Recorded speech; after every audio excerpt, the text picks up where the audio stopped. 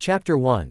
You don't know anything about pain. Inari cried. He had been watching these ninja that were protecting his family, mostly his grandfather. They were just a bunch of teens and some weird old guy. They could never understand his pain. Inari yelled at her son. She knew he was hurting ever since his father was killed and he had lost hope, but to yell at their protectors was just rude and she would not stand for it.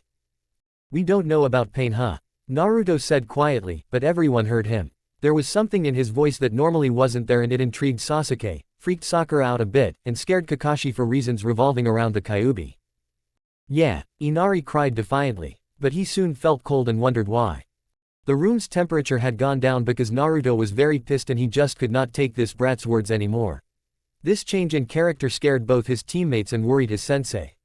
However, his face is what scared them the most. It was devoid of emotion, but he was unconsciously spreading a chilling killer intent that was putting them all on edge.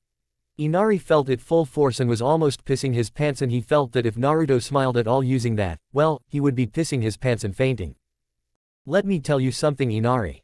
Naruto stated with clear disdain in his voice. Somewhere in this world, people will always have it worse than you.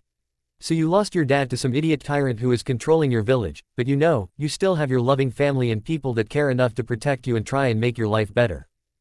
Naruto held up a hand and put up 3 digits. 3, that's the number of people in this room who have it worse than you. The room seemed to get colder at this point and it was scaring and confusing Kakashi. This was not the feeling of the Kyuubi, it felt more like death. First is my teacher, the Cyclops over there. Judging from the way he acts, and he is always late, and from some of the rumors I have heard, he has lost a lot of friends and family in this career. At this, Sasuke and Sakura's eyes widened at that and they whipped their heads over to their teacher, who did look sad. From the rumors, he had lost his father around your age, then his teammates, which one of them must have been an Uchiha if that eye is anything to go by, and lastly, a man who he thought as a father figure, his old sensei and the 4th Hokage. Naruto said seriously, shocking his teammates, none more than Sasuke, as he looked at his teacher with more respect. Next we have Sasuke. Naruto said before he got right in Inari's face. Sasuke is the last of his clan. You want to know why? His elder killed off his entire clan, in one night. Surprisingly, there was a lot of venom in his voice. Now we have me, Naruto said, surprising Sakura a bit. She didn't know what to think of this side of Naruto. He was always so happy-go-lucky that she thought nothing got to him, even her punching him. Yes, she was wrong. Naruto backed up from Inari, but he had that same blank but scary as hell look on his face. I was an orphan since birth, and you know what? Everyone in my village hates me since then. I was kicked out of the orphanage at 4 and lived on the street for a year until the Hokage, the first person to accept me, gave me my own apartment. Why would everyone hate him at birth? I thought it was just those annoying pranks. Sakura thought. At first I thought it was all just because I was born the night the Kyuubi demon attacked and the people of my village needed something to vent on and I was it. No, I recently figured out it is much worse. Naruto replied. All those years of repressed emotions was finally coming out. It was just sad that it was coming out on this boy, his family, and his team. He just could not stand it anymore. I am one of 9 people with the same problem. I am not seen as human, I am seen as lower than that, something that people see as nothing but trash and fear of our power, and it is not like we asked for it in the first place. It was forced on us to create a weapon for our villages. Kakashi's eye was a dinner plate at this point. Naruto was literally telling a small boy, not in everyone else, what he truly was. However, he knew that the Hokage didn't actually see Naruto in that way. That was why he tried giving him a normal life, something that the villagers messed up. He messed up as well, it seems. He also could not stop Naruto, this was his choice after all. He just lowered his head in shame. What would his sensei think? I'm so sorry, Naruto. Sasuke didn't know what to think. All these things Naruto was speaking off didn't go along with what he sees of Naruto. The blonde idiot was like that because the villagers treated him like shit. Now that he thought of it, the academy teachers always had it out for Naruto, except for Iruka, who seemed to be trying to repair the damage. Why? Sakura lowered her head in shame, she followed her mother's word to the letter. And for what? Making someone feel this miserable because of a power that she was afraid of. That was ridiculous. I am a Jinchuriki, the power of human sacrifice. Nothing but trash to normal humans who see us as nothing more than a weapon, just like that one-eyed old man told me once when I was little, but I was too young to understand and didn't think much of it. Danzo got to him. Oh man, this is bad, Kakashi thought nervously. But after Mizuki's stunt, I get what I am now. I am the Jinchuriki of the Kyuubi no Kitsune. The 4th Hokage could not kill it, so he sealed it in me. I am just a freak no one wants to be around. Naruto growled out before he walked towards the door. He knew his teammates heard that, and after this mission they would not want him on their team even more. He was giving them the time they needed. "Where are you going?" Kakashi asked. "Out to train and let off some steam. Destroy a tree or something." Naruto growled out before he slammed the door. "Poor kid," Tazuna said, finally speaking up. "No one should treat children like that," Tsunami replied sadly. "No one should, and I was not there for him when it meant something," Kakashi said deadly as his head hit the wall behind him, a tear going down one eye. "I owe his father after all." Inari looked shell-shocked, and Naruto's words gave him something to think about. He did not hate Naruto. He was just a goofy older kid in his eyes. Just because he held something as powerful as the Kyuubi didn't mean that people had to hate him. Life was cruel. He learned that the hard way. Sasuke sat in his usual brooding position, but his mind was racing. What he went through was something like Naruto. They both knew great pain. How could he have no seen it? On the other hand, the Kyuubi was a different matter at all. He'd bet if an Uchiha had it in them, they wouldn't be treated as badly. To him, Naruto was a good person for enduring all these years and a powerful ally. He just needed to be trained better to be on par with him after all. Nodding to himself, he decided he would be a better friend to the blonde. He then blinked. "You knew his father, who was that?" Kakashi eyed the boy and saw what was going through boy and inwardly smiled at the boy. It seemed that he had already accepted Naruto, in his own way. He then held the bridge of his nose and said, "Ah, the Hokage might kill me if I tell you, since Naruto is not supposed to know because of the man's enemies." All he got was a glare from the boy. Of course, why would Sasuke care about that? "Fine, just don't let him know you know, or the Hokage for that matter. His father is Minato Namikaze, the fourth Hokage, and my teacher." Tazuna's family widened their eyes at that. Hell, even they knew who that man was, and Tazuna slapped his forehead. "Yeah, you people fucked up big time." Sasuke's eyes were twitching by this point. So Naruto was a Jinchuriki and the Hokage's heir. Fuck, Tazuna was right. Suddenly there was a thud and they all saw that Sakura's head was against the wall and she was crying. "Mother, you are such an idiot, and so am I for believing you. So he is the real hero. The fourth Hokage made his own son into the true hero of Konoha," she said aloud, making Kakashi blink. He thought she would be against Naruto because of her mother. "You two don't hate Naruto either?" Kakashi asked cautiously. "No, my father often talked about him and he had full belief in the man and his seals," Sasuke said, bit nostalgic. "I see Naruto as a powerful ally, if he was trained properly, and a worthy adversary." The fourth Hokage was trained by Jiraiya of the Sennin after all. "A seal master," Sakura replied. "I read enough about them that if that man used them, he did well with Naruto because he is not unstable like the other Jinchuriki I read about, mostly the Jinchuriki of Suna. He is just sad." Sakura looked really sad. "I need to apologize to him later." Then a smile came to her face. "Hinata is going to love this." "I see," Kakashi replied. "Then I guess things go as normal then." Kakashi replied happily that his students accepted Naruto. Arg! Naruto yelled as he destroyed his current training ground with his clones. He had been doing that for hours with loads of clones. Suddenly, he fell on his face and passed out. He had tired himself out. However, something wanted to speak with him. Mindscape X. Naruto awoke in what looked to be a sewer. He was also in a very large room. Looked around closer, he guessed this was the Kyuubi's cage, judging by all the bars at the end and the tag for seal on one of them. "So, this must be Kyuubi's seal, huh?" "You would be correct, brat," the fox's booming voice said as he lazily opened one eye to look at the blonde from his lying position. "You don't seem that threatening to me," Naruto commented. "Faye, what would you know about threatening? Besides, there is a reason I called you down here." "And that is?" Naruto asked, slightly put off. "Since you told those other humans about me, life is going to be harder for you in Konoha. I will give you a reason to not go back there." At Naruto's questioning look, the old fox continued. "I know who your parents were." "Really? How?" Naruto asked while narrowing his eyes, looking for trickery. The Kyuubi lazily looked at the blonde and said, "How could I not? I was in your mother as well. Her name was Kushina Uzumaki." Naruto's eyes widened at that. His mother was a Jinchuriki and she managed to have him. Maybe there was hope for him.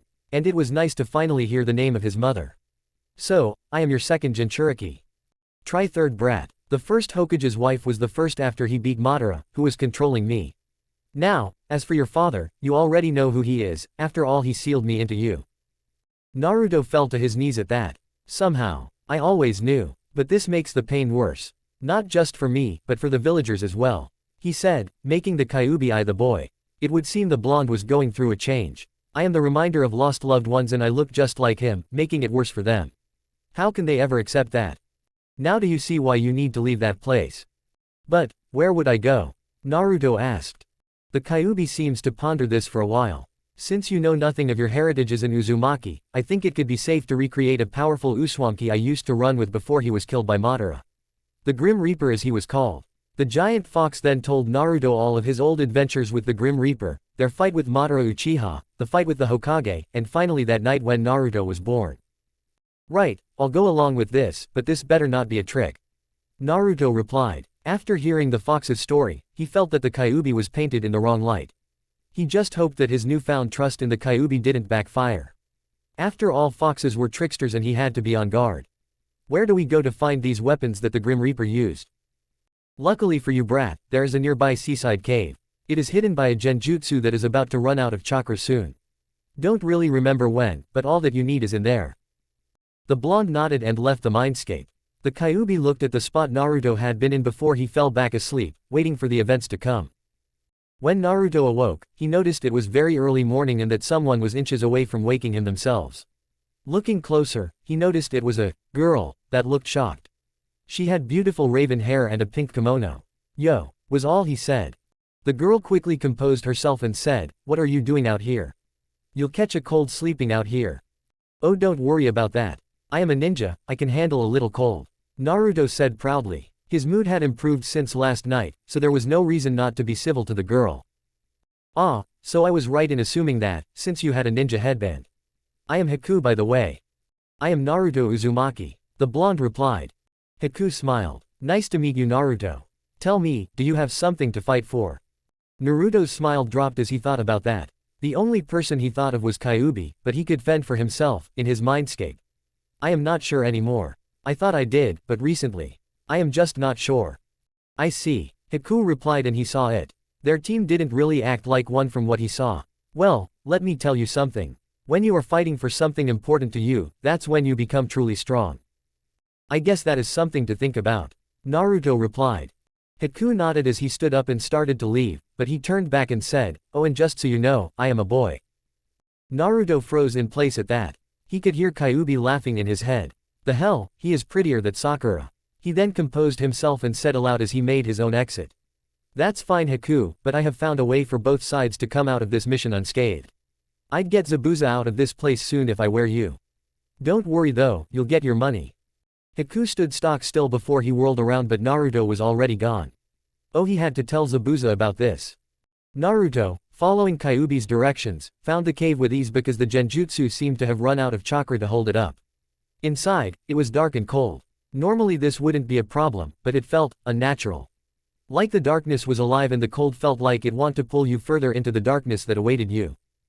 It was unnerving, to say the least. Naruto, despite all this, just walked in like it was nothing, that or he didn't care. However, he was surprised that this cave was so small because he found the back pretty quick. In the back, there is a small chamber with two pedestals. On them were weapons. One was a fairly large scythe. It had a plain black handle and the blade was polished chakra metal. The darkness seemed to be pulled in by this strange weapon. The other weapon was just as strange. It was a chained weapon with hook-like claws on the ends that glowed a dull purple. Kyuubi chose that moment to speak through their link. That scythe is called the Death Scythe, the main weapon of the Shinigami. That strange chain is called the Claws of Hades, named after ancient death god. Take them both to revive the legend in you. Naruto nodded as he placed a hand on each of the weapons and was instantly assaulted by images of the past. A man with spiky red hair and a giant fox by his side as they fought large-scale battles. He was part of a large clan with other red-haired people and he even had a wife, a beautiful blonde woman. Soon it was over and he felt the power coming off the weapons. He attached the chain hooks to his belt before, suddenly, the staff of the scythe shortened and he attached that to his waist as well, since it was shorter. Nodding to himself, he walked out of the cave to his next destination, Gato's mansion. A few hours later, Naruto found a fairly large building that was obviously Gato's since it was not run down like all the other buildings in Wave. Oh yeah, that man had plenty of money to spare, because he was not going to be able to use it by the end of the day. The remnants of Team 7 rushed over to the smoke-filled area. A large mansion was on fire, or what was left of it after that huge explosion they saw and heard all throughout Wave. Kakashi was inwardly cheering, thinking whoever did this saved them a lot of trouble. That is until he saw something that made his blood cold. Near the edge of the fire was a shredded orange jacket with blood on it. He picked it up and knuckles whitened. When you said you wanted to destroy something, I didn't think it would be this. Did you get in over your head, Naruto? Sasuke saw it and growled to himself. But stopped when they heard Sakura gasp. They ran over to her to see what she saw. Pinned to a tree by a kunai was Naruto's headband, and it was heavily cracked like a spider web. The big question was, where was Naruto and was he even okay? Chapter 2. You fool. I should just kill you now. Zabuza shouted at the blonde known as Naruto Uzumaki. They had just escaped to the outskirts of Wave.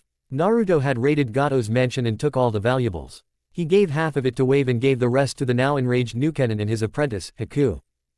I did it and there is nothing you can do to reverse what has been done, Naruto said with a glare before he took out a folder. Besides, he was going to have you and Haku killed once you got the job done. Zabuza stared at the blonde former Konoha ninja, then he took the folder and flipped through it. What he saw pissed him off. That bastard was going to sell my body to Kiri. He grabbed his sword and sliced right through a tree in anger. He then stared at Naruto for a moment. Haku had told him of the blonde's exploits within Gato's mansion. He could honestly say he was a bit impressed, but he was already intrigued with the boy with his unusual maneuvers to get his old teacher out of the water prison. If he was to guess, he would say that the blonde was not a normal genius by any means, but a battle genius. He could use that. Also, he silently thanked those mercs for shredding that god-awful orange jacket. He needed to get this kid new clothes befitting a ninja. Not that orange crap. That line of thought made him pause. It was like he was already this kid's new teacher. I see your point, brat, but what now? Are you going to go back to those leaf nin? Zabuza asked while Haku continued to stay quiet. He hated that. Most of the time, Haku acted like a emotionless drone. It was fine of the battlefield but not in normal life. Was his training that bad? He hoped the blonde brat didn't go back to Konoha. Haku needed a friend. Naruto scowled. No, I bring nothing but pain to them. At Zabuza's questioning look, he continued. I am Naruto Uzumaki, the son of the 4th Hokage and 3rd Jinchuriki of the Kyuubi. Haku actually let loose some emotion at that. It was not fear or hatred. It was shock and hopefulness. Someone had been through pain like him, somewhat. He was sure Naruto had it worse, but he just hoped they could bond over it. Zabuza looked both shocked and skeptical about that. He was shocked that the Yellow Flash's brat was in front of him. The kid looked just like him, but the whisker makes were what made him look a bit different. Also, since when did Konoha have a Jinchuriki? Konoha for the most part never seemed like that had a Jinchuriki to start with. I was not even aware of the first two. Not many would, since the first one was the first Hokage, wife. Zabuza's eye twitched at that. The second one was my mother, Kushina Uzumaki. Zabuza had a mini heart attack at that. In front of him was not just the son of the Yellow Flash but the hot-blooded habanero. Holy shit, that same chick who saved my ass when I was a kid. Dear God, this kid is a true ninja prodigy. I have got to get him on my side. I see, the man said, trying to look calm. What do you plan on doing now? I hadn't thought that far ahead yet. Naruto replied exasperatedly as he hung his head. Zabuza actually chuckled at that. This kid was interesting. Not all that bright, but seemed to make anyone see the good in him. Konoha obliviously screwed up. He hit a freaking gold mine. It was said that Kushina could change the hearts of her enemies, sometimes. Man, this kid had it too if he was considering training the boy. Alright then, kid. How about this? While I fully recover, I will teach you alongside Haku. I will make you into a competent shinobi. Not an idiot who relies on luck alone. What do you say? I'll do it, Naruto replied. The stories about this guy are a bit out there, but he was determined to get stronger, even if he had to take the demon of the mist as a master. Haku actually smiled at that. Well, glad to see I am not alone in the training anymore. Yeah, so do I call you senpai now? Naruto asked with a goofy grin. Haku's smile grew. I would not mind that. I am older than you after all. Zabuza just let a small smirk grace his masked face as he watched the two interact. A week later, the small group of Nukenin were in a clearing. Zabuza felt that they were safe enough to begin training. Zabuza stared at Naruto intently. He had shown good skills when they fought off some idiot bandits, so he was sure Naruto had more tricks up his sleeves. One such trick was the two strange weapons the boy had at his sides. Kid, I have got to ask, what is with those weapons? Oh, I got these before leaving Wave. Apparently, they belonged to a ninja the Kyuubi used to run with before he was sealed with Mito Uzumaki. The fox called him the Grim Reaper. Naruto said with a shrug. Zabuza took a step back in shock. Are you kidding me? You're a mainline Uzumaki. Huh? Naruto asked. Haku decided to help him on this. Naruto-kun, he means that only the main family of the Uzumaki clan can use those weapons. For the Grim Reaper was married into the main line and I think Mito was a daughter of his, or a granddaughter, I am not sure. Before Naruto could really answer, the Kyuubi's voice spoke into his mind. Yeah, I forgot to mention that. You had to be a descendant of the guy to be even allowed in the cave, but if you forced your way in, that atmosphere you felt would have killed you and I would not have been able to save you. Oh now you tell me, ass. Naruto grumbled as he held head in annoyance. Apparently I am the guy's descendant, otherwise I would have died. I see, so you just talked to the Kyuubi there as well. I wonder if I could teach you how to use its power, probably not. Zabuza mused. That would be a hard and dangerous task. Way too dangerous for him anyway. We'll see what we can do. Now, tell about the weapons. Well, Kyuubi called this one the Claws of Hades. The hooks look like they have a strange yet dark power. The other is a scythe called the Death Scythe. It feels like it has a dark power as well. Naruto commented. So, the legends were true. Zabuza said to himself. He really wanted the weapons for himself, but he was no fool. Only an Uzumaki could actually use those. Right then, I will teach you how to use those weapons as well, but before that, here. He gave the blonde a blank square piece of paper. What's this for? Naruto asked with a raised eyebrow. It will tell us what type of chakra you have. Haku replied. For example, I am an ice user. So I have a high affinity for wind and water. Alright then, Naruto said with a shrug as he channeled chakra into it, the results surprising everyone. The paper gained multiple lines on it before splitting off. Then those pieces changed themselves. A third of the pieces became soggy, some of them burned up, and the rest had a strange reaction. They became dark and wispy. Interesting. Zabuza commented, eyeing all the pieces, but mostly the strange ones. It would seem you have a strong affinity to wind while having smaller affinities for water, fire, and if I am correct, darkness, caused by your interaction with the death weapons. Zabuza held the bridge of his nose. This is going to be a lot of training. Wait a second. Naruto, how many of those shadow clones can you make? I don't know. Naruto replied with a shrug. The most I ever made was about 500 when I had to beat Mizuki Tem for making me steal the Forbidden Scroll and almost killing Iruka-sensei. But hell, I wasn't even tired. The old man told me it took a lot of chakra, but I don't feel the effects. Fucking gold mine. Screw you Konoha. Zabuza thought happily. Damn, this kid was going to go far, and maybe if they gained a lot more people and money, they could rejoin the Mist Rebels. He hoped Mei was okay, hell she could melt his balls off, so yeah, she was fine. Fantastic. Let me tell you a secret about that jutsu. You can train with it because anything it learns, excluding physical aspects, you learn. Arg, that would have so useful in the academy. Naruto groaned, making Haku laugh and Zabuza to chuckle darkly. Alright kid, for the next month, we will be on the road a lot and so, we will be training a lot as well. Get ready for hell, Zabuza said with a glint in his eye and dark chuckle that made Naruto shiver. Not going into the training. Boring for me to read and even more to type. Careful, I heard Orochimaru of the Sannin has been in the area. Zabuza said seriously. They were currently in a land that bordered rice, fire, and water.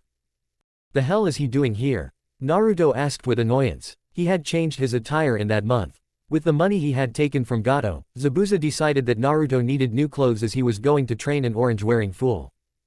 The blonde's attire now consisted of black steel-toed combat boots, a pair of the black pants that had multiple pockets, and a black wife beater. He didn't feel like he needed a jacket or anything like that, yet. And with no headband, his hair was slightly covering his eyes. Speaking of hair, it was less unruly when longer as it clumped together in larger spikes. At times, it would seem that a spike was covering an eye. If you listened on in the conversations people have when we pass through villages and towns, you would know why, Naruto-kun. Haku kindly stated. However, Naruto knew enough about the boy now that he knew that Haku was insulting him. Haku seemed like a kind person and he kept that persona even when he would be degrading someone. It was nerve-wracking sometimes. Word is, the man is recruiting people for Otogakure, an up-and-coming village that he is leading himself. Great, Naruto replied as he eyed his best friend. Haku still wore the same battle attire and kept the Kiri hunter mask, but he just wished that he would dress normal when they were in town. I mean, he had to pretend the boy was his older sister while in town. Correct Haku, Zabuza replied. Just be careful just in case. I'd rather not fight the man if I can help it. The group was nearing a small village and unfortunately, since they were near water country, people seemed skittish around bloodline users. However, they came there for a reason. Zabuza had heard about a girl there that had a bloodline, and it was very unique to say the least. It sounded like something that belonged in Earth country. Right, Naruto said. He didn't think he was ready to someone like a senin just yet. Sure, he would fight to protect his new family as he saw them, but he would probably die. As they walked through the town, he thought about his training. Suffice to say, Zabuza was a fucking slaving driver. While the man had his clones working on various jutsu, chakra control exercises, and elemental manipulation, he had the original in taijutsu training. The man noticed that Naruto had decent taijutsu style, so he taught the boy a little of everything since he was a sword expert. And when not training his body, he was training with his weapons. How Zabuza even knew how to use a chained weapon was beyond him. When asked, he pawned it off to some guy in Iron Country, whoever that was. The scythe was just trial and error since it not a usual shinobi weapon. He was so engrossed in his own thoughts that he almost missed a commotion at the end of the street. Almost. They looked past the mob to see a girl on her knees with a rather large bump on her head. Someone must have hit her in the head. Naruto growled at that, and by the look on Haku's currently unmasked face, he didn't like it as well. Found her already, that was quick. Zabuza thought. You two handle this, I am going to go and get a drink. Yeah, whatever sensei. They should call you the lazy demon instead. Naruto growled. Haku was somewhat amused at their banter. He was used to it by now. Zabuza, while a hard-ass ninja, cared for the both of them like his own sons, he just didn't like showing it though. Just go and help the girl, brat. Zabuza said as he walked away, waving them off.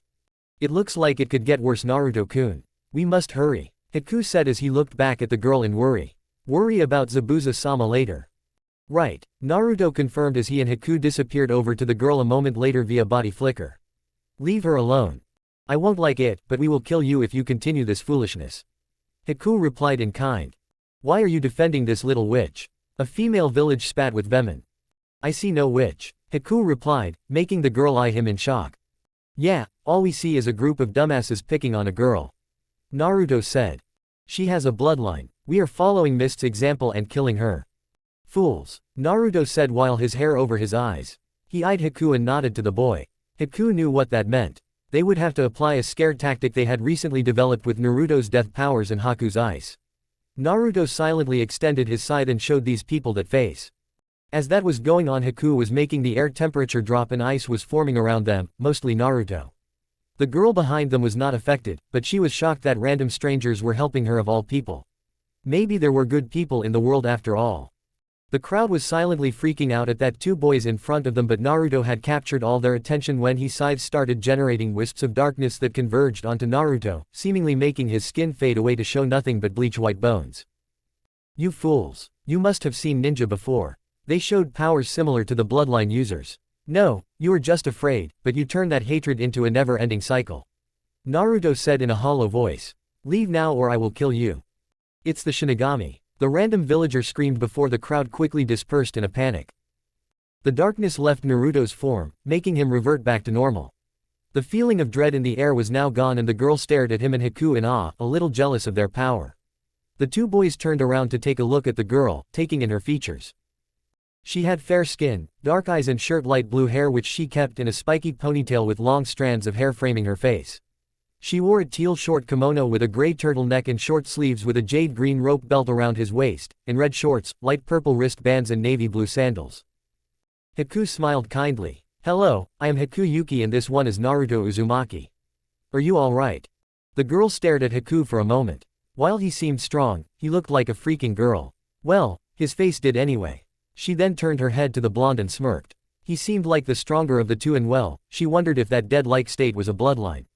Hell, Haku could have the ice bloodline for all she knew. Yes, I am. Thank you. My name is Gurren Lagann. She paused for a moment and then asked. Why are you here anyway?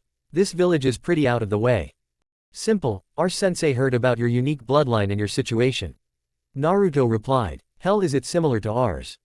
Your bloodline users as well? Gurren asked in shock. Sort of. I am an ice user, which is bloodline from Kiri. Haku stated before eyeing Naruto, wondering if the blonde would tell his secret. Naruto smiled as well. Yeah, I am not a bloodline user. I am the Jinchuriki from Konoha. Gurren stared wide-eyed at that too. They were people who understood her pain. And they were strong. She liked that. Yes, she heard what Konoha did to their Jinchuriki. It was sad, but it connected them. So, your sensei must pretty strong and level-headed to deal with you and make you strong and he is looking for another. I am your gal then. Naruto and Haku looked at each other in amusement. This girl, despite the abuse, was pretty full of herself. You hit the nail on the head, kid. Zabuza's voice stated. Said man came up right behind them and put his hands on the boy's shoulders. I have made them strong in my own way. However, they were already strong in their own right. I see that same strength in you, Gurren. Haku, my first apprentice, was an orphan boy who had just killed his father during the bloodline purges and still retained his kind nature. Naruto, my second apprentice. He was treated as the thing he holds inside him, and yet, he is still a goofy idiot who can change people's hearts. Gurren smiled at that. Sure, she knew who this man was and was entirely surprised at his behavior due to the rumors around the man. If what he said was true, then Naruto does have that power. I accept, she said with full determination and a bit of smugness. Now there is you, Gurren, my third apprentice. I can see that despite your own hardships, you have retained a bit of smugness and, if I am not mistaken, a bit of vanity as well. Zabuza stated. Gurren blushed at that. You could say that. Then she took on a smug look as he produced a pink crystal and looked at her own reflection. But you do have to admit, I am pretty hot for a 15-year-old. Zabuza said nothing, a bit annoyed already. However, Naruto, being the smartass he is, stated, I agree, and while a beauty such as yourself is now a part of our group, maybe you can teach Haku here how to be a real girl. Haku steamed at that. What was that, Naruto-kun? Welcome, one man, you dress like a girl, you have the looks of a girl, and I am pretty sure this beauty can help you be a girl. Naruto joked around with a big smile. Gurren was already seeing the team dynamic between these two and was intrigued. However, now came her personality into the mix. She sauntered up to the blonde with a sly smile. My, coming onto me already, Blondie. While I admit Mr. Girly could use a few pointers, are you sure you want him as a true girl? You know, you could just have me. Naruto froze, stuck in his own prank and with a slack jaw. Zabuza roared with laughter, glad that someone finally got him. Haku smiled kindly, but this time it seemed very creepy. Well, she turned that on you pretty quick, didn't she? At Naruto's noncoherent blabber, Gurren laughed. Oh yeah, this will be fun. But don't worry, Blondie, I am not that into you. I actually think I could go for the girly one. What? Haku almost shouted, completely off guard. Gurren chuckled before walking to the exit of the village. Don't just stand there, boys, let's get a move on. At Naruto and Haku's gobsmacked expressions, Zabuza smirked as he followed after the girl. Oh yeah, you two are so screwed. The two remained in place for a few seconds before they got out of their daze and ran after them. Their little group had gotten a hell of a lot more interesting. Zabuza grimaced at the news he just heard while he and his students were eating at a restaurant a few villages over. It had been a day since they left and there was already bad news. He had been right about Orochimaru being in the area, and it seemed that he was after Gurren. However, since she was not there, the sick man destroyed the entire village before disappearing. Why are things never easy? Oh well, it could not be helped. Now to focus on their training. He would have to help Gurren develop her own techniques, just like he was doing to with Haku and his ice. Naruto, however, was another story. His death jutsu was very interesting, but he needed more variety to his attacks. Nodding to himself, he addressed the kids. Okay, here is how training will go. Naruto, your clones will work on the next stage of elemental manipulation for your elements and work on some of the jutsu that Gato had in his private collection. Those are rightly yours since you killed him and blew up his place. However, I think it would be best if we branch out more. I want you to find something of seals. Your family excelled in those and I am sure you can too. Naruto smirked. I captain of the bloody massacre. He said with a goofy grin as he used his darkness to manipulate his saluting hand and eyes to go all dead-like, scaring a few nearby customers. Knock it off, dumbass. Zabuza raged at Naruto as he whacked him upside the head. Now, on to Haku. I want you to work on your speed. If possible, work with Naruto in the taijutsu department. He has good speed and enhanced strength due to the fox. Also, we need to think up some more jutsu for you. Using the same thing over and over could make you predictable. Yes sir, Haku said respectfully. Gurren, I think I can help you with your future jutsu. I knew a guy who could do something similar. We will have to work on that. We will also see about your taijutsu. I also want to try and teach you about poisons since Haku here is into the medical field as well. That way he have a few more bases covered. Zabuza ended. Sounds like a plan, big man. Gurren replied. Good, and Gurren, just ask both boys, my training is hell. Zabuza replied with an evil look that made the girl shiver. Kakashi sighed as he looked at the memorial stone in sadness. His team had returned about a week ago and things were not great at all. After finding out that Naruto was Mia, the Hokage was enraged, especially when Kakashi told him that Naruto confessed about the Kyuubi. Now, imagine the elderly Hokage's surprise when he saw Kakashi's remaining students support Naruto and even go so far as to say they would bring back their friend and hero. Still, Naruto's disappearance had proved how dark the citizens on Konoha had gotten. They fell from grace many years ago with their arrogance in his eyes, but now, celebrating the loss of the Naruto was a new low, even for them. In his and Kakashi's eyes, Konoha had true fallen. After that, the parents, with Naruto no longer there, spread word of Naruto's true condition and that created a rift within the village. The younger generation respected Naruto now more than ever and they resented the elder generation for what they did to Naruto. The rift widened even more when Sasuke and Sakura told people of Naruto's father. It wasn't just a generation thing after that. It was near panic for everyone. The village looked to be at the brink of their first civil war, all because of the third Hokage's foolish decisions. No, this did not bode well at all. Chapter 3.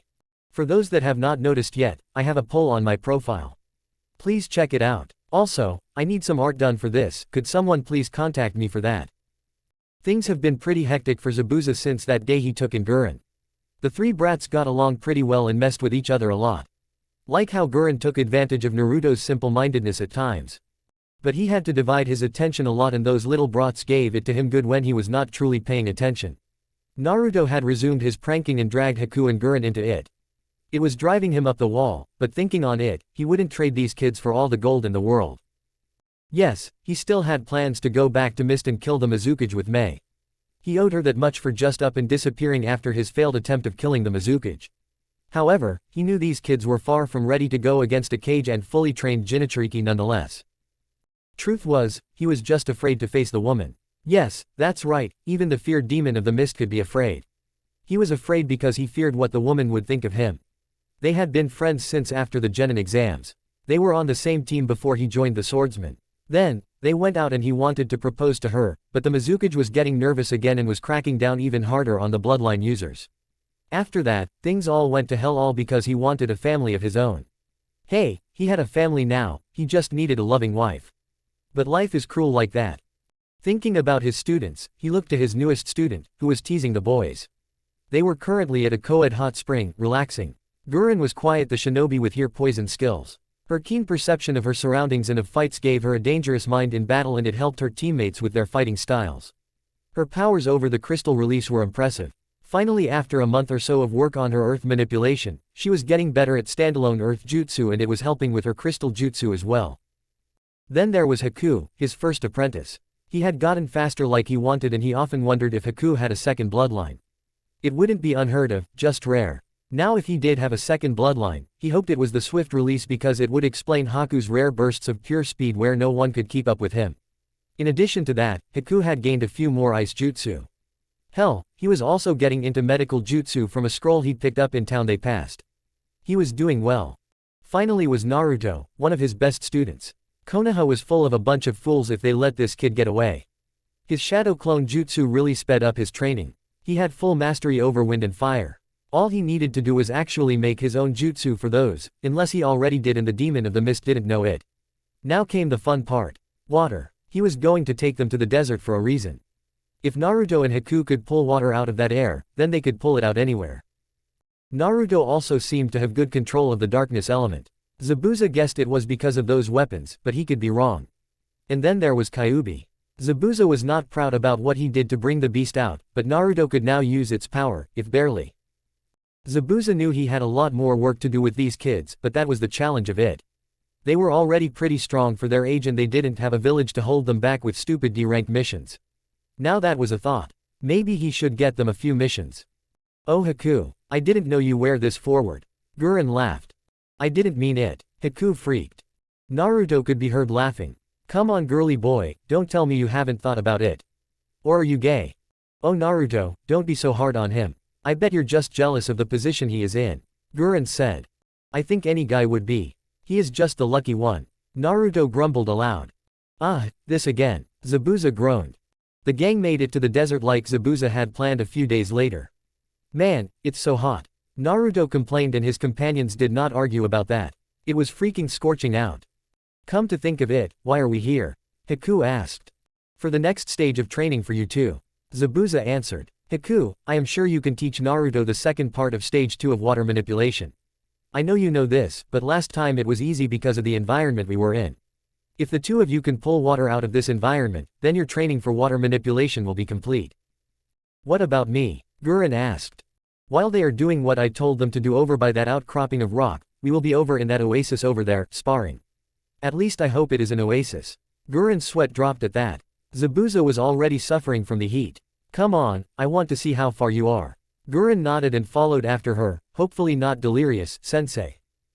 Well, Naruto sighed. Let's do our thing.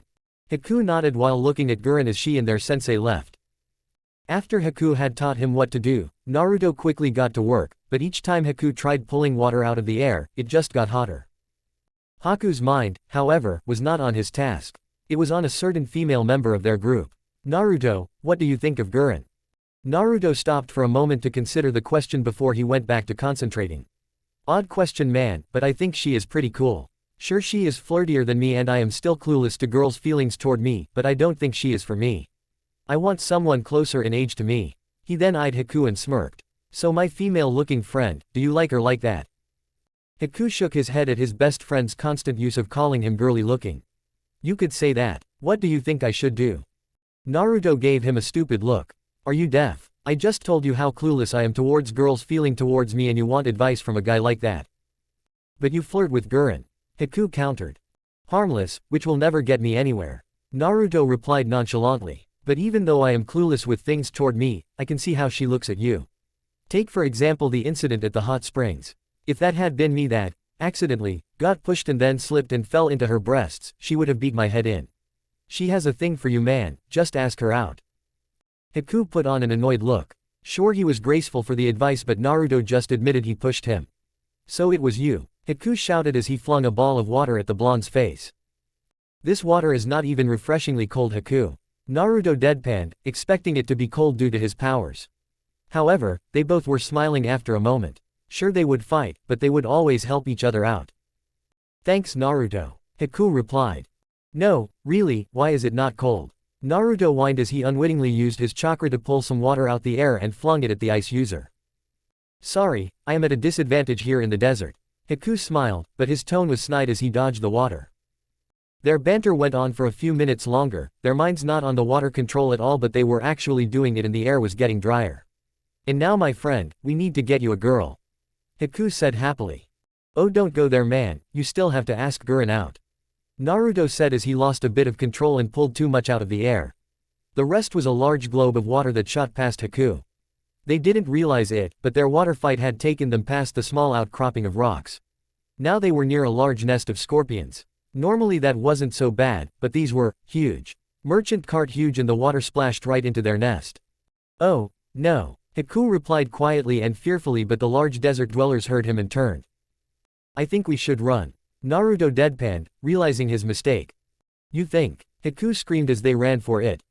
You did well Gurren, Zabuza said as he saw on a rock near the water of the oasis. You still beat me, even in your weakened, delirious state. Gurren sighed. I guess you really are strong. Well, I have been training on my own as well, I am nowhere near S-class and I have to protect my students somehow. Gurren smiled. Her teacher was a big softy despite his reputation. She smiled as she leaned on the man's shoulder. I am glad you guys found me instead of that freak who killed off my entire village. Zabuza, still uncomfortable with his feelings with these kids, just wrapped his arm around the girl. Gurren closed her eyes for a moment, ignoring the heat of the desert, before she snapped them open. The ground is shaking. What? Zabuza asked, wondering if she was getting as sick as he was. The earth is shaking despite most of it being sand. Gurren freaked as they stood up and a few seconds later, Zabuza felt it and tried to keep his lunch in. Ah! Came the screams of the soaked forms Naruto and Haku as they ran past them. Zabuza looked at them like they were nuts. What's after them? He asked. Scorpions. Gurren screamed before she too ran away. Scorpions. They can't be that bad, can they? The demon of the mist asked before he turned around only to pale. Son of a bitch. Orochimaru smiled that sly snake-like smile of his as he and his guards met with the fourth Kage and his guards in a mountainous region of Suna, which was basically near Suna itself. However, while Gaara's father wanted to get more business back from Konoha, he didn't feel that this man would keep his word. He had the sinking feeling, despite his power, he could not beat Orochimaru in a fair fight. No, this had to end. Konoha was still their ally and maybe he could talk to the Hokage for a better deal. That old man was not unreasonable after all. Hello Kazekage. Have you decided about our deal? Orochimaru asked in his odd airy voice that sent chills down people's spines. I have Orochimaru. The Kazekage replied in an even tone. And, the snake man asked, already getting tired of this runaround. We will not join you for your foolish endeavors. I will speak to the Hokage personally about what is happening. He is not unreasonable. The leader of Suna replied. How disappointing. I fear, Orochimaru was going to kill the man one way or another, but there was something wrong. He felt the earth they were on shake. Was that even possible in this land? He looked to where he thought the source was and he got an eyeful of kids and one adult running for their lives. In fact, they would be running right past them. Why? Ah, Naruto, the young blonde screamed in fear as he ran past. His darkness powers acting up and making look like a running skeleton in the desert at times. Why do you always get us in these situations, Naruto? Haku, a girly-looking boy, cried out to the heavens as he kept pace with his friend. You were supposed to keep an eye on that fool so this shit doesn't happen, Haku. Gurren, a blue-haired girl shouted angrily yet panicked at the time. Wait, isn't that the crystal user? The snake man thought in shock. I am going to kill you brats for this. I am in no condition to fight those things. Zabuza, a notable Nuknin shouted as he too was running for his life. He got the girl, Orochimaru thought angrily. Meanwhile, the Kazekage knew what Orochimaru was about to do and was thanking his lucky stars that those kids, mainly the blonde one, and oddly enough, the demon of the mist, made a great distraction for him and his guards. However, he knew what was after them with scent alone. Suna's little scorpion problem. So he made his special gold clone and signaled for his men as to go help that group that just ran by and to secretly kill off Orochimaru's men. He would deal with the scorpion and snake problems all in one. And sure enough, they came. Apparently, by what those kids were shouting, the blonde must have disturbed a nest of the big ones. Fuck, the Kazekage thought as he sent in his gold dust to weigh them down. At this point, Orochimaru got the point as he took out his special sword to run them all through, unknowingly getting some of the gold dust on him. While one final swing, the madly smiling man ran the Kazekage through. Nothing personal, but I need your pathetic village. Your ninja will make great cannon fodder for the ninja of Konoha. Orochimaru teased to the dying man. The Kazekage clone looked up to Orochimaru in fear before that look turned into a smirk. Sorry, but I am not dying today. Orochimaru tried to retaliate, he really did, but he felt weighed down too much. For a senin, he was moving at a snail's pace and that was not boding well for him as he tried to escape. Go figure that the body of the Kazekage exploded in a shower of gold dust before all that attached itself to him. As it stopped all movement, it was slowly covering his body. It was like looking at a statue. Ah, when I get out of this I will kill you. Orochimaru screamed in rage. Not even you can get out of that, prepare to die. The Kazekage said calmly as he appeared before the man and took his fallen sword. I will be back, and I will kill you all. Orochimaru screamed in rage but knowing that even if one curse seal was active, he could return. With that, the gold covered his face and the Kazekage looked on in respect. Today, Orochimaru of the Sannin dies. Gold style, golden impact. The golden man flew into the air before it started caving in on itself into a large gold ball. With a wave of his hand, the ball soared down to the ground, creating a crater in the sand, which soon filled up. Be lost within the sands for all time. The Kazekage stated to his fallen enemy before disappearing in a golden body flicker to rejoin in guard in that very odd group. He had to thank them personally. The group had been escorted to the one place they had not planned on going. The Kazekage's office in Suna. The man looked at them all with piercing eyes. It was unnerving to say the least. Finally, he spoke. First of all, I would like to thank you for being the distraction that I needed. I am in your debt, if you need help, just ask. The group of four just stared at the Kazekage in shock. The man was not known to be this hospitable. Zabuza nodded. If it wouldn't be too much trouble, may we stay for a day so I can continue to train my students. Haku and Naruto still need to learn how to pull water out of air like this. The Kazekage nodded. Well, it is odd. See you, demon of the mist, I will offer a place to stay for your time here. There is a hotel down the street that will give you a free night, on the house. Thank you Kazekage-sama, Zabuza said respectfully. Since that was arranged, the Kazekage was curious about the man's students. Please, could you tell me about your students? They must be exceptional if they are being taught by you. The man could read people as well and it seemed that this kid's tamed the infamous demon. He seemed to be a caring person to these kids, not he mass murderer that many said that he was. Zabuza nodded. He supposed that was fair. They were in the man's village, so he had to follow the rules. The girl is Gurren Lagann. She is a very good warrior and she is a crystal release user. She has many skills in combat that can turn any battle her way. Not many crystal users in the world nowadays. The cage replied. He knew of that old clan. Why one of them was here of all places made no sense. They were from Iowa, but they were said to have died out. She must be the last of her clan. Next, is my first apprentice. Haku Yuki. He is an ice release user with exceptional speed and I have the sinking feeling it borders on another bloodline. Zabuza replied, hoping the man knew what he was talking about. He wanted to tell Haku when he was ready. The leader of Suna nodded. That bloodline was indeed rare and to have it in a Yuki clan member. Well, that would make them unstoppable in the speed department. It is such a shame that Kiri is the way it is. Konoha did try and get some of the bloodline users out of there, but that ended with the White Fang's death. Since then, no other village has bothered to try. Finally, we have my best, yet most idiotic student. Zabuza stated, ignoring Naruto's outburst. His name is Naruto Uzumaki. He is the son of my hero, Kushina Uzumaki and the Yellow Flash. Not to mention the Jinchuriki of the Kyuubi no Kitsune. I do hope he is stable. The reddish-haired Kage stated calmly. Zabuza's eye twitched at that. I trust the 4th Hokage's seal-making prowess and from what I have seen, he is more human than any Jinchuriki I know. Good, the Kage said, very relieved as he sagged in his chair. His parents were strong and with the Kyuubi in him and his heritage, he would be near unstoppable, if trained right. You seemed pretty nervous to know I was stable, why? Don't tell me you have the Shukaku in someone. Naruto said with a roll of his eyes. When the Kage didn't answer and looked guilty, Naruto widened his eyes. No way, you did. Who? The Kage sighed. My youngest son. That made the group's eyes widen. I wanted a weapon for Suna, so I used my son, the biggest mistake of my life. Naruto was looking at him strangely so he elaborated more. Naruto, this is not Konoha, so it is run differently. The council basically runs the village and I am just a powerful figurehead. While I do have power, I cannot overthrow the council or go against their decision. The Kage sighed again. I have always been torn between the village and my family, which I value greatly. But, that decision of the village over my own family has backfired greatly.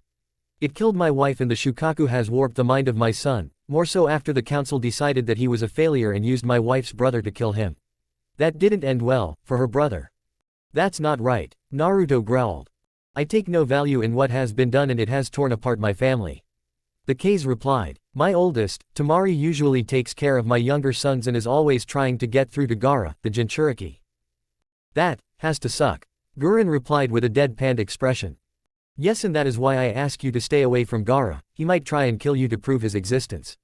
The Kage replied and the group nodded before leaving the office. The next day, after their morning training, Zabuza let them all do what they wanted to do because he got sick again. The man did not like the desert at all. That was fine with Haku and Gurren as they finally went out on their date. Naruto didn't go because he would feel like third wheel. So now he was wandering the streets of Suna, extremely bored and that was never good for anybody. In his bored state, he ran into someone. Helped them up, he found that it was a cat suit makeup wear guy. Sorry about that, Mr. Cat. I am not a cat. The teen shouted. I am Kankuro. Well, nice to meet ya man. Naruto replied before he noticed they were in front of bookstore and it was showing off the new issue of Ika Ika. While he was observing the bookstore, Kankuro took a look at the blonde, noticing he was the boy that he father talked about. You don't look like much, but my dad talked about you. Oh, you must be one of the Kage's kids. Naruto replied. Yep, Kankuro replied with a small but annoyed smirk. This kid would probably just kiss his ass, not that he knew who he was. However, Naruto's prankster mind made him smile. So, a Kage's kid, huh? I bet you can get away with more than others. You could say that, Kankuro replied, not entirely sure what this kid was getting at. How about we pull off a little prank? What do you have in mind? The older ninja asked. Okay, I go down there and calmly talk to those kids at the park. You whistle or something when you have the chakra strings attached and watch the freakout. Naruto said with a big shit-eating grin before he jumped off of the building they were on to the park below. Kankuro snickered. This kid is awesome. If this works and we escape, that means we are the best, yeah. He watched as Naruto started talking to a group of kids that seemed to like him. Soon, the puppet user has all his chakra strings attached and whistled. After that, he could not help but laugh his ass off. Naruto had got skeleton and Kankuro was making him do a dance, which freaked out the kids and made them all run, screaming home. What the hell are you doing? Came a female voice behind the puppet user, making him freeze. Kankuro nervously looked him to see his big sister. Ah, hi Tamari. Reel in that fool and then get the hell out of my sight. The four-ponytailed girl commanded and the boy just nodded, knowing that this was not a good place to be if his sister was pissed. So he pulled the younger blonde to the roof and then got the hell out dodge. Naruto reverted back to normal and said, "Yo, where's the fire?" Kankuro didn't even bother answering as he ran away. Naruto, that was never a good sign, and by the tapping sound behind him, he knew they had been caught. Turning behind him, he saw a very beautiful blonde woman behind him. He recognized this older teen from the picture in the cage's office. "Ah, you must be Tamari." "You would be correct," the blonde woman replied with a straight face. "What the hell do you and my idiot brother think you were doing?" "A harmless prank," Naruto suggested nervously. "It is stupid, but oddly comical," Tamari replied. "While I admit it was stupid for kids and all that, I was extremely bored." Naruto groaned. "My teammates are on a date and I am stuck wandering the streets of a village I know nothing about." Tamari took pity at that. He was a foreigner and she knew her brother wouldn't bother showing a kid around. And she did admit that it was a bit boring here, that was why she was always training. Taking another look at the boy her father was interested in, she could not help but think he was cute. And he was not eyeing her up like most of the idiots her age. Maybe I could give this kid a chance. "Fine, I understand about the boredom this place has," Tamari replied and then turned to the side a bit so he didn't see her blush. "I also wouldn't mind showing you around." "Great," Naruto said happily. "It's a date then." What? Tamari whipped her head around and was blushing a bit, as she was not used to going on any dates. "Yeah, a pretty girl like you showing an outsider like me around this place. I don't mind calling it a date," Naruto replied. Tamari smiled at being called pretty. Most of the other guys just ogled her, but didn't dare ask her out due to her being the daughter of the cage. "Yeah, I would like that," she said as she took his hand and they walked away from the park. A pair of teal-green eyes watching them as they did. "You are powerful, Uzumaki. You blood-will-fed mother." Chapter 4. Right in the middle of their date, Haku and Gurren saw that Naruto was walking around the sand village with a very attractive blonde woman about their age. Gurren eventually recognized her as the cage's oldest daughter. "The hell is he doing with her?" Gurren asked out of concern. While they flirted a lot, she saw the young blonde as more of a little brother. So naturally she would be concerned if some girl took an interest in him, especially if she was the cage's daughter. "I do not know, but before we left, I remember Zabuza-sama mentioning to keep an eye on him in case this sort of thing happened." The cage didn't look like it, but he was very interested in Naruto. Haku replied. "Well then, I am sure we can pick up this later, so let's make sure our little brother is safe," Gurren stated. "Right," Haku affirmed. He wanted to protect his brother figure, and while he was enjoying the date, they could always pick this up later. However, another part of him wanted to strangle the younger blonde for being such a pain. This date was pretty interesting to say the least. As Tamari showed him around with a nice smile on her face, he noticed how everyone seemed to look at her with respect. However, the treatment he got was different. Some smiled at him and openly thanked him for helping keep their cage alive, others, mostly guys, glared at him. He just assumed it was because he was walking around the village with a hottie like Tamari. Hey, and you know, Tamari actually had a pleasant personality. Despite being the daughter of nobility, or this case the leader of a village, she was not snobbish. That was refreshing to him. Temrari smiled. If she had been with any other boy, they would probably make lewd comments and be all around assholes. However, not Naruto. Sure, he would flirt with her, but he was not a jerk about anything. He was quite the gentleman. His personality intrigued her as well. He would be really insightful and smart one minute and be incredibly stupid the next. He was an enigma to her and it was driving her nuts. There was one other thing. He was a Jinchuriki like her brother and he was incredibly stable. If she could find out how he does it, maybe she could help her little brother. She felt there was still hope for him after all. She was brought out of her thoughts when someone called her name. Looking at the person, she smiled. It was one of her female friends who had just become a genin, or was it that she was trying to be a genin, whatever. "Hey Tamari." "Oh, who is your friend?" a brown-haired girl asked as she came up to them. "Hey Matsuri, this is Naruto Uzumaki." Tamari replied. "Hey, have you seen my brother at all?" "Sorry, no." Matsuri replied, and Naruto noticed that a few people around them tensed when the boy was mentioned, but the girl did not. "Sorry to sound rude, but I noticed something. You didn't seem to tense up when Tamari mentioned her brother, unlike some of the passers-by," Naruto said, throwing both girls for a loop. "I don't fear him like other people. Sure, His personality can be a bit abrasive and I am too shy to even talk to him, but I don't fear and hate him like the others do. Actually, I pity what has been done to him. The girl replied. On a nearby building, Gaara looked down and heard what she said. He honestly didn't know what to think to that. Ever since this new blonde came to town, Shukaku seemed to be interested in him and not in the usual way, yet. Hearing things like that made him think. I see, Naruto replied. I am glad you answered truthfully. Right, Temari said, not really knowing how to respond to that. Well, we better get going. I still have show Naruto around the village and then get something to eat. As they kept on walking, Naruto decided to ask a question of his own. Temari, what is Gaara like and what do you think of him? Temari smiled. Gaara is like Matsuri described, but that is because there have been multiple assassinations on him. I am sure father told you about that. But the one that got to him the most and made him what he is today was the one from his own uncle. Harsh. Naruto grimaced. I don't hate my brother either. I actually hate what has been done to my baby brother.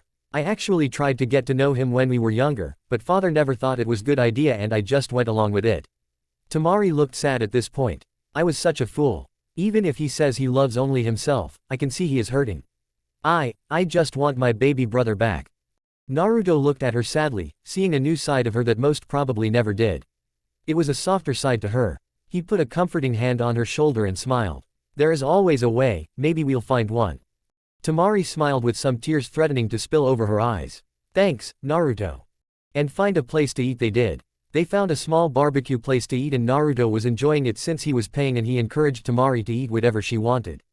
Normally, Temari could pay since she was the Kage's daughter and she would get a small discount, but since this was a date, she caved. This boy actually made her smile as he told her jokes, the pranks he did, and his adventures with his team. She could tell he was a smart shinobi, in some aspects, but it was nice.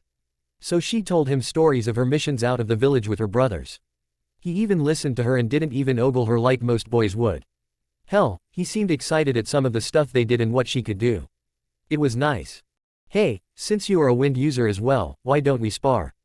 Temari suggested. Sure, I'm game, Naruto replied with a big smile. A date and a spar. This was awesome. As they got up to leave however, Temari noticed a lone Konoichi at a table. She recognized this person and walked over to her, confusing her blonde companion a bit. When they got there, the woman looked at them and smiled at Temari.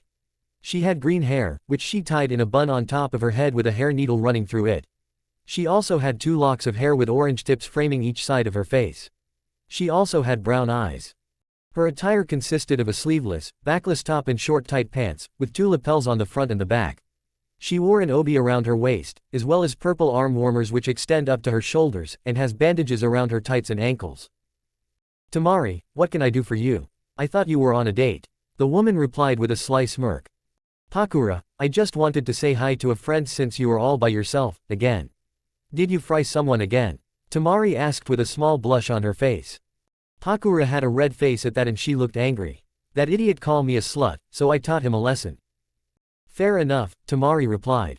This is Naruto Uzumaki by the way. Naruto, this is Pakura, our resident Scorch Release user. Naruto blinked at that. He had not expected to be pulled in the conversation once Temari didn't immediately answer the woman's question. Scorch Release, don't think I have ever heard of it. Anyway, nice to meet you Pakura, he said as he shook her hand. What is she playing at? Introducing him to all these hot-ass women. Guren asked herself aloud. I think she is just being nice. Haku replied honestly. After all that is what it seemed like to him. That's what they want you to think Haku-chan. You may look like a girl in some aspects, but you defiantly don't have the mind of one. Guren replied, making the ice user's eye twitch. Pakura smiled. This one actually seemed like a good guy. Too bad he was too young for her, and with Temari. She took the hand and shook it. Yes, nice to see that Temari found a guy that doesn't ogle every girl he sees. Not openly of course, a quick once-over is good enough for me. Naruto counter in his mind. To answer your question, Scorch Release is a type of bloodline. It uses extremely hot fire to attack one's enemies. I think the elements are strong fire and wind affinities, which you seem to have. The woman replied. What? How did you know that? Naruto asked in shock. Pakura smiled. I can also read people's chakra through skin contact. You are very interesting. Hey, thanks, Naruto replied while rubbing the back of his head. Then a thought came to mind. Would it be possible to replicate the results of a bloodline through hard work? Pakura seemed to consider that for a moment. I think it could be possible, but it would be extremely hard to do. Thinking about being another scorcher. Maybe. I have been wondering if I could combine elements, and now that I know it is possible, I am going to try and replicate my teammate Ice powers first. Naruto replied, and he swore he heard someone yell out, "Copycat." Oh well, probably just his imagination. Shut it. Do you want us to be noticed? Gurren asked in a hushed whisper, taking this Rakan thing way too serious for Haku's taste. And with her hand over his mouth, he settled for giving her a deadpanned look. Well, good luck with that. Hakura chuckled. She didn't even want to think how much work that would be. Well, I have taken up enough of your time. You two should get back to your date. She laughed to herself as they quickly exited with small blushes on their faces. Yes, she could tell they had a thing for each other. Now I go to find someone who is not an asshole. For the past hour or so, Gaara watched his sister and the one called Naruto spar. Either with just ninjutsu or taijutsu. He could tell that his sister was impressed with the blonde boy. However, none of that actually mattered to Gaara. The words from earlier were still ringing within his mind. Yes, he loved only himself, and that was what made him strong.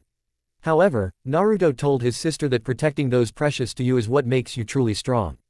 It was conflicting to his mind. And the words of his sister and that one villager was eating away at him. Pity and love. All he knew was hate. Those emotions were foreign to him, and he needed to stop this. Kill them now then. Hey. The boy is a Jinchuriki like you. Kill them and you kill their tenant, and we will be stronger. I will love you for it. Son. Shukaku madly cackled to his container. Yes, if Gaara could get rid of the Kyuubi, then they would be one step closer to be the strongest. The balance would be upset, but he didn't care. He was mad. Yes, mother. Gaara ground out his gravelly voice before he disappeared in a sand shunshin. He then reappeared between them. Mother wants your blood, Naruto Uzumaki. What the hell? Naruto asked aloud as he dodged a column of sand that came his way. Yo, what did I do to you? You cannot change me, Uzumaki. I am what I am, and I will show you that my way is stronger. Fight only for yourself. Love only yourself. Gaara shouted madly. Stop this, Gaara. Temari shouted in fear for the blonde and her own brother. She didn't know how this battle would go. However, he just ignored her, but shot a stream of sand at her. That stream hardened around her, forming a cocoon around her, leaving only her head free. If you think your strength comes from protecting others weaker than you, show me. Defeat me and I will free her. If not, she dies. Shit, Naruto growled. This Gaara was really getting on his nerves, but if this is what I took to open his eyes, then so be it. Fine, just me and you then. I will open your eyes, Gaara. Wait, let us help. Haku shouted as he and Gurren appeared. No, this is a battle to prove whose ideal is stronger. This something I have to do and see if the path I am taking is the right one. Naruto said with conviction in his voice, and they saw the determination in his eyes. They knew he was doing this because he too was a Jinchuriki. He had something to prove. Just don't die, idiot. Gurren shouted before they jumped over to Temari to make sure she was okay. You think Naruto will win? I am not sure. Temari replied honestly. She just hoped they didn't hurt each other too badly. The stare-off between Naruto and Gaara only lasted a few seconds before Gaara screamed in rage and sand swallowed him. It formed a tanuki shell around him. He was taking this fight seriously, and he didn't feel like fucking around his opponent the way he usually did by just standing there and letting his sand take the blows. He was in this for the kill. Naruto nodded to himself as he charged the sand creature, only to be swatted away like a fly before Gaara manipulated the sand even more and kunai shot out of the ground toward the blonde. However, instead of a small number, it was thousands of them. Shit, Naruto said while in midair. Thinking quickly, he performed a jutsu he had been working on. Wind style. Solid cyclone shield. Before Naruto, a shield-like construct formed and not only stopped the attack, but combined with it. What the? I have never seen a wind attack like that. Temari nearly shouted.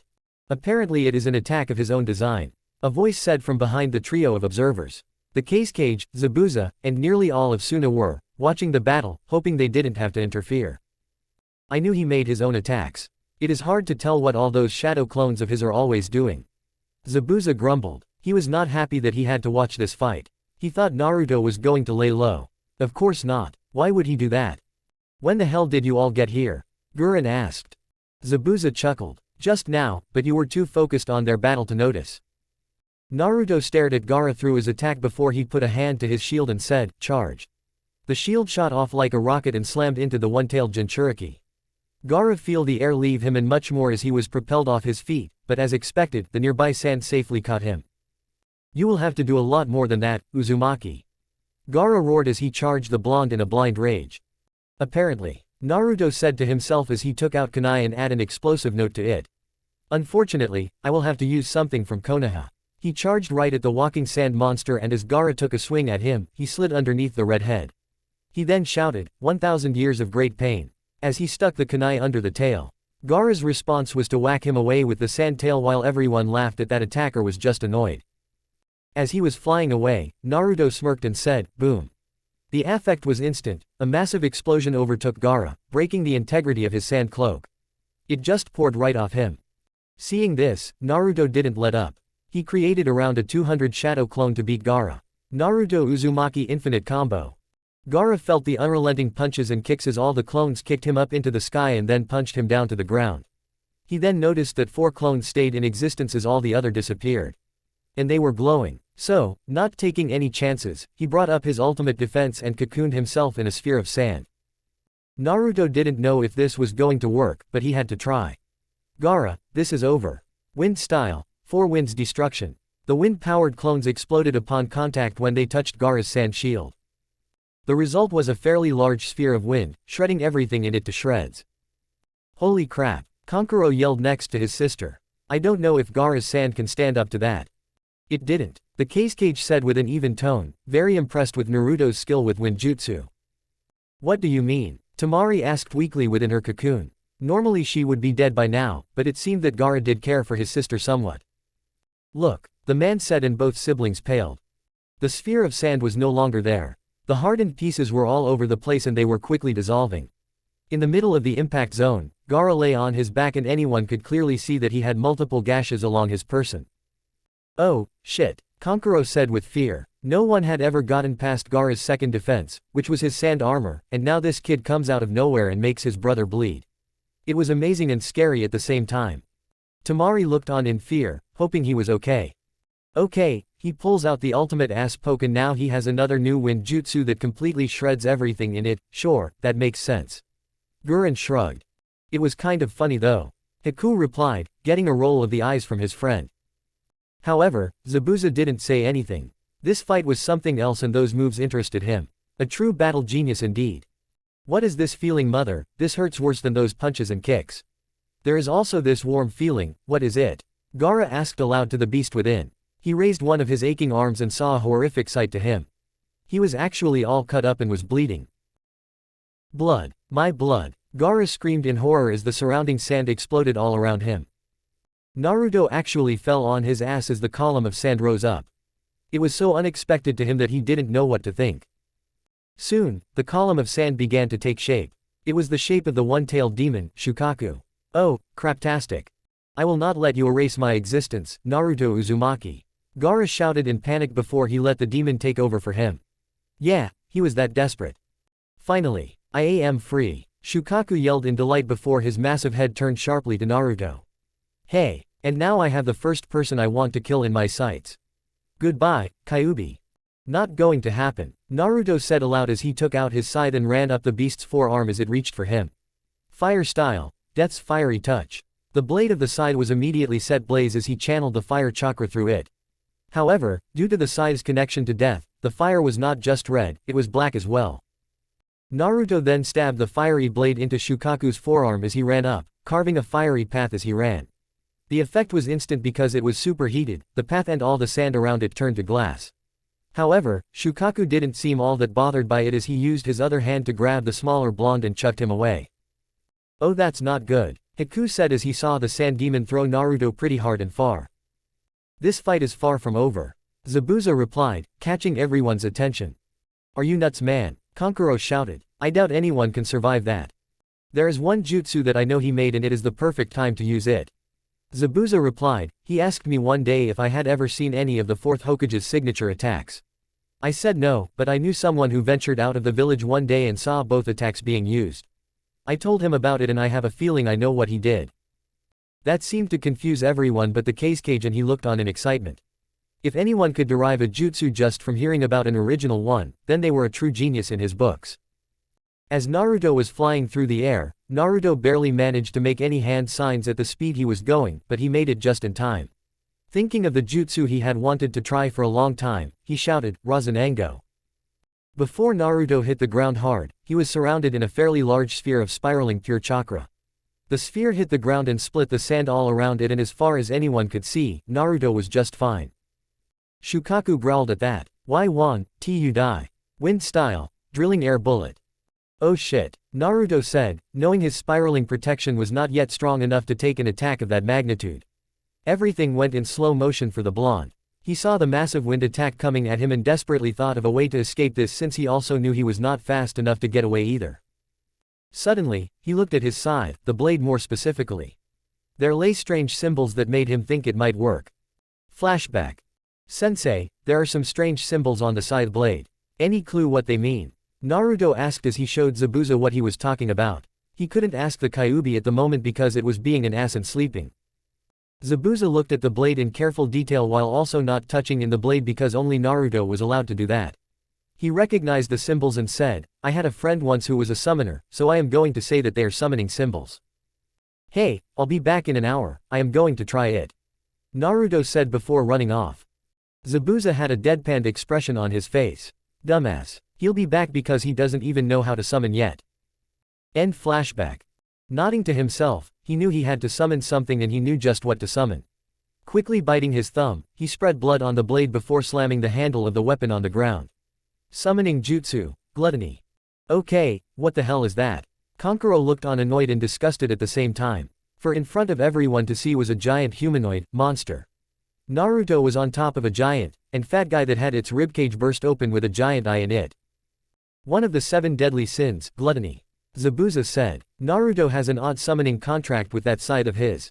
He is able to summon the god of death, and by that way, he is able to summon the 7 deadly sins and the 7 virtues. Very odd. The Casecage replied, not knowing what to think. The large wind attack was easily eaten up by gluttony. Alright, it is time to take the Shukaku down, and since you can basically eat any matter, eat him. Yeah. The large sin screamed in delight as they charged Shukaku. What the hell? The sand demon shouted as he saw that he was being eaten. So he did the natural thing. Reformed from the surrounding sand and fought back. It was like watching a gruesome battle between 2 titans. Finally, Shukaku had enough and bashed the duo away. Fine, I'll use this. It managed a backflip, in which Naruto finally saw a sleeping Gaara on his head. However, that is not what really caught his attention. The Shukaku had expelled a massive amount of chakra in the air, before it formed into a large ball, shrinking, and then Shukaku ate it. Now this had Naruto and a lot of people nervous. Naruto was not sure this was something gluttony could take, but there was not time to do anything about it because the sand demon expelled the energy in a massive blast of energy.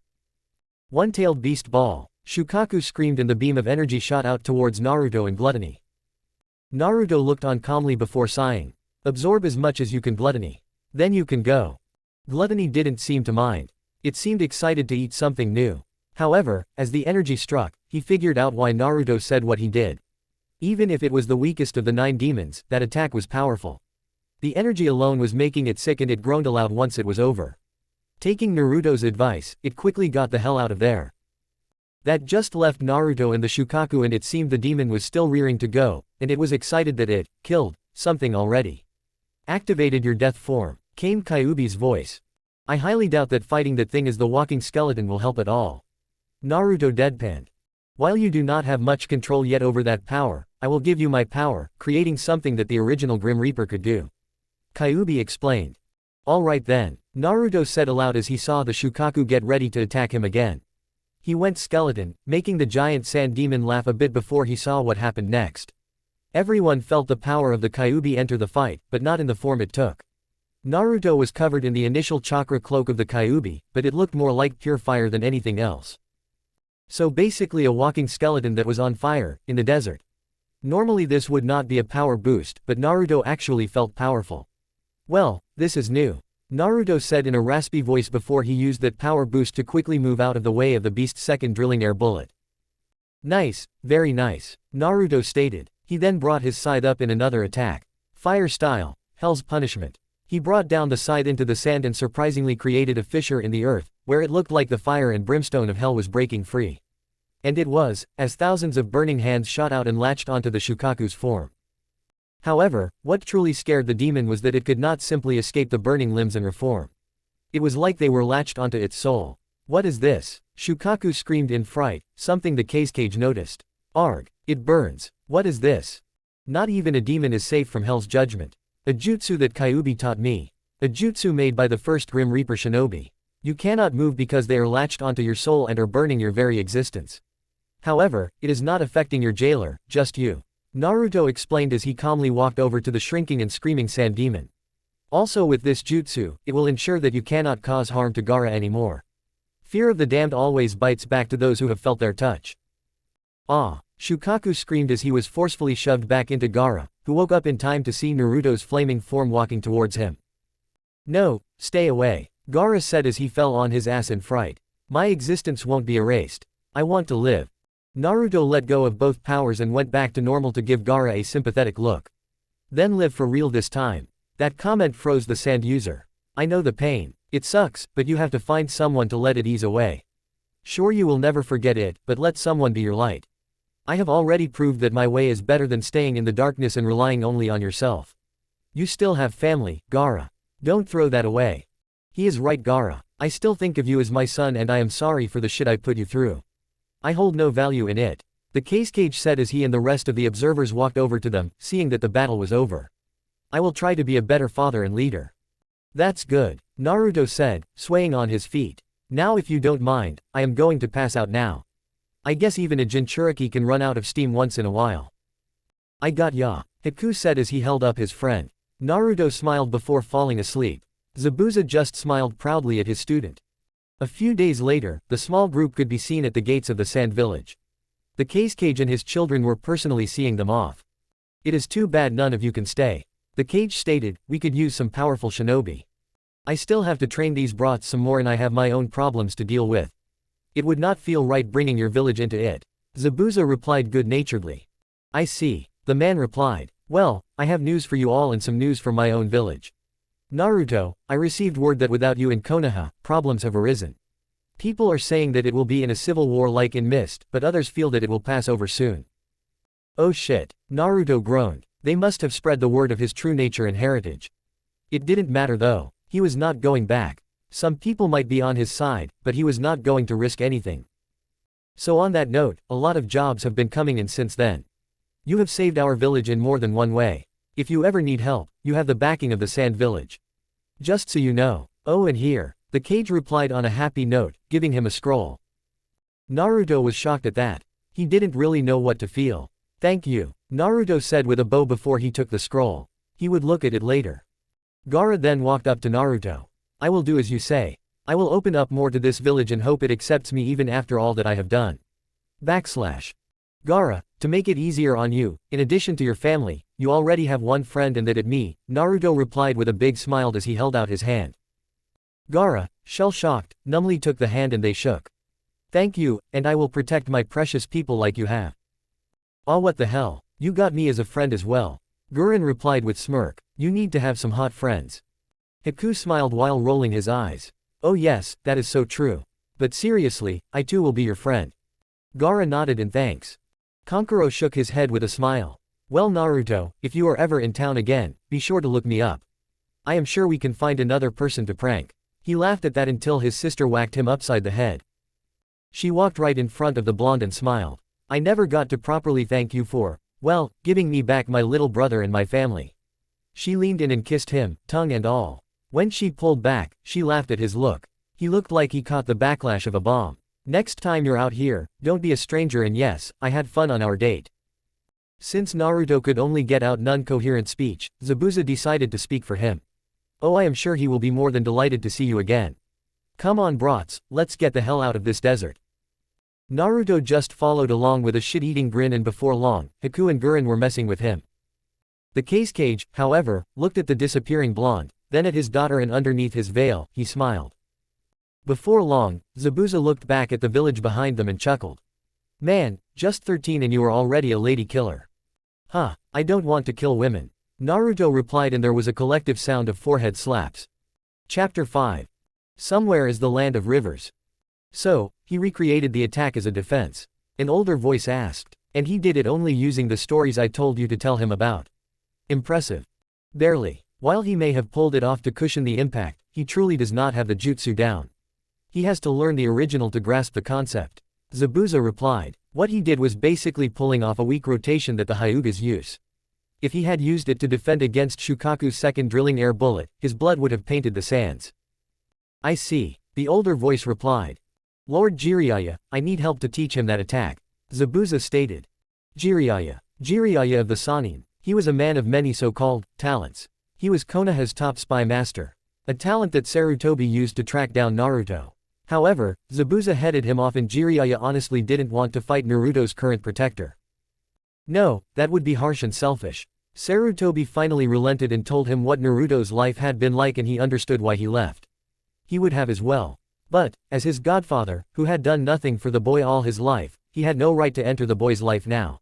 So, he would settle for the shadows while doing his best to keep the Kiri Hunter Nins off of Zabuza's trail. Instead, he gave Zabuza jutsu for all his students and info about Naruto and Konoha in general. Currently, they were in the back of a bar while Zabuza's students were enjoying the local festival of the village they were in. I gave you scrolls on ice and crystal jutsu for Haku and Gurren, now you need jutsu for Naruto. True jutsu, not the simple crap I have been providing you with. Jiraiya sadly laughed at that. You know, I was going to teach the boy when he was ready, but that is out of the window now. Would you have told him the truth about you? No, I do not hold that right anymore, I gave that up when I never even visited him while I was in town. Jiraiya replied sadly as he took out a few scrolls. If I had taught him, he would have already been a toad summoner, like his father. Again, that is out of the window with the death contract. The Toad clan, hell any summoning clan is deathly afraid of that contract. It is not natural after all. I agree, but it saved his life against the Shukaku. Indeed, Jiraiya replied. I am not even sure he could learn the Flying Thunder God Jutsu, but here is that, just in case. Here is a scroll on the rasengan. You also mentioned he want to try and combine elements to recreate Bloodline Jutsu. Here are Minato's notes on that along with Space-Time Jutsu, not even sure he will be able to use that. Was there anyone that could recreate Bloodline Jutsu? Yes, that is where Space-Time Jutsu comes from, believe it or not. The second Hokage brought it out in the open and Minato showed the world what he could do with it. Jiraiya replied in all seriousness. I see. Naruto will have a tough time ahead of him if he wishes to do any of that. True. Now, I must go, I have taken up enough of your time and as always, I will tell Sarutobi-sensei that I have not located you yet. Jiraiya replied. Thank you, Zabuza said as they shook hands and left the bar. Two men in black cloaks with red cloud and large straw hats walked down a road in river country. The same country that held the village where Naruto and company were. Remind me again why we are going out this way. The taller of the two complained. Leader wants us to collect more money for the organization. I simply want to test the boy. The shorter of the two replied in a monotone. Oh bullshit, Itachi. Sure you may want to test him, but also to screw with him because he left Konoha. In way, yes Kisame. Itachi replied. He left my village and now it is on the verge of a civil war, leaving my little brother at risk of being taken by Danzo. Yikes. And I thought Kiri was messed up, but whatever. I just want to fight Zabuza to see how he has changed. Kisame replied. Still, that crap in Konoha is making my blood boil. One half of Konoha cares not for the little Jinchuriki, thinking his is the demon while the other half is trying to repent with their kids for harming the hero of Konoha and their greatest Hokage and a badass swordswoman. Do all the swordsmen of the mist think that? Itachi asked nonchalantly as they walked.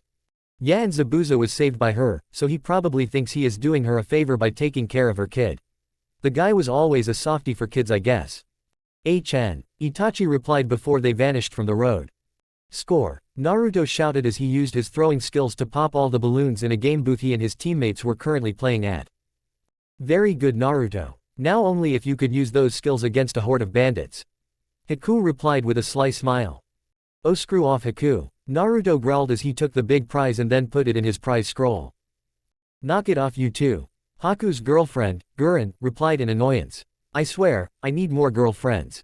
You two act like brothers so much it is infuriating sometime. Sorry Gurren, the boy replied in unison. Soon, however, they all just laughed it off and decided to go on some rides instead of just stick to games. The first ride they went on, Naruto chose the bumper car ride, where he laughed hysterically while bumping into everyone, much to Gurren's annoyance. There was a spinning teacup ride that Gurren thought was nice. Unfortunately, she didn't know how sick she would get on that ride. Apparently she had a form of motion sickness. It sucked even worse for some innocent bystanders, which made Naruto laugh his ass off while Haku apologized for his girlfriend. Haku, well, he decided to feed the ducks in a nearby pond. He did not any repeat performances. Soon, they were walking toward the rendezvous point to meet up with their teacher, Zabuza. He had to meet a contact of his, who usually kept them informed of the world's events and occasionally provided Zabuza with means to train them in jutsu. As they were waiting, Naruto got bored and took a look at their surroundings. He often did this to make sure any Konoha ninja were not following him. But like usual, they weren't. However, he did see something. Up on a rooftop, there were two men staring down at him. Both wore strange black cloaks with red clouds on them. One of them did not have his large straw hat on his head. Sasuke, he thought as a reflex. No, this, Sasuke, was older, unless his old teammate had a rather strange growth spurt and had grown older in the last few months, then he highly doubted that was Sasuke. If not, then who was this? Hey brats, I got what we needed, let's go. Zabuza's voice brought him out of his trance of his stare-off with the Sasuke look-alike. Naruto nodded slowly before he followed them, albeit with less energy than usual. Something they all noticed, but would not ask about in a place like this. Oh, he saw us. Kisame chuckled. That was the intention, Itachi replied. You know, I am surprised he didn't say anything, or that Zabuza didn't even sense his old friend. Itachi replied, not really caring. He wanted to mess with the kid, see if he remembered him at all. As they walked through the busy streets to their hotel for the night, thanks to Zabuza's benefactor, Naruto swore he was either tripping, in a genjutsu, or they, more specifically, him was being followed by the Sasuke look-alike. Everywhere they went, he swore he saw the man, standing in crowds, staring at him. Or he was on the rooftops, walking in step with him. What really tipped him off to being in a genjutsu was at one point, the same man was in the crowd, but in familiar Konoha armor, and it was one of his old protectors before his disappeared. However, the way he disappeared was via crows. And no one noticed. Weasel, Itachi. Naruto murmured. However, it came out differently to those who not in the genjutsu. His team just heard him say the man's name from the boy in a drone of voice. That chilled the bones of even Zabuza. Why? Because when he looked at Naruto's eyes, they were devoid of any emotion or even noticed that the man is looking at him. Oh, shit. Zabuza replied, seeing that Naruto was in a genjutsu and the boy knew who did it to him. The man not even he wanted to run into if the stories were true. The man, who killed off the entire Uchiha clan except for his little brother. Thinking quickly, he dispelled the illusion over the boy, making him blink. Naruto looked up at Zabuza and nodded, confirming the man's fears. Itachi Uchiha was in town. Hello, Naruto-kun, Itachi's voice said calmly. The group looked to see he was in their path and that his partner was behind them, blocking their way back the way they came. Itachi, what do you want? Naruto asked, the atmosphere getting tense and the crowds were starting to take notice. Haku and Gurren froze up at that. They heard the stories about this guy and they really didn't want to get in a fight with him, even though they had gotten stronger. They could not beat him alone. I need you to come with me, Itachi replied calmly. Not going to happen, Itachi. Zabuza said as he stood in front of the blonde and reached for his giant sword. I heard what organization you are from. Akatsuki are hunting the Jinchuriki for some reason. I wouldn't let you take Kushina's son. Itachi's eyes widened a fraction at that. He was not aware that Naruto, nor any of his traveling companions knew of Naruto mother. Then I shall take the Kyuubi by force. Zabuza was about to block whatever Itachi was about to hit him with, but he had to use his sword to block the other man's sword. His eyes widened because he recognized it. Kisame. Hey Zubi, I'm back, Kisame screamed out in laughter before they took to the rooftop to perform their dance of death. Back with Itachi and Naruto's teammates, they were freaking out. I don't have the power to kick his ass. Gurren freaked silently. By now, most of the crowd had run away after seeing the two swordsmen go at it. They did not want to get in the way of a shinobi battle. They tended to get destructive. We can take him, Naruto growled. How do you think that? Haku asked. We do this together, Naruto said as he took out his scythe. Ah, the famed death scythe. I get to see it in this lifetime. I am honored, Itachi replied. I doubt that, Naruto snapped. Just one question before we do this. Why? You were my protector as a kid, then you go and kill off your entire family and you are now hunting me. What's the reason behind all this? To simply test myself, Itachi replied, infuriating the blonde. And the leader needs what is inside you. He ended that by getting in Naruto's face before flicking him away, shocking both his teammates. Haku glared at Itachi for that. You won't get my brother. He nodded to Gurren and they went through several hand signs. Itachi raised an eyebrow at that. Ah, bloodline jutsu. Ice style, frozen tundra. Crystal style, growing crystal thorns. Their collaboration jutsu froze the landscape they were in, and all the buildings grew pink crystals that ended in multiple, sharp at a blade, spikes. What was even more dangerous was that they were interlocking, creating a death trap field. Impressive, Itachi thought. He knew how dangerous this was getting, but so far, Naruto had not impressed him. It was teammates that did that. So he coated his feet in chakra to safely land on one of the spikes that seemed to still be growing. Haku noticed that Naruto was nearby and was waiting for the right time to attack. He threw Gurren a look and she smiled. It was time for a team collaboration. Time to use Naruto's specialty. Ice style, ice spears. Crystal style, crystal spears. Shadow spears. The 5 or so of each type of spear multiplied into about 100 and rained down on a calm-looking Itachi. However, they didn't shatter when they struck down on the ground. They fused with the surrounding elements, making the battlefield that much more dangerous. They knew it could not be that easy to beat Itachi. That proved true when his speared form disappeared into a poof of smoke. You will have to do better than that. Then try this. Naruto shouted as they all jumped him. Naruto has his scythe glowing the red hot with his death's fiery touch jutsu, Haku has his mirror claws at the ready, and Gurren had her crystal lance at the ready to punch a hole through the Uchiha. However, as they all converged on him, he disappeared in a murder of crows. You have improved from what I heard, Naruto-kun, but not even this teamwork will get to me. Itachi's voice taunted. Why didn't you stay in Konoha, where you were safe from people like me? I wasn't even safe in Konoha, you of all people should know that. Naruto growled. They would never accept me, and even if word got out while I was there that I was their son, they would kill me on the spot for being a liar. They see nothing but pain and loss when they see me. So it is better if was not there at all. And the impending civil war. I would have happened eventually. Naruto said in a depressed tone. I am disappointed, Itachi's voice stated, which shocked Naruto because he could tell the older boy was disappointed in him. Why? I thought you wanted to be the Hokage and make them respect you. Such a shame, Itachi replied, but Naruto didn't believe it for 1 second. The older ninja was hiding something. That's not the real reason you are asking, Naruto stated. Understanding something. The reason the man spared his little brother. You wanted me back in Konoha to give Sasuke an anchor of sorts. You wanted me to keep him in line and a way back for when he has his revenge against you. Itachi was very impressed at that. It would seem that with these people, Naruto had gotten more insightful. Then you know that you are no longer of any use to my plans. Itachi said as he appeared on a rooftop not far from them. Naruto saw the rapid hand movement and cursed inwardly, already knowing the attack because Sasuke used it. Fire style, great fireball. Itachi stated as he expelled a giant fireball that was rapidly moving towards them. Naruto saw that his teammates were frozen in shock at the large and powerful attack coming right towards them. None of them were skilled enough to block that or truly dodge it. Haku's ice could probably not even stand up to that. With its rapid descent unto them, Naruto did the only logical thing he thought of. Pushing chakra to his arms, he pushed Haku and Gurren out of the way. As they went flying in either direction, Naruto did his best to get out of the way. However, it caught his right arm, well more like singed it. Arg! Naruto screamed as he held his severely burnt and bleeding arm. I am impressed that you managed to pull that off in the little time I gave you. Perhaps you are not a lost cause, Itachi said as he calmly walked over to Naruto. Having had enough of this battle, Naruto looked to Gurren and Haku to see if they were okay. They were, but they were also a little beat up. Naruto knew, even together they stood no chance against this man. He was just too powerful. His arm was proof of that. So, in a last-ditch effort to get out of this alive, Naruto waited until Itachi was right in front of him.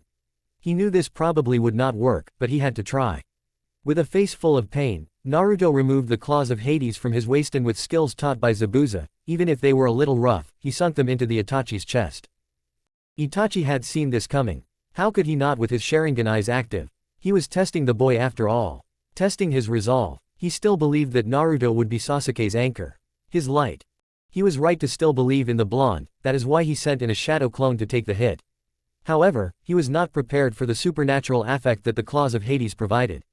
For when the claws sunk in, he himself felt the piercing bite. Sure, the clone felt it too, but it did not dispel. It just stood there in shock and absolute pain. A pain they both felt and now fear because Itachi had a feeling he knew what this was. Those claws, the claws of Hades, did not merely attack the flesh, it also attacked the soul of the victim. Not for the first time in his life, but rarely now so in years, he was afraid. But his major question was, how is it affecting him as well and not just the clone? Then it hit him. He remembered the description of the shadow clone jutsu when he was given permission from his father to learn it. The shadow clone jutsu evenly splits not only the chakra of the user, but the soul as well. Where Naruto had gotten this soul-harming weapon, he would never know. Naruto grimaced as he pulled with all his weakened might, and just like that, the piece of Itachi's soul was pulled out of the clone, but it did not stop there. It went into Naruto himself. So, this is what it felt like to die. Itachi felt part of him die the moment he felt part of his soul was truly gone. In that moment, Itachi actually felt immense anger. If he was to die for real, it would be by his brother's hand, he owned him that much. But for Naruto himself to do it, that was not on his agenda. For a moment, forgetting all that he came here to do, he charged the blonde in anger. A nearby sound came, and out of the corner of his eye, he saw Zabuza come flying into a building. That did register in his mind as something wrong, because a moment later, Kisame was sent into another building. However, he continued on, not really caring at all. He took out a hidden blade from within his cloak, a blade he used from within the anbu, and struck Naruto down. More specifically, he sliced off Naruto's right arm, the one he burnt to a crisp. The right to kill me does not belong to you. Itachi spat before he noticed what he did and calmed down. Although inside, he panicked. How was the blonde supposed to help his brother now? How was he supposed to defend himself against the Akatsuki? Finally he came up with an answer. Nodding to himself, his Sharingan eyes took on a new form. The form of a three-pointed shuriken. His Mangekyo Sharingan, Tsukuyomi. A few seconds later, he let go just as someone entered the scene. His bleeding eyes widened at the sight and he knew he had to flee. Quickly moving over to Kisami's recovering form, he hastily said, "Now is the time to flee." Kisame warily looked at his and Zabuza's attacker and groaned. Yeah, one hit is enough for the moment. With that, the two Akatsuki members disappeared from the scene. Just what hell is going on here? A woman's angry voice shouted out. One part of the city is flooded all to hell and this one has ice and crystal all over the place. Zabuza blinked away his shock. Not from the woman who entered the scene, but from Naruto's severed arm. Then he looked to the woman and knew why the Akatsuki members had left. Jiraiya the Toad Master being in town was bad for them, but for Tsunade the Slug Princess to there as well. Well, Itachi must have known he could not have taken them on when they both came at him. Yes, Tsunade of the Sannin was in town, along with her apprentice Shizune, and pet pig, Taunton, and they did not look happy. Not at all. Just my luck, Zabuza stated out loud.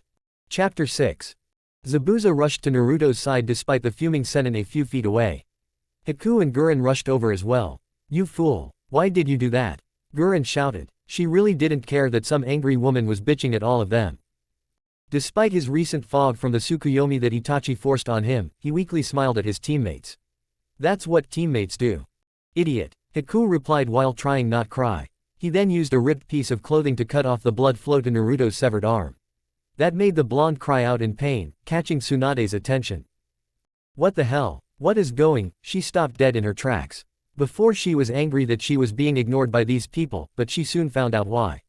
The blonde kid, who looked familiar to her, was badly injured.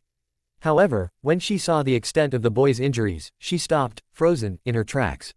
Her fear of blood overpowering her. Shizune saw this and inwardly scowled.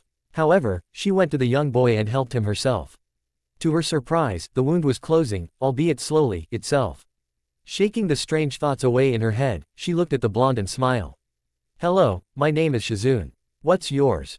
Naruto knew what she was doing. She was trying to keep his mind off the pain and the eventual grief of losing a limb. So, he smiled weakly and said, Naruto Uzumaki.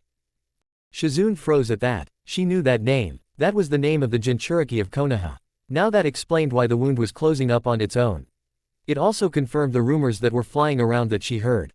The boy left Konoha and was the cause of unrest in her old home. Now, she did not hate him for that. As far as she was concerned, the civil war surrounding him was a long time coming. Sure, she heard about the rumors and took them to heart, but when she tried to tell Tsunade about the boy and Konoha in general, the woman just waved it off, saying she did not care. How could she not care about someone that was related to her? Nice to meet you, Naruto. Now I am going to do my best to help you out here. She then turned to the feminine-looking boy and smiled. It would seem that you have some medical skills. I want you watch what I do and help me. Haku just nodded dumbly as he watched her work. While that was going on, Naruto was looking at the woman that was traveling with Shizune. He absently knew who she was. How could he not? After the display of power he saw in the last few seconds that Itachi attacked him, he saw her punch Zabuza and his opponent into a few buildings. This woman was Tsunade of the Sannin. Someone he actually learned about in the academy when he paid attention. She was the granddaughter of the first Hokage. If that was true, then she was also the granddaughter of the Mito Uzumaki, the first Jinchuriki of the Kyuubi. Also, she was part of his family, a fellow clansman. And with her not being there for his family or even stepping in to help him, that just pissed him off. So, he exploded. "The hell are you just standing there, Granny?" Naruto growled, rolling through the sudden jerk of pain. Zabuza listened in on this with shock. He didn't know the kid had the balls to yell at a ninja far stronger than him. Yeah, he was just going to sit there and listen. No way was he getting in on this. Shizune froze in shock when she heard Naruto, but this speech that she felt was coming was a long time coming. So she calmly did her work while rooting for Naruto. Despite her fear of blood, Tsunade sent a menacing glare Naruto's way, to which he just ignored. "What did you call me, brat?" "You heard me," Naruto shouted in rage. "I heard about you from the academy lessons back in Konoha. You were a great ninja, one of the Sannin. The frickin' princess of Konoha. And you left, never to return. They never really mentioned why, so I asked the old man. He said, you lost people close to your heart, like your brother and lover." "Shut up," Tsunade snapped, not wanting to hear this. "No, so you closed your heart partially, and left Konoha with this nice lady," Naruto continued, gesturing to Shizune, who was smiling softly. "You may have lost some of your family to wars and fighting in general, but to blame Konoha for your misery, that is just stupid." He paused there. He might be a hypocrite for doing the same, but he had a good reason, right? You had people there willing to help you get through your pain. You had the old man, who looked at you like a daughter, and other friends. Your teammates, Jiraiya and Orochimaru, the latter of whom went nuts and is now dead, but you still had them. Then there is you family. You may have lost a lot of them, I understand that, but you still had them. Your grandmother was Mito Uzumaki, the wife of the first Hokage and the first Jinchuriki of the Kyuubi. So that means you are an Uzumaki, like my mother. Kushina Uzumaki, the second Jinchuriki of the Kyuubi. By this point, Tsunade could not take it. She was on her hands and knees, silently crying as she listened to his sharp and truthful words. She knew he was right. She had been a fool. This boy, who reminded her of her little brother, was right. She had been selfish. Then there is me, Naruto Uzumaki, the third Jinchuriki of the Kyuubi. The pariah of Konoha. The demon spawn. I was and probably still am hated by most of that village. I was alone, wondering if I even had any family. If anyone even cared for me. The old man would not tell who my parents were, probably to protect me from their enemies. Only recently did I figure out who they were. My father, the fourth Hokage, the yellow flash and hero of Konoha. Minato Namikaze. My mother, the hot-blooded habanero, Kushina Uzumaki. It was then I knew why Konoha hated me more than I thought. I not only have the beast that killed thousands inside me, but I also look like my father.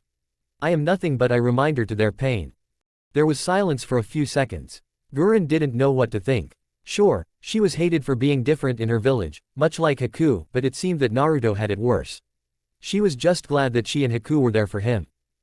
However, I only had old man Hokage and the Ichirakus to keep me from darkness.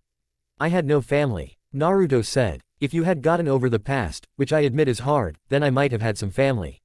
I am sure there were others like me out there. If I find them, I will make sure their pain is gone.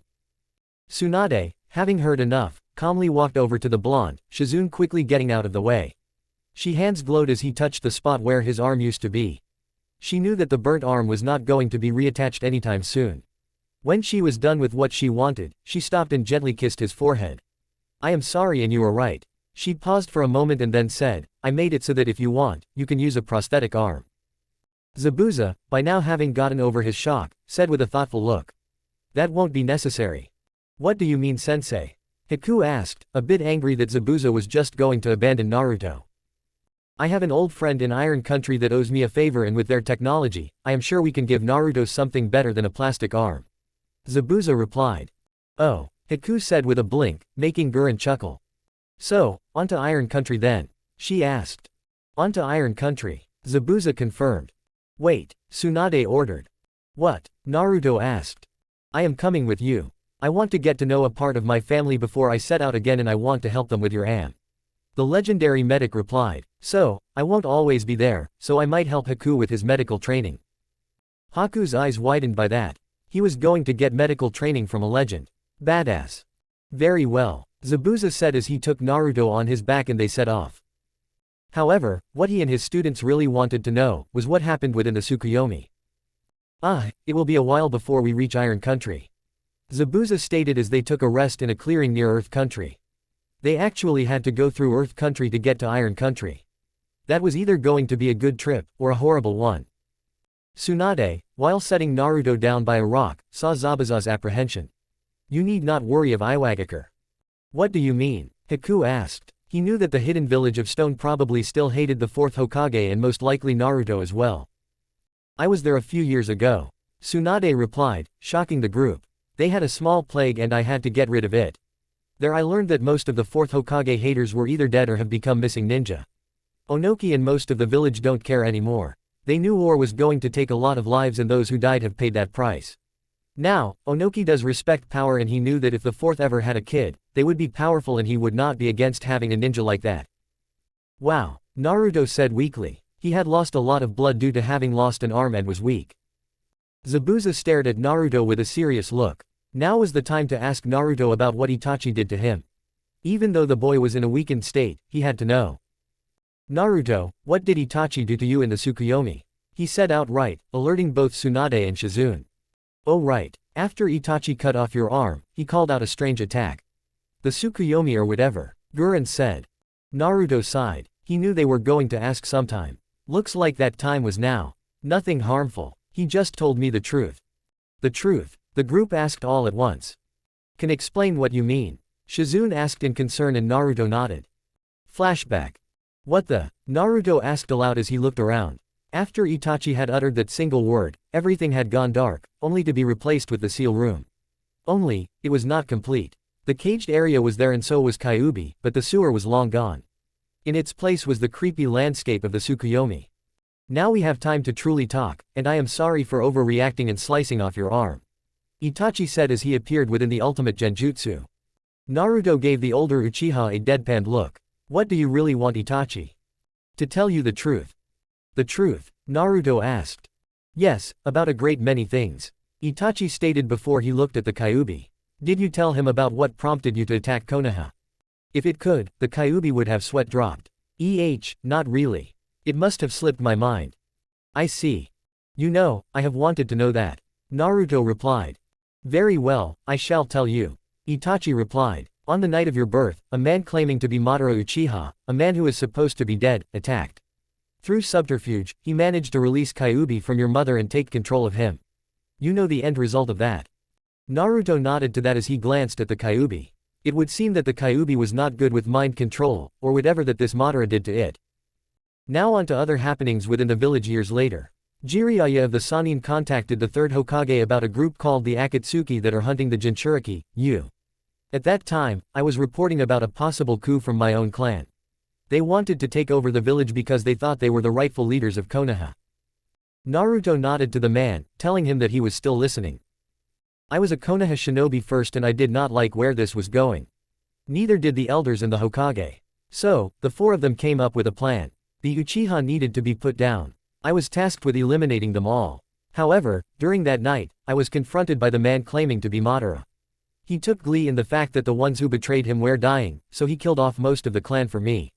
However, while I was able to kill my parents, who understood why I was doing this, I could not kill my little brother. I loved him too much. So, I begged the Hokage to leave him be. He promised he would, but I felt that Danzo wanted Sasuke for his own means, that is where you came in to help him. However, there was still the matter of the Akatsuki, who only took in S-class criminals. So, while I kept Sasuke alive, I was branded a traitor and sent out on one last mission as the spy within Akatsuki. I am doing this more for you than the Hokage.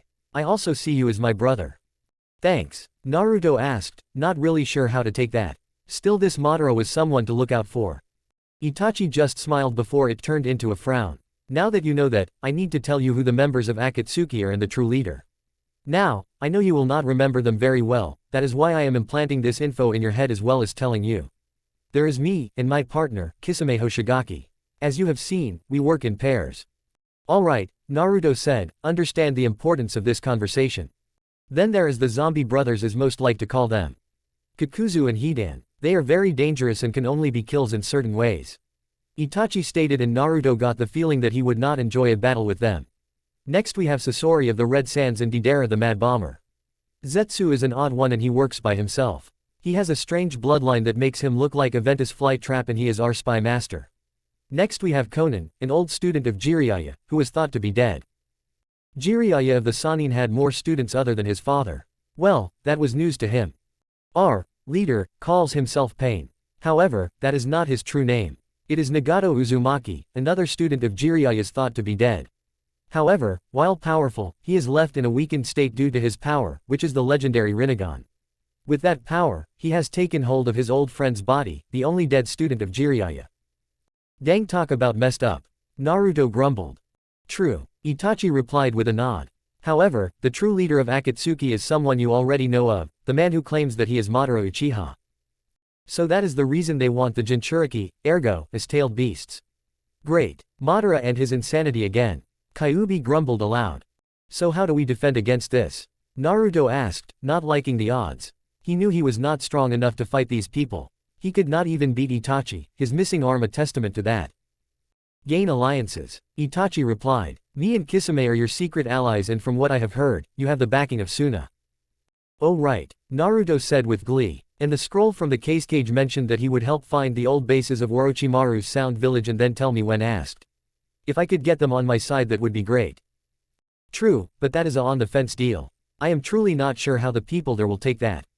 Itachi replied honestly. So, do more good things while on the road and you will have your defense. Naruto nodded, then said, what about Nagato? He is family, I think I should try and get him onto our side before it is too late. Itachi shook his head. The man has a serious god complex thanks to his power. If you try that, you would have to nearly kill him to wake him up. I see, Naruto replied before he waved it off. We'll burn that bridge when we get there. Very well, Itachi stated as he walked up to the blonde. Now, I wish to discuss what you did when you took part of my soul. Naruto looked sheepish at that. Yeah, sorry about that. I honestly didn't know the claws of Hades would do that. Kyuubi didn't mention that little tidbit. He glared at the fox. The giant fox shrugged in a non-caring way. Sue me. Itachi chose to ignore the small fight. It matters not, however, you now possess a part of my soul, and in doing so, I think my powers as well. The blonde gave an intelligent answer. Huh. The Sharingan. Add chakra to your eyes. I want to confirm. Itachi ordered, and Nato did so.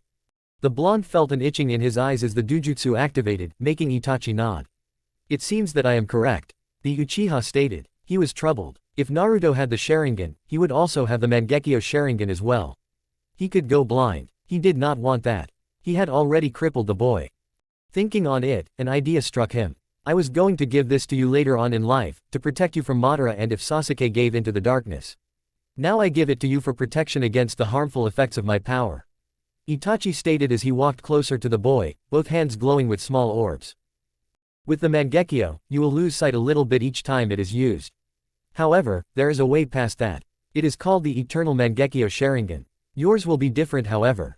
I will give you the Sharingan of my friend, Shisui, and the Sharingan of a long-dead Uchiha. Obito's Sharingan was nurtured by my clan after it was partially crushed. I am not sure how they got it to Mangekyo form, but all I know is that they were planning on using it for something bad during the failed coup. Itachi said as the eyes shifted into two crows and flew into Naruto's mouth, shocking the poor boy. For a moment, Itachi was able to see the eye's future form. An impressive seven-sided shuriken with Kakashi's pinwheel interlocking with it. Ah, that was nasty. Naruto shouted, not really understanding as he tried to get the taste of feathers out of his mouth. Wait, how is this going to work in an illusion? Itachi smirked. You are more perceptive than I thought. Let's just say this battle has been a cover for this. He paused and then said. You will not be able to activate the final stage of the Sharingan for quite some time. What? Why? Naruto whined. Because I have locked it. This process is a dangerous one for a non-Uchiha, but since you are an Uzumaki and therefore a branch of the Senju, this will work. Know this, only when you see a precious person die and feel great sorrow and grief, will this power activate, and I honestly hope that day never comes. So for now, I would get used to your new Sharingan. Right, Naruto replied. Now, we must get back to the real world, where I have slipped a scroll in your pocket for if you ever do get that power. Itachi stated, making Naruto nodded and this disappear. While the Kyuubi and its seal was disappearing, the fox swore he heard, protect Naruto, Kyuubi, not just from his enemies but from the power of the Sharingan. You should know what I am talking about. Very well. The fox replied, it didn't like it, but having a sharingan on its side for once might do some good. Itachi stayed there a minute long and sighed. I may have created something powerful. Uzumaki, Senju and Uchiha, what can come from that? End flashback, which was very long. The group just stared at the blonde in shock. While Zabuza was inwardly freaking out about the mentioned Akatsuki members, Gurren was staring at Naruto in disbelief. Bullshit, you don't have the sharingan. Well, it is possible since we do not know the power of the claws of Hades. There is only one way to tell. Naruto, if you would. The blonde boy shrugged, not really caring if he had them or not. It was not like he was going to rely on a bloodline, right? Nah, he had jutsu and he was going to make some badass ones, just as soon as he got a new arm and got back into elemental training of course. Alright then, Naruto said as he closed his eyes and channeled chakra to them and felt the familiar itching. When he opened them, the group gasped. Itachi's sharingan was now his. Tsunade's hand glowed the medic green as she put her hand over Naruto's eyes and gasped. They were real. Incredible. And you have retained your natural eye color. This is just amazing. Naruto cut the flow and looked at them all in a deadpanned expression. Great, now that is over with, I am going to sleep for the night. The blonde said as he drifted off on the rock he was on. Tsunade and Zabuza looked at each other and nodded before walking a little ways off, ordering Shizune to keep an eye on things. Chapter 7. For those wondering, Toby will be a lot different in my story, hey. So for those that think Toby will not have the sharingan because Naruto has Obito's eye, think again. Also, I have a question. Should Tsunade join them when they go to Iwa? Naruto is basically her family and all. If not, and I can see why not, that is cool too. Also, since I am giving Haku, Tsunade's training, should he get her strength? Also, now I have never seen the Blood Prison movie, or the one before that one. I stopped at Bonds, but Road to Ninja looks so damn confusing. Tsunade took Zabuza aside and said, with the sharingan, he could become powerful, I just hope he uses it properly and does not get the Uchiha ego. That's after we can get him a new arm. Zabuza replied. Speaking of which, what are we going to do in Iron Country? Tsunade asked, curious about what they were going to do for Naruto. I have a friend in that place who owes me a favor. Their technology is far more advanced than ours since we are more focused on our petty differences and are always at war. They, however, just protect their land and have great tech over there. Zabuza replied. Okay, who is the guy that will help us? Tsunade asked. Zabuza smirked as he came closer. His name is. Shizune was happily chatting with Gurren and Haku while Naruto snoozed on a rock when Tsunade shouted, what? Oh, I wonder what Tsunade-sama is upset about now. Shizune wondered aloud. Who knows, but I am sure she can get over it. Gurren replied while waving it off. I am just surprised that Shout didn't wake Naruto up. Haku replied. Well, he did get his arm sliced off in a battle with an S-class ninja. Gurren offered. Oh, right. Haku replied sadly. He was blaming himself for what happened. However, one look at the blonde, and he shook his head. Honestly, Naruto would kick his ass for having thoughts like that. Naruto probably didn't have any regrets. So, with determination in his eyes as Zabuza and Tsunade came back, he said, no more messing around. If Naruto has the power in him to save us, we need the power to save him when the time comes. If that's the case, I promise my training on the way to Iron Country will help a lot. Tsunade said with an evil grin as she cracked her knuckles. Haku gulped at that but nodded nonetheless. Shizune saw the look on Gurren's face as well, and with the girl's knowledge on poisons and other things, maybe she could help as well. Gurren, I'll help train you as well. Sweet. Gurren said with a smirk. Zabuza sat next his blonde student and he could have sworn Naruto had a smile on his face as he slept. That made the feared swordsman smile underneath his bandages as well. Maybe, this was a good thing. White. Nothing but white. God, he already hated snow. Naruto eye twitched as he looked around. This was almost as bad a hospital. Are we there yet? Naruto asked as Zabuza was carrying him on his back. Sure, Naruto could use his legs, but at the moment, the blonde was being an ass. Zabuza grunted. No. Gurren smiled as the blonde had the asking that a lot. Sure, it was annoying and it ticking Zabuza off, but that was fun part. Are we there yet? Naruto asked again. No. Zabuza growled. Yeah, it was just annoying, but she had an idea. With a devious smirk and wink to Haku, she said, you know Naruto, you could ride me.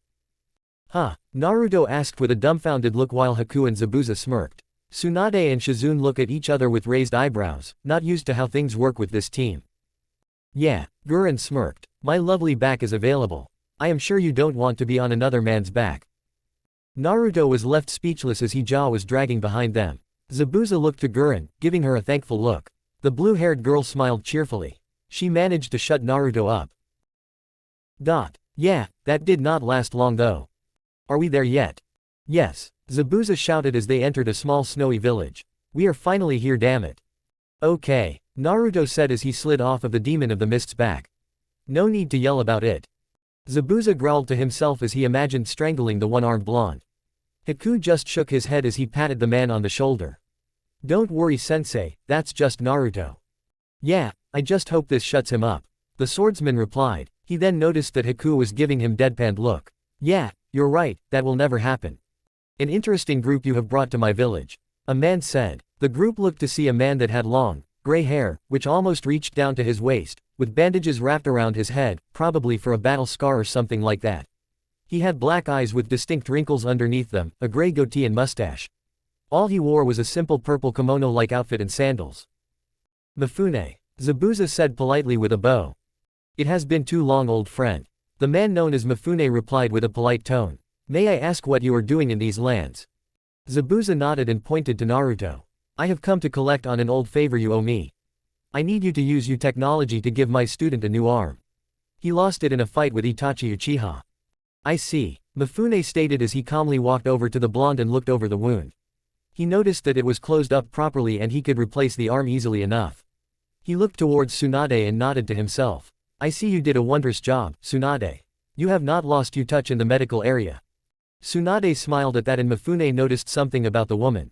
She seemed happier than the last time he saw her, which was a very long time ago. This boy he was going to help seemed to be important to the group if they were willing to come all the way out here. I will require your help on this, Tsunade. The new procedure that we developed needs more safety than we can give out. It is a dangerous procedure that can kill a normal man, that is why none of us have done it. Zabuza blinked. He just needs an arm. What the hell do you plan on doing that could kill him?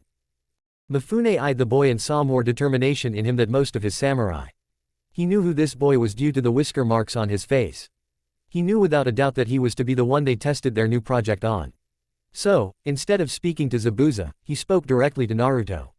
Uzumaki-san, while we can rebuild you, more specifically your arm, we have seen that it has side effects, some not good as it affects the bone structure to those that have it.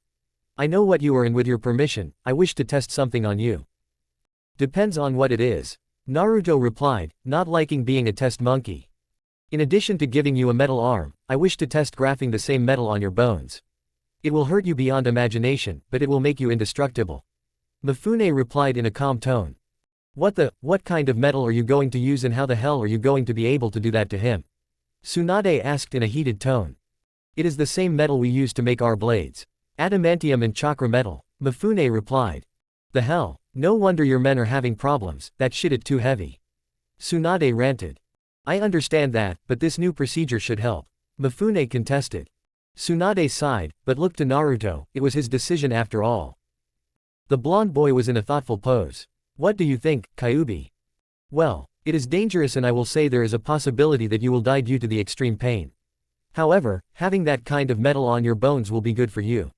The healing factor I have given you will be improved and think how badass you would look when you go death form. That was enough for the blonde teen and smiled and said, I'll do it. Very well, Mifune said as he turned away and motioned them to follow. We eat first and then do the procedure in the morning. We will need your help, Tsunade. Right, I'll be there. Tsunade replied with a grim face. She was not going to let Naruto die from this. Haku just wondered what was to come from all of this.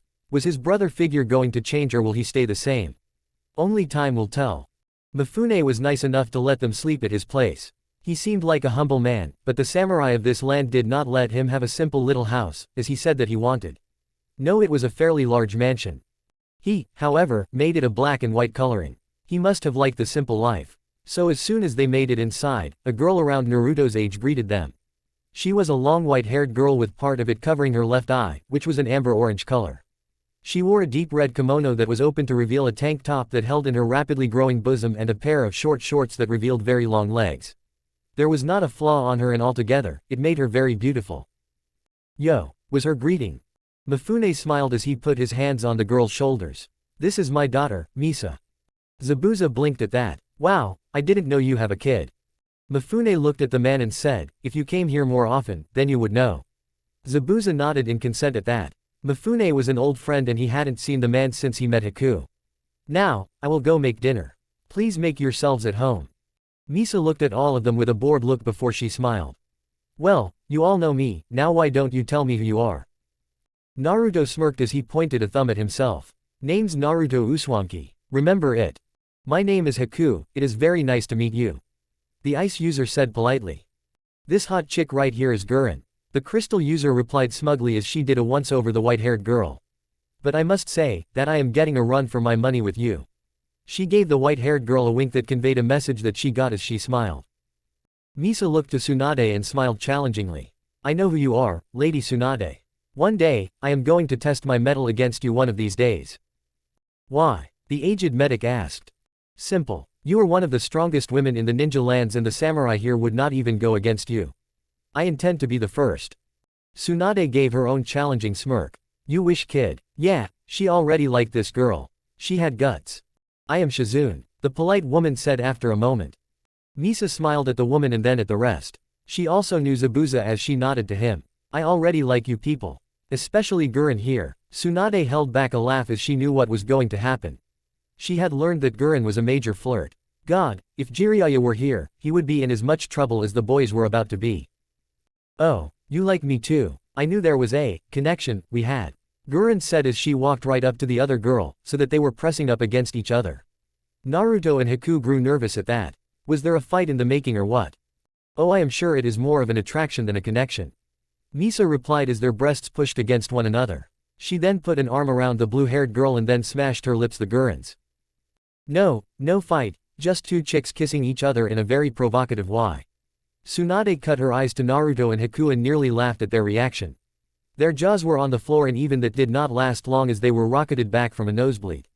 Zabuza didn't know what to do as they were way younger than him, so he turned his back and left, all the while wiping blood from his nose.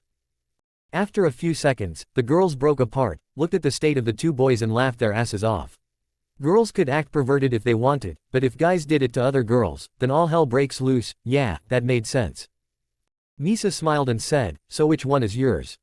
Haku, the girlie looking out. But in a sense, they are both mine. Gurren replied with a cheesy smile.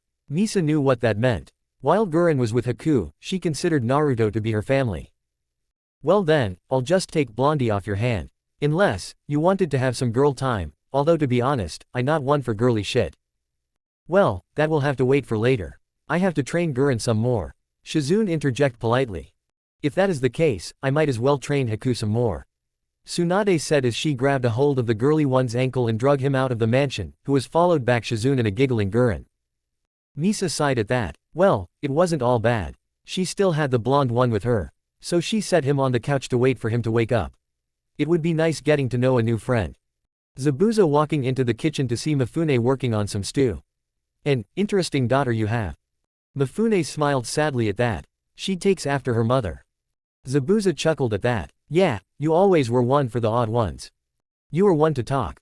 How is the auburn-haired one that threatened to melt your ball off? Mifune asked. I am not sure. Zabuza replied Hunslati. I have not been to the mist lately. I fled like a coward after my attempt to kill the Mizukage. She probably hates me and has moved on. But you have not. It was more of a statement than a question. Mifune looked to his old friend to see that there was still love in the man's eye for the one known at May. At least not yet. I see you have an interest in the woman traveling with Tsunade. Zabuza chuckled at that. Maybe. She is a strong woman in her own right. Also, the more I think about my students, the less I want to bring them to the mist. They are great kids and they don't need to see that horrible war. You are becoming less of the so-called demon. Mifune noted. Just do what your heart desires and you will be happy. Zabuza nodded at that. He also noticed how quick his old friend changed the subject of Misa's mother. He could only think something bad happened. So, what happened to Misa's mother? Mifune stirred the pot of stew slowly with a sad look. She was a strange and adventurous woman, but not even that could protect her from a rare illness. It killed her within a month after Misa's 6th birthday. Oh, I am sorry. Don't be, it was just her time. Mifune replied. He obviously didn't want pity. After a while of helping the man in silence, Zabuza spoke up again. I found the heir. Mifune nodded sagely at that. To your sword I would assume. Yes. My blade was never really meant for me, so I had Haku take hold of it and it an interesting reaction. Zabuza explained. When something happens to me, he will get the blade. He seems like a stable young man. What was the reaction? It turned to ice and there were silver winds whipping around it. It confirmed my suspicion that Haku also has the swift release. An interesting combination, Mifune deduced. Ah, that was some perverted dream. Naruto mumbled as he awoke as he rubbing his eyes. Oh, that was no dream, Blondie-kun. Huh, Naruto shouted as he whipped his head around to see Misa sitting next to him with that coy smirk on her face. Wait, that was real. Yep, but we were just teasing you. Great, here I thought I was a flirt. Naruto said before shrugging. Meh, I just do harmless stuff though, like call girls like you extremely beautiful, but that scene was hot. Misa smiled with a large blush on her cheeks. Thank you. Now that all the fun is out of the way, why don't we get to know each other through a spar? She said with a gleam in her eye. Naruto looked at her for a moment and then smiled. Well, if you think that you can keep up, I would be more than happy to spar with you. Just lead the way. Raising an eyebrow at the blonde, the girl smirked. If you think I can keep up. Oh boy, it is you that will have to keep up. Just keep up in the right way. She laughed at Naruto's blush as she walked to the dojo. Through her loose kimono, he saw that she was swaying her hips suggestively. Yeah, he was in trouble. Later that night, Zabuza and Mifune noticed that Naruto and Misa were getting along very well at dinner. They joked, messed with each other, and punched each other in the shoulder. Zabuza only saw this with his teammates or someone Naruto had changed by either talking or fighting. He guessed it was a fight due to the bruise on the girl's cheek and the rapidly disappearing black eye the blonde had. He just chuckled to himself. That kid was a strange one. Mifune, however, was a different story. He saw a small, but significant change in his daughter. That hidden look of sadness in her eyes had disappeared. He knew that her mother's death still affected her, but this boy seemed to have healed that old wound somewhat. She looked happy with him. He liked that she was happy, but he was a father and wanted to scare the boy. Meh, he could do that later. Haku and Gurren smirked at each other when they saw this. In Gurren's opinion, the blonde was lady killer. First Tamari, now Misa. He worked fast. Haku saw it for what it really was though, and he was thankful that his friend had that gift of his. In truth, Misa did have a crush on the blonde. He was great guy in her eyes. She just knew that he had to leave soon. So she did not make a move yet. Hell, Naruto was too nice despite his flirting, so she knew he would most likely not make the first move. However, their fun ended too soon for her tastes as the meal ended and they had to head to bed early for tomorrow's event. Right, like that was going to happen. Naruto was way too nervous for that. He just could not sleep. His mind was racing. Sure, he felt immense pain before, but that was from being beaten up in the village, not from this. He sat on the roof of the mansion and stared at the full moon and thought. It was all just too much to take in. Can't sleep. Naruto looked behind him to see Misa in her nightwear. It was red night grown. It made her look very beautiful, especially in the moonlight. Despite his initial shock, he smiled. Yeah, I am not sure this is going to work. Am I going to die? Misa sighed. She sat next to the blonde and looked at him with a serious face. Dad lied to you. Huh. This procedure has been done before. Misa stated sadly. On who? Me. Misa replied as she looked away sadly. Why? Naruto asked as he tried looking at her, only to see tears running down her face. Misa looked at Naruto before she leaned her head on his shoulder. My mom died from a strange and rare illness. We thought it was gone, but it appeared in me a while ago, and Dad was freaking out. It was only thanks to my bloodline that I was able to stay alive for as long as I did. Oh, what kind was it? Naruto asked, seeing a new side to the girl. It seemed that while she put on a strong and happy look, she was still hurting. Dad called it the Silver Heart bloodline. Apparently it skipped Mom. It gave me a regenerative power that can match a Jinchuriki's. She noticed he looked startled by that and flinched. However, she already knew what he was from her father, so she did not have a problem. And it was thanks to that I survived so long, but it was nearing its end and Dad was getting nervous. So, he set up the procedure you're about to undertake. What happened? I died, she stated simply. What? Naruto freaked. Yeah, but it did work. Despite all the horrible pain, Misa said while shivering at the horrible memory. Naruto noticed this and put an arm around her in hopes of shielding her from past pain. She smiled with a small blush and thanks. Despite that, it restarted the regeneration ability, but I had to die in the process. But they did not do it with the metal you are going to get. They did it with pure silver. Wow, must have been horrible. Naruto whispered. It was, but there was a light to all of that.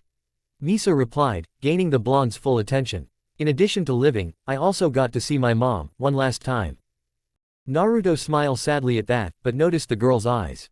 They were sad still. You were close. It wasn't a question. Misa nodded. Yes, she cried. Dad is awesome and all, but he could never replace mom, just like how she could never replace him. There are certain things you do with a certain parent that would just be weird for the other. My mom, she was the best thing in my world. I miss her, so much. Naruto nodded quietly as she cried into his shoulder. It pained him to see this strong girl, no, woman, crying. She'll never really be gone. Naruto said as he wiped her tears away. She'll always be with you, in your heart. That's what the old man said about my parents and I believe him still.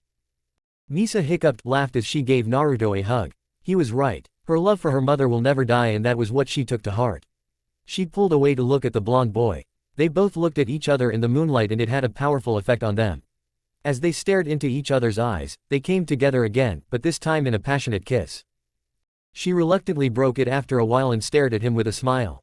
My mother gave me a mission, to find someone that makes me happy.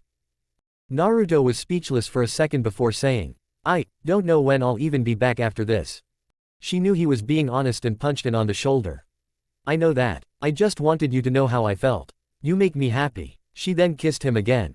When she pulled away again, she smirked. Oh, and if I can take the pain, so can you, blondie. Naruto laughed at that. I suppose you are right. He then stood up and helped her up as well. Well, I better get some rest then. Yes, you should, Mr. Grim Reaper. Misa replied before walking off with a seductive sway to her hips. Wow, was all the blonde managed to get out of his mouth. Ah, this is going to suck. Naruto mumbled aloud as he got in a tub of water. Yeah, instead of describing it this time, just go watch the Wolverine movie, same room and everything on how the room looks. Mifune nodded to himself. Yes, I know this will hurt unlike anything you have ever felt, but think of why you are doing this. Just keep to those thoughts and you will be fine. You know, somehow, that does not make me feel any better. Naruto replied as he eyed the drill like needless all around him. There was also a metal arm on the side. It seemed like they were going to attach that at the same time. Anything I should know about the metal arm? If you survive, I'll tell you all about it. Mifune replied as he walked away. Naruto looked at the man with a gobsmacked expression. That doesn't help, you know. Mifune just kept on walking toward the upper level with a stoic expression on his face. Tsunade came up to him and said, it seems legit. I hope for your sake that this works. I do too, Mifune stated as looked at all the others in the room. His second-in-command decided to come and make sure everything went all right. The man had some medical training and helped Tsunade with the check over. His daughter, Misa, was there as well. He did not know if Misa had the same procedure to save her life, but in truth, it did not matter. Then there were the boys' teammates. They all looked nervous and fearful for the blonde. Did he look like that when he did this to his daughter? We are ready, Mifune-sama. His second-in-command stated. Right, the samurai leader replied before turning to Naruto's position. We are going to start now, just remember what I told you. Seeing the blonde nod, he pushed the start button. With that, the platform Naruto was on lowered into the water. Thankfully they had put a rebreather on his face or this won't really work. Then the drills started and came down on the blonde, along for the one to create the hole for the new arm. Naruto felt them on impact and instantly regretted doing this as he writhed in agony. Tsunade looked away from the younger blonde, not wanting to see him in pain. Shizune did so as well, but hid her face in Zabuza's chest. Gurren gripped the railing, watching with no emotion on her face. However, her mind was racing a mile a minute, hoping her little brother lived through this. Haku just watched on in sadness. He hated seeing his precious people in pain. And Zabuza himself just held on to the woman, letting her cry out the sadness for them both, for he was crying. He would admit that he had gotten soft, but these kids were his world now. Naruto's mind was screaming just as his body was, but he was determined to take Mifune's words to heart. He thought about why he was doing this. He was doing it so that he could protect those he held close to his heart. Zabuza-sensei, Haku, Gurren, Tsunade, Shizune, Tonton, Gaara, Tamari, Kankuro, the Kazekage, the Hokage, the Ichirakus, Mifune, and Misa. They and so many more were what he was doing this for. While that was going on, Kyuubi was working overtime to make sure that Naruto, and by extension, himself, did not die. He growled to himself that he did not stop this from the start. But no, he was curious as to how this would go. Soon, however, he remembered that chakra metal was in the mix of this metal. Seeing the benefits of this, he forcefully drew out Naruto's chakra, along with his own, to mix with the metal to make it stronger and to condition it to make sure it could handle the training that Naruto went through. Also, with a devious smirk, he added something else to make sure this new addition to Naruto was worth it. As the procedure was nearing its end, both Naruto and the Kyuubi felt a pull towards death. They both knew this was going to happen thanks to Misa's story, but they were not prepared for what was on the other side. The two opened to their eyes to see a room of pure white. So white it was almost blinding. Naruto looked around to see that he could see himself and the Kyuubi, who was standing next to him. What shocked him was that the Kyuubi looked younger than he last saw him. What's going on? I am not sure, Kit, but I kind of expected there was nothing on the other side for us. Now I would not say that, Kurama. A man's voice called out and they looked to their left to see someone they did not expect at all. It was the Sage of Six Paths. Father. The fox, now known as Kurama, shouted in disbelief. The man just smiled. Yes, it has been a while, he said before turning to the blonde. So, you are my true heir. I must say that fate chose right. Huh. The sage chuckled lightly. Don't worry, child, I am sure you will know in time. Turned back to the fox, Kurama, come, I wish to speak to you. Let Naruto speak to those that came for him. The fox nodded and walked away from the blonde, but did look back and nearly growled. Standing right behind Naruto, were none other than his mother and father. Minato and Kushina. One look at them, Naruto brought them in a tight hug as he cried.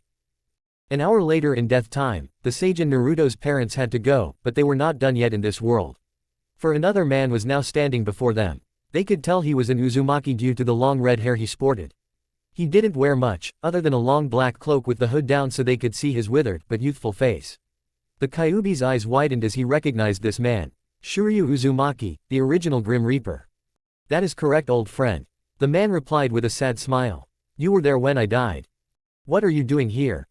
What? I can't see an old friend and the one who is my successor.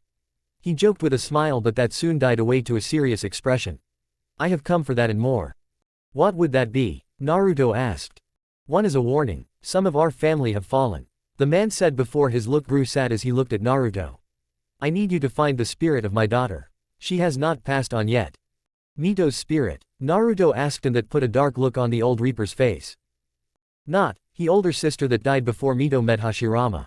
I had 3 children and I know what happened to 2 of them, I just don't know what happened to Toki. I find her, I promise, Naruto said with a determined look. Good, the man said, a bit relieved. Kurama, take care of him, he has a big destiny ahead of him. I will. Good. After that, the two felt another pull and knew they were being brought back to life. They said their goodbyes and faded away. Naruto. Chapter 8. So Tobi is Obito, whoopee. Anyway, that is not the case for my story. The reason I have not updated in a while is because of 2 things. 1. I finally got a car, for $500 after the small repairs and gas mileage is not bad. It is a 1992 Chevy Corsica LT. Still wish we went newer, oh well. I was able to also buy a PS Vita with some of the extra money. Yay. Also, I am not sure how popular these types of stories are, but I am considering doing a Naruto doesn't get the Kyuubi, but his twin doesn't, for that he is ignored type of deal. Are any of you interested in that? Another thing that I want to get out and get everyone's opinion on. I am thinking of writing a book one day. No, nothing fanfiction, just a real story. You guys think I can pull it off? Do you want minor details? The first thing the blonde heard when he woke up was someone shouting his name. However, he was too groggy to care as he got up, ignoring the fact that the wires and whatnot were snapping off of him. He didn't even notice the metal hand on his face. Ah, I feel like a train hit me. Naruto mumbled out. That got a deep laugh from his sensei, Zabuza. Kid, it looked worse than that, but at least you're alive. Can't have one of my best students really dying on me. Yeah, I feel so loved. Naruto grumbled because he was brought in a hug by his teammates. Don't do something stupid again. Gurren choked out. Not making any promises, Naruto said sadly as he hugged them. I guess it was worth it since you have some degree of control for that new arm. Haku said. What is what that anyway? Shouldn't you have little to no control? I can explain that. Mifune cut in. Due to being a Jinchuriki and having metal already on the bones, he has good control due to the new and improved healing factor. Nice, Naruto said as he moved the arm around to get a feel for it. Then he remembered something. Hey, Kurama mentioned something adding something. Mifune nodded. Indeed. The fox made constructs of his chakra to create bone-like structures in your arm and went as far as manipulating the metal arm as well. So from what I have seen, I think he created katars in your arms. Sweet, now I have 3 weapons to choose from, but the katars are going hurt coming out, aren't they? Like you won't be believed, kid. Zabuza said as he patted the boy's back. Misa finally made herself seen and walked right up to the blonde with a sad look. Glad you made it. So do I. Naruto replied in kind. Then Misa's expression changed to curious. So, who did you meet? She asked, getting questioning looks from everyone but Mifune. Well, Naruto started. Like you I met my mother, but I also met my father, the original Grim Reaper, and the Sage of Six Paths. Everyone started at him in shock, wonder what was going on. However, most had one thought and it was that the sage actually existed. What? A week later, we see the group on the outskirts of town, ready to go. Thank you again for helping with my arm problem. And giving me some of those extras for the arm as well. It was my pleasure, Mifune stated with a bow. Naruto turned to Misa next. Thank you too for giving me that advice and for being a new friend. Misa smiled gently before giving the blonde boy a hug. No problem, she whispered. Maybe later we can be more than friends. She backed up to see the blush on his face with a big smirk on her own. She looked towards Gurren and winked, making said girl giggle. Mifune smiled and said, Naruto, be sure to do those exercises to get the arm up to full use. I will, but just so you know, I am going to get this thing fully functional under the time needed and then I'll be one of the strongest ninja around, believe it. Naruto shouted. Zabuza chuckled, don't Mifune, I got him handled. Very well old friend, I trust you. Mifune said politely as he, Misa, and the man second in command watched them go. After they were fully out of sight, Mifune's second in command said, that boy is something else. Indeed, Mifune muttered before an idea came to mind. I think by the time the exams come around, he will have found a village. That is why I want to see what they generation can do. Dad, Misa asked curiously. For that to be done, I think we will host the exams this year. Mifune stated before turning to his second in command. Let the villages know. Yes sir, the man said before trudging off. Misa smiled brightly. Naruto, we may be seeing each again very soon. It has been a month since the gang left Iron Country and traversed more of Earth. In that time, their training skyrocketed and now they could hold their own. Maybe not against S-class ninja, but a good number of high-class ninja. In fact, Naruto progressed very well despite his need to get full functionality to his metal arm. He even learned how to use the claws, as he put them, to good use. Haku made a few special moves that were quite deadly. Zabuza even had an experience of his own. Sure, he had gotten closer to Shizune, but during that time, they had become a couple and to everyone's surprise, Shizune was actually expecting. So yes, Zabuza had gotten over his old girlfriend and found love with Shizune. Hey, Tsunade had almost killed him when she found out, but thankfully Naruto and Shizune managed to calm the enraged woman down.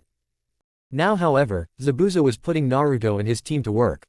They had been on missions when they found a town. While there, Tsunade and Shizune would help anyone they could and Zabuza would find work for the team. It was through a port town that Haku was able to gain a summoning contract for payment. Although Haku barely ever used it, he did say the name of it. Leviathan. Right now, Zabuza had set up an odd mission for them. It was more of a treasure hunt than anything else. They had to get a strange jewel called the Demon's Eye. All the client wanted to know was that if the jewel existed at all. It was an odd request and Zabuza was acting strange, but they took it anyway. However, they had to meet a partner of sorts since they were not the only ones to accept the job. Naruto was leading his friends to the meeting point and as expected, they saw the person they were looking for. They didn't know her name. She wore an orange clip in her short, spiky mint green hair that matched her eye color, which was also orange. Her ninja outfit consisted of a short sleeveless white midriff shirt with fishnet armor underneath, long white armlets, and fishnet shorts with a short white apron skirt over it. Her forehead protector was worn on her right arm, which showed that she was from Taki. She also carried a cylindrical object in red wrapping on her back. Naruto, being Naruto, just walked up to the girl with a smile.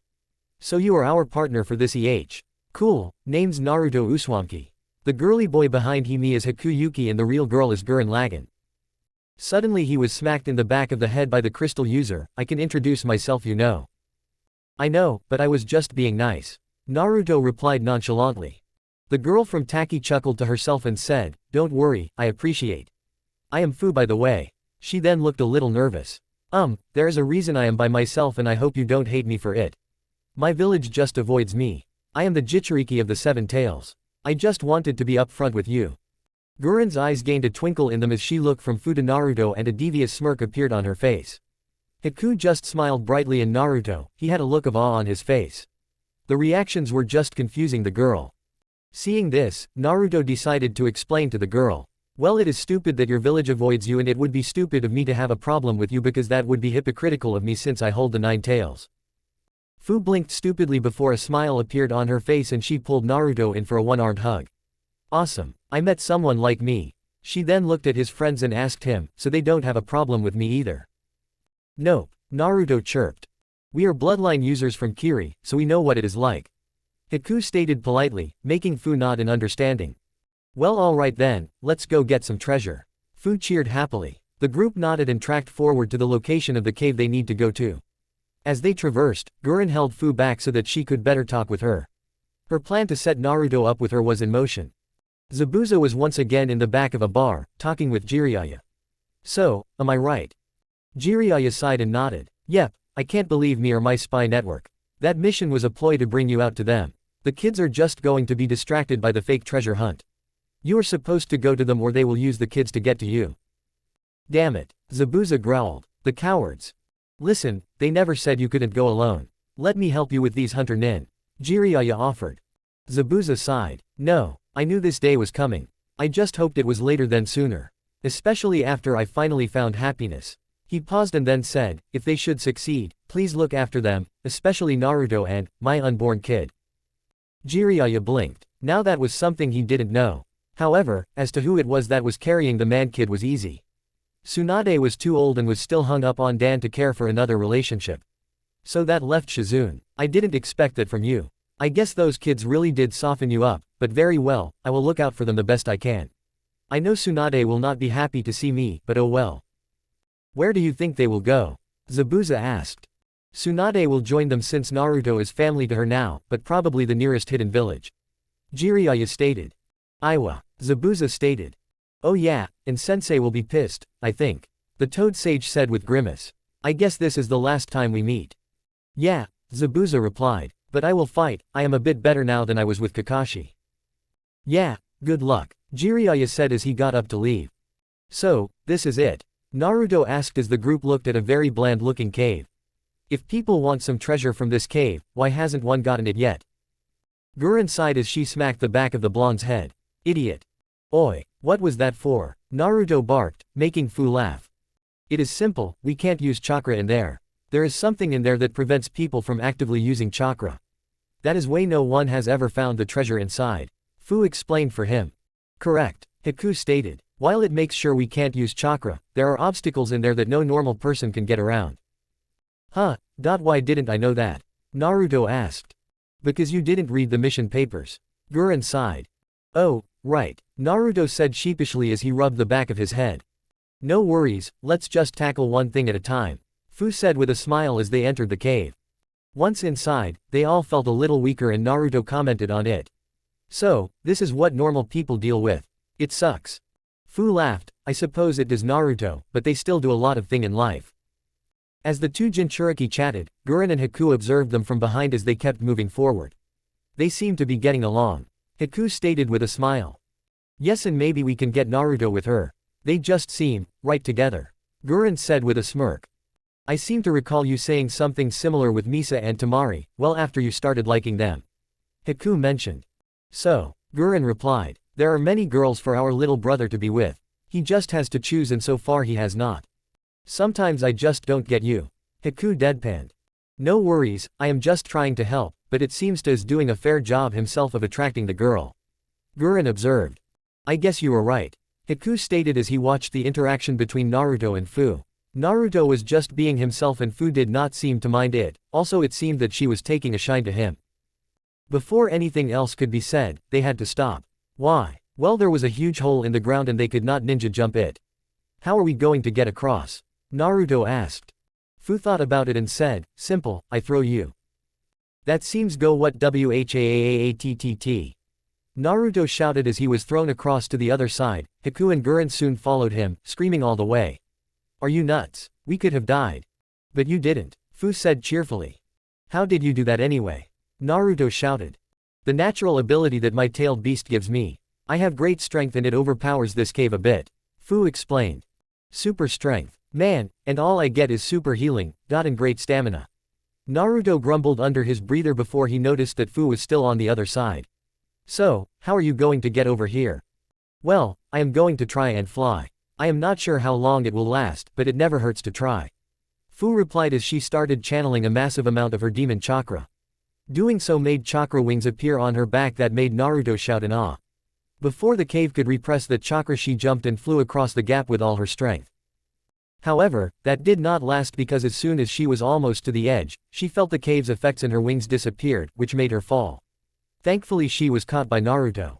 I got ya. Then, with all the strength he could muster, he pulled her up, which made him lose his balance and she fell on top of him, making them both blush at the closeness. Thanks, Fu said after she quickly got off of him with a dark blush on her face. She would admit that she liked the feel of his muscles through his clothes, but that also made her feel a bit shallow thanks to her own strength. However, she did find that she had an attraction to the blonde, which was not bad given her current state in Taki. Only time would tell. No problem, Naruto replied with an equally sized blush. He had to admit that he liked the feel on her body on his, but he was not about to admit that. He didn't know how he felt at the moment either. While he knew there were a lot of girls going after him, he did feel a connection with her. This shit was just way too confusing for him.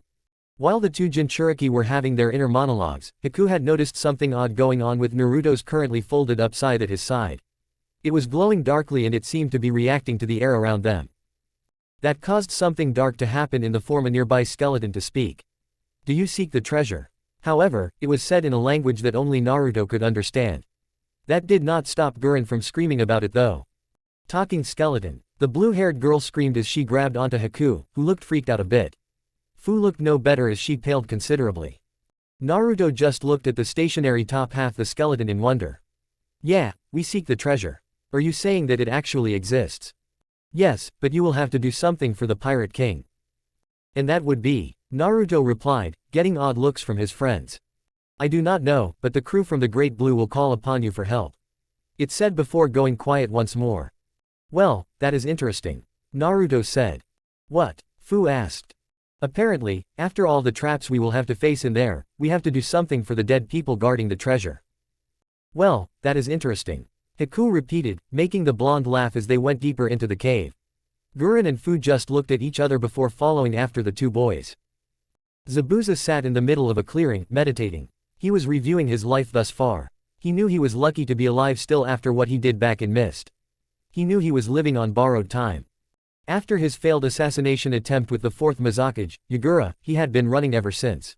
He failed to kill a Jinchuriki with full control over its powers. He failed the rebellion. He failed Mei. Then, he found Haku and things started to get better. He knew that if he went back, he would either be killed by Yagura or Mei would for leaving her to deal with the rebellion. Still, Haku brightened up his day, so he started to teach the kid. Then he found Naruto through sheer dumb luck and the same could be said for Gurren. They made his life great and turned him around. However, while he wanted to help with the rebellion before, now he didn't. He knew they were not ready for that and Yagura would just kill them if they failed. He was not about to let that happen. Then there was Shizune and Tsunade. While Tsunade was a hard ass in the medical department, making sure Haku learned what he needed, she was still a good member to have on the team. Finally there was Shizune. Now, Zabuza was sure he could never get over Mei, but Shizune was there for him and never threatened to melt his balls off. She was a kind woman that he could not help but fall for. They were even going to have a kid, but he didn't know if he was going to be there for it. He had been caught by Kiri and now he had to face the music. So you decided to come instead of run. Smart, we were just going to kill those kids if they made it out of that cave. Now, we don't have to. A voice said as 4 Kiri Hunter Ninja dropped in. However, Zabuza noticed something off inside. Fuck, these were no ordinary Hunter Nin. They were Yagura's personal guard. His toughest shinobi. Yes, I do still have honor. Whatever you say man, with you dead, the rebellion will take a major blow to their moral. I am surprised that they are still hanging, let alone winning. The man said. He was awful chatty, but Zabuza knew better. He knew who this was and knew he was in for the fight of his life. So, you going to come quietly or are you going to fight? I have a family to protect, I will return to them. So you will have to come with everything you have, I will do the same. Zabuza stated as he took a hold of his blade. Before their eyes, Zabuza exploded with power. Chakra was visibly rolling off his body and his blade looked like it was aflame with blue fire. Because I have something I am fighting for. Well, bully for you. The lead hunter Nin said gleefully as he and the others rushed the swordman. A ship? Gurren asked when they entered the main chamber of the cave. It was huge with a lake inside. On the other side of the chamber, there seemed to be an opening of sorts but only opened just so. Oh right, the dead guy did say that the owners of the treasure were a crew from the blue. Naruto commented as he looked at the ship. It was a brig sloop type of ship and boy was it old. It looked so decayed that it could fall apart at any moment, but it still stayed afloat on the lake. The ship had a dead lawn on its deck, complete with a swing and a slide, as well as an observation tower for a crow's nest. The sails on the masts were ripped and had a lot of holes. It also has a strange lion head at the front. I wonder what it was called. Fu stated. Well, if we are going to help them and get the treasure, we might as well hurry up and get to the ship. Gurren stated. I thought Toy were still scared of it. Haku asked. I am, but we should just hurry up and be done with it. I want to get the hell out of this place. The Bluenet replied. The group nodded and dashed across the water and up the hull of the boat until they were on the deck. Okay, so what now? Fu asked. Naruto shrugged before he extended the scythe since that was what made things happen before. As soon as it hit the deck, it sent out a wave of dark energy that rocked the ship a bit. That was when things got strange for them. Time seemed to reverse for the area, but it also took on a transparent look to it all.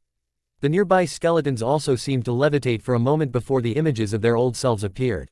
If they were really pirates, they certainly didn't look like it. A man, wearing a red vest-like piece of clothing, a yellow sash, a pair of blue jean shorts, sandals and a straw hat, looked at them and smiled. Hi, the name's Monkey D. Luffy. Nice to meet ya, Luffy.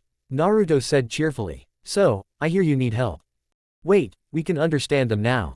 Gurren asked her friends, who just shrugged, not understanding how that was possible now.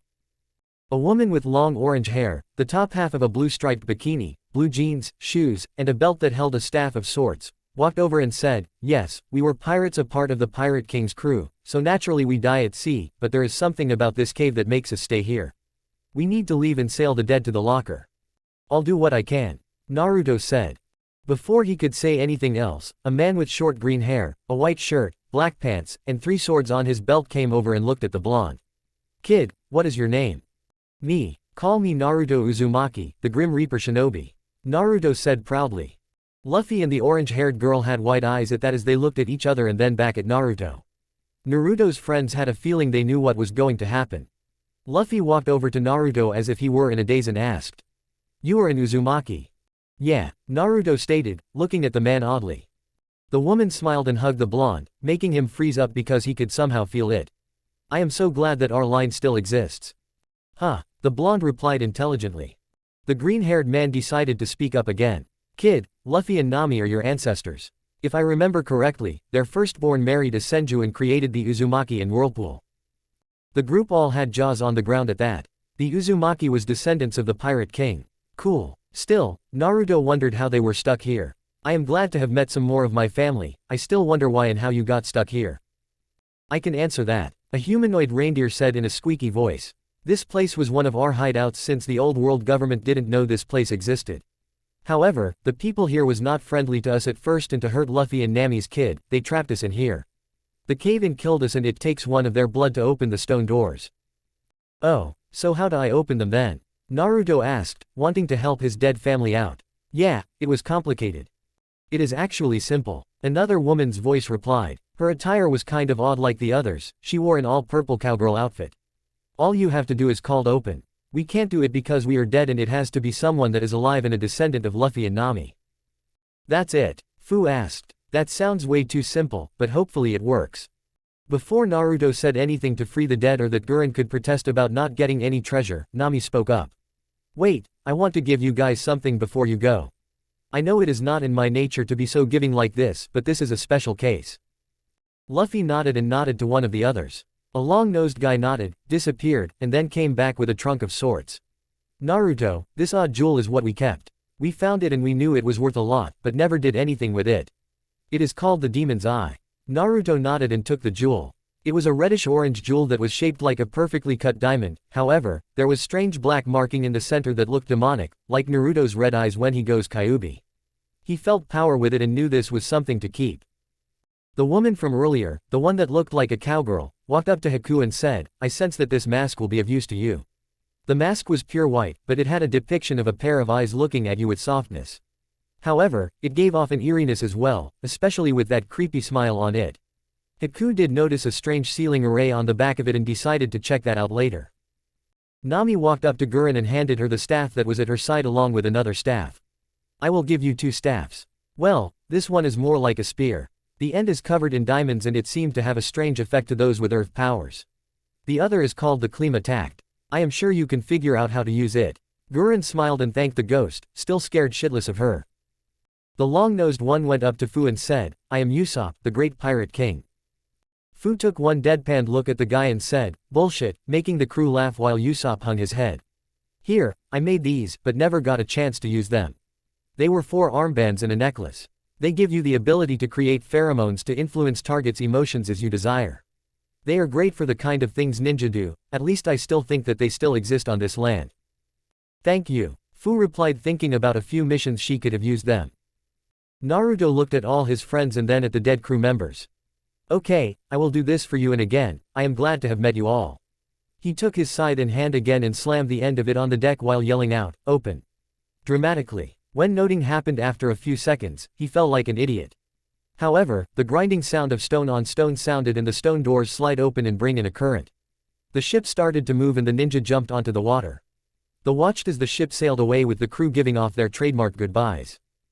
Soon, the lively images of the dead faded away, leaving the team all by themselves. Somehow, they felt that image was significant. Chapter 9. And annoying as it is, I took too long to get this chapter out because I was sulking about not getting a job at a freaking grocery store. Seriously, what the hell is with that? How can I not be qualified enough to work at a Mayhair's? My luck sucks so fucking much, I swear. Oh, and apparently Disney bought out Star Wars, Epic Vader, no. So what are your thoughts? Anyway, I am going to try my best with this chapter, because I am not great with sad emotional chapters. You have been warned. As soon as they exited the cave, the group knew something was very wrong. Why? Because the air was saturated with so much chakra it was scary. However, they knew this chakra to be the chakra of their sensei, Zabuza. It was a lot more massive than usual and it was fading fast. They did not know why, but they had an idea. Haku was the first to rush off, fearing for his sensei's life. If Kiri had indeed come, he needed to make sure he survived. He was quickly followed by Naruto, then Gurren and Fu. They were not alone in this endeavor. It seemed that Tsunade and Shizune had felt the power radiating in the air and joined the kids about halfway to the man. What they found was not a pretty sight. Half a mile out, they saw signs of a massive battle. Apparently whoever Zabuza had fought had been strong because the scars were deep, so deep that most of the land was destroyed, and it did not liven up the mood at all for the group. And they were right, be afraid for the man, because it just got worse the further they got to the epicenter of the fight, where Zabuza was lying on his back and looking like a bloody mess. There were deep gashes on his torso and his arm looked mangled, but the people he fought looked way worse. There were pieces of ninja all over the place. No one was left standing. Sensei, Haku, Gurren, and Naruto all shouted. Shizune numbly walked up to her lover as silent tears ran down her face. She immediately started her work, one trying to heal him. What she found was horrible. Tsunade, she cried, hoping to get her help. Said woman was looking around in horror. All the blood and gore was overwhelming. She might have fought in a war or two and lost her own lover and her brother to one of them, but this was horrifying. However, it was thanks to Naruto that she got over her fear of blood, but this brought some of it back. She quickly made her way to the swordsman and sighed at the deep wounds that would be hard even for her to heal. Making her hand glow green, she began her own checkup and it horrified her. She was so angry with this man that she wanted to hit him, but she refrained from doing that. You fool. This was something I had to do on my own. Zabuza rasped out. You could not beat them alone with your normal power, fool. So why resort to this? Tsunade screamed. Zabuza was quiet for a moment as he weakly looked at them all. Because of you all. If I have not faced them, you all would be forever tormented by them because of my past mistake. He paused for a moment to catch what little breath he had left. My students, and children, did not deserve any of that. My love and unborn child, and my medic friend, I could not let them go after you. Sensei, no, father. Please hang on, Haku cried. Zabuza smiled weakly at the ice user. Haku, you were my first student. I only treated you as my tool due to my want for revenge. But that changed as I trained you, and the kicker was the blonde boy you brought with you one day. I will always see you as my son. Take my blade, it is rightfully yours. Haku nodded with tears running down his face like a waterfall as he took the giant blade. However, as big as the damn thing was, it was not at all heavy for him, something that Zabuza knew as well. Zabuza then turned to Gurren and smiled. Even though I still don't think I am cut out to be a father, I am glad we took you along. I am glad to have a daughter like you. Protect you family no matter the cost, like I did, if you have to. Yes, father. Gurren choked out. In all reality, she did see the man as a father. He took her away from that damnable village and took care of her.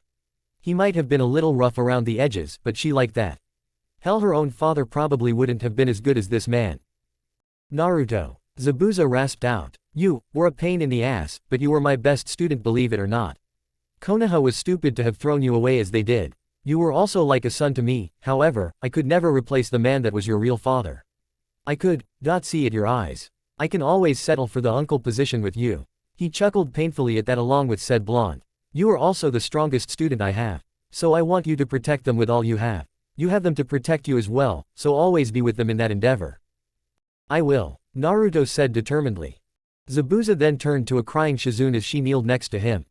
I am sorry. I know. I love you, Zabuza replied. I love you too, Shizune replied again as she leaned in to kiss him. She wished she could be mad at him, but he had made her happy. But now he was going to be gone. Slowly, Zabuza smiled within the kiss content. With that, there was stillness and the former demon of the mist was dead. In the next few days after Zabuza died, things were depressing. Sure, they managed to bury Zabuza's body, but it was still very depressing. Gurren decided to spend a lot of time with Shizune and Haku. They spent time training, crying, and comforting each other. However, for the girl, she remembered a special time back in the desert with her father figure. Flashback. Training for Gurren was like normal for her and the big bad demon of the mist. However, right now, all they were really doing was throwing rocks. Zabuza had just beaten her again in a spar. You did well, Gurren, Zabuza said as he saw on a rock near the water of the oasis and decided that it was good enough to throw. You still beat me, even in your weakened, delirious state. Gurren sighed. I guess you really are strong. Well, I have been training on my own as well. I am nowhere near S class and I have to protect my students somehow. Gurren smiled. Her teacher was a big softy despite his reputation. She smiled as she leaned on the man's shoulder. I am glad you guys found me instead of that freak who killed off my entire village. Zabuza, still uncomfortable with his feelings with these kids, just wrapped his arm around the girl. Thank you, Dad, he heard her say, which put a big smile on his face. She was about to fall asleep when she felt the earth move. The earth is shaking. Flashback end. That time was special to her. It was when she finally said the man was a real father that she never really had before. It was a time that she would always remember. She looked up at the woman holding her and smiled with a determined glint in her eye. For Zabuza, she would protect the woman she would call mom and her unborn child. Shizune looked down at the girl in her arm and smiled. Gurren was a nice girl and she thought the girl would make a great sister. Yeah, sister. The woman inwardly chuckled at the thought of being a mother, and despite the fact that her child would not have a father, it would have a great family, a family that was set up by her lover and kept together thanks to a certain blonde. If she ever met Kushina in the afterlife, she would have to thank her for the redhead son. Going on that line of thought, she smiled. This situation she was thinking of seemed familiar. Looking over to a sleeping Tsunade in their hotel room, Shizune smiled at the memory of how Tsunade took her being pregnant. It was sort like when the woman found out Kushina was pregnant. Flashback. Shizune came out of her hotel bathroom with a big smile on her face. She honestly thought this day would never come because she always was traveling with Tsunade and keeping her healthy, along with keeping her company. Yes. Keep it down, Shizune. Tsunade groaned as she sat up in bed, nursing her mind-splitting hangover. What are you excited about this early in the morning? Tsunade-sama, it is noon. Shizune deadpanned. My point. Tsunade replied with a straight face. The young medic just sighed before smiling brightly again. Tsunade, I'm pregnant. And just like that, the hangover was gone and the room went deathly quiet. And who's the father? Zabuza, of course. Zabuza, Tsunade screamed. Down in the lobby, said man spit out his cereal when her heard Suon's voice. Oh shit, now what did I do? That day, the ensuing beatdown brought down the hotel and created many jokes courtesy of Naruto. Flashback end. Haku knelt next to Zabuza. His tears had all but dried up and he just stared at the grave with a blank face. He felt lost without his father's guidance, but he knew he had to move on. Father, I wish you didn't have to die, but this is our life, we are ninja and death is a natural part of our life. Still, if I ever get the chance, I'll take out the fourth Mizukage for you. Flashback. Haku, there is something I have to tell you. Zabuza voiced as he finished training the ice user. He had to go to Naruto next to see if he was okay. What is that, master? Haku asked. At the master word, it made Zabuza wince a bit. Haku, I am sorry for the way I treated you before. You are not just a weapon, a tool. I realized now, thanks to Naruto being here, that you are a person and I sorry for the way I treated before. Haku just looked at the man with a deer in the headlights look. So, from now on, I want you stop calling me your master like I own you. You can call me sensei, but know this, I have come to see you as a son. Haku's eyes watered a bit before he flung himself at the man, giving him a hug, something the man was awkward with as he just patted the boy on the head.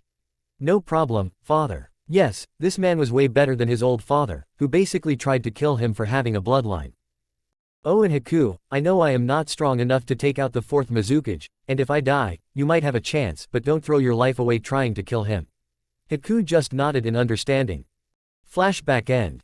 Haku nodded to himself. You may have charged Naruto with protecting us, but he's like a brother to me and I know how reckless he still is.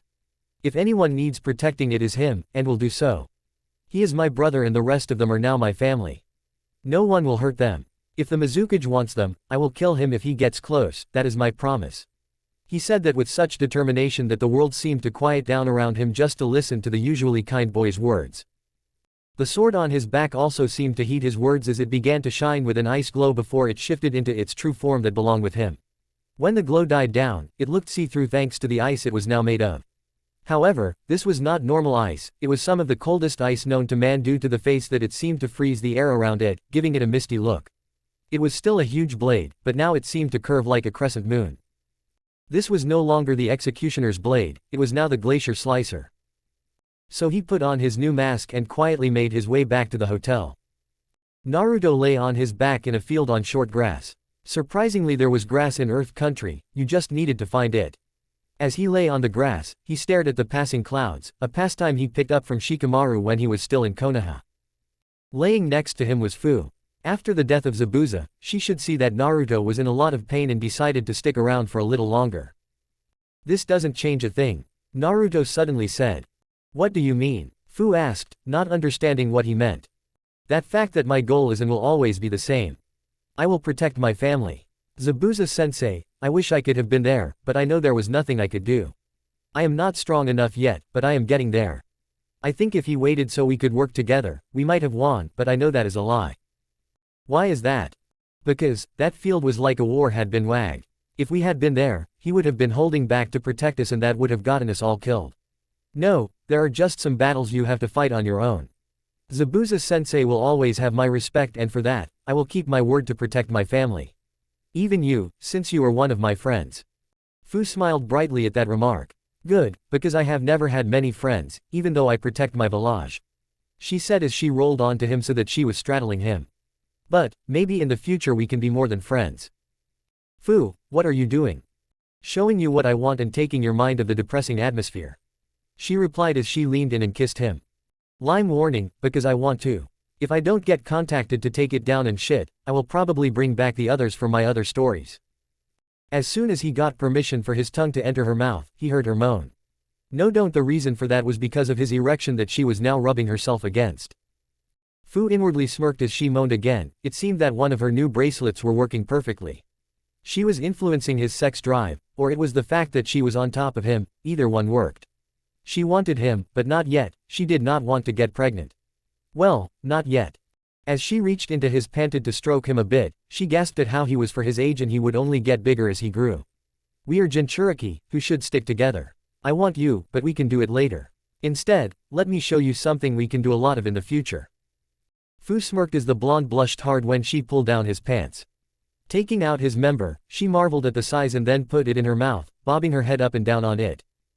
Arg. Wow, that is amazing. Naruto growled out as he put a hand on her head, making the girl smirk. After about 5 minutes, Naruto had enough and gave out a cry and he came in her mouth. Wow, it was not expecting that. Naruto said with a blush as he watched her swallow his load. Well, I want you and maybe later we can be together. Fu replied before she leaned in again to kiss him. Lime end. A few days later, we see the group on their way out of town. Fu had already left, saying that she was needed back in Waterfall. She was their protector after all. So, where are we even going now? Haku asked. That is the question, now isn't it? Gurren replied.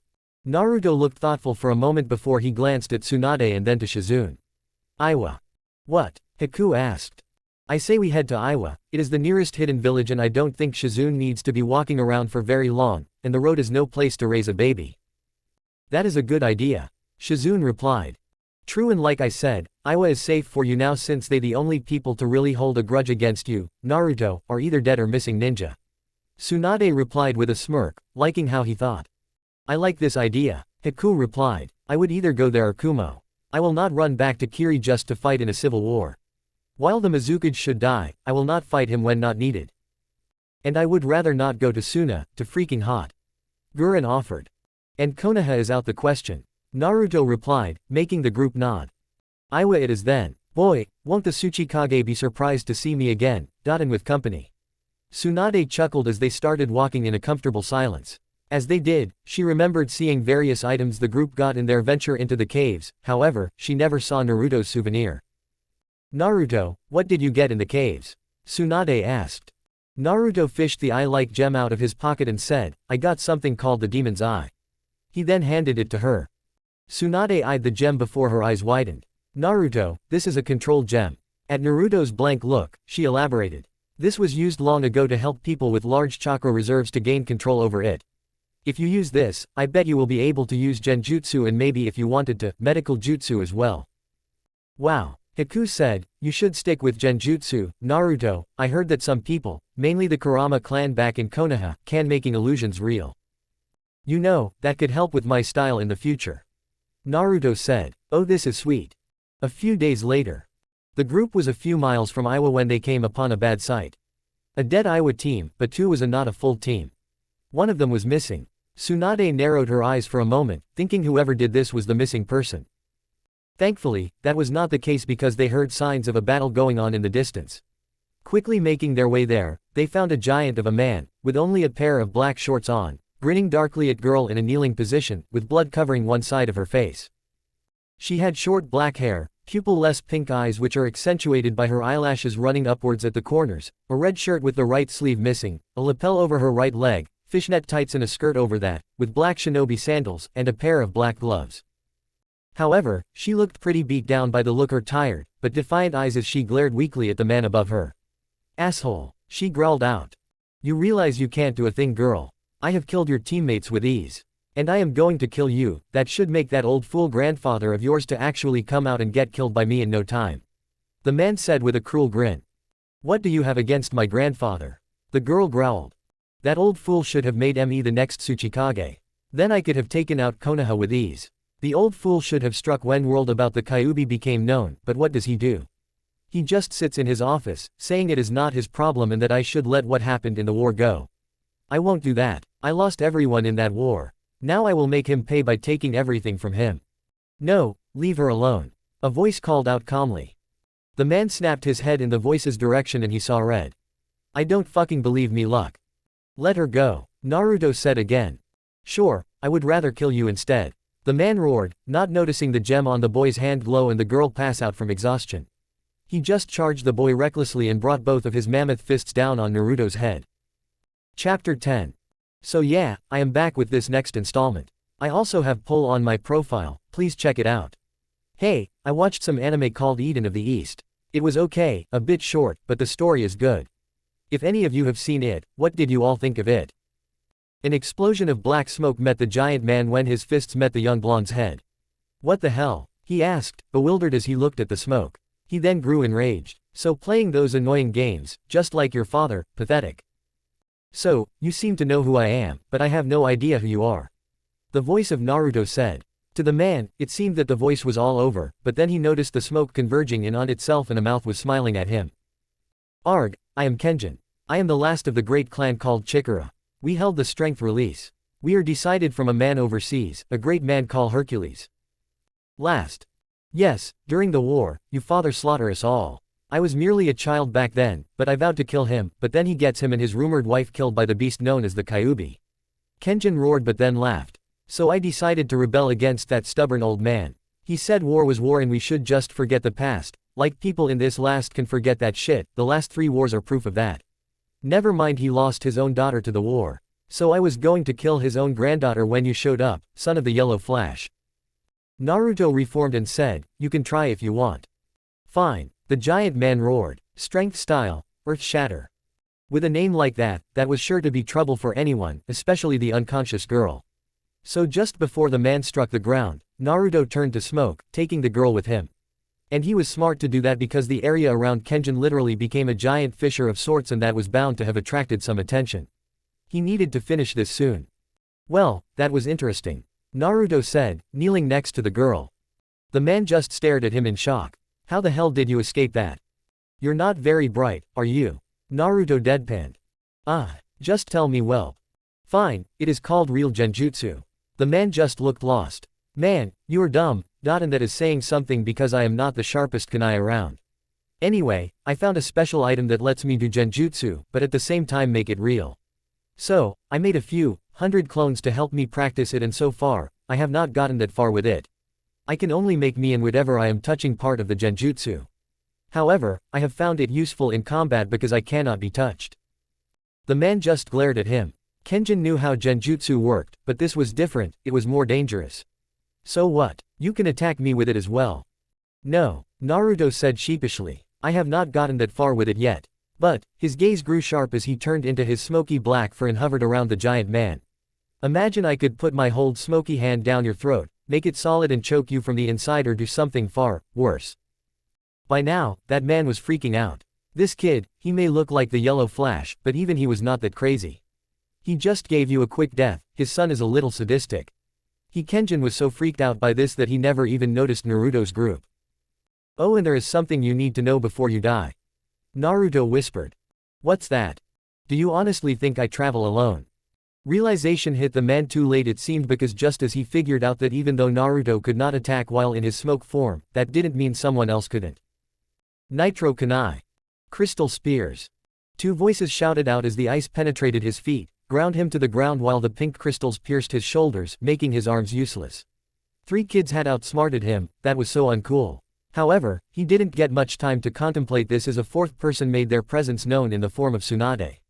Oh fu, was all he could let out as Tsunade punched him so hard, his insides exploded from the force.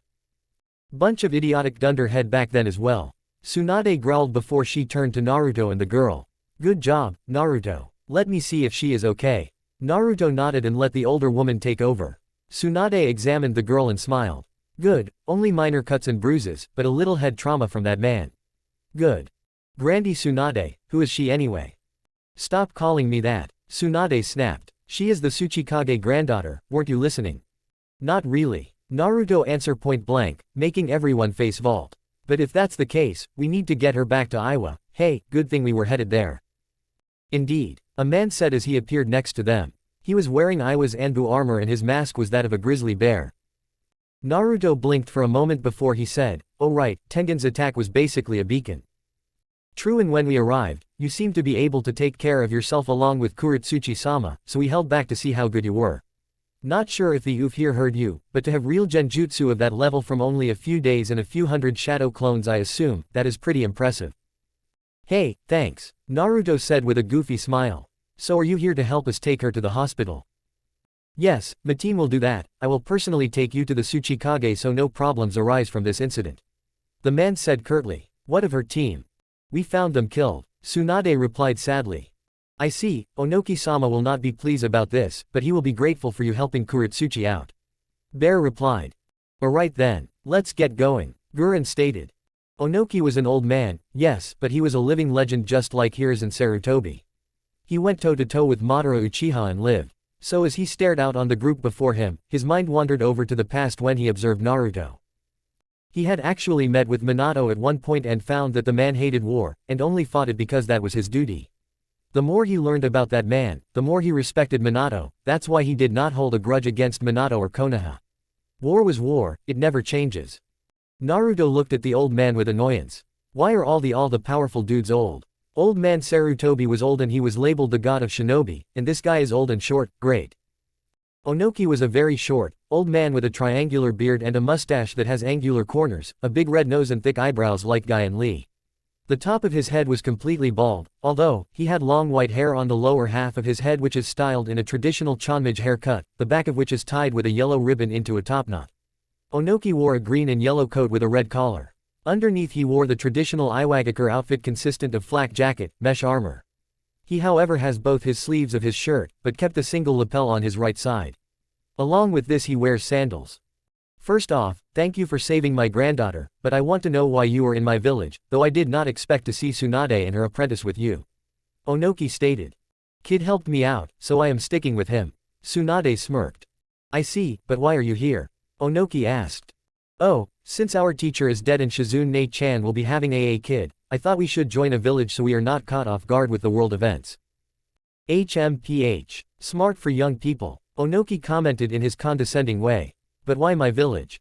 Well, I am not going back to Konoha, that's for sure, and I am sure you know the reason behind that. At the old man's nod, Naruto continued. Then after what happened with Zabuza, we don't plan on going to Kiri, Suna is too far away, same for Kumo. Besides, Tsunade said you did not hold a grudge against my father, so I was hoping you would help out. Onoki started at the young blonde intently. It was true that he told Tsunade that, but there was another reason behind that.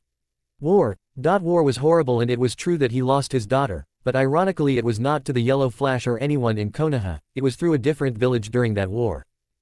Onoki finally nodded. Very well. I shall let you become ninja of my village, but what about you Tsunade? I already vowed I would never return to Konoha, and I will not now, especially with a civil war on the horizon. I will join too, just to piss them off more for what they did to my godson. Tsunade said seriously. Very well, Onoki replied before he looked at all of them. He knew of Tsunade's skill with medical jutsu, and perhaps he could let her do what Sarutobi did not, and her apprentice could help her out until the baby of Zabuza came.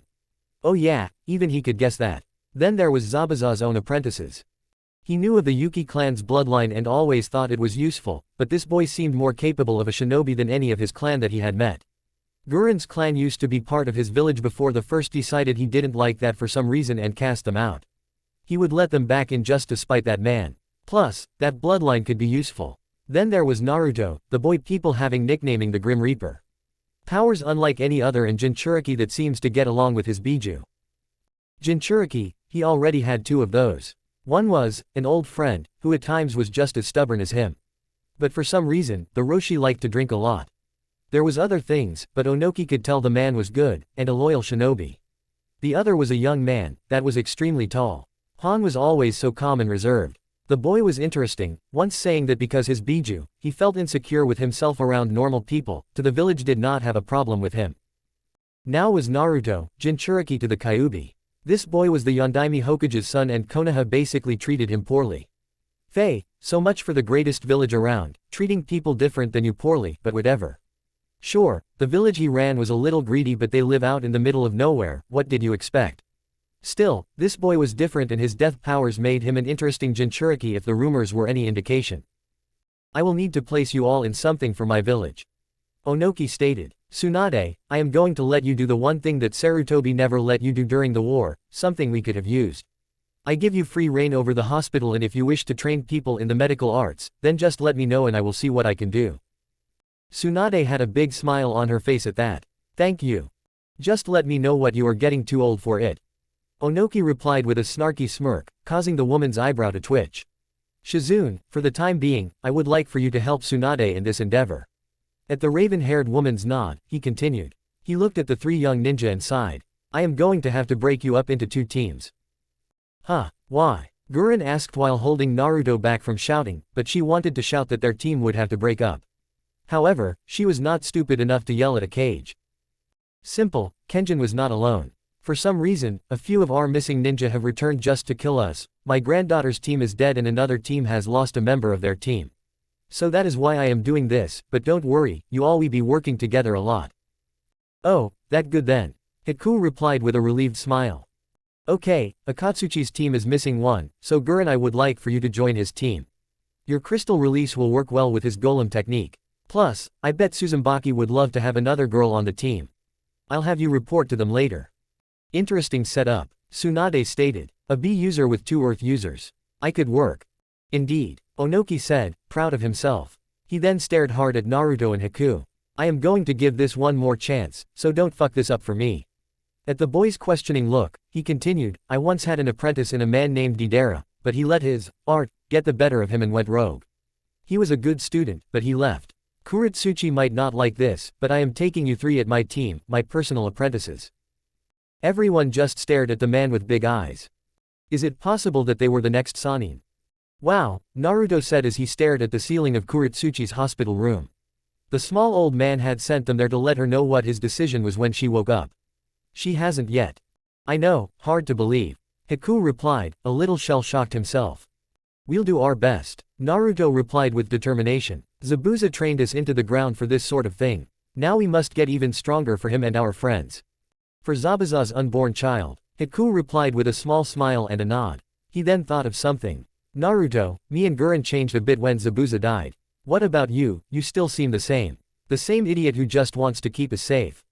Naruto sighed. I did change a bit, I gained more power. Huh. It was just before Fu left. She knew I was holding something back and helped me through it, and after that, Kurama confirmed that something had changed. My Sharingan is now unlocked to what Itachi did to me. Oh, let me see. Haku stated, clearly curious about Naruto's Kyuubi enhanced Eternal Mangekyo Sharingan. He remembered the story, but was still hard to believe for him. If it was indeed real, that he would believe it. Alright, Naruto said with a shrug.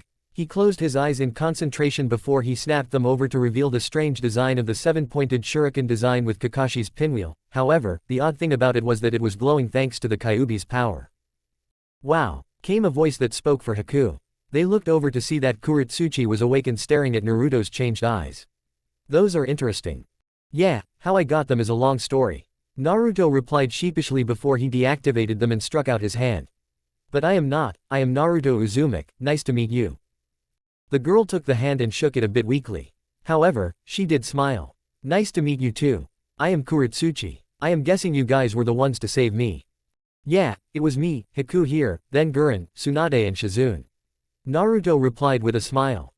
Wait, Tsunade-sama is here as well. The girl almost yelled. Yes, Haku stated. I am guessing you are a fan. You bet. She is the strongest woman around, so I look up to her as much as Deidara ni. Kuretsuchi replied. Cool, she up and joined us in joining your village. Now she is head of everything medical. Naruto replied. Haku sighed. You need to work on your listen skills more. She is head of the hospital and in charge of training new med nins. Isn't that what I said? Naruto asked, looking a bit lost. Ah, Haku sighed. Kuretsuchi took this time to laugh at them. You guys act just like brothers, you know that.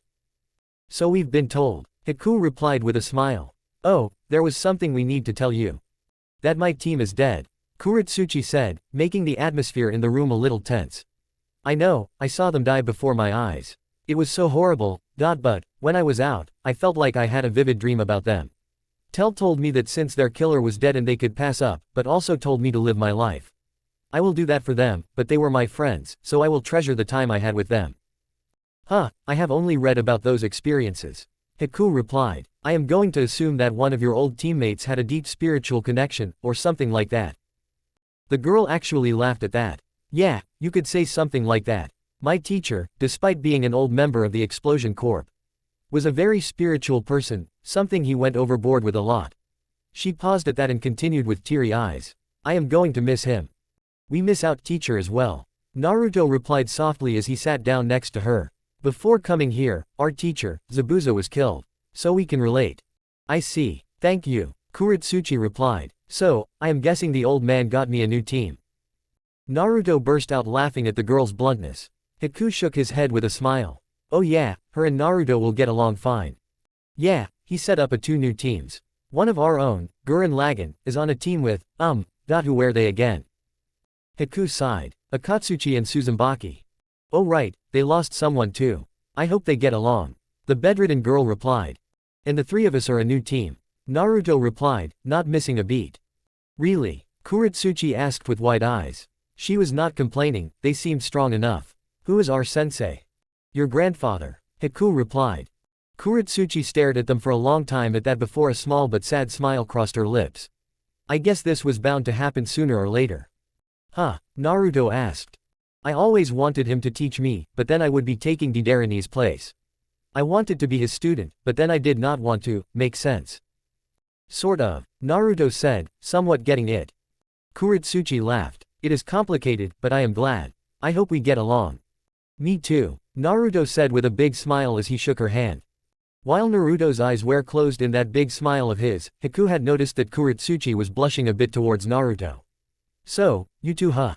Hey, Naruto doesn't even realize it yet. Still, I guess him saving her and triggered an interest in him. I wonder where that goes, or when he will notice. Kuretsuchi turned her attention to Haku and smiled, making the boy smile as well. Oh, hey, don't tell me grandfather this yet, I want to tell him myself. What would that be? Haku asked. A little something that Gari-sensei taught me. Kuretsuchi replied with a smirk, making Haku sweet a little. A few days later, the three of them in front of the Tsuchikage's desk as he stared at them. We have a lot to do in the next month. We have a lot of training and we will be dealing with these missing ninja ourselves, no more deaths because of these fools. Onoki stated. Why, what happens in a month? Kuretsuchi asked. Onoki gained a gleam in his eye, it was for this reason that you are all still genin. The Chunin exams happen next month and you team, along with Gurens will be entering. However, this is not a normal exam. It will be held in the Land of Iron this time, something that does not happen very often. Huh, I wonder why Mifune wanted to do that this year. Naruto wondered aloud, making Onoki and Haku give him deadpan looks. In any event, you will be ready for this exams because the exams held there are much harder than anywhere else, that I can assure you. Yes sensei. The three shouted, making Onoki gain another gleam in his eye that Kuretsuchi found herself shivering at. This next month was going to be filled with pain. Oh yes, Naruto, I have something for you. After all, what is a Grim Reaper without his cloak? Onoki stated as he tossed an article of clothing at the blonde. It was a pure black cloak that could zip up and looked like something the real Grim Reaper would wear, plus, it had the village symbol on the back of it in silver. Nice, Naruto replied with a smirk. Chapter 11. Well, my computer died, so I am doing this from the library. So I guess it is not so bad that Christmas is near, because with the money I will get, I will be getting a new computer. Good thing I saved all my stories on a flash drive. Now I wanna cry, for two reasons. One is the show Shuffle. Though it was just going to be a perverted harem cliché, but it has a great story and is very emotional. The other thing is, did Kishimoto really kill off Neji? The hell? It had been 2 weeks since Onoki took on a new team and he couldn't be prouder of the genin. His granddaughter was at the level he hoped she'd be when he took her on. Now she was just as strong as her teammates. However, he was surprised and slightly miffed that she had learned to use explosion release. Flashback. I am sorry, what was that again? Onoki asked, disbelieving. Grandpa, I learned how to use explosion release from Gari-sensei just before he died. I know how you don't like it much because of Deidara, but I will use it to make this team great.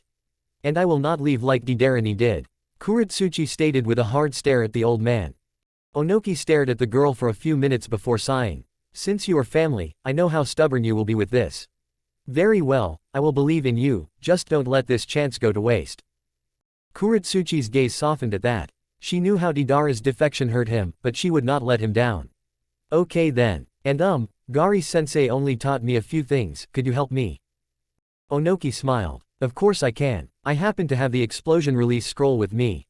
Just know that you can't do all that Deidara did since his bloodline helped him with these jutsu. I won't let you down. Kuretsuchi cheered happily. End flashback. She had taken well to that line of jutsu just as she had with the other unique jutsu in the form of lava release, something he found when he was in Kiri that one time, occasionally using both in one jutsu. He was proud of her. However, he did find something comical about her. It seemed that she had gained a crush on her blonde teammate, Naruto. Of course said boy was clueless, something Haku confirmed. Still, it was odd because they treated each other like brother and sister. Now he did not mind that they would become a couple. He was a grandfather already. He would leave the scare tactics to his son. Still, all they needed was a little push for it to work and he knew something like that was going to happen soon. It was just a feeling had when he thought of the Chunin exams. Speaking of Naruto, he could honestly say that the boy was his best student. He soaked up everything he had like a sponge. And it was all thanks to those shadow clones of his. To have so much chakra like that, it was a gift, and a burden because his skills in genjutsu were shit. But the only reason he could do genjutsu in the first place was because of those eyes and that demon eye jewel that he had on his palm. However, when he did use his special genjutsu, Onoki swore that Naruto lost his mind every time. Oh well, shinobi were never the sanest bunch to begin with. Still, Naruto's powers with his elements were amazing as well. He was able to combine them but only for a short time, so he really didn't have many sub-elemental jutsu as of yet. Then of course were his strange death just you that he was not touching with a 10-foot pole. Call it on old man paranoia, but he didn't fancy dealing with death just yet. After that, his status as a Jinchuriki was baffling. He showed next to no signs of being one and could use the chakra of the Kyuubi easily enough. He was still young though, so he could not use a lot. The people didn't even bat an eyelash at him either. It seemed that whatever seal the fourth Hokage put on the boy also snuffed out that oppressive atmosphere that comes with being a Jinchuriki. That or the boy had enough of that in Konoha and it negated itself. Whatever. Still, he got along with Han and Roshi well enough, that was good enough for him. Finally was Haku. Yet another gold mine. The boy had ice release and swift release. Those two were exceedingly rare. The boy was also very calm and level-headed, something that Naruto and Kuretsuchi needed. Plus, the boy was also able to summon strange ice creatures from that mask of his. Yes, his team was something else. However, Onoki frowned as he sat at his desk. The reason was troubling news throughout the world. Kiri with their stupid bloodline war and Konoha with their impending civil war. It was madness. Still, it seemed that Konoha had stalled so they could send out a few teams for the Chunin exams. Then, there was the matter of Danzo. He was being quiet, almost too quiet. Onoki shared Sarutobi's views on the man, he was a war hawk and nothing else. There should be no reason for that man to stay this silent. Onoki honestly thought that Danzo would be happily pissing in his adult-sized diapers to be in another war. Especially this kind of war, where he could sneak his way to being the Hokage. And if that ever happened, the world would be in a lot of shit. He didn't get any more time to contemplate this as his team entered his office. Yo, old man, what do you have for us this time? Naruto questioned once they were all in, before Haku slapped him upside the head while Kuretsuchi laughed. Ah yes, Naruto's constant disrespect. To be honest, he should be used to that by now, but it was too fun watching this team and their antics. Plus, he usually got that from his granddaughter, always claiming that he needed to step down and choose someone else to lead. Like that will happen anytime soon. I am just as old as Sarutobi, damn it. I will not give it up before him. Well then, let's get started shall we? Onoki stated. Through your combined efforts with my son-in-law's team, you were able to take down the collector and his partner the huntress. This next one will be a little harder. There is a town not far from here being tormented by one of Deidara's cousins. I warn you, this will not be easy, the man is truly insane and he wields the clay release.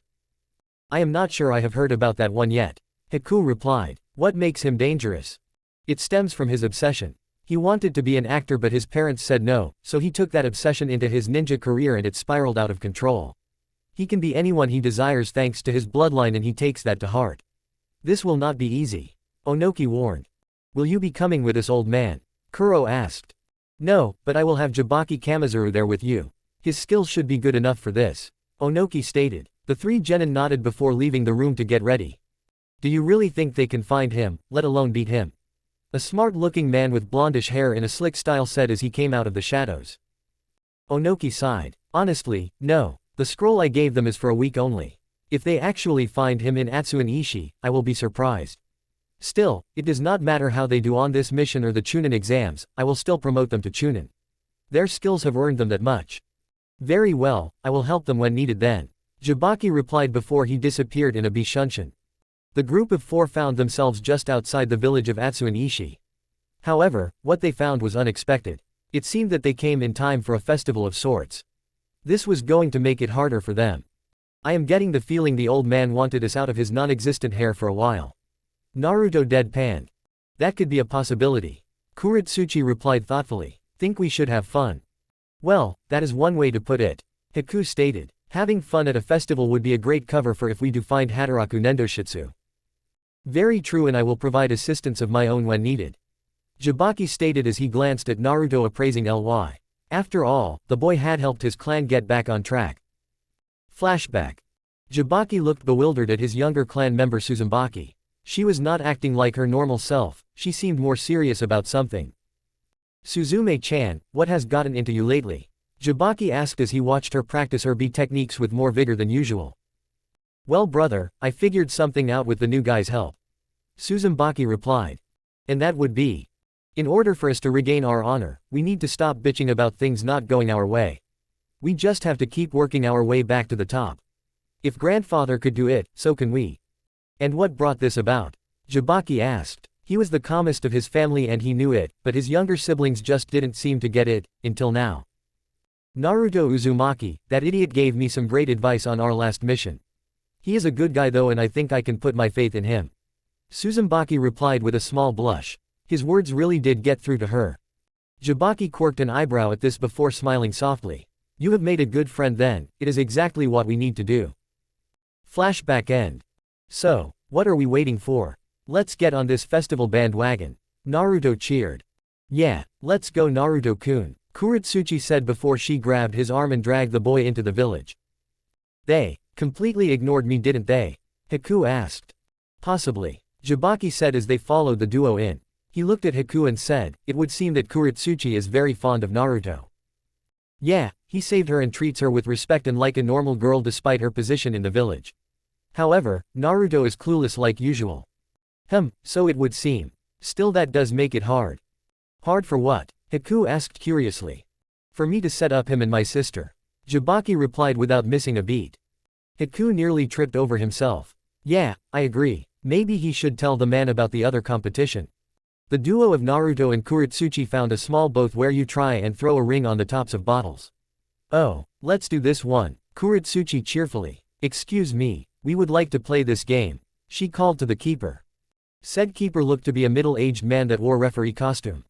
He looked at them in surprise for a moment before he came over to them with a kind smile on his face.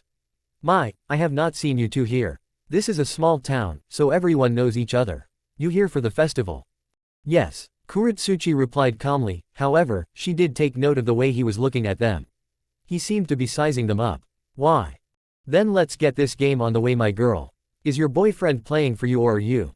Naruto looked at her and he saw that she actually wanted to play despite the blush on both of their faces, so he gestured for her to play. They didn't bother correcting the man since this happened a lot and they didn't mind it. The man gave her the rings needed to play and she began the game. The blonde watched her throw the first one before turning his attention back to the old man. So, anything odd go on around here? Like other new people you haven't seen come through there? Naruto asked. Oh, all kinds of things go on here kid. Like I said, it is a small town. Anyone you were looking for in particular? Yeah, we are looking for someone from our village. Someone named Hataraku Nendoshitsu. It was strange. The man seemed to freeze up for a moment before becoming nervous. Sorry, I have not seen him in a while. Oh, so you have seen him. Any idea where he could be then? Naruto asked. You know what? The old man said as Kuretsuchi threw her last ring. Forget I said anything, I have never heard of him. Take the grand prize and leave. But, Kuretsuchi tried saying that she had not won the correct prize, but the man didn't want to hear it. Just leave, the man shouted as he shoved a big stuffed lion into Naruto's arms and shoved them away. That was weird, Kuretsuchi replied in a calm yet suspicious tone. Yeah, let's go find the others, they might have found something. Naruto said seriously while Kuretsuchi nodded. The three met at a hotel of sorts and sat in the lobby. Please tell me you two found something, Naruto said. Yes, whenever we spoke Hataraku's name, everyone suddenly became hostile and their stories didn't flow right. They said they haven't seen him in a while and they never even heard of him before telling us to go away. Haku replied. You too, huh? Kuro sighed. There's more. Jabaki replied calmly. These have picked up a couple of odd things. One is that they smell clay all over the place, mostly in the humans. The other is that they sense a very strong genjutsu over this town. That is not a good sign. Kuretsuchi sighed. Agreed. I feel as though we have walked into a trap. Haku replied while slapping his face. Well, no worries. We just need to leave to avoid whatever death trap he has in store for us. Naruto suggested. Naruto suggesting to leave was actually pretty smart for him, but there was a problem. Could they get out unnoticed? Probably not, but if Hataraku has gotten this good with clay release, then we are in over our heads. I am sure Onoki-sama will understand. Jabaki reasoned. Very well, let's go before it is too late. Excuse me, but you're the ninja from Iwagakure, correct? A well-dressed man asked, looking like an employee at the hotel. Yeah, Kuretsuchi answered calmly. What do you need? There seems to be a young boy outside that requires your presence. Now that was new, but they were still cautious. So they went all together to see what the kid wanted. What they found was some homeless-looking kid. His brown clothes looked more like rags than anything else. He also looked very dirty. "See, can you help me?" he cried. Kuretsuchi was the one to speak again. She was feeling for this kid. She wanted to help him despite the danger of this place. The others looked at each other and sighed. They knew there was no backing out now. Jabaki though felt something was off, and his bees were buzzing loudly in his ear. "What can we do for you, little boy?" Kuretsuchi asked kindly. "Why? Why what? Why are you searching for our father?" the boy cried. "Our father?" Jabaki asked before he realized that all the townspeople had stopped moving and were staring at them with unnatural gazes. "Yes, our father," the boy repeated with not whining in his voice this time. Jabaki looked back down to the boy to see him glaring at them, and Kuretsuchi feeling the full effects of Hataraku's killer intent from the little boy. Before Jabaki could react, the boy's form shifted and hit him so hard that it sent him flying away from his assigned team. The only thing that went through his mind was, "Damn, I should have seen this coming." "Fast," was what went through the three genins' minds. "You should not have come." A voice echoed throughout the village, but on closer inspection, it was coming from the people. One voice: "I know why you have come. I am just surprised that old fool found me and sent a bunch of kids to do the dirty work of hunter nins. Honestly, I thought we wouldn't find you." Naruto growled out, tired of being mocked already and on guard. "Well, too bad for you fools. You found me and I will add you to my collection," the voice yelled out gleefully. "Huh, what do you mean?" Haku asked. "It is simple," the voice said scathingly. "Each person you see is a clone of me. They represent each and every person I studied and then took out of the picture. One by one, they all disappeared, none the wiser that their way of life was ending. I am them now." "I get it now," Kuretsuchi replied angrily. "You wanted a challenge." "Yes, I am the town. The ultimate challenge, being everyone at once. And I will not stop there. With each new person, I will become bigger. I will truly be everyone. And you kiddies can't stop me." "We'll see about that," Naruto yelled, already not liking this psychopath. "He has gone far beyond what he used to be back in the village." Kuretsuchi replied, "We have to be careful." "Agreed, but how are we supposed to fight off a bunch of clones?" Haku asked. Naruto and Kuretsuchi looked at Haku like he had gone dumb. "Oh, right. Enough talk. Let's fight," the voice yelled, and as soon as the genjutsu fell to reveal the town to actually be in ruins and the people looked clay-like. The group didn't get a chance to say anything else as the masses rushed them. Naruto created his own clones to do battle. Some took out their claws of Hades and some took out the side, while he did something completely different. "Hey, time to bring out the gifts from Mifune." The blonde's metal arm opened up to reveal an Aegis-like shield, and then came out the claws. Naruto was having fun taking out his share of clay clones. Haku decided to take a more subtle approach versus Naruto's hacking and slashing. The silent killing method. Putting on his new mask, its effects came on quickly as he turned invisible. After that, he made his battlefield into a frozen tundra. Yes, this method was a lot more quiet. Kuretsuchi grew ticked off at the mass of clones in a hurry. Lava style, mass quicklime congealing. ITF was safe to say that her enemies went down quickly, but like Naruto's clones, they kept on coming. So it was at this point that she used her version of the exploding release. Explosion style, exploding shockwave. She clapped her hands and a yellow energy exploded outward, before connecting with every clone in her range, making them easily explode. While that gave her an idea, she didn't get to act on it because everything went silent. That was when the voice spoke again. "Ah yes, so you are Kuretsuchi, Deidara-senpai's little friend. Oh, this will be fun. Fine, I will show you why I left. I found the forbidden jutsu that let me take away people's chakra before they die. How do you think I kept this place running? I have the chakra of a tailed beast now. Therefore, I have acquired my own tailed form. Oh, how I love playing those misunderstood people. Ahahaha." The small group by then had already regrouped and were shocked at what the man said. Before they could react any further, the ground shook before all the broken pieces of clay started moving and then converged onto one spot. The mass took on the shape of a large clay slime-based monster. "Too bad this form is not more human, it would be so much easier to kill you three." "Ha!" Hataraku shouted before he brought a fist down on the ground. How are we supposed to beat this guy?" Kuretsuchi shouted as they dodged another punch. "Well, I doubt we can do the same thing we did during your battle with Shukaku," Haku stated.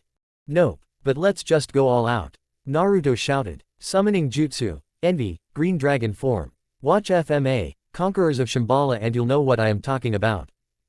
"Well, this is new," Hataraku roared before he charged the dragon. "Well then, let's do this." Haku agreed before he took off his mask and sent chakra to it. Special summoning jutsu, Yuki-onna. 5 beautiful snow ladies appeared and sent a caring smile towards Haku's direction. Oh, so that's the summoning jutsu you were talking about. Kuretsuchi stated as she watched the dragon send fire at the clay man while the 5 Yuki-onna sent streams of high-powered ice. You can't beat me like this. I'll just reform every time. Hataraku shouted in annoyance. And you kiddies will run out of chakra before I do. He's right. Kuretsuchi replied sadly before she remembered what she did before. Haku, tell your friends to freeze him in place. I have a plan. Right. What is your plan? Naruto asked. I am going to use a special jutsu Deidara taught me. I will make him explode, incinerating all of him.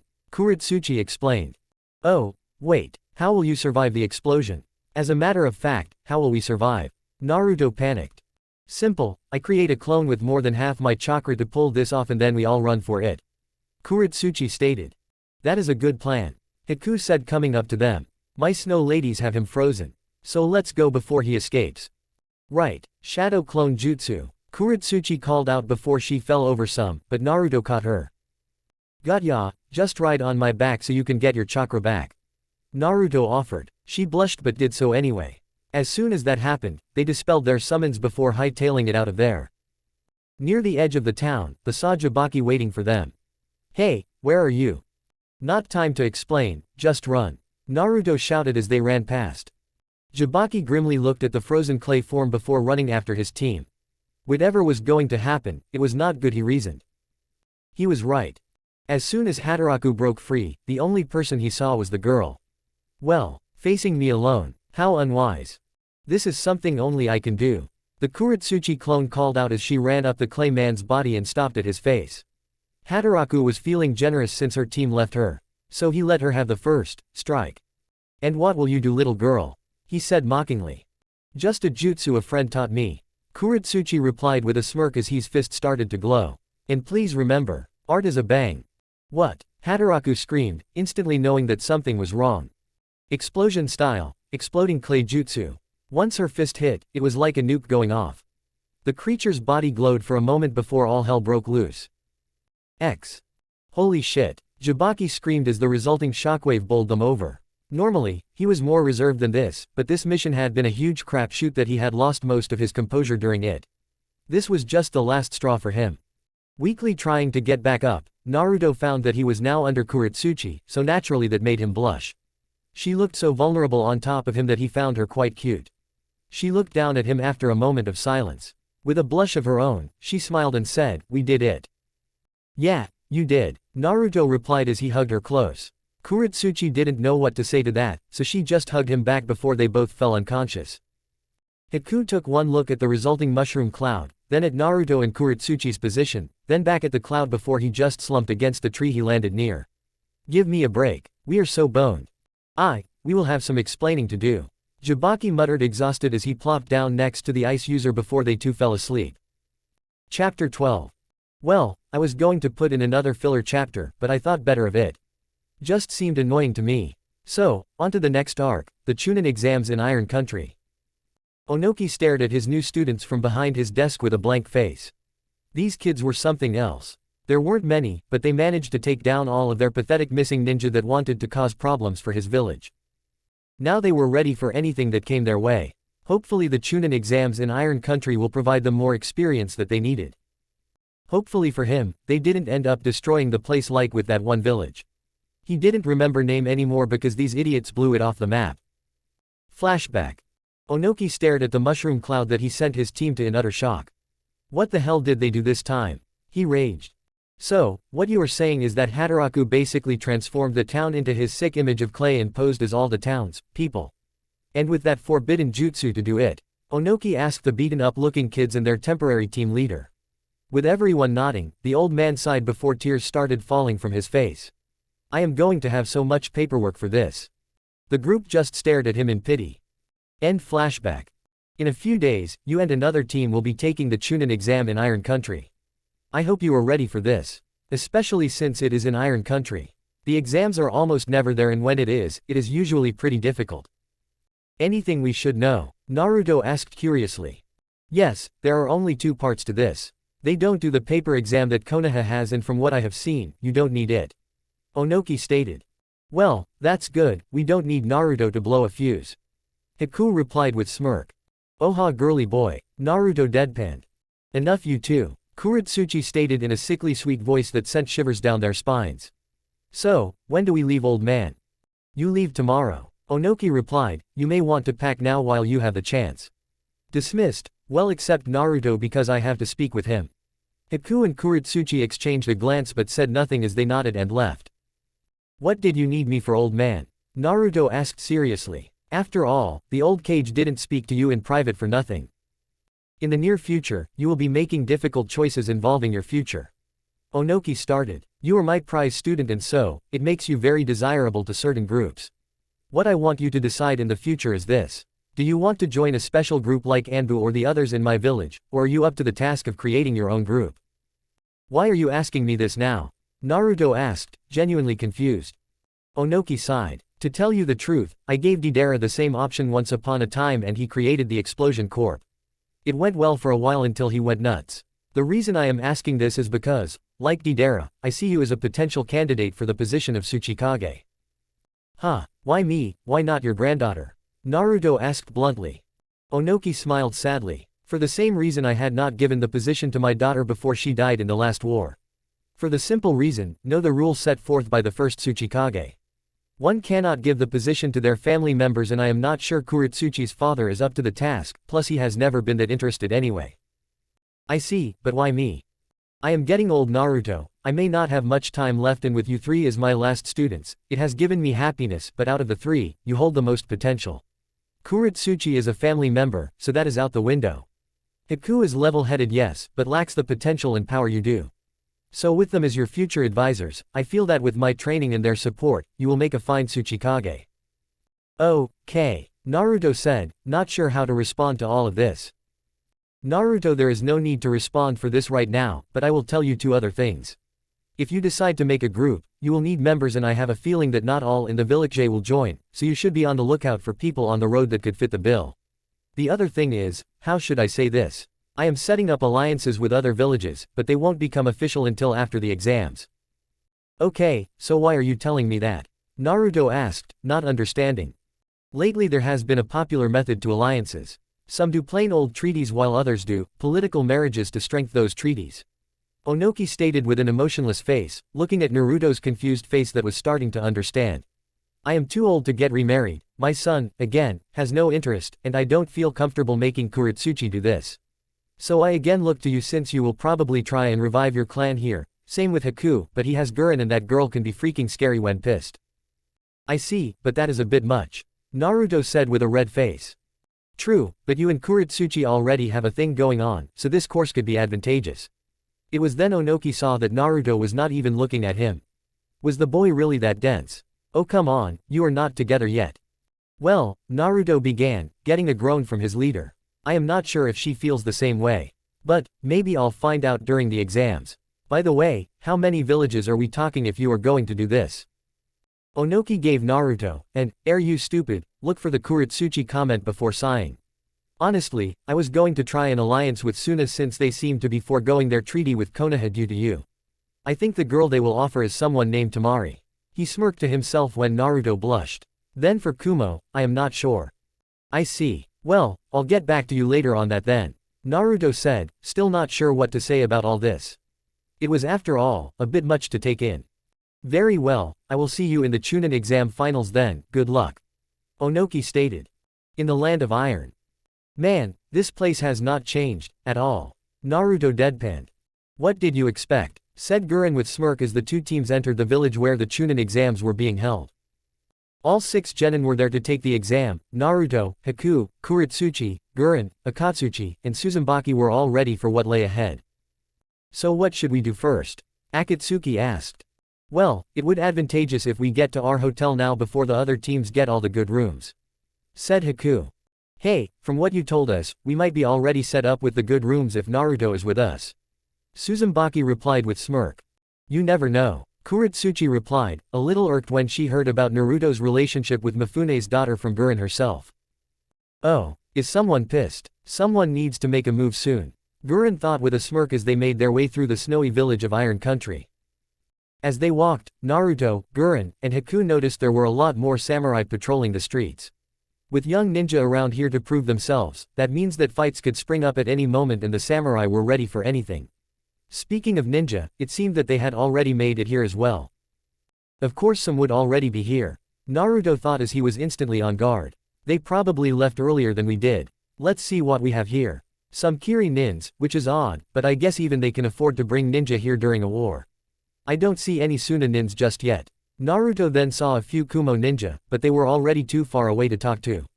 He would try and talk to them later, be friendly to future allies and all that. Now, that only left Naruto. Konoha. Naruto brought up his hood, his long hair covering one of his eyes as he turned to look at the people he turned his back on, once upon a time. His teammates and friends backed him up, knowing what Konoha would try to do. Looking at the person who called his name, he was treated with the sight of his old crush, Sakura Haruno. Next to her was Sasuke Uchiha, the emo looking a little brighter, but not much. Then there was their new teammate. He was deathly pale-looking kid with jet black hair that was cut in a bowl-like fashion. He was wearing a black shirt that stopped at his stomach, which showed he was fully pale. He wore the standard black pants and black shinobi sandals. What was creepy about this kid is that he showed absolutely no emotion at all. However, Naruto saw the calculating gaze the boy was sending him and he didn't like it. Next was Hinata Hyuga's team. Hinata, Kiba, and Shino didn't even look like they had changed at all, but the looks they were giving him creeped him out a bit. Well, Shino's look was still neutral, the boy never showed any emotion as well. That, Naruto could deal with. Last was Shikamaru's team. Shikamaru, Ino, and Choji still looked that same well, but while lazy, except for Ino of course, they were giving him the same looks as well. That look, it was the look that they knew what he was, who he was, and who his parents were. Like they didn't know how to react with him around now that they knew that information. But that look was combined with something else. Like they couldn't believe he was wearing something other than Kill Me Orange. It annoyed him to no end. What? Was his simple response. Of course they all looked a bit offended by that one-word response. Sakura was the one to speak for all of them, although Ino looked ready to burst as well. Is that all you can say after you ditched us, Yubaka?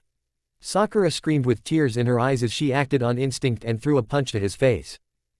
What happened next shocked all the ninja from Konoha. Naruto caught the punch with ease and an annoyed look on his face. However, it was the sound that got many quirking an eyebrow. It was the sound of flesh and bone hitting metal. Sakura grimaced in pain at the contact and tried to retract her fist, but Naruto's grip was too strong. No longer will I take a punch from you, Naruto said with anger in his voice. I have had enough of being your whipping boy. Next time you try it, I will rip off your arm. So, you are different now without a mask to hide your true emotions.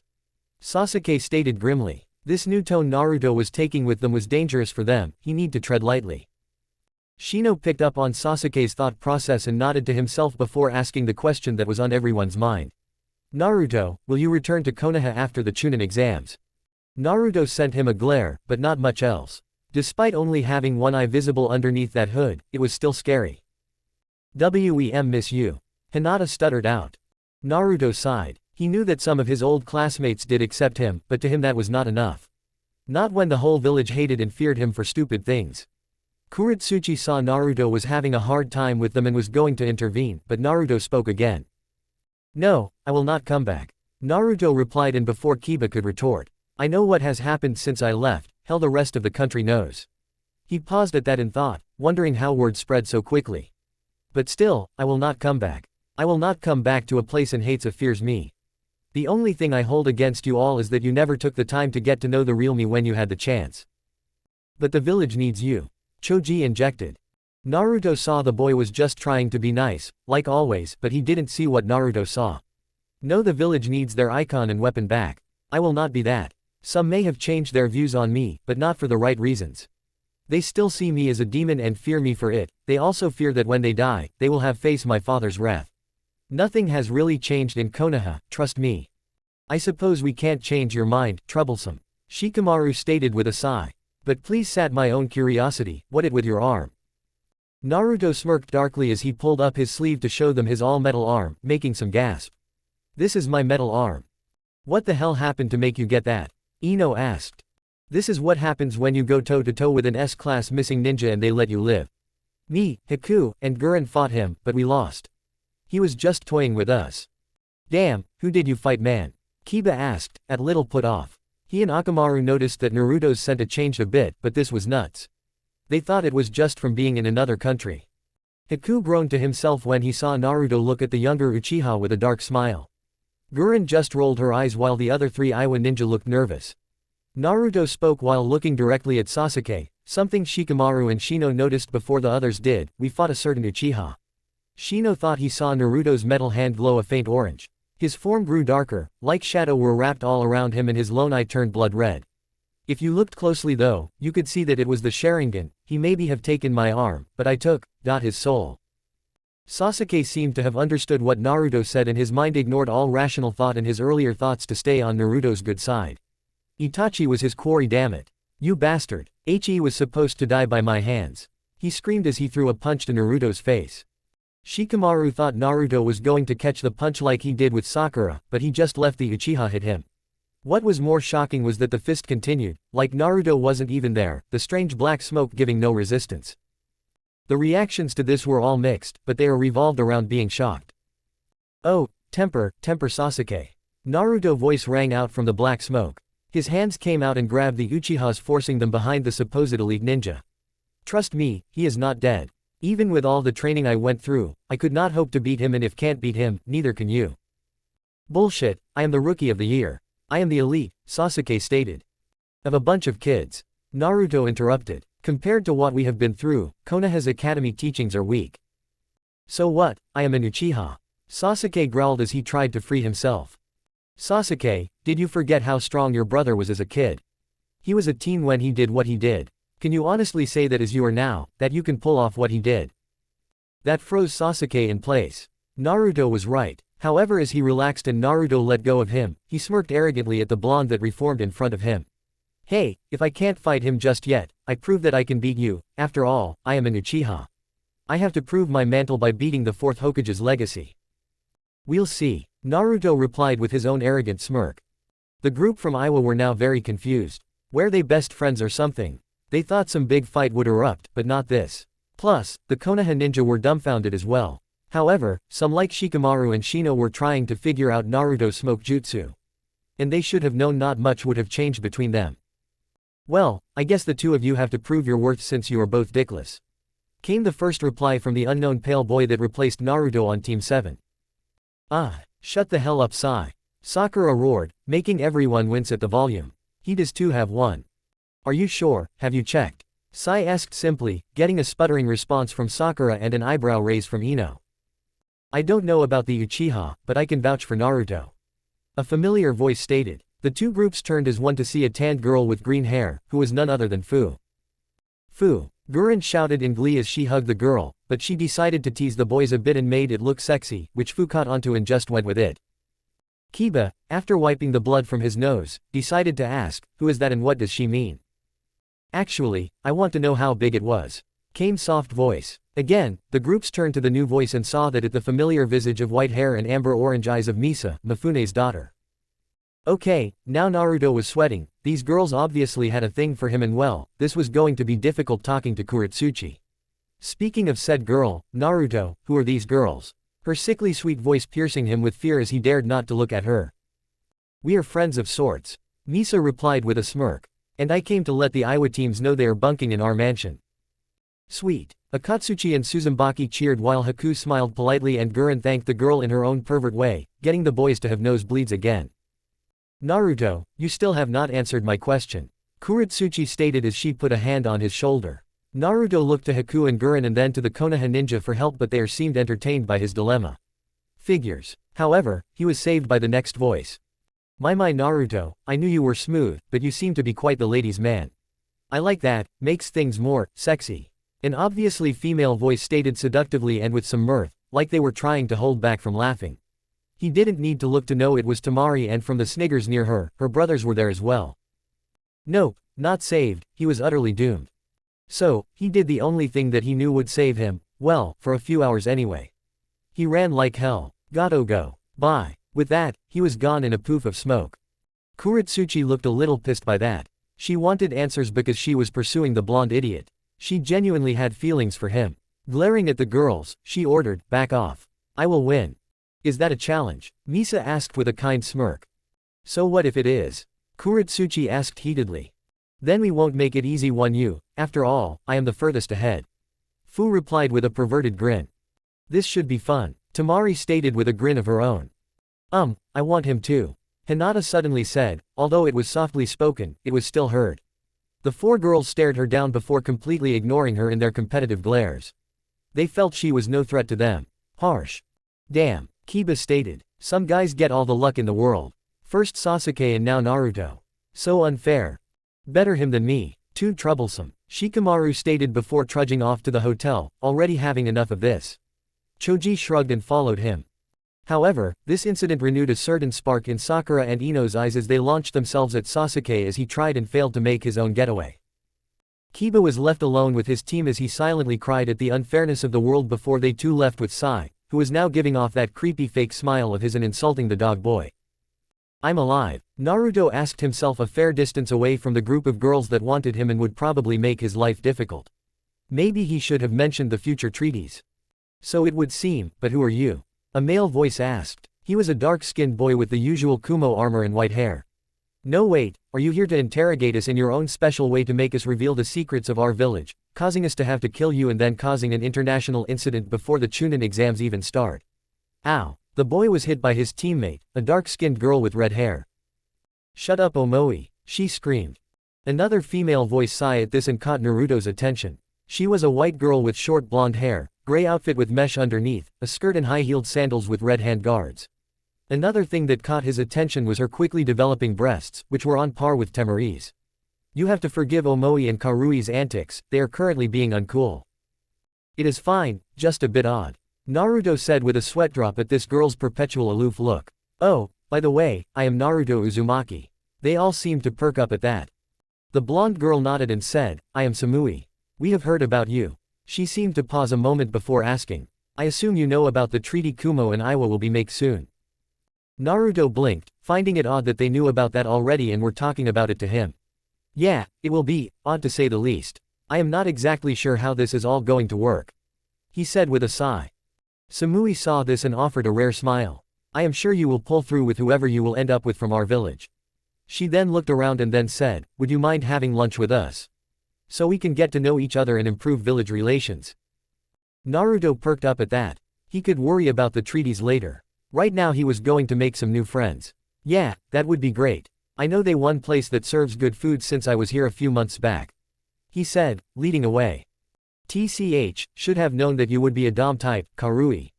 Naruto said. Why thank you. I'll take that as a compliment. Karui replied. You know this is far from over, right? Naruto replied with a smirk. Oh please, you can't win. Karui stated. Wanna say that again when I use my metal arm? No, if you use your metal arm, you could break her arm and kick us both out of the tournament. Omoi freaked. Omoi is right, I don't think a simple game of arm wrestling is worth it. Samui stated. Damn, well okay then. Naruto said with a sigh before he eyed Karui. This is far from over, right? We'll see Blondie. Karui laughed. You know, you ain't half bad. I don't usually trust people this quick, but you are a good guy. Thanks, Naruto replied, a little put off. Yeah, when we heard that about the future alliance and the possible political marriage, we started freaking out that you would be like stuck-up Uchiha that wanted everything handed to him on a silver platter. Omoi said. No, that was just you. Samui countered. However, we were worried for whoever they choose to be your political wife, but now that we have met and gotten to know you, we are not that worried. Naruto smiled sadly, you guys give me too much credit. I am just a reckless kid while likes to have fun in a fight.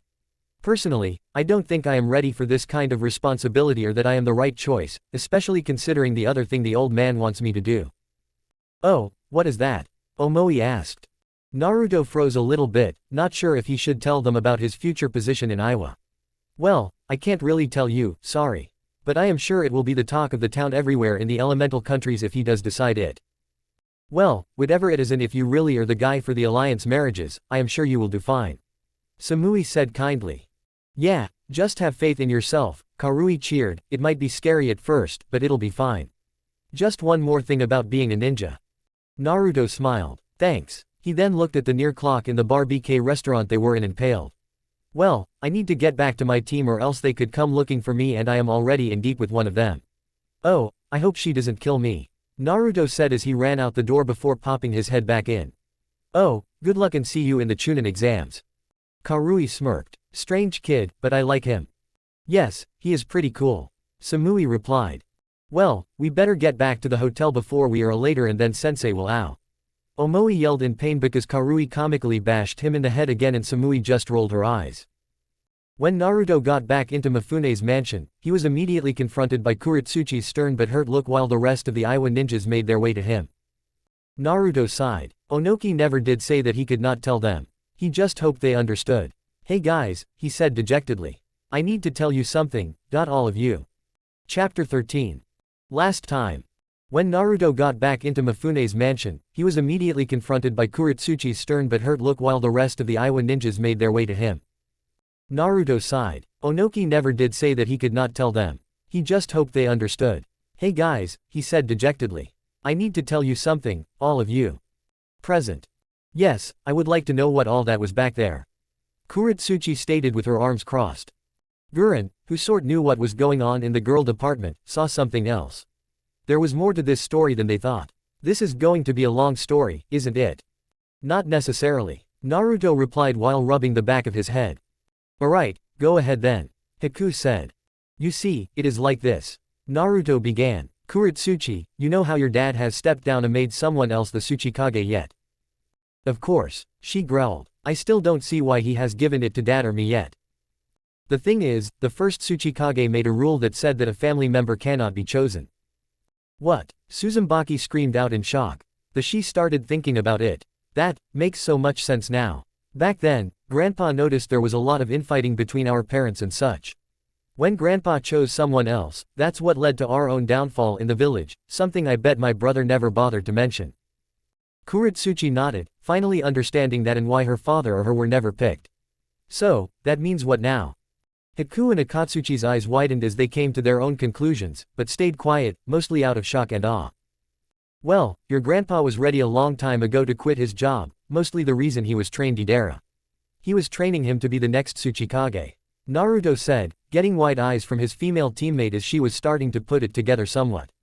After he went and left, he chose us to be his students. And well, when he told you guys to leave us to talk, that's what he told me. That because I have you guys to keep me level-headed, I will be the next Tsuchikage, and it is not like he didn't say not to tell you, but this stays between us until this actually happens. It was quiet for a long time as the group tried to process all this new information. He was sure if it took this long for this to process all of this, the next thing he would going to tell them was probably going to make their brains overflow and blow up in some way. I didn't expect that at all. Guren said in shock. Hiku smiled. I am glad that it was you he chose. I would rather not lead an entire village to their doom. Oh ha, Naruto grumbled. But, if it is you, I would be honored to be your advisor, to make sure you don't burn us all to the ground. Hiku stated with a smile. So cruel. Naruto said as a rain cloud appeared over him. Seriously, there was no faith. You know, me and my team are going to have to help. You can't handle the blonde all your own with just you and Kuretsuchi. Guren replied in a serious manner. More help would be appreciated, said Hiku, making the rain above Naruto come down harder with a few lightning strikes. No faith whatsoever. Naruto cried. Hiku smirked. Do I have to remind you of the scorpion incident? This time, a lightning bolt came down on Naruto's head, burning him to a crisp as he has tears coming down his face. None of this explains the girls that are coming after you. Kuretsuchi replied, still pissed off. However, she was ecstatic for Naruto, but she was not going to let that deter her just yet. Ah, right that, Naruto said, stepping away from the rain cloud as if it was never there and nothing happened to him. I met them on our training trip under Zabuza. Just ask Hiku and Guren. Kuretsuchi's glare was sent to the mentioned and they flinched. Guren sighed. Yeah, it is true, we sort of set him up with Tamari when we were in sand. However, Hiku injected, seeing that they were pissing off the rock princess. The other girls Naruto befriended and they obviously gained a thing for him. I see, Kuretsuchi stated before turning her attention back to Naruto. Anything else you have to say before I pound you? Two actually, Naruto said and he was urged to go on. The old man wants me to do three things. One is to help him set up alliances with the other villages through political marriage and that will then lead into rebuilding the Uzumaki clan in Iwa. By the end of it, Kuretsuchi's eye was twitching madly, Guren was smirking pervertedly while thinking us ways to tease her friend, Suzumaki had a devious look in her eyes, and the boys were cursing Naruto's luck. Well now, that is interesting. Now we don't have to fight over you, Misa said as she leaned on a nearby wall with a predatory look in her eyes. I know that Iron Country is a neutral country, but I think me and my father can think of something. That is it. That old man has lived long enough. Kuretsuchi raged. Akatsuchi took this time to stupid talk. I don't get it, you two are not even together, why do you care, Kuretsuchi? Guren groaned at her teammate's ignorance while Suzumaki rolled her eyes. Kuretsuchi growled as she rushed over and punched him in the gut, knocking the wind out of the big guy. She then turned her attention back to Naruto. While it was true that they weren't together, she still had feeling for him, but now, thanks to her grandfather, she was being forced to reveal them or lose the blonde idiot. He's right, weren't together, she said as he stalked over to him. With each step she took, he took a step back, fearful of what her enraged state would do to him. But, over the month we've known each other, I have gotten to know you as a friend and teammate, not just the guy that saved my life. At this point, Naruto found himself backed into a wall. I admit that gave you some points, but I found that wasn't enough. Now that I know you, I know I want to be with you, you idiot. She leaned in to smash her lips against his. Naruto was of course shocked, but it was not unwelcomed. He felt the same way about the Rock Princess. She was an awesome person. Kuretsuchi broke the kiss with a red face. Whether that was from embarrassment or anger, he did not know. However, if I have to share you because of what my grandpa is doing, then I am making it clear that I am with you first and I am the alpha. Hey, sure, Naruto said, not sure how this all worked, at all. Enjoy just the two of you while you can, Misa said, still smiling. Because later, things will get hot. She then gained a bit of drool coming out of her lips and some blood out of her nose. Oh god, can you imagine the orgies with those shadow clones? Oh yeah, that image alone was able to knock everyone back with their own nosebleed at how they pictured it. Haku recovered first because he remembered there was something else Naruto needed to say. Thankfully for him, this would change the subject. He didn't want to die of blood loss after all. Ahem, there was a third thing if I am correct. Oh right, Naruto said as he pounded his fist.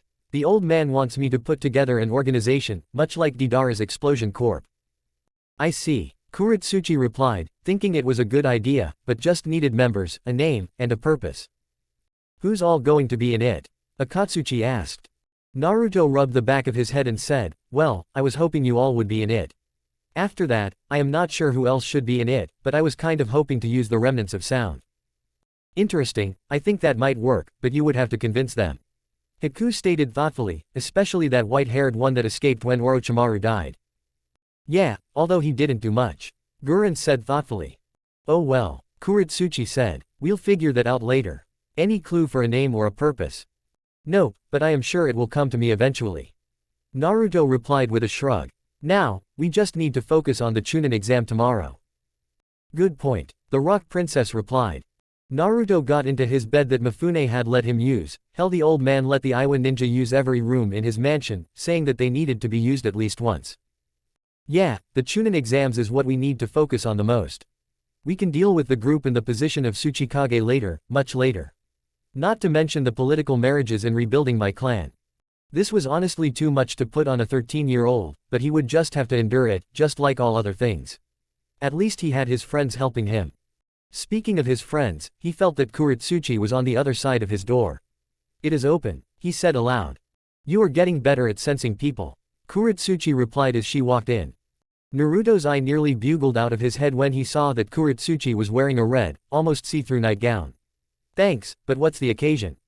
Kuretsuchi pouted at that and he had to admit that it looked cute on her. I just wanted to sleep with my boyfriend alone before all the crap grandpa has in store for you and then I have to share you. The blonde blinked owlishly at that. They had known each for a month and they could both say that they had been together ever since the bomb incident 2 weeks ago. Sure, they had kissed a few times to see how it was and they could say they liked it. However, they never really came out and said they were together. They had wanted to wait a bit more, but this new information cut that short and here they were. The Rock Princess smiled before she got in bed with her official boyfriend before she planted a kiss on his lips. When he broke away to say something she shushed him. Shish, just enjoy it, but we ain't having sex tonight, we need to keep our strength for tomorrow. She said before diving back into the kiss. Yeah, no sex, but that didn't mean they couldn't do other stuff for the night. The next morning every single ninja were standing afield, where a small house sat alone. In front of them stood Mifune, imposing as ever as he stared down every single ninja that dared enter his homeland for his test. He saw them all, from Kiri to Suna, from Kumo to Iwa, and even Konoha. There were even a few some smaller villages, which most would write off as nothings, but he was never a man to ignore even a single threat. Finally his gaze fell on a young blonde that Zabuza had him help and who gained his interest, both because of the boy's personality and situation, and the man's fatherly wrath when it came to his daughter. Finally, Mifune spoke. Today is a glorious day.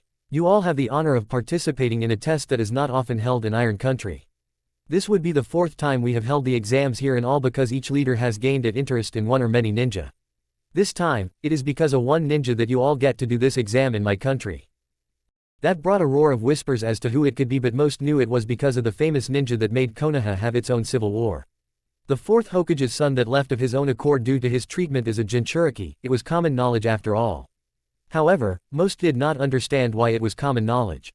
Today, you face one of 2 tests you will take while in my country. Mifune started up again. But first, let me explain something. The Chunin exams were created for one purpose only. To replace the need for war.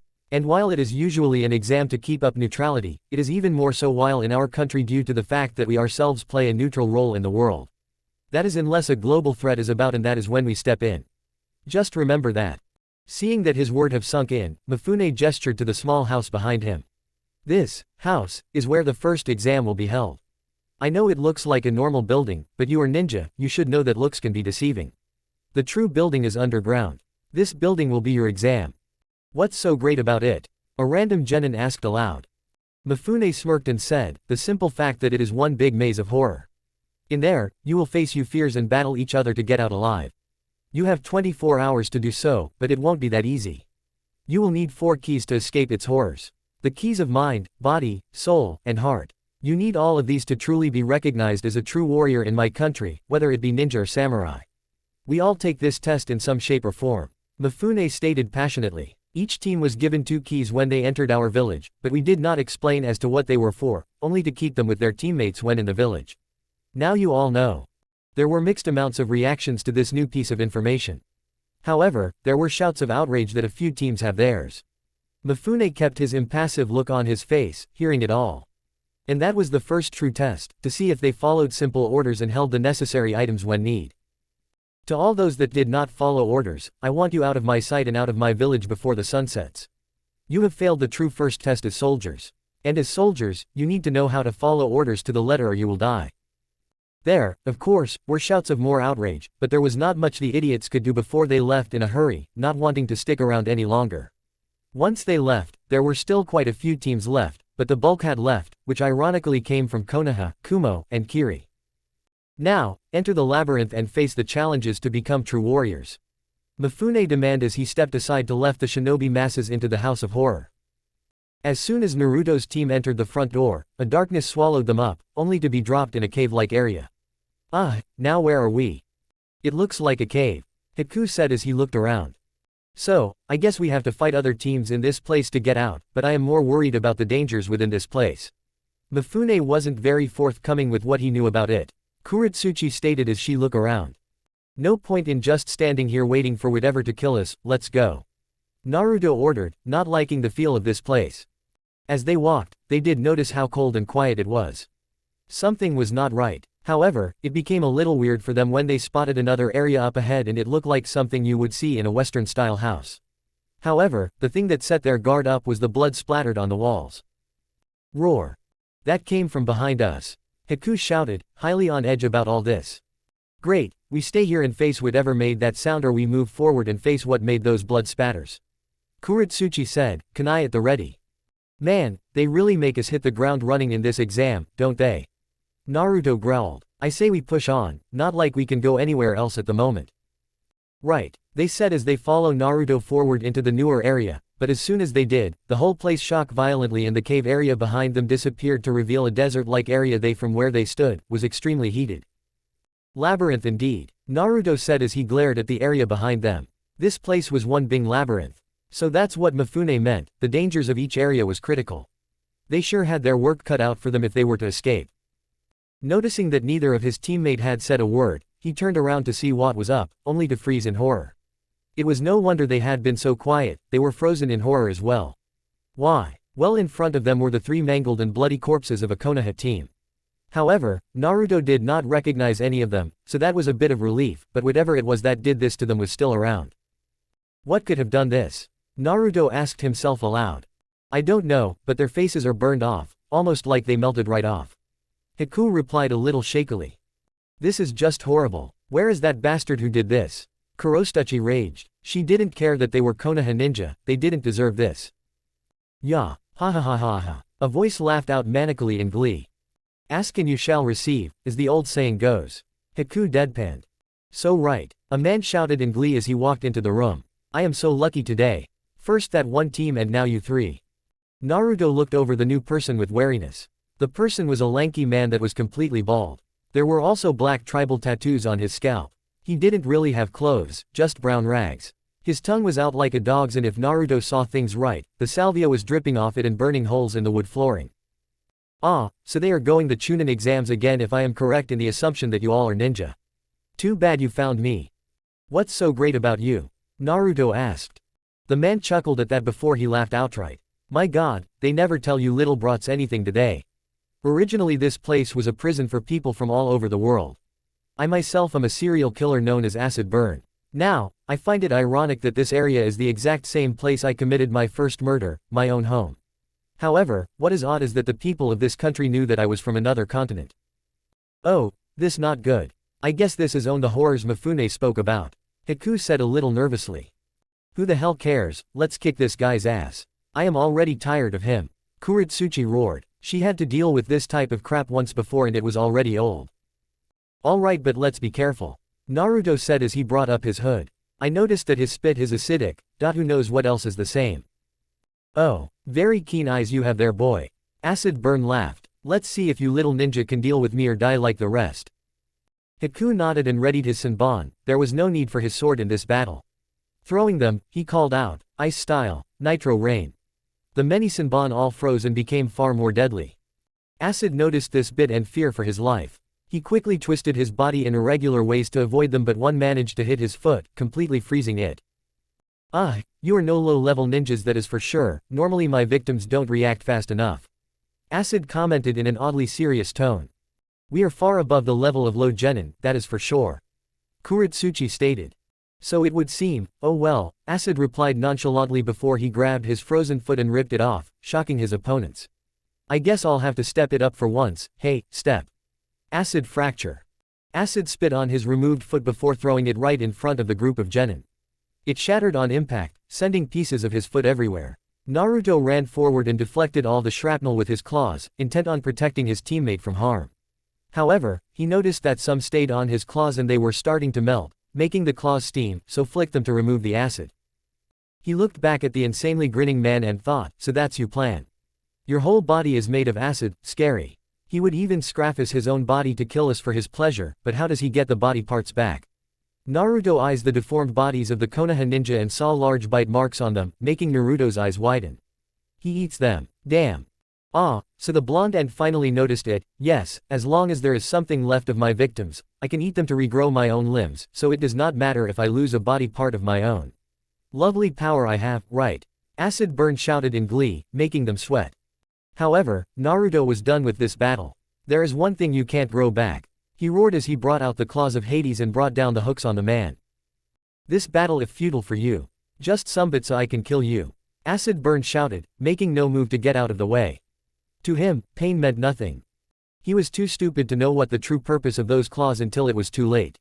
As soon as the claw hit him, he felt a different kind of pain. The pain of getting his soul getting ripped out. The man looked in horror as the floating specter in front of him looked just like him. However, Naruto did not absorb the soul like he did with Itachi, he just let it go. Acid Burn tried reaching for his soul, but the claws came again and ripped it apart. He didn't know how to process this as his body felt cold and then he fell on the floor, dead. That was harsh, but I understand why you did it.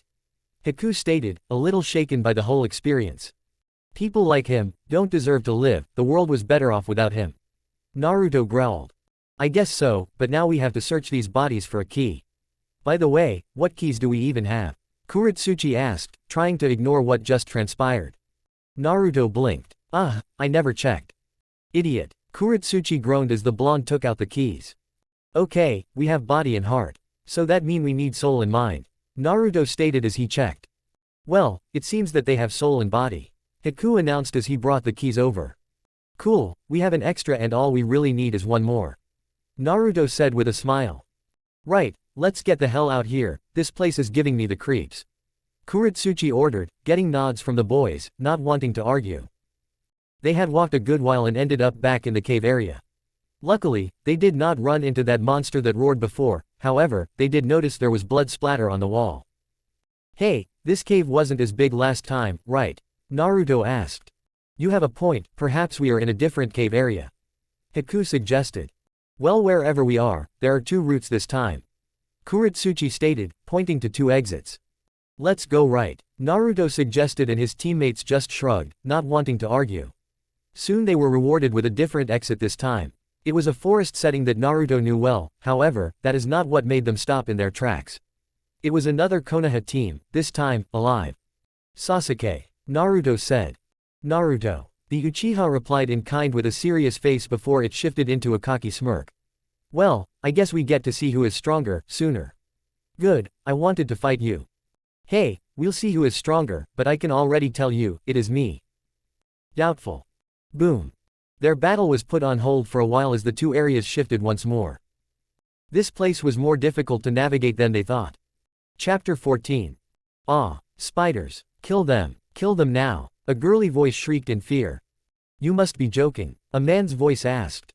Okay, this is just getting weird. Another woman's voice deadpanned. I just hope that blonde idiot is doing better than we are.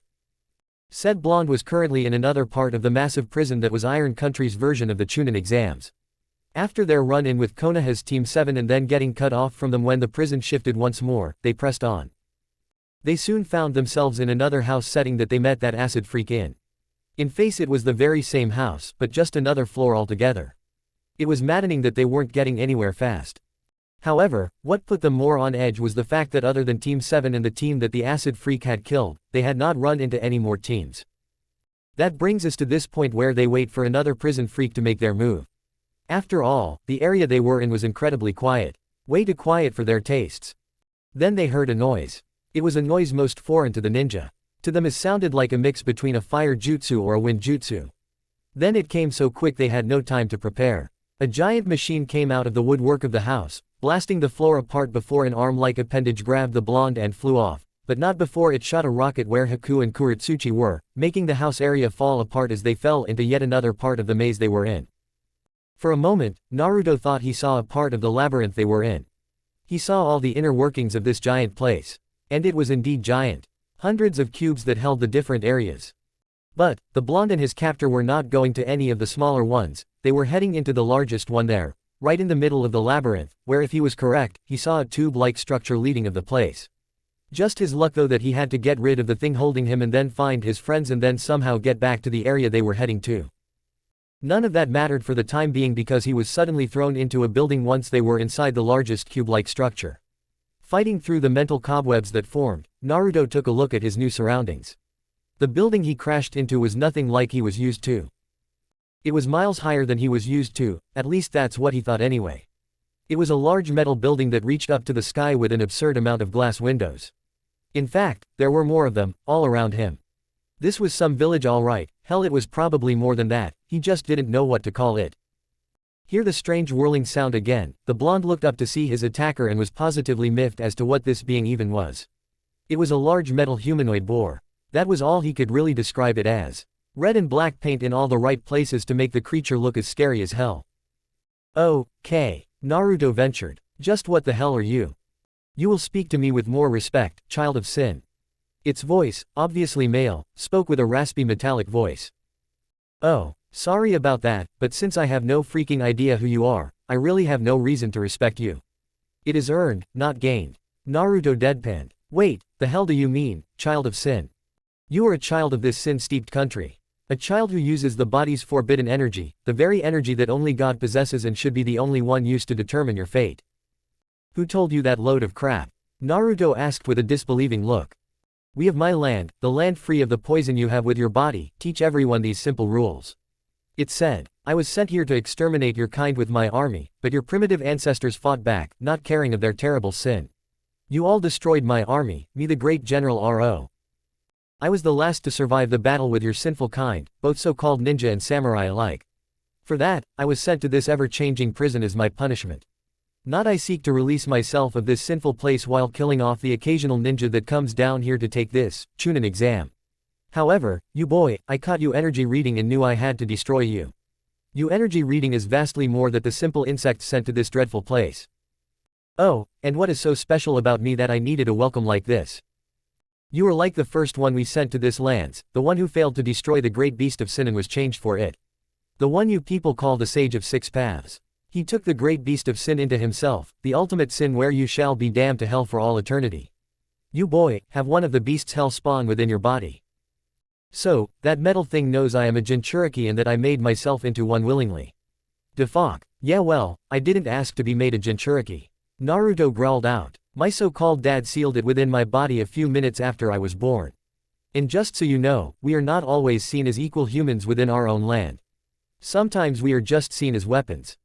That seemed to calm down the boar-like thing. So much so that the boar's face split open to reveal a really fat guy within. The man's eyes looked sad at what Naruto had told him. I am sorry young one. For the higher-ups in this land to creature your kind without your consent, that is horrible. However, this changes nothing young human sacrifice. I shall aid you by putting you out of your misery. The face closed up once more, and if the blonde was correct, the hands of this thing turning into strange weapons that had cylinders on the side. The hell were these things supposed to do? Move, screamed Kyuubi's voice within his mind. He did as told and was thankful for it because where he was before exploded. That is new. Idiot. Those things are forms of guns. His hands are modified guns, things that shoot high-speed projectiles. Use those ninja senses of yours to see the damn bullets and dodge of them. Right, Naruto said as he dodged and weaved around the bullets. He would ask the fox later about how he knew this information, but didn't have time right now. Die. The boar man screamed as its face opened up, the mouth anyway, to reveal another cylinder only far larger. After that, it shot out a large beam of energy where Naruto used to be once more. Stop fighting boy, I am trying to hell you.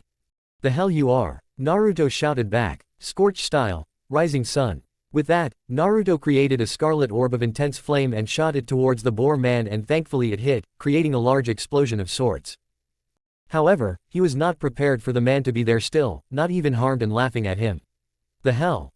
Foolish child, I came here prepared. How do you think I survived this long? I created a device that my superiors felt that was unnecessary. It negates all chakra and stops your elemental attacks, making it so that you can't touch me with them. The boar man laughed. Ah, crap. When Naruto was taken and the thing that took them blasted the floor apart, Haku and Kuretsuchi had fallen into a strange area where the floor was bouncy. It looked like another cave setting, but this bouncy material was all white and it was all over. They had no idea what was underneath. And the feeling they were getting from this place told them they didn't want to know. You okay Kuretsuchi? Haku asked. I'll live, but we need to find Naruto and get the hell out of this place, it is starting to piss me off. I agreed, but this place is creeping me out. The ice user commented, a shiver going up his spine. Oh grow some balls girly boy. Kuretsuchi replied with a roll of her eyes.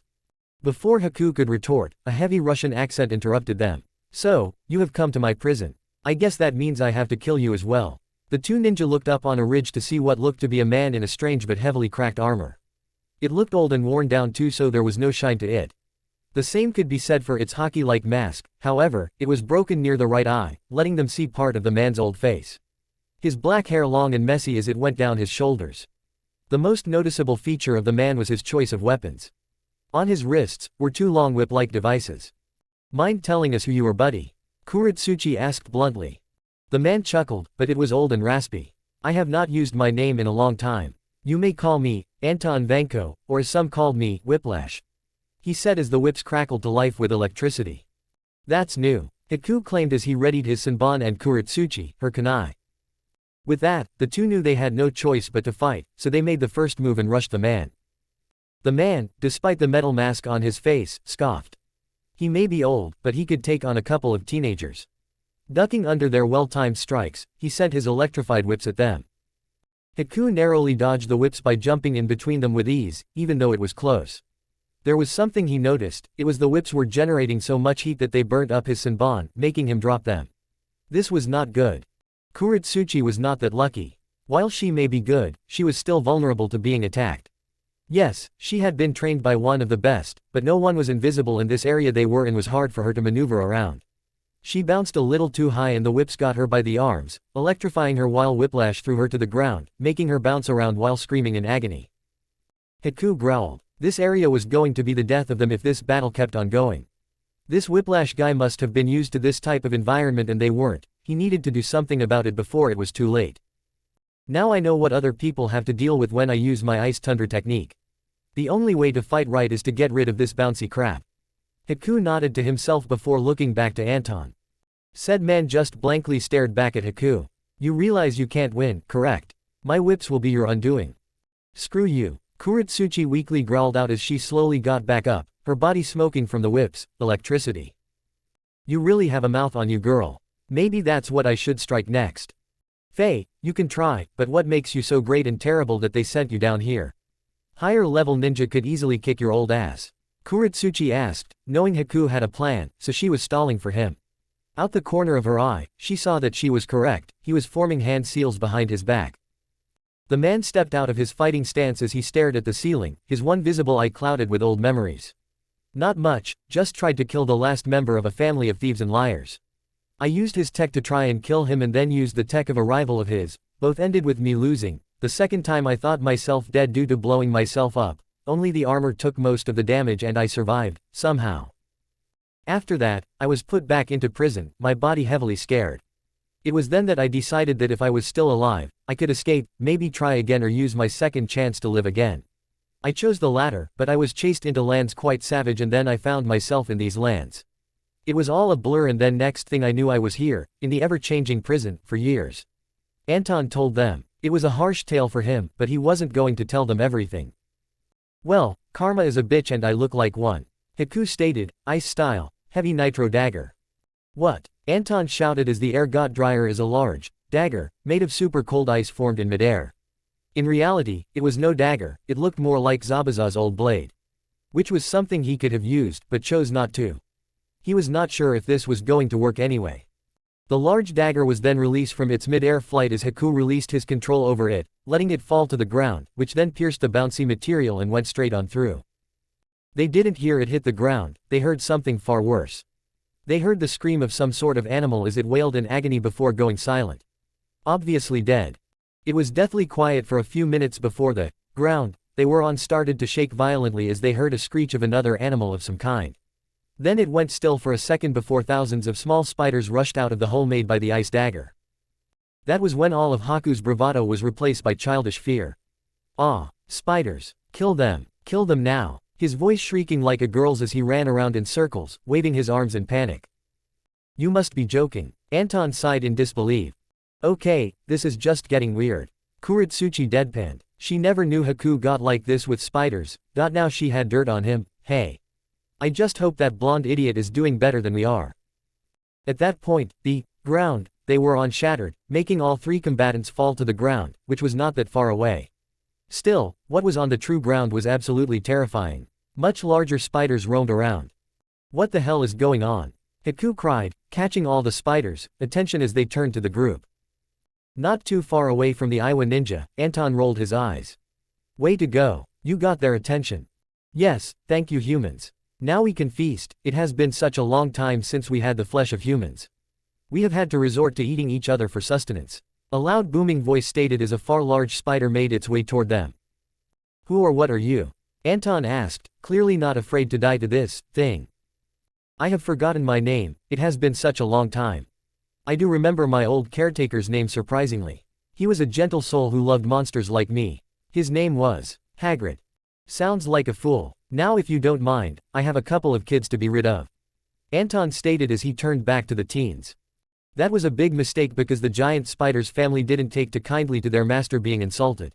They rushed the man, tearing the metal armor apart as if it was made of wet tissue paper. Soon, they dug into his body, but he never screamed out in fear or agony. No, he was laughing insanely. Ha ha, you lose. Ha ha, he told the two ninja as he was devoured alive. We are so boned. Kuretsuchi deadpanned as Haku screamed in terror.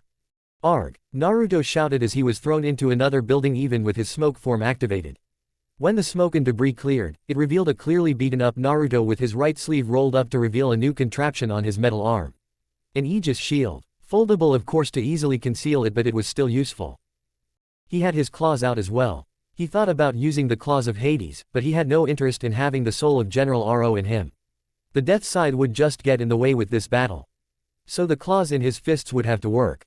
By this time, the boar man was not using both of the hand-like guns on both of his hands.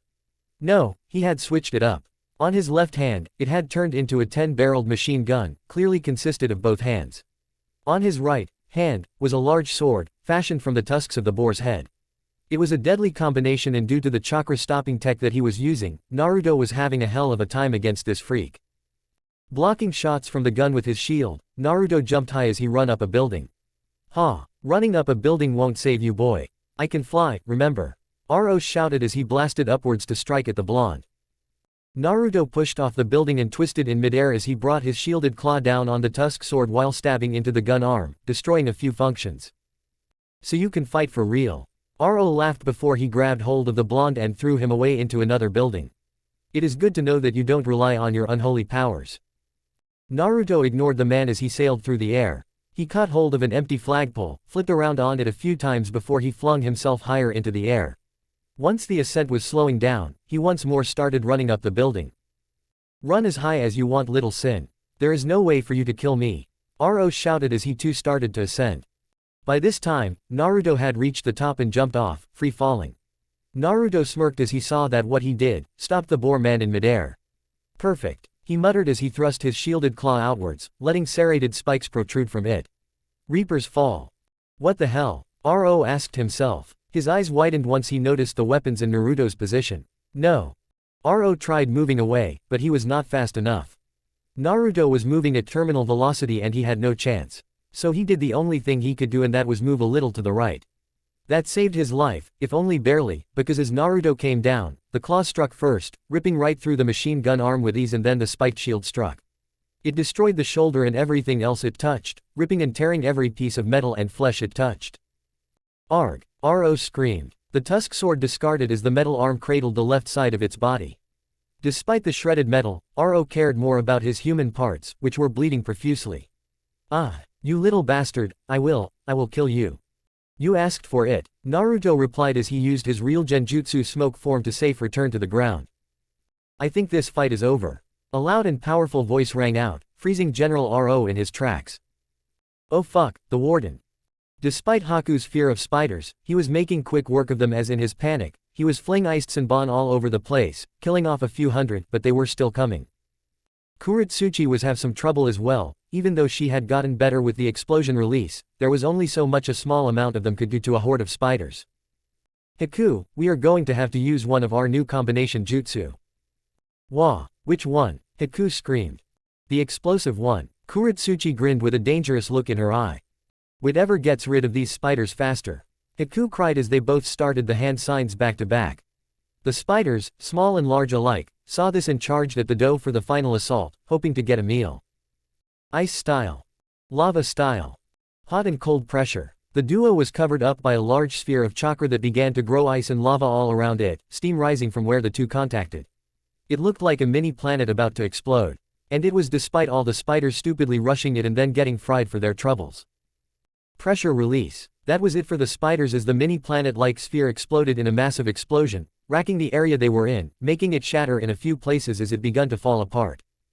When it stopped, there stood Haku and Kuretsuchi on their hands and knees, the needed amount of chakra to keep them safe from the backlash taking its toll on them. That's why we have Naruto for this combination, Kuretsuchi panted. Please tell me we got them. Whined Haku, not caring about his exhausted state. Most but not all young ninja, but this is where you will die for harming my family. The giant leading spider replied as its smoking and heavily burnt form rose from the ashes of its family. Then two larger spiders arose as well. My strongest children will help me. Ah! Haku screamed in fear as he nearly wet his pants, if he hadn't already done that in the first place.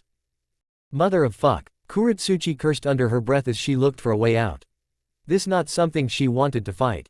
Looking around, she saw the inner working of the labyrinth they were in. There was a far larger one than the others and it had a rather large hole in it. That must have been where Naruto was taken to. Well, it is a good lead. Haku, make an ice bridge to that large cube in the middle. Already on it. Huh? Kuretsuchi asked, noticing that Haku's voice sounded a bit distant. That is when she saw that he had already made and was running away for dear life, screaming all the way. The spiders had just noticed this little fact as well, so before they could utter a word about it, Kuretsuchi ran after him. I'll teach you to bitch out on me. The three remaining spiders stared at the scene blankly, wondering what the hell just happened. There stood the warden, on a flagpole looking like a badass. He was a tall, lean-built middle-aged man who looked stoic, but his voice said that he was pissed off. He had pale skin, high cheekbones, stubble, and long ragged black hair with brown highlights. His attire consisted of a tattered white dress shirt with an upturned collar and cuffs, black pants, low-heeled boots, and a long, amorphous black overcoat with a burgundy highlight that flares out into ragged ends. He wore brown-tinted, semi-transparent wraparound sunglasses. "Oh man, do we have to fight you as well?"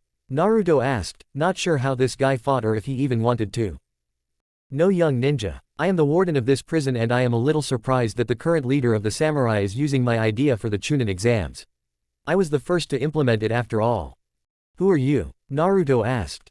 "My name is Zangetsu and I was the original leader of the samurai." The man dared. "Before you ask how that is possible, it is because we don't age in here, me and the prisoners stay here, forever." "Whoa," Naruto replied in awe. "Screw you, old man, I was doing this child a favor and killing his kind," Ro weakly shouted. "HMPH. Zangetsu grunted as he disappeared and then reappeared on another flagpole, this time with a large sword in the shape of a meat cleaver and it was covered in blood. "The people of your land are stupidly intolerant," he voiced before the boar man exploded in a shower of blood. "Holy shit, you are good," Naruto shouted. "Thank you, but shouldn't you be getting to your team?" "Oh right," Naruto replied sheepishly, but before he could move, he heard screaming from above. Looking up, he saw Haku running down an ice-made bridge. Kuretsuchi right behind him, looking mad as hell. "Oh boy. That your team?" "Yeah, but they look like they went through hell, wonder what happened." "I can guess," Zangetsu replied as he pointed to the ceiling to reveal three large spiders. "I had forgotten Aragog was in here." When Haku and Kuretsuchi were near him, Naruto saw that they were burnt and tired while Haku looked pretty shaken up. "Wow, you guys look like you went through hell and back, what happened and why is Haku like that?" "Spiders, spiders, spiders, spiders," Haku wailed as he waved his arms around frantically. "Yeah, what he said. He was brave against some whip-wielding loon, but bitched out when the spiders appeared. We had to explode the area we were in to survive the spider attacks." Kuretsuchi replied before looking Naruto over. "You should talk, you look like shit as well. You should see the other guy." Naruto replied, pointing to the bloody and twist remains of General Ro. "Holy shit," Kuretsuchi shouted. "Yeah, I didn't finish him, the warden did." Naruto deadpanned before he pointed upwards. "Oh, and are those the spiders you tried to escape?" "Ah," Haku cried once more. "Yep," Kuretsuchi whined tiredly but getting ready for another fight. "You three have fought enough, I'll take care of this myself and then guide you on your way. All I want to do is go back to sleep," Zangetsu said as he stared the three large spiders slipping and sliding down the iceway Haku and Kuretsuchi came in with. "Point his sword their way," he shouted, "Getsuga Tenso." A large wave of chakra came out and easily obliterated the three remaining spiders. "Whoa," the three genin replied in awe before Haku threw up his hands and shouted, "You my hero." "That's nice, now I assume you three have the mind, body, and soul keys?"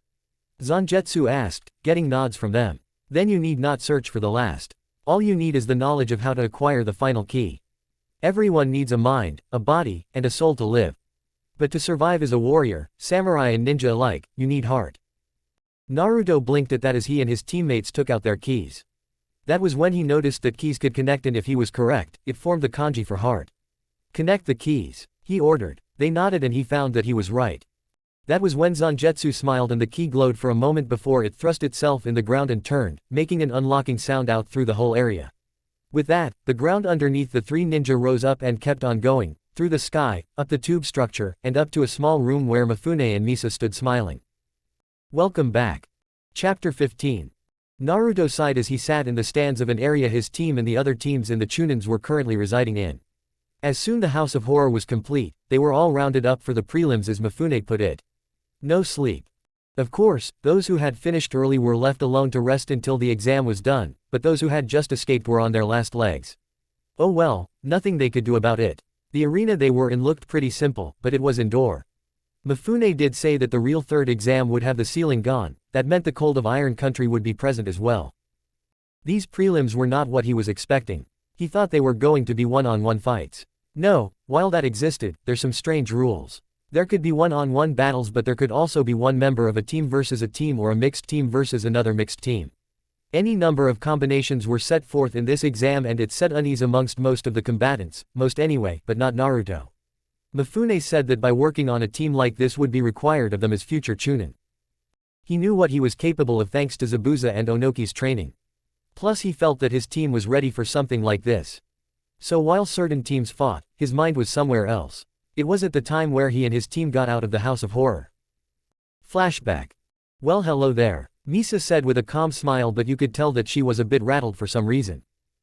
Naruto smiled and said, that was fun and all, but please tell me we passed. Mifune nodded. Yes, you all passed, and guessing from your reactions, you didn't even know how long you have been in there. Very good guess, but could you tell us how long we have been in there? Haku asked politely. 4 hours. Mifune replied simply, stumping the 3 genin. Misa giggled at their reactions. Seemed longer, didn't it? The group nodded. That is because time does not flow in there. The area is timeless. Zanjetsu mentioned something like that, but I wasn't really paying attention. Naruto replied truthfully. Mifune's eyes widened just a bit at them actually meeting the warden and their original leader. Now that was something. In any case, your team is only the second team to have passed so far. Seriously? Kuretsuchi replied, a bit disbelieving. Who passed before us? Team 10 from Konoha. The Nara mentioned something about figuring out the riddle soon so that he could sleep instead of fight. Misa replied, making Naruto laugh, thinking that sounded just like Shikamaru. End flashback. Naruto was brought out of his musings when the first battle ended. It seemed that Akatsuchi easily beat down the two-man team of Choji and Ino. Not surprising to him, Choji was always a good guy at heart and didn't like fighting much. However, he fought as hard as he could to protect his teammate Ino, who was still a fangirl as far as he was concerned. Returning to the stands, Naruto smiled as his old friend from the academy and said, there is always next time, man. Choji grinned hearing those words and nodded as he went to go sit down next to Shikamaru while Ino went to go hang around Sasuke. That is one match down. Mifune said. Now we see who fights next. Mifune then pointed to a large electronic scoreboard. Lee vs Shino. Yes, I would fight with the power of youth on my side. Lee shouted as he jumped from his seat in the stands to the center of the arena. Shino showed no emotion as he slowly made his way down to the arena himself. When both combatants were ready, Mifune said, begin. With that, Lee exploded forward from his position to meet Shino head-on in taijutsu alone. Now Shino was in quite a bind. He knew of Lee's condition from Kurenai and he knew that if his bugs ate Lee's small chakra reserve, the green spandex-wearing genin would die. So, he would just stick with taijutsu so that he would not kill a fellow leaf ninja. However, while skilled in his family's unique taijutsu style, he was no match for Lee's relentless onslaught of his Goken. It was all over place and Shino actually regretted not using his small comrades for this battle. Oh well, there was always next time. In actuality, Shino was unsure if he could advance in his first time in the Chunin exams. His father had been leery of him coming at all, and from the stories of the man's own time in the Chunin exams, Shino felt that he needed more skills and experience. He was right. His senior genin had wiped the floor with him. Naruto winced when Lee used the primary lotus on Shino. That technique was brutal and it seemed the others shared his view. He didn't get to muse much on Lee's brutal style of fighting because the next match was already decided. Samui, Hinata, Tamari vs Neji. Now that made his eyebrows rise up. A 3-woman team, each from different villages against Neji Hyuga, the supposed Hyuga prodigy and rookie of his year. Well, this would certainly be interesting. So, who do you think will win? Kuretsuchi asked from her seat next to him. Hard to say, Naruto replied. From the interactions so far, it seems that Neji, being a branch member, has an intense dislike for Hinata, who is of the main branch. Add in Samui from the Hidden Cloud and Neji will be using a lot of his rage due what happened between Kumo and Konoha. That could be in his favor if he uses that rage correctly to power his attacks, or he will let them control him. Haku replied on Naruto's other side. What happened between those two villages? Tenten, who overheard them talking, said, Kumo tried kidnapping Hinata one time so that they could gain a bloodline, but Hinata's father killed the man in his attempt. Kumo wanted compensation for that and Neji's father was given to them and killed. Haku grimaced at that. Yes, this Neji would hold a lot of anger toward Kumo for that. Neji, even already in the arena, heard all of this and growled to himself. Forget about fate, this was perfect for his own type of revenge. But to make his family member fight alongside with someone from Kumo made his blood boil. Yes, he didn't care how, but he would win and kill them if he could. You three should just give up now. Neji replied. I am far better skilled than you. Somehow I doubt that. Samui replied. Begin, Mifune ordered. Neji wasted no time rushing at the three girls with a fierceness in his eyes. He jumped over Temari's fan strike before landing on said weapon and then kicked her square in the face, knocking her back as he used that momentum to send himself at Hinata's scared form. Yes, Hinata was not into this at all. The fierceness that her cousin was fighting with was something she was not used to at all. She didn't know that he held in this much anger and it was scaring her. Like Choji, she was not much of a fighter. She preferred healing people to actually fighting them, something her father didn't agree on, which drove her self-confidence through the ground each time they spoke to each other. However, there was one person who brought a little courage to her heart. Taking a quick glance at the blonde Iowa shinobi, she thought to herself, Naruto is watching me. This might be my only chance to get him to notice me. And that was enough for her. Fighting in front of her crush was enough for her to gain some courage, even if it meant fighting alongside a ninja from Kumo. In that split second, Hinata steeled herself and met Neji head-on, surprising the hell out of him. With their Byakugans activated, they engaged in a deadly dance of chakra-enhanced strikes. However, with trained eyes, Temari and Samui could see that their temporary teammate was having some trouble fighting someone from her family in such an intense battle. Nodding to each other, Temari struck first, sending a well-placed blast of wind from her fan to knock the boy out of the way. Samui took that chance to rush Neji with her blade full of lightning. Not one to be deterred, Neji used the gentle fist style to encase his fingers with chakra to clash with the blade, intent on taking this woman's life. The hate in his eyes saying that much. Hinata panted harshly as she watched Samui engage Neji for her. She held her left arm in pain and when she looked at it, she gasped at finding out that Neji had hit all the chakra points in that arm. That was not good. Temari saw this and asked, "Can you still fight?" "Why yes, but I can't end this without your help," Hinata replied. Temari nodded but inside she was a bit surprised. She thought this Hyuga was going to be stuck up like her relative, but apparently she was wrong. The male Hyuga, Neji, was a stuck-up bastard, but it seemed he had the power to back him up, if his ongoing battle with Samui was any indication. What do you need? If I can get him distracted for just a moment, I can probably land a well-placed strike to immobilize him. Maybe if Samui could throw her blade with some wind powering its speed, it could work. Hinata suggested making Temari nod her head at the simple yet effective plan. With that, Temari called out her ferret summon to distract Neji, if only for a few seconds. Still it was enough for her to relay the message. Samui nodded and threw her blade straight at Neji's head as she rushed at him once more. Neji, even with his Byakugan off, knew that he could easily dodge this Kumo ninja's blade.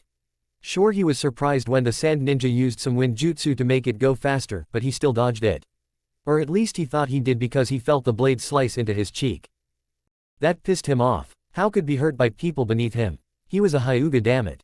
He was better than by birth alone. Neji swung back around with a chakra-enhanced palm strike, intent on taking the bitch's life with a well-placed strike to the heart.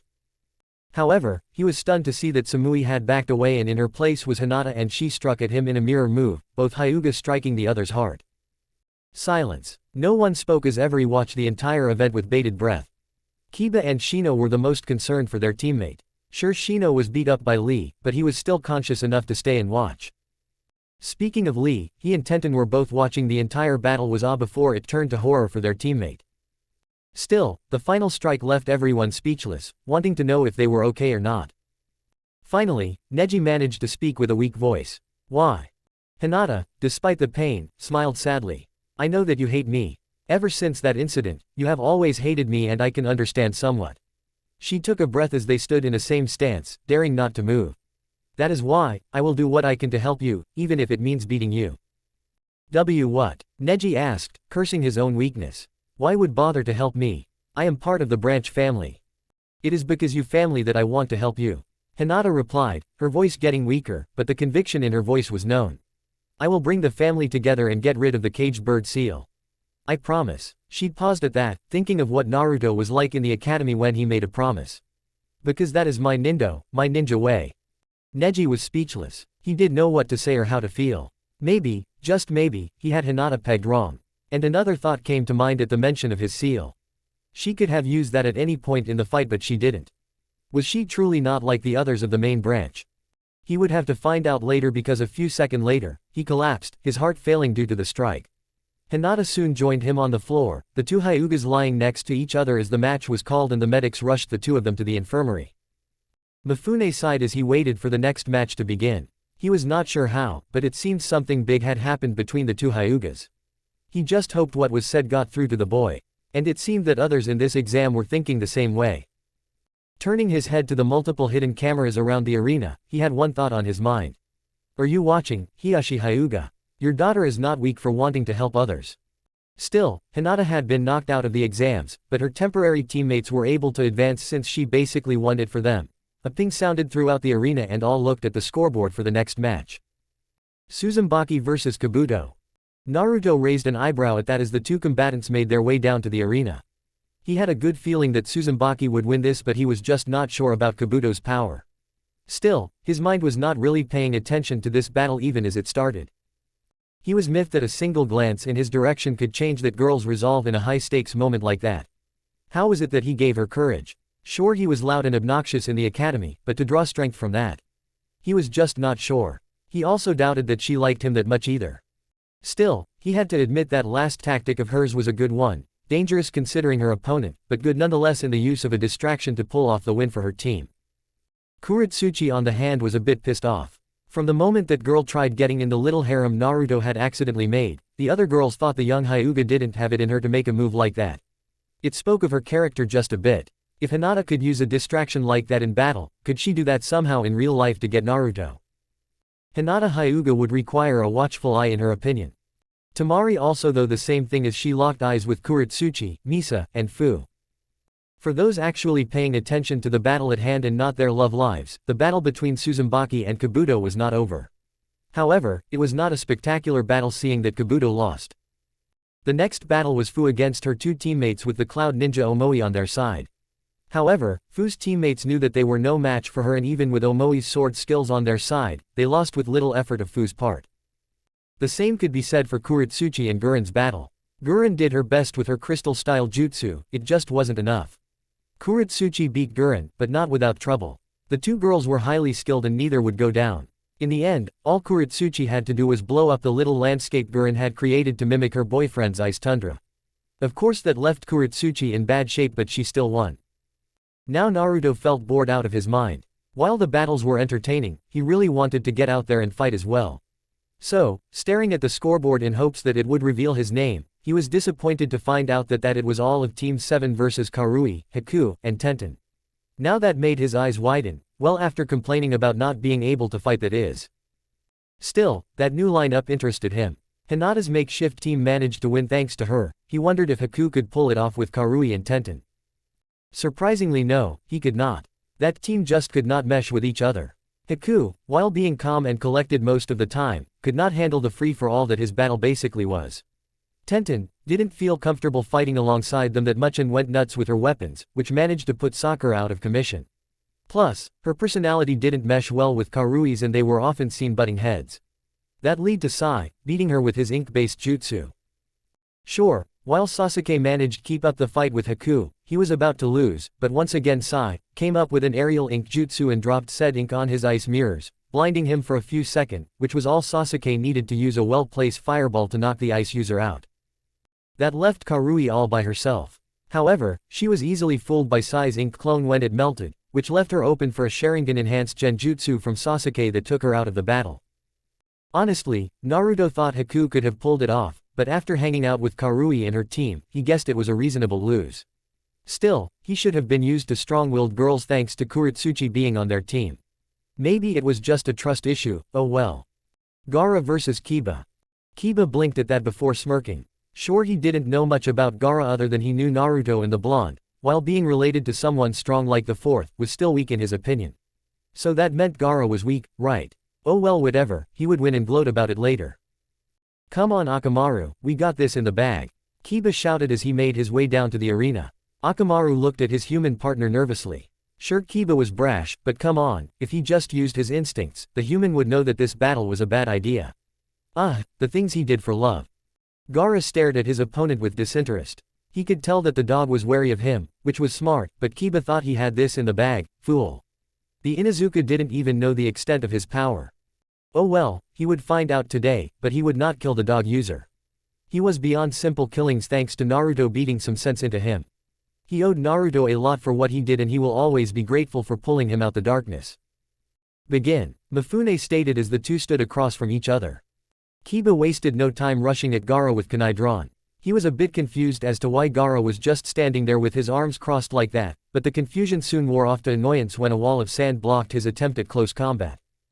Fine, you want to play like that? Kiba roared as he and Akamaru performed their man-beast clone jutsu to look like feral versions of each other. Fang over fang, he roared as he and Akamaru came spiraling in on both sides of Gaara. Still, his sand defense came with each attack, and Kiba just kept up his attacks until he was out of breath. Even he doubted a smoke bomb would work in this battle. Gaara merely blinked when Kiba took a rest. Is that it? Very well, my turn. Wah, Kiba managed to say as he and Akamaru were knocked into the air by a wall of sand. It only took a few seconds, but was still shell-shocked by how fast the event happened. When he finally noticed that he and Akamaru were in two separate cocoons of sand, he said, "What the hell is this?" "My sand coffin," Gaara droned out. "Give up now or I will crush you." To make his point known, the coffin around Akamaru tightened just a bit, making the dog whimper. "Okay, I give up. Just let Akamaru go," Kiba pleaded, not wanting to see his best friend die in front of him, or at all for that matter. Mifune nodded to this acceptance as Gaara immediately let the two go. Winner is Gaara of the sand. Kiba quickly made his way up the stands to stand in front of Naruto. "The hell man, you couldn't have warned me." Naruto gave Kiba a planned look. "Would you have listened to my warning? After all, I have fought him and won." Kiba paled at that. He had been wrong, dead wrong. It seemed that Naruto was stronger than he thought and to beat someone as skilled with sand like Gaara. That was nuts. Right, sorry man, I probably would have just ignored you. Before Naruto could answer, his match had been called. Naruto vs Shikamaru, Yoroi, Misumi. Finally, Naruto groaned. "Of course I get the last battle." Grumbling as he made his way down, he saw Mifune smirk in his direction just a bit. What the samurai expecting some huge battle from him? Whatever, like not much could happen with Shikamaru's lazy ass, could it? As Shikamaru stood across from Naruto, he took to his temporary teammates and sighed. This was such a drag, but he would deal with it. Already his mind was racing on how he would fight Naruto and win. However, the concept of winning was a difficult task to achieve when one knows nothing of how Naruto fights. He would have to wing it. "Yoroi, Misumi, I need you two to engage him in combat. I need to know what he can do so that I can think up a strategy to win," Shikamaru stated. The two nodded, already used to taking orders from Kabuto. As soon as Mifune said to begin, the two rushed the blonde. Said blonde rose an eyebrow at their tactics and decided to let them try and beat him. He too wanted to know what they could do and was not disappointed when Misumi wrapped his rubber limbs around him in an attempt to immobilize him. Yoroi then came in and placed a palm on his chest, the affect sucking chakra out of him. However, Naruto didn't feel it due to him have an insane amount of chakra, something that Yoroi was sweating about. "If that is all you two have, then this battle is already over," Naruto said as he turned into his black smoke form and easily got out of Misumi's grasp. Shikamaru watched all of this with a calculating look. He noticed the orange glow emitting from Naruto's metal hand. There, he saw a small orange gem, which must have been allowing him to pull of that smoke from of his.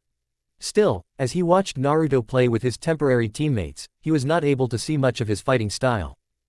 "Damn, guess I just need to capture him in my shadow and hope they can take care of the rest, like break that gem," Shikamaru muttered to himself. He waited for the right moment to send it out. He watched their shadows dance along the ground as he thought up a way to capture the tricky blonde. There, he thought as he sent his shadow into the shadows of his teammates to extend his range and reach Naruto. Surprisingly it worked. Shadow possession success. "Good work," Yoroi replied, a little out of breath from the small fight and Naruto's constant dodging thanks to that strange smoke. "Yes, now use that drain power you have to weaken him more and then break that gem on his metal hand," Shikamaru replied. "Sorry, Shikamaru, but you lost." Naruto voice cut him off. "And how do you figure that, Naruto?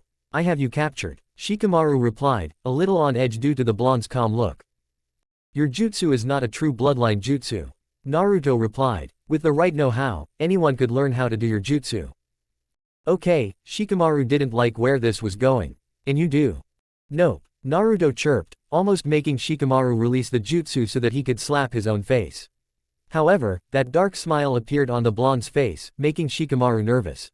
I have something better. With that, the orange glow was back, something that Shikamaru cursed, not thinking that Naruto could use it while paralyzed by his shadow. In addition to the orange glow, Naruto's eyes went Sharingan, making Yoroi and Musumi sweat a bit. Reaper's shadow. At those words, the indoor arena darkened considerably. The darkness seemed to be converging around the blonde for a few seconds before it shot out to his opponents.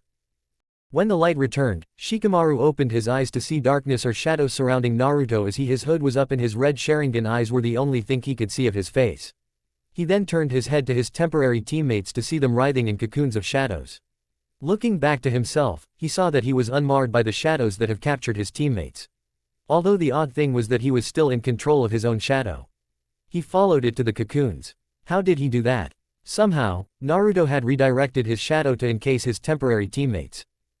Suddenly, the darkness of Naruto's face broke to reveal not only the red eyes of the Sharingan, but also his unnaturally white teeth. Well, Shikamaru, it has been a nice battle, but it is over. As he brought his hand in a snapping motion, Shikamaru then saw the figure behind the blonde. A giant image of the Grim Reaper. Shadow Flame. With a snap of his fingers, the cocoons encasing Yoroi and Musumi burst in black flames. Thankfully, Shikamaru had enough self-preservation to release his jutsu before it traveled to him. Still, this was something he was not prepared for. Had Naruto changed that much since he left Konoha to attack too brutally like that? He didn't get to think much on it because of the blade of a side was looped around his neck from behind. Eyeing his attacker from the corner of his eye, he saw that it was indeed Naruto, a grim look on his face. Do you yield? Naruto asked. Shikamaru sighed. He knew he would get no end of flack from Ino and his mother about this, but he would rather not die just yet. Yeah, I give up. After the medic had taken Yoroi and Musumi out of the arena, Mifune demanded everyone's attention again. You have all fought well. Now I must inform you all of one difference that the Chunin exams here have. From the moment you passed the Great Prison Maze exam, you were eligible to be Chunin no matter if you lost. However, that is for your cages to asses. Still, the final exam will be in about a month's time. Then, you shall return here where those from around the world will watch you fight your next set of matches. For those that cannot make it, it will be televised. So there was more. They should have known. Still, it was good to know that others that fought could advance in rank. If Naruto had to guess, that mostly revolved around those team-based battles. That being said, here are the matches for the next round. Mifune stated as the scoreboard flashed through names. Samui vs Fu. Kuretsuchi vs Tamari. Lee vs Naruto. Sasuke vs Sai. Gaara vs Akatsuchi. Suzumaki will relieve Abai to the next round. Train hard for the next round. You may leave my village to train anywhere in the world, but remember, be back in 1 month's time for your battle. Mifune looked at all the contestants before saying, dismissed. The third Hokage turned off the small TV he had in his office. Their teachers were already on their way to pick them up to take them home or train them some more for the final exam. He had been impressed to what he had seen and he was more than willing to promote just a few of them. Hell, he already had a few in mind. Still, he wished that Naruto was still with Konoha, his power had grown and his battle had been interesting. The clever use of his real genjutsu to manipulate Shikamaru's shadow was impressive. However, his musings were cut short with a knock on the door. Enter, he said, and he was irked to find that Danzo was entering his office. What did that war hawk want now? Danzo. Sarutobi, Danzo replied in a tone that the old cage knew well. Anger. When? When what? Cut the crap. When are you going to personally knock down the Tsuchikage's front door to reclaim our weapon? Sarutobi narrowed his eyes at Danzo. Naruto is not a weapon. He is a human being. He is nothing but a weapon for this village and you know it. I demand that you reclaim him now. This farce of a civil war can only last so long. So what if he is Minato's son? He is our weapon and nothing will change that. Take him back. I will not do that. Unlike you, I will not cause a war just to reclaim him. From what I have seen so far, he is happy where he is and had grown powerful. Faye, happiness. If you had given him to me what I asked, he would not have emotions and all this could have been avoided. Danzo raged. Regardless, I answer as final Danzo, and don't you think you of all people can order me to do anything? Sarutobi replied in a dangerous tone, daring Danzo to defy him. Danzo seethed in silent rage as his cane was cracked under the pressure of his anger. Finally, after a small glaring contest, he made an way to the door. When he stopped at the doorway, he said, I have tried to reason you, Sarutobi, but you won't see reason. I will have my way. Is that a threat? No, it's a promise. Danzo then slammed the door as he left the old cage to contemplate his next move. He had a very bad feeling about this. Chapter 16. Naruto happily flopped down on his bed in Mifune's mansion. The prelims were over and he had a lot of training to do. Honestly, he was a little wary of his fight with Lee. He knew he had good taijutsu and his other areas were great, but he knew Lee was a beast in the taijutsu department. Kuretsuchi walked in with her nightwear and rose an eyebrow. What's on your mind, Naruto? Just my fight with Lee. Not sure how I going to fight him with just taijutsu. Why can't you beat normally? I just wanna fight him on even terms. Naruto stated. That's sweet, but I doubt he got here on coddling alone. Kick spandex Ed ass down to the core of the earth. Kuretsuchi declared with a fist pump. Naruto's sweat dropped before he just shrugged it off. In the end it was his choice how he fought. So what are you going to your fight? Oh, I have a few things in mind, but I heard that my dad is taking me to a cousin in Kiri now that she is the Mizukage. His is thinking that she can help me with my lava style. That's great. So I guess they got out of that civil war a little earlier than most would expect. Yep, Kuretsuchi chirped happily. What about you? Who will train you? I think your grandpa. He is going to teach me the dust style, or his personal taijutsu style, I think. That's cool, but they work in sync with each other, just so you know. Kuretsuchi stated, making shrugs since he honestly didn't know. Kuretsuchi went quiet for a moment as her thoughts raced. Hey Naruto. Yeah. I get that you have to take on multiple wives thanks to dad wanting your clan in our village, but for this one night, can it just be me and you? Of course, but I am confused on why you are asking. Naruto replied. The rock princess giggled a bit before she smashed her lips to the blondes. I am asking because I want to do a little love making before I have to actually share you. Hell, Fu is already past most of us. Naruto blushed pretty hard at that. Are you sure? I mean, are you ready for something like that, and what if you get pregnant? Plus, we're 14.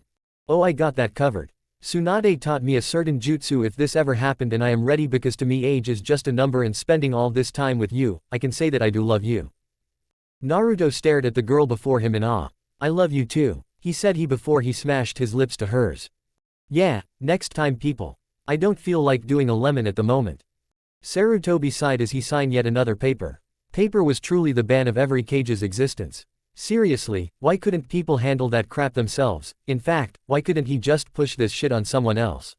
Forget one person, why not more than one? Oh right, the clan heads had paperwork of their own, and if he pushed his paperwork on them, he would get more and more complaints, resulting in more damnable paperwork. It was a vicious cycle that never ends. Ah, I hate my life. Hiruzen cried with anime tears running down his face, making his Anbu think he had gone insane. Knock knock. Oh thank God. Get in here, hurry. Sarutobi almost screamed out, however, he did regret his outburst when he saw who entered his office. It was none other than Hiyashi Hyuga. However, there was something different about the man. A little known fact about Hiyashi was that he didn't act like a normal Hyuga when not around his own family or in an important situation. He was a somewhat normal guy.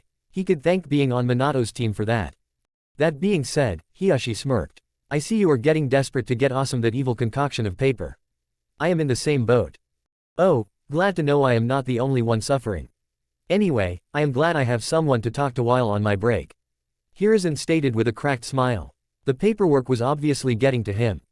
I saw the footage of my daughter fighting. It was impressive. Hiyashi stated with a small smile. I sometimes forget that she is just like my wife used to be.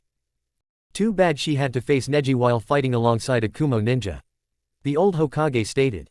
Yes, made him not think clearly, but after what happened, I am surprised that Hinata let go of old grudges to win the match for her team.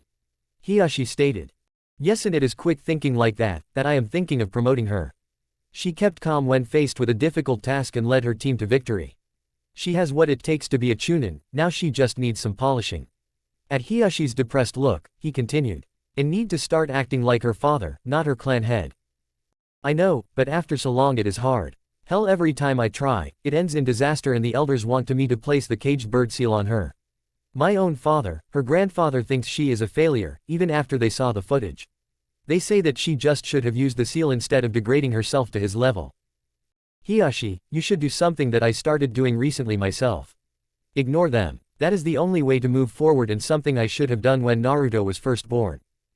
I guess we both have regrets. Hiyashi sighed. You have no idea, Sarutobi replied while thinking about Naruto and his old student Orochimaru. A recent one is Danzo. I should have just killed him. I agree with you there. I heard about his threat. Hiyashi stated with his stoic face. I will back you if needed. Thanks old friend, the Hokage stated with a sad smile. Anytime, Hiyashi said as he got up to leave. Oh, and I will try to be a better father when Hinata gets back. In the tallest tower of Rain Country, a man stood, staring out on the city in a constant state of rain. This man, this god was the deity of this place and he watched over his land with little to no emotion. He had no need for emotions. They only got in the way. This man was Pain, a supposed god with the legendary Rinnegan. However, this body of his was not really his. The real him was hidden for protection. No, this body was the body of his deceased friend from the old days. Back when they were fighting to take Rain from Hanzo the Salamander. Did you hear? A voice ran out to the godlike man. Pain looked to his left to see another man, a man that even he feared, appear out of a single twisting of the air. This was the so-called Madara Uchiha, and for some reason, also known as Tobi. However, the point of the matter is that Madara Uchiha should be dead, but here he stands, a testament to his power. Pain could even see the fabled Sharingan eye beyond the whole of his orange swirled mask. That powerful eye on a background of black. That trait did confuse him, but it didn't matter. Madara was alive and he was far younger than expected. About Konoha's civil war regarding their Jinchuriki. Pain replied. Yes, I think with young Naruto gone from the place, we have a chance to get rid of that village once and for all. Hiruzen is weak from age and his ninja are at a disadvantage with their own hatred. Plus, Danzo himself is still alive. It would be the perfect time to take your own revenge. Then I will, after the Chunin exams are done and they are all in their safe little village. I will lead the Akatsuki in and destroy that abomination once and for all. With our power, we don't need the Biju just yet. Exactly. Madara stated. I also doubt you need the three gods of heaven, earth, and hell to take out a few down-powered ninja. No, only one god is need for this and that is me, the god of pain. Indeed. Madara stated as he left in the same swirl as he came in. The next day, Naruto watched as Kuretsuchi left with her dad for her training with a slight limp in her walk. Hey, she was in good hands now. He just hoped her father didn't notice and kill him for what he did. I see my granddaughter has that special glow about her. I see that you two had some fun before you had to train your asses off. Onoki stated as he walked up from behind his student. Oh crap, I can never get a break. Naruto inwardly groaned. Yeah, so what kind of training do you have in mind for me this month? Onoki gained a twinkle in his eyes at the mention of training. He was going to punish the blonde for what he did. What? He knew this was going to happen sooner or later. Can't an old man have some hypocritical fun? Well, if you are going to be my successor, I will have to teach you dust style, like the second Tsuchikage did. A sort of rite of passage if you will. Does this include taijutsu? I am fighting him expert in that area in the finals. Oh ho ho, you bet boy, we will have so much fun. Onoki laughed creepily. Why do I get the feeling that this will be painful? Naruto groaned. You have no idea, Onoki stated. I'm going to put you through what Mew did to me. In the end, you are going to be thanking me. Ah ha ha ha ha. Oh god, Naruto paled. 1 month later. Writing about training is extremely boring. I am skipping right to the finals because I can. Deal with it. Plus, I want to get to the Konoha destruction sooner. As Mifune looked around, he noticed that the open-air arena was full of life. Despite the harsh cold air of Iron Country, diplomats, ninja, and civilians all crowded the place. It was events like this that brought people together despite the cold. It brought a small smile to his lips. You seem happy, Mifune. A voice to his left said. It was none other than Hiruzen Sarutobi himself, extremely glad to get away from that damnable paperwork and to see some great fights. In fact, all the cages were here and they were in the leader's box. A special area where only the leaders of each country and their personal bodyguards can be in. It was high above the stands so that they could get a perfect view of each battle. And for the elderly like Sarutobi and Onoki, there were TV screens places at different angles. Indeed I am. It is not every day that one of the leaders of Iron Country can host such an event that brings people from all over the world together like this. Mifune stated. Yes, but this tournament is a replacement for the horrors of war. We have our young teen ninja aged fight each other in Mortal Kombat for a war replacement and to see if they are ready for the next level of our ninja ranks. Sarutobi stated. When you put it that way, it makes us seem like monsters. They are kids after all. A sensual voice of a woman stated with a deadpan. This was Mei Terumi, a cousin of Kuretsuchi. She was also the Mizukage. Bah, these brats can take it. A large dark-skinned man stated with an air of finality. This was the Raikage. The Mizukage does have a point, but I guess there is some value to what this tournament represents. The cage stated with a bored expression on his face. Enough about ethics, the Tsuchikage stated. I say we just get this tournament underway. Eager to show off your prize pupil? Sarutobi asked. Onoki glared at the Hokage. Yes, I can assure you that threw away something of great value. I concur, the cage stated. We'll see, the Raikage replied with his arms crossed. He himself wanted to see if this alliance with Iwa was worth it with the son of Minato Namikaze at the center of it all. I am interested in this boy as well, he is the teammate to my little cousin that I prepped for this tournament. The Mizukage replied, she spoke greatly of him. Very well, Mifune stated as he turned his back to the cage and addressed the arena's audience. People of the elemental nations, I welcome you to the third Chunin exams held by Iron Country. This event has always brought in some powerful competition and some spectacular fights. Now, without further waiting, I say we get the final round of the Chunin exams underway. At this, the entire crowd roared with approval. Now, let me all introduce you to my daughter and the proctor of these fights, Misa, my daughter. Said silver-haired girl walked out onto the arena as waved as the crowd roared once more. Will the first two fighters come down to the arena? Misa shouted amongst the noise. This first fight is Samui of Kumo versus Fu of Taki. Said girl's body flickered down to the arena, already having their pre-fight glare off. Begin, Misa declared as she jumped away. The two kunoichi stood stock still as they glared at one another. Samui then slid out her tanto and the toe rushed at one another, Samui with her tanto and Ku with a kunai. Trying to slash at each other was proving to be of no use, so Samui opted for a jutsu that a friend of hers, Darui, helped her create, but before she could do that, she had to get away from a swarm of horned beetles that were trying to bite her. My special arm bands aren't going to affect you like they do men, so I'll just settle with draining your chakra dry with my beetles. Fu declared. What, like the Aburame clan? Samui asked, not liking her odds. Sort of, but when they take chakra from you, they bite you and poison you, have fun with that. Fu offered with a cheery smile. Samui muttered and, uncool, under her breath as she sliced away at all the small bugs trying to take a bite out of her. Finally, one hit its mark and Samui already back to feel the weakening effects of the bug's poison. Thinking that enough was enough, she charged lightning into her blade as plunged it into the ground. Lightning fissure. Just as the name sounds, the attack created a fissure in the ground that went right at the green-haired Jinchuriki. Thankfully, Fu jumped out of the way in time, but the attack did scare her a bit. I am not done yet. Samui called out. Four corners lightning fissure. Like before, the fissures branched out from all four sides of her, but the odd thing was that they just stayed there, the lightning raising up from the fissure and just stayed there, like it was waiting for something. Which was Samui's next move.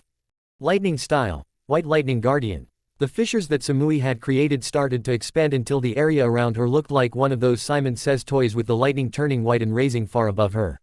The element then started to twist around itself until it created a serpent-like entity that coiled around Samui protectively. Despite the poison in her system, Samui had managed to create her ultimate jutsu. However, it took an obscene amount to chakra to maintain and she really only had one shot at this. 3 minutes. She better make it worth it or else she was in trouble. In the leader's box, a whistled in appreciation. So that's the jutsu her and Darui were making. Impressive. Indeed, Mei replied with a smile. However, a jutsu of that much power must be difficult to maintain. Yeah, he said they were having problems with that. A grimaced. Whatever the case may be, it is still impressive for a genin. Sarutobi replied, getting nods from the other cage. Fu saw the signs of immediate fatigue on the blonde's face and knew she could not hold that jutsu for long. Analyzing the technique, she noticed that the lightning was completely stable. The wall of lightning surrounding her was acting as an electrified wall, a good defense, and the serpent was acting as the attack, a good offense. This jutsu was an all-in-one and powerful to boot. But, it was costly no doubt, which meant sooner or later, it would destabilize. And Fu had a plan to quicken that effect. Secret jutsu, hiding in scale powder. With that, she exhaled a bright golden powder that covered the area, blinding Samui due to its reflective abilities. Ah, what is this? Samui growled out. Whatever this powder was, it got past her lightning barrier. So, for a moment, she got angry and lost control, sending her guardian right at the greenet. Fu planned for this. She quickly jumped as the beast came at her. While in the air, she channeled her tailed beast's chakra and called out her next jutsu, secret jutsu, parasitic control. Jumping onto the lightning serpent's body, she slammed her fist into its head, feeding Chomei's chakra into the attack and taking full control of it. Now that caught a lot of attention, but due to Fu's earlier jutsu, Samui was completely oblivious. I am ending this battle now, attack. She ordered the guardian as it sailed straight at the oblivious blonde while Fu herself jumped off. As soon as it connected with Samui's barrier, it created a grinding noise, making two things actually happen. 1. The whole jutsu was starting to destabilize, and 2. It was creating sparks, which was enough for the still present powder, igniting it in a full-on explosion. Samui was sent flying out of it, badly burnt as she hit a wall as she was knocked out.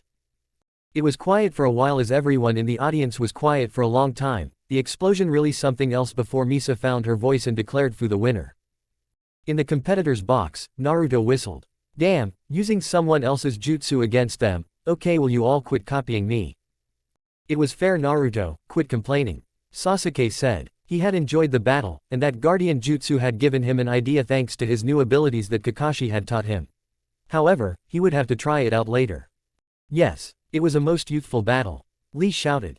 Lee, please keep it down, you're scaring people. Sai stated. Oh, you're one to talk. Kuretsuchi growled out before she went over to Naruto. My match is next, want to give me a little good luck? You bet, Naruto said before his lips met with hers in heated passion. Damn, save that for the bedroom. Suzumaki yelled out, a little jealous herself. Oh, alright, Kuretsuchi replied before she smirked at Tamari, challenging her to make a move. Said blonde sent back a murderous glare, the tension very high.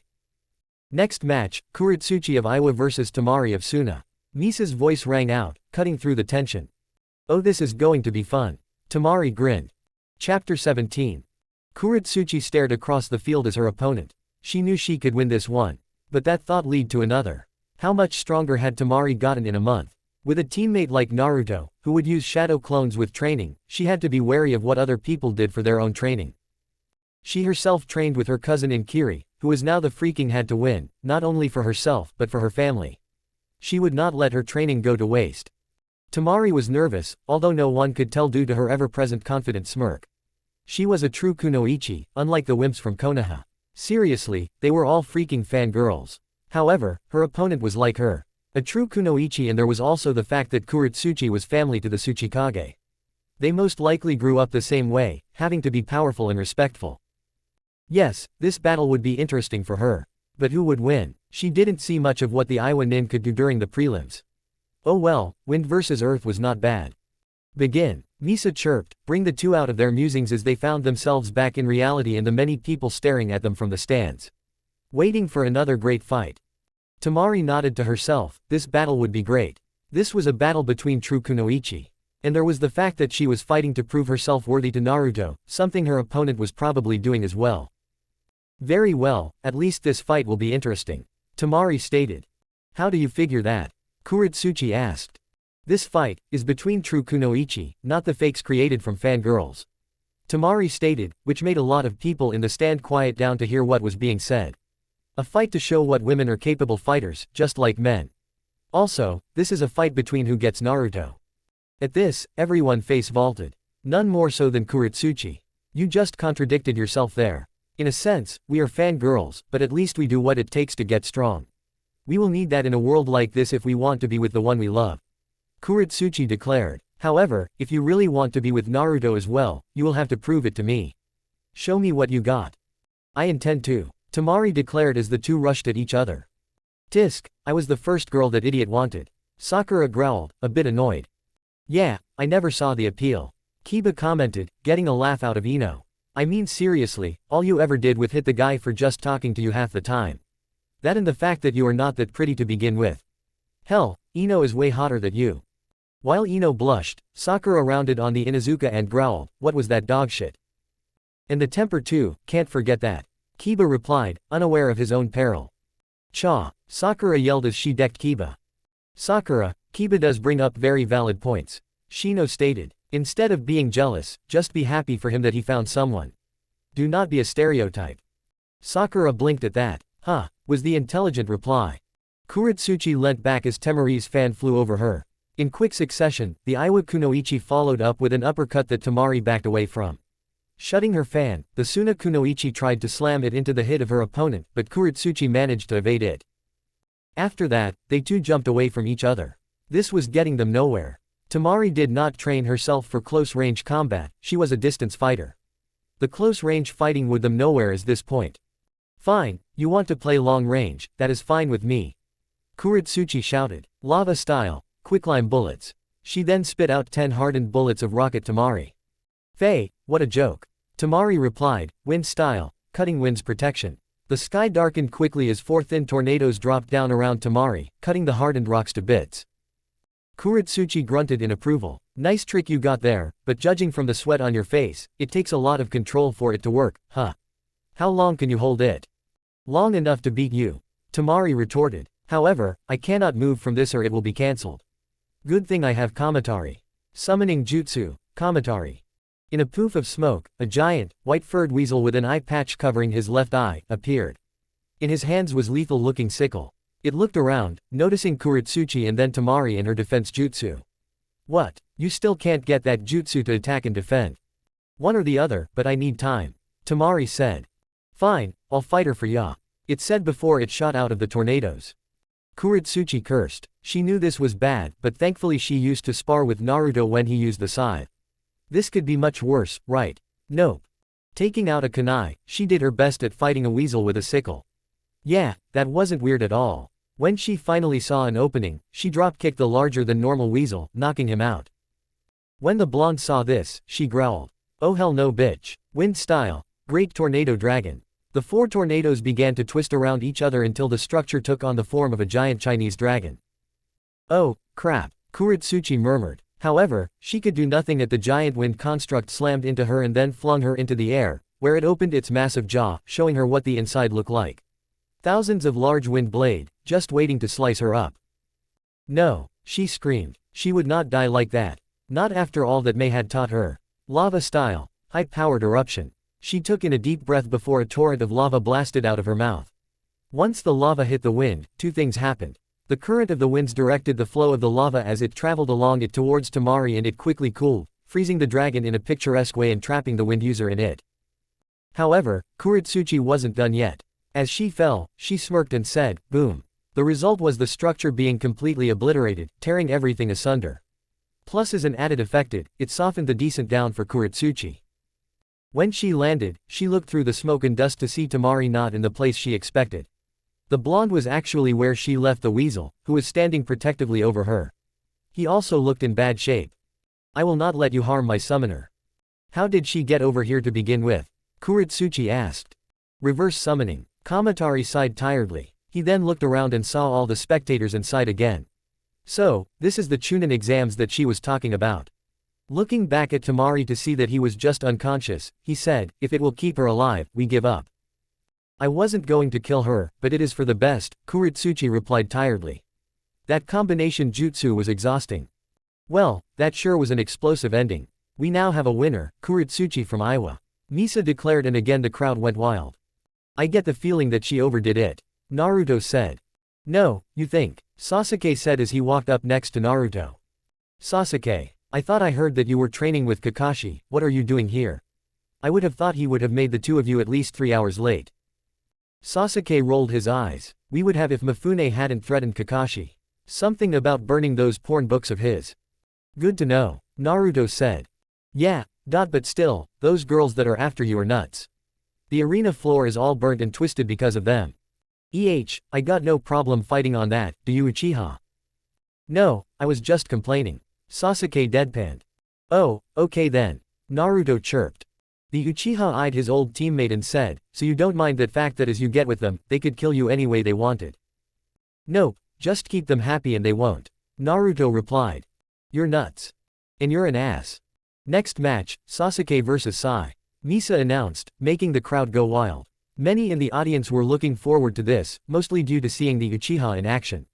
They also wondered if he was powerful like those girls. Once in the arena, the 2 boys stared at one another. Don't think that just because you are my teammate that I will go easy on you. Sasuke said.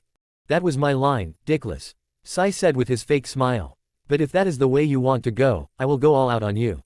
You forget that I was part of Root before being assigned to this team. TCH, whatever. Sasuke replied as Misa told them to start.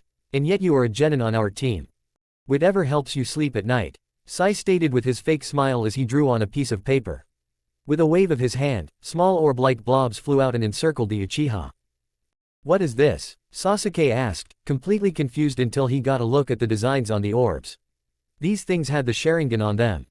Ah, so you are not blind. Sai said. You see, this ink is special. It is combined with the blood of your clan. Danzo made it for me and it has helped me greatly. That is sick, Sasuke said, struggling to keep his anger in check. Why would you do such a thing? Simple. Your clan was useful and through me, it is even more useful. Sai said, not bothering to understand Sasuke's emotional state. Did you really think that someone would not found a use for your dead clan? I haven't, so has Lord Danzo. You're going to pay. Sasuke roared as he performed a familiar set of hand seals. Fire style, great fireball jutsu. Still so easily angered, Sai replied as he saw the fireball engulf a few of his ink eyes, but he had gotten what he wanted. So he just created a few more that continued to circle the Uchiha. Let me show you what the new Uchiha power does with ink. Imitation ink style, multi-great fireball jutsu. The eyes surrounding the Uchiha began to spin faster before distancing themselves from him and them mutating into ink-based fireballs that he could feel the heat off of. He was not even sure how this was possible, but he didn't have time to think because they were coming back in to kill him. So he saved his skin with a quick substitution jutsu using a large broken rock to take the blast for him. Sarutobi was glaring at the battlefield. More specifically, at Danzo's supposed son, Sai. This was not something even he expected, but it seemed that Danzo had truly lost his mind. However, if Sai was able to do something like this with blood and ink, what the hell was Danzo capable of? Sarutobi, you should really watch out for that rival of yours. Onoki said, put off by this odd display of power. I would hate to see what Danzo has cooked up for you back in Konoha. I will. As soon as these exams are over, I will storm that old fool's base and kill him myself. Sarutobi raged. I should have known something horrible like this would happen when the bodies of the Uchiha never got to the morgue. I thought it was a technical error, but this is just stupid. I agree. The Raikage, growled out. At one time, his father did want the Sharingan in his village, but after seeing how they were and how they fought, his old man put a stop to that idea. That clan is cursed if Danzo can do that with their blood. Just kill the old fool and your problems will be done with. Let's hope you can kill him unlike your student, Orochimaru. The Kazekage replied. Yes, but let's see how the underdog in this fight will fare against someone with extensive knowledge of what to do with multiple copies of the Sharingan. I am interested in what the little Uchiha can do when faced with this. Mei replied with a smile. Indeed, what will he do? Sarutobi asked himself. Sasuke knew he was at a disadvantage. He did not know what Sai could do with those ink Sharingans, other than the normal copying power, but even that was warped. If you think that is all I have, Sasuke, then you are mistaken. Sai replied. With the power of the Sharingan in my ink, I have all the power of those eyes of yours.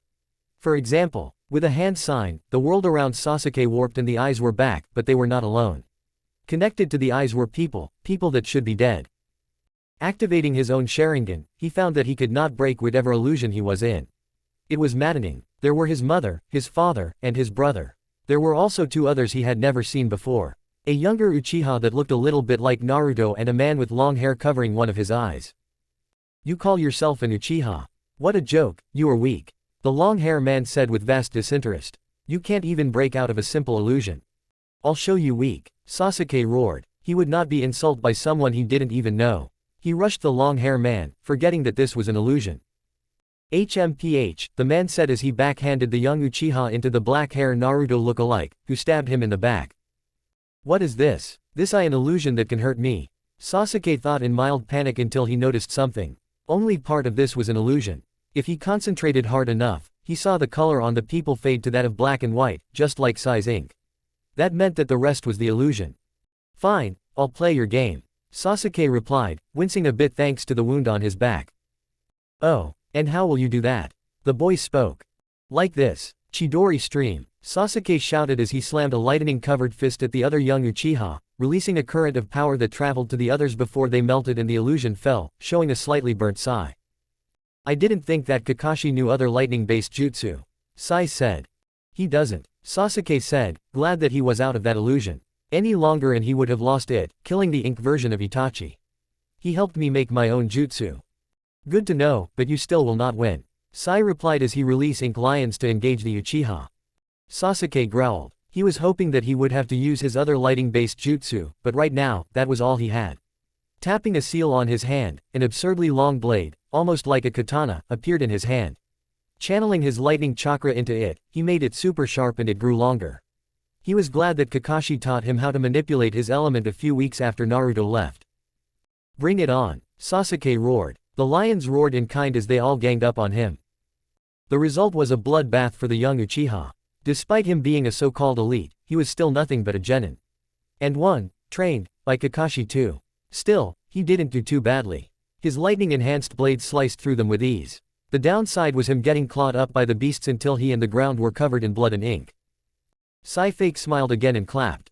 Good for you, but I can make more. At that, Sasuke groaned. This was getting him nowhere. Still, it gave me enough time for my next move. Crap, Sasuke deadpanned. You see Sasuke, I know the secret to gain the next level of the Sharingan and I have already done the deed, something required for people like me. Yeah, I know you work for Root, Kakashi already said not to trust you that much. What did you have to do? I killed my brother and best friend. Sai replied in a monotone. And now, I shall unleash the Ink Mangekyo Sharingan. All the ink covering the ground and Sasuke rose up and formed into a giant eye and the design of the new eye looked like an outline of a power button. Although, I haven't figured out how to use most of the Sharingan's next level powers. So, just enjoy this. That being said, Sai did the tiger hand sign and the eye shot out a wave in inky black fire, which Sasuke barely managed to dodge. The hell, he can really use that level and use an ink version of the sun goddess's power. And damn, that felt real enough. Sasuke thought in panic while also wondering why the proctor or the cages didn't stop the fight. They were probably betting on him to win. Whatever. Fine then, I guess I will have to use that jutsu, although that will be it, damn it, and here I was hoping to fight Naruto next round. Sasuke thought as he was already tired. Those lions did a number on his arching body. With that, Sasuke sent out a spark of lighting around him, charging air as he bum-rushed the eye, intent on take that out first so that he could get to Sai. However, the ink user wasn't going to make it easy on him. Because as soon as Saw 8 saw this, Sai commanded his creation to let out more jets of inky black fire. Sasuke dodged and weaved a best his could, slashing through some of them, only to light the blade aflame. Arg! Black Chidori stream, he screamed, using the black flames to his advantage, combing the two elements the best he could. The effect actually brought down the mass of ink, stunning Sai into immobility for the time, and Sasuke was all ready to dish out the final attack. The spark from earlier was back and the charged air around came to life, almost looking like the lightning guardian, Kirin. So chucking his still flaming blade at the stunned Sai, he roared out, Kirin, roar with the thunder. The Uchiha stopped short a few yards away from Sai as the light miniature lightning guardian shot forward and let out a concussive roar. As the concussive air wave flew toward the root member, the air was supercharged as well, although it again combined with the remaining black fire on the blade and all Sai saw was darkness.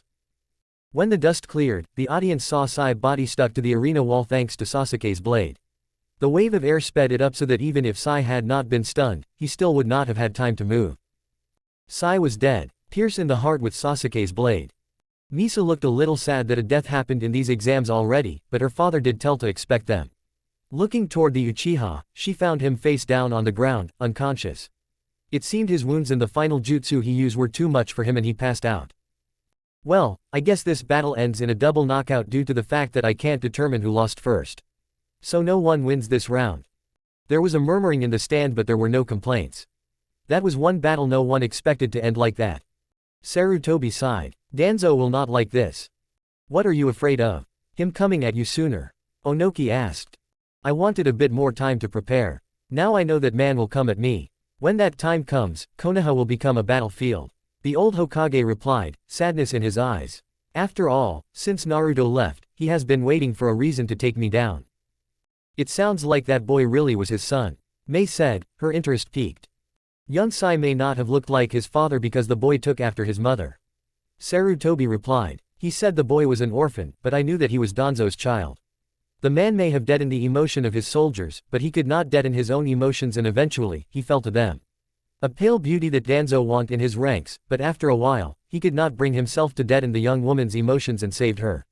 I fear that if he had not done that, he himself would have lost his own emotions.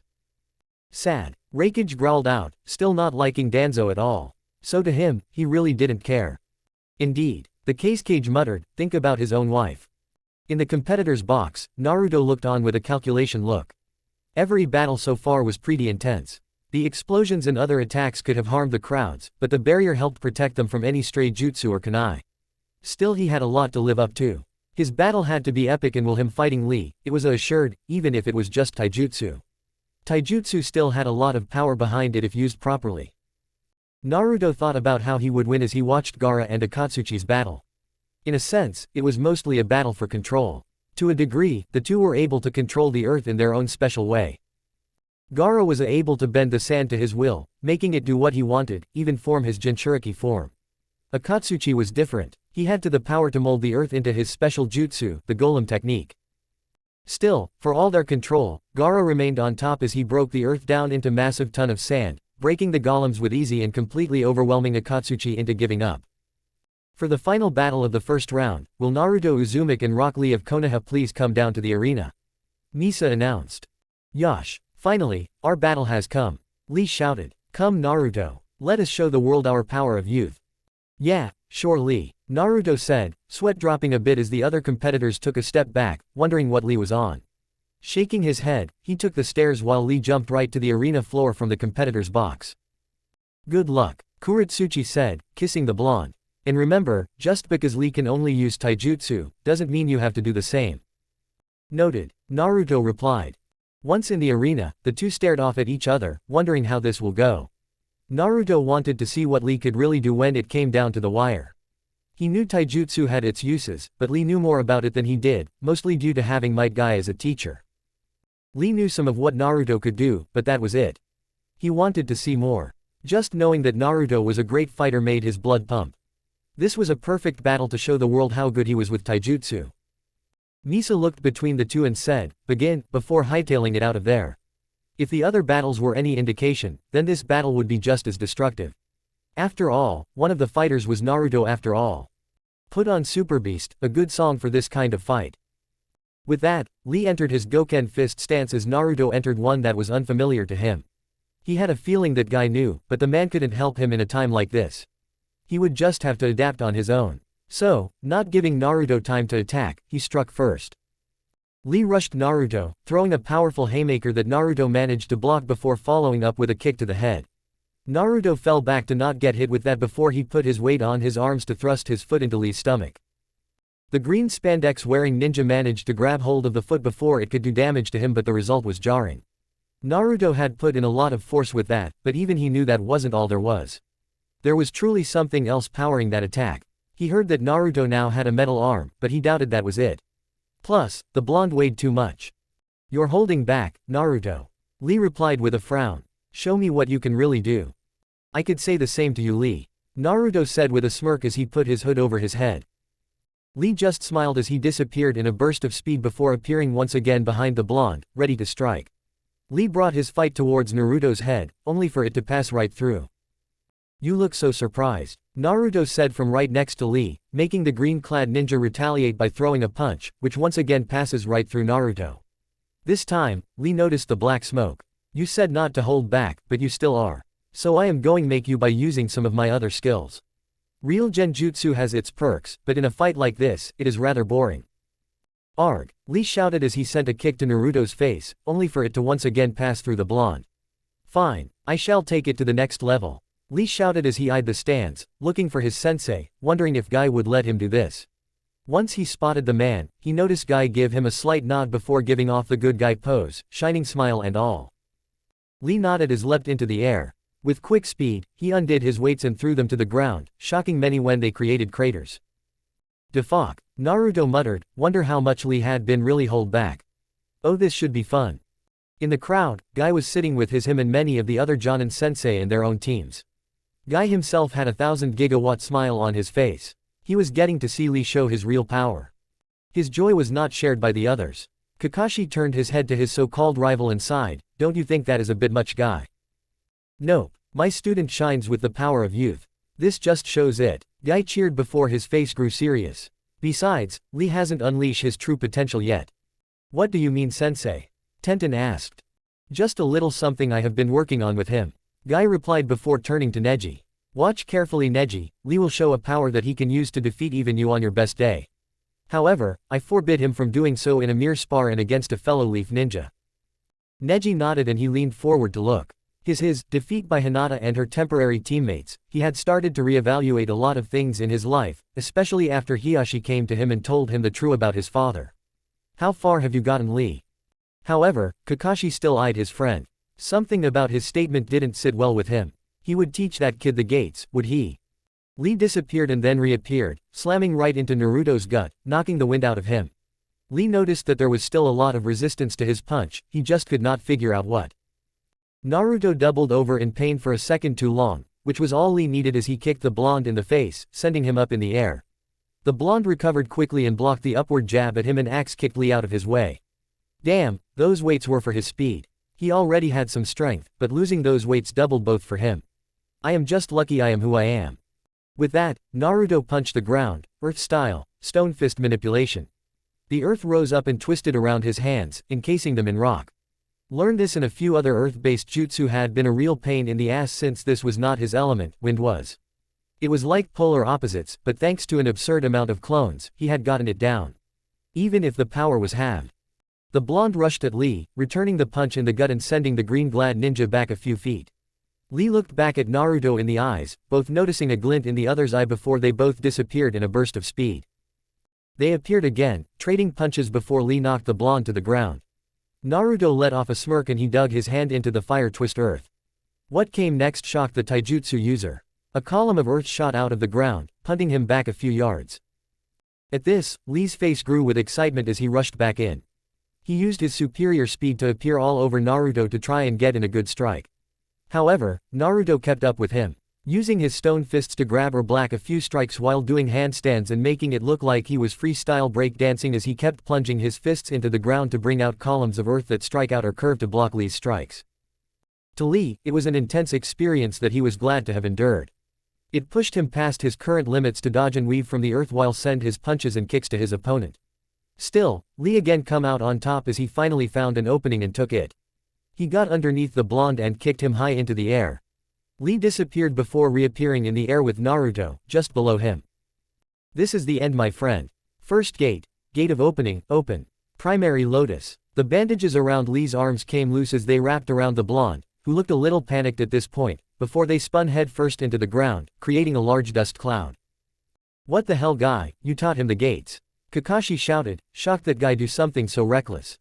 What gates? Sakura asked, making the other genin wonder about that too as their attention fell on Kakashi and Guy. The gates of the inner body. Kakashi started. They let the user go to new heights with each gate. One can even fight at cage level if they open the 8th but they die afterwards. Damn, that sucks. Kiba grumbled, thinking it was a good way to power, but if he was dead afterwards, forget that. I thought I read something about that once. Sakura replied, almost talking to herself. Ignoring the kids for now, Kakashi rounded on Guy. How many gates did you teach him to open? Guy smiled. You'll see. I have a feel that Naruto will push him to open them. I will say that before we entered the Chunin exams, he was at 5. Was. Guy, you are nuts. Kakashi stated. When the dust cleared, Naruto's body lay twisted at an odd angle. Lee cringed a bit before the body went up in smoke. A clone jutsu. When? He asked aloud. When you kicked me in the air, I managed to make a seal-less clone and switch with it. Naruto replied, and as he reappeared next to Lee, his hood still up. When you said next level, you meant it, but it is still not enough to beat me in my darkness style. What do you mean? Lee asked. The answer was Naruto removing the hood, showing Lee and the crowd his skeleton form. Hey, what do you think? Lee blinked, then blinked again. Aren't skeletons supposed to be white? Hey, let's just say that, my arm needed some good roots. Naruto chuckled. Oh, and this is a special type of metal on my bones that let me do some awesome things, for example, he said as he was enshrouded in wind chakra before he vanished from sight. Lee looked around frantically, before he heard the cry of, Falcon. Punch. Naruto appeared behind Lee and delivered a concussive falcon-shaped punch that sent Lee careening into a wall, leaving a large imprint of the boy's body. Ah ha ha ha. The Raikage, roared in laughter. The match so far has been great, but that was awesome. Using wind chakra in taijutsu like that is genius. Makes me wonder why no one has ever done it before. The Cage wondered. If he could create a fighting style like that in his village, he could get some better leverage in the shinobi world and get more clients. You have grown well, Naruto, but that darkness style is creepy. Sarutobi thought with a smile as he watched the two fight. Regretting letting him go yet? Onoki asked with a big smile. Every day. Damn, that had to hurt. Tamari said, wincing a bit. Yeah, but I doubt this is over yet. Kuretsuchi replied, seeing that Lee was breaking himself out of the wall. He doesn't quit. Suzumaki almost yelled in shock. Lee indeed broke himself out of the wall and sent Naruto a smile. Your power of youth knows no bounds. Let me show where mine can travel. Gate of rest, open. Gate of life, open. At that, Lee begun to change. His skin grew red, his eyes whited out, and chakra burst all around him, giving the illusion that wind was blow around him. Gate of pain, open. The veins on Lee's skin looked to be pulsing against it, looking ready to burst, and he looked like he was in a small bit of pain. Arg. Gate of closing, open. With that, the area grew thick with the potent chakra as everyone could feel it now. Lee burst forward from his spot as he charged once again at the blonde. Naruto himself channeled more darkness as his form became a little smoky, while also channeling a good amount of wind chakra. He braced himself when Lee struck head-on, jarring them both. Naruto for the force of the hit and Lee because of the pain of hitting the hard metal that was now on Naruto. And with that, another deadly dance ensued. The two weaved and dodged as they tried to strike one another. Naruto used his darkness and wind to skillfully weave around Lee, making it look like everywhere he went was an illusion. Lee, however, was far faster and he got in a few good jarring strikes. He had been at this far longer, training with Guy whenever he had a chance. Naruto was winging it the best he could with an on-the-fly tactic. It was good, but Lee saw through it as he once again brought Naruto into the air once more. The green-clad shinobi brought a multitude of hits to the bony Uzumaki. Landing a hit before jumping off to strike at a different place and jumping off the very air itself to gain speed, it hit Naruto, sending the two all over the place in the air. Subconsciously, Lee felt that he was being guided along somehow. Like the air he was jumping off was control where he would go, but he had no clue how that worked. Finally, he felt that he didn't care and knocked Naruto to the ground. Chuckling, Naruto wobbly got back up. Man Lee, you sure know how to give a good smack down, but thanks to this form, I am given added protection. Still, I felt that and I feel that I need to end this, quickly. He said as he stretched a bit, working out the kinks. He loved this form, but it was draining thanks to the long usage. He disappeared and he appeared in front of Lee before uppercutting him back into the air. Black wind web. As soon as Lee started to descend, he felt himself stuck. What is this? Lee asked, shocked to find himself in an actual web of sorts. The black wind web. As you hit me, I release a small current of wind that guided up as he traveled. You did the rest for me as I merely added darkness into the mix of air streams. You are caught in a multi-crossing airstream that will keep you in one place until I release you. No, hold still while I end this. Lee's eyes widened when Naruto took a stance as fire of all things erupted all around him. Lee didn't know it, but Naruto's blazing fire from meant that he was using the Kyuubi's chakra for the final blow. However, he still had some juice left, even if it was going to hurt him more. Gate of joy, open. The result was the spider web of wind shredding and then twisting into black whirlwinds due to the sheer power wafting off of him. Morning peacock. Moring wa, Naruto asked but was cut off as Lee brought his fist down on Naruto's flaming head, distracting him with the force of the hit. The effect of that made his body a little heavy to crack the ground. Lee then followed up and a kick that sent the blonde back into the air. The Green Clan ninja followed him in the air as he delivered punch after punch to the blonde. The speed of the punches were so fast that they were set ablaze by sheer speed and friction. That created a peacock-like fan of flaming chakra around Naruto. When he was done, Naruto crashed back down to the earth, covered in more fire. Damn, the kid knows how to do something like that at his age. I said in disbelief. The hell are your men teaching those kids? That kid is too young for that shit. I am surprised that kid hasn't torn himself apart yet. Sarutobi watched as Naruto fell to the ground in mild irritation. I was not aware that Guy went that far in Lee's training. I should have known though. Guy, this is going too far, Kakashi said, losing his temper. Guy nodded. He honestly didn't his student would go this far to prove himself. Yes, it is overkill, but it seems they both went overboard. You can feel it too, right? That flaming aura around Naruto is that chakra. However, I am surprised that it is not giving off the usual negative emotions. Kakashi snapped his head back to the fight, wondering the same thing while their students were wondering what they were talking about in the first place while also wondering how Naruto was doing. That last attack was devastating. Naruto in fact was not fine. His flaming bone form was flickering, threatening to shut itself off. God damn it, I thought I'd be nice and use very few ninjutsu in this battle, sticking to jutsu that work well with my taijutsu, but all that has really accomplished is getting my ass handed to me this whole fight. Kurama, how much of your chakra can I handle? The giant fox stirred with his cage as he absorbed the fight so far.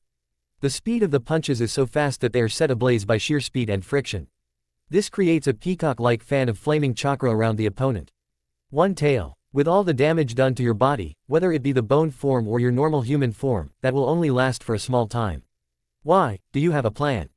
Yeah, a jutsu that should finish this. The response to this was the flames coming back in full force.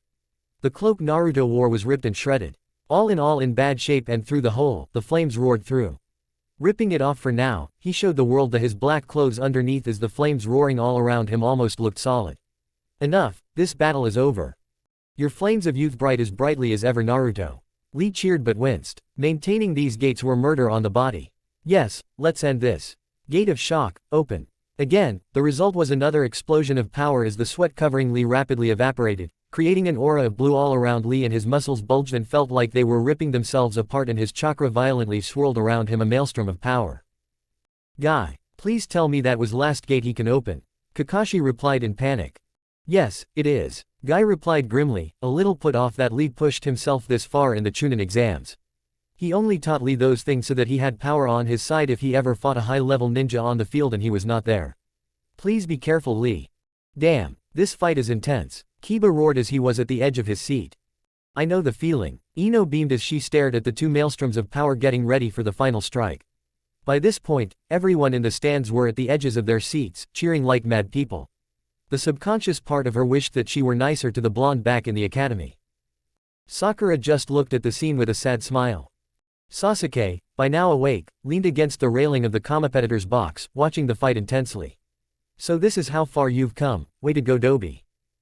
Yeah, kick some ass. Now is the time to stop holding back. Kuretsuchi roared with a big smile on her face. What kind of powerhouses are they? Tamari shouted in shock. Yeah, now this is a fight. Roared. My, this is quite the battle. Near cage level 1 would assume. Mei stated with a gleam in her eyes. Oh yeah, show them what you are made of, kid. Onoki replied with a proud smile. Lee took no time in waiting for his opponent to attack as he brought a palm outward before using his other hand to smack it, creating a great amount of pressure from his surrounding chakra. Forming the tiger sign, he thought, forgive me, Guy-sensei, I know this is overkill and you told me never to use it unless I truly have to, but I must show them my power in taijutsu. Daytime tiger. Lee screamed as he thrust forward, sending the mass of air pressure right at his opponent. Naruto grit his teeth as he only had one shot at this. He was not good with his jutsu due to his shoddy control over earth-style jutsu. However, thanks to his darkness style, he is able to pull off out counterpart. He just need more time to master that other style. Quickly performing a few hand seals and adding all the chakra he could, his and Kurama's, he shouted, Black Dust style, Izanami's hand. While more creative than Onoki was with the style, Naruto was able to use his own hand as a template as the usual dust style mechanics formed while adding his darkness to shape it to his will. Thrusting his own palm forward, he sent the hand towards Lee's attack. The two powerhouse moves meeting in the middle. For a moment, the two attacks fought for dominance as the pressurized air tiger fought to get past the hand, but when the hand closed around the tiger, the effects were instant. The dust qualities destabilized the tiger, making it as implode in on itself, which gave the hand momentum to streak towards Lee, slamming him down to the group. The hand also destabilized Lee's chakra, making the gates rapidly close themselves and leaving Lee with all the pain. Lee, despite all the nerve-wracking pain he was in, managed to hobble his way to his knees and look at Naruto, who was on his own knees, panting from exhaustion and back in his normal human form.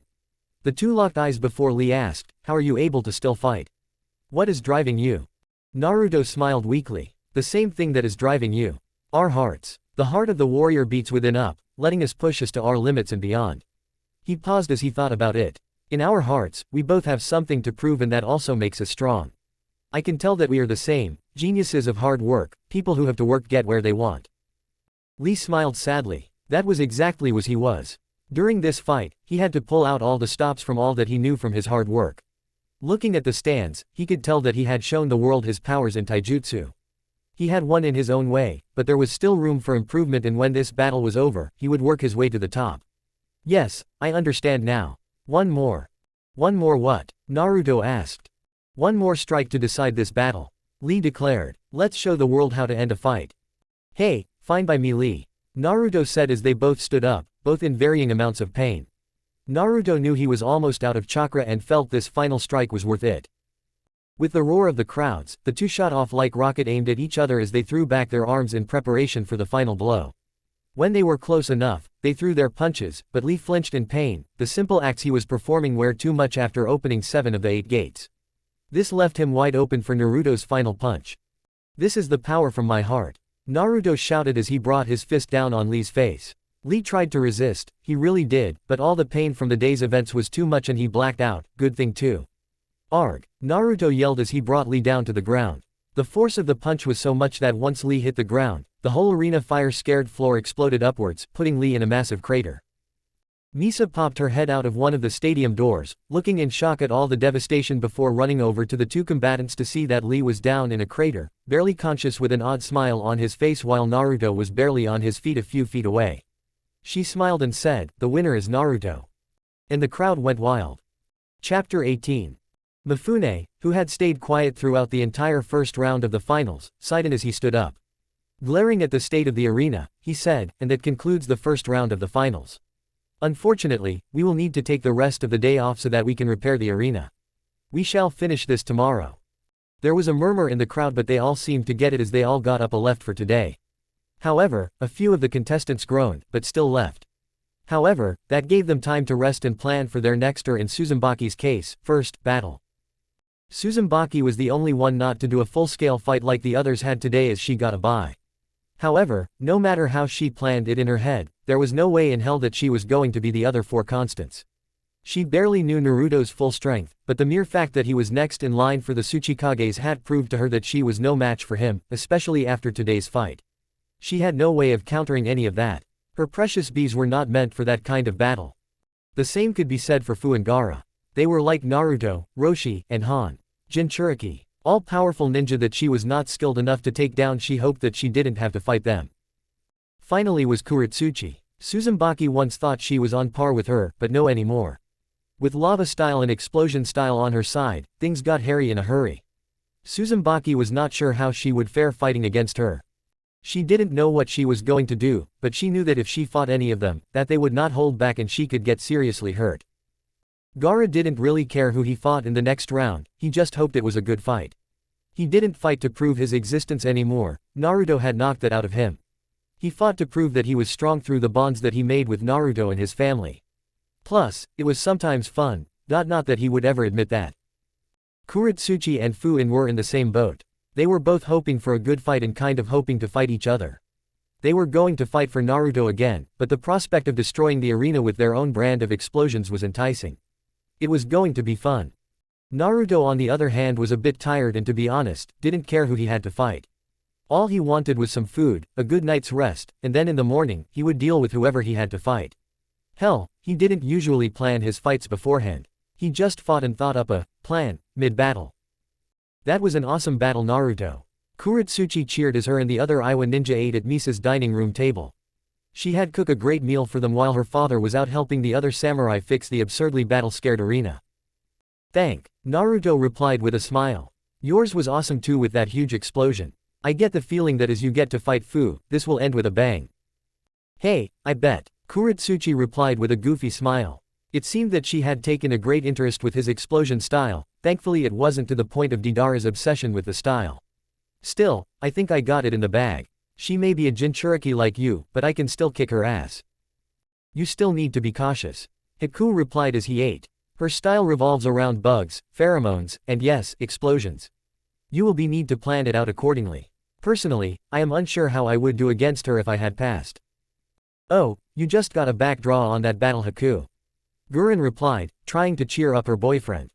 "Oh well, there is always next time for me," Haku replied, shaking it off. He honestly don't know how far he would even get in the Chunin exams. He considered himself lucky that he had gotten that far. Naruto smiled at this best friend. Haku was very humble and he used that to keep the blonde in line sometimes. It was needed in some aspects. Smiling, he nodded to Haku and then said, "Man, after a long day like this, any kind of food is good, but man Misa, you really know how to cook." Everyone at the table agreed wholeheartedly. Even Akatsuchi, who tried to compliment her with his mouth full. "That means a lot, thank you," Misa replied pleasantly. "I learned through trial and error. I used to be horrible at it." "How bad are we talking here?" Suzumbaki asked. "I think I almost gave my dad a heart attack the first time he even saw what I made, and when he tried it just to be nice, he passed out." "What was the occasion?" Naruto asked. Valentine's Day. I decided to would try to cook him something instead of buying something from the store. Misa replied. It was the thought that counted. Naruto replied. I know, I just wish I was better back then. Misa replied solemnly. Well, enough about the past. Kuretsuchi said after a moment. She saw the sad look on the white-haired girl and didn't like it, so she was going to change the subject. So Mr. Future Tsuchikage, are you ready for me to beat you ass in tomorrow? You can try. Naruto smiled with his eye closed. However, you saw what Lee could do. You are going to have to try a lot harder than him. Oh, I will. Kuretsuchi a sing-song voice.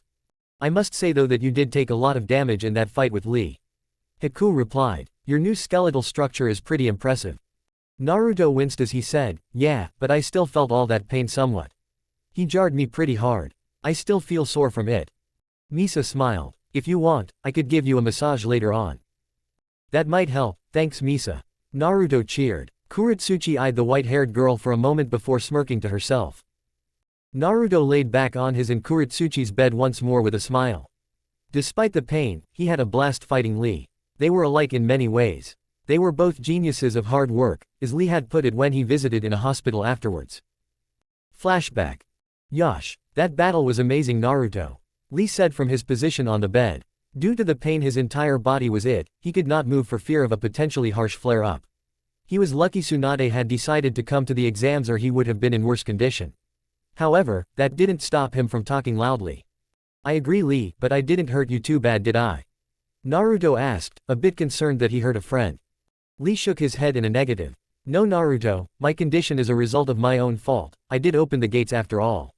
All I wanted to do was prove to the world that through hard work, I can be great. Lee then smiled once more at Naruto. You helped me prove that today. I heard that you were once like me in the academy, the dead last. So our battle proved to the world that people like us, people who get their power from hard work can be great. We are geniuses of hard work. And we are going to keep on improving as we grow older. Naruto replied with a smile. Exactly. Next time we fight, it will be that much harder to beat me. Lee declared. I am looking forward to it Lee. Naruto replied as he left the room to let Lee rest. Flashback end. Yeah, hard work. That and the overuse of so many clones is how he got so strong.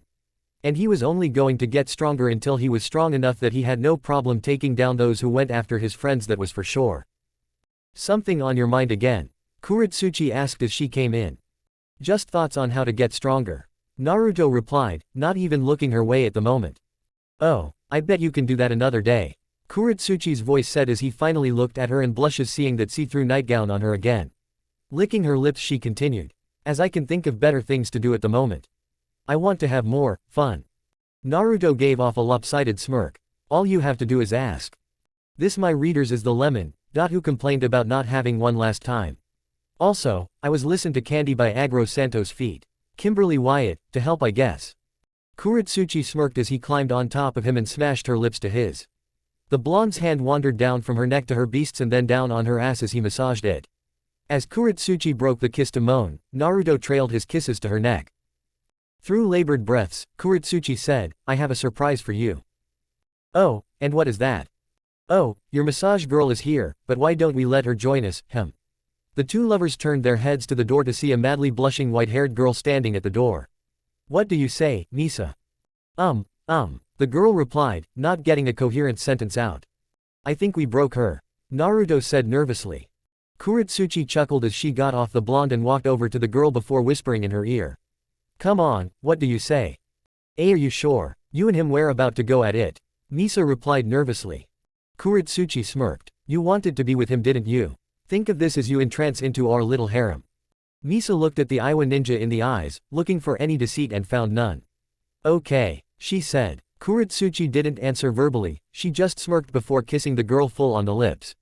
The white-haired girl was completely caught off guard for a moment as confusion set in. Then the realization that if she was going to be in their harem, things like this would probably be the norm. Thinking back, she didn't have a problem when Gurren had kissed her to tease Naruto before. So shrugging, she let her hands wander down to Kuretsuchi's ass and massaged them like Naruto had done while the ninja started to massage her breasts, erecting a moan from both of them as they continued to make out. Finally they broke apart, a line of saliva the only thing connecting them as they turned their attention to Naruto who was blushing a bit at the act. The girls smiled before walking towards him. Misa smiled as she got behind his now sitting form and started to massage his shoulders while kissing him on the lip occasionally. Kuretsuchi crouched down and took off Naruto's boxer shorts that he wore when he slept to reveal his 9-inch dick, her eyes darkening with lust as she licked her lips and then the tip. Looking up at him, she smirked before diving to her own lust as she took it into her mouth. She again smirked to herself as Naruto grunted and held her head as she bobbed along to his eventual orgasm. Misa grew bold as had Naruto lay on his back and took off her own nightgown and panties to let him lick her. She gasped in shock as the feeling of his doing so came full force and she loved it. The effect of him lying on his back also made Kuretsuchi take the dick in full, deep-throating it. That also made her hornier as she started to finger herself. Soon the three screamed in pleasure as they each came. Kuretsuchi hungrily lapped up all of his cum before she licked off her own juices from her hand in front of the blonde, keeping his hard and turned on at the act. By now, Misa's eyes had taken the darkening of lust as she eyed Naruto hungrily. Kuretsuchi smirked at seeing this. The ninja brought Misa down with her to Naruto's member and the girl hungrily took it into her own mouth. The ninja and samurai both took turns sucking and licking it as they lost themselves in lust, something licking it at the same time. Soon, they started using their large B to small C cup breasts to tit-fuck it, but that backfired as even though Naruto mobility was hampered, he started pumping himself, enjoying the feeling of his dick smashed between their breasts. Soon, he came all over their faces and breasts. The girls smirked sexily as they lapped it all up again, making him keep his heart on. Kuretsuchi then pushed Misa onto the bed on her back. She then got on top of the white-haired girl and began making out again. Misa was so engrossed in it that she never noticed him entering her until it was too late. She winced as this was her first time, but with Kuretsuchi's help, the pain was lessened. Nodding her consent, Naruto began to pump into the white-haired girl's pussy. He also switched periodically with Kuretsuchi as he made love to them. Sometimes he would just pump between them, caressing both of their pussies, making them love every minute of it. When the time came for him to cum again, he came between them, coving them once again in his cum. However, this time, they started licking each other, lapping away his cum in a very erotic scene. Having enough of that, Naruto lifted Misa up and began to fuck her standing up, making he shout in pleasure and her breast rubbed themselves against Naruto's well-toned chest. After a few minutes of this, she was near her limit and said, "Oh. I'm about to cum." "Me too." Naruto grunted, "But don't worry, I did a jutsu that makes sure I won't get you pregnant yet." "I don't care, just cum inside me." Misa shouted as her eyes rolled back and they both came, with her shouting again.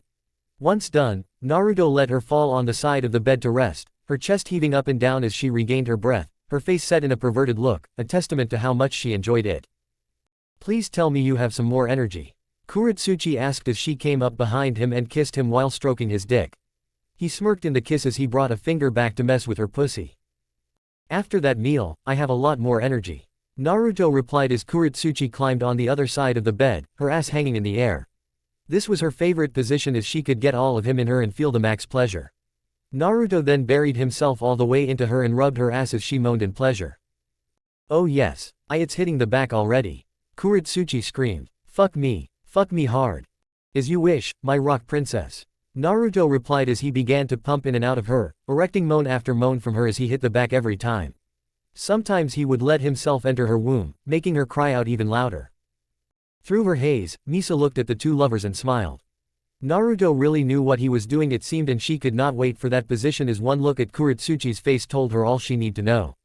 It was amazing. Period. Kuretsuchi's tongue was hang out, making her look like she was panting like a dog and her eyes have a vacant but lustful look in them. Misa wanted that. Her brain started working again and perverted thoughts came to light as she smirked sexily as Kuretsuchi's orgasmic scream rang out through the room as they both came again, this time straight into her womb. As they were catching their breaths once more, Misa spoke. "I have an idea." "And what would that be?" Naruto asked between breaths. "Shadow clones," Misa replied, her eyes darkening more with lust. Upon hearing that, Kuretsuchi's lust phyllis widened and a pervert smile crept on her lips as she licked them. Ooh yes, she would enjoy that so much. Naruto smiled as he created 3 more of himself as he went to Misa begin again. Their night was not even over yet and while Naruto should be resting, this was more fun. So until tomorrow came, he would have his fun with his girls. Chapter 19. The general of the samurai stood stock still as he observed the arena.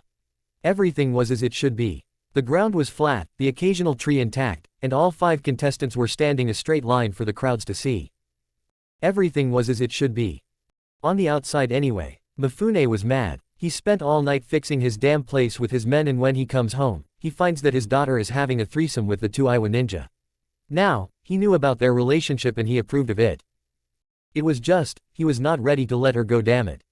Manly tears rolled down his face as he thought it was way too early to let his baby girl go. It was just not fair. He wanted more time. Is something the matter, Lord Mifune? May, the Mizukage asked from the side, noticing the tears.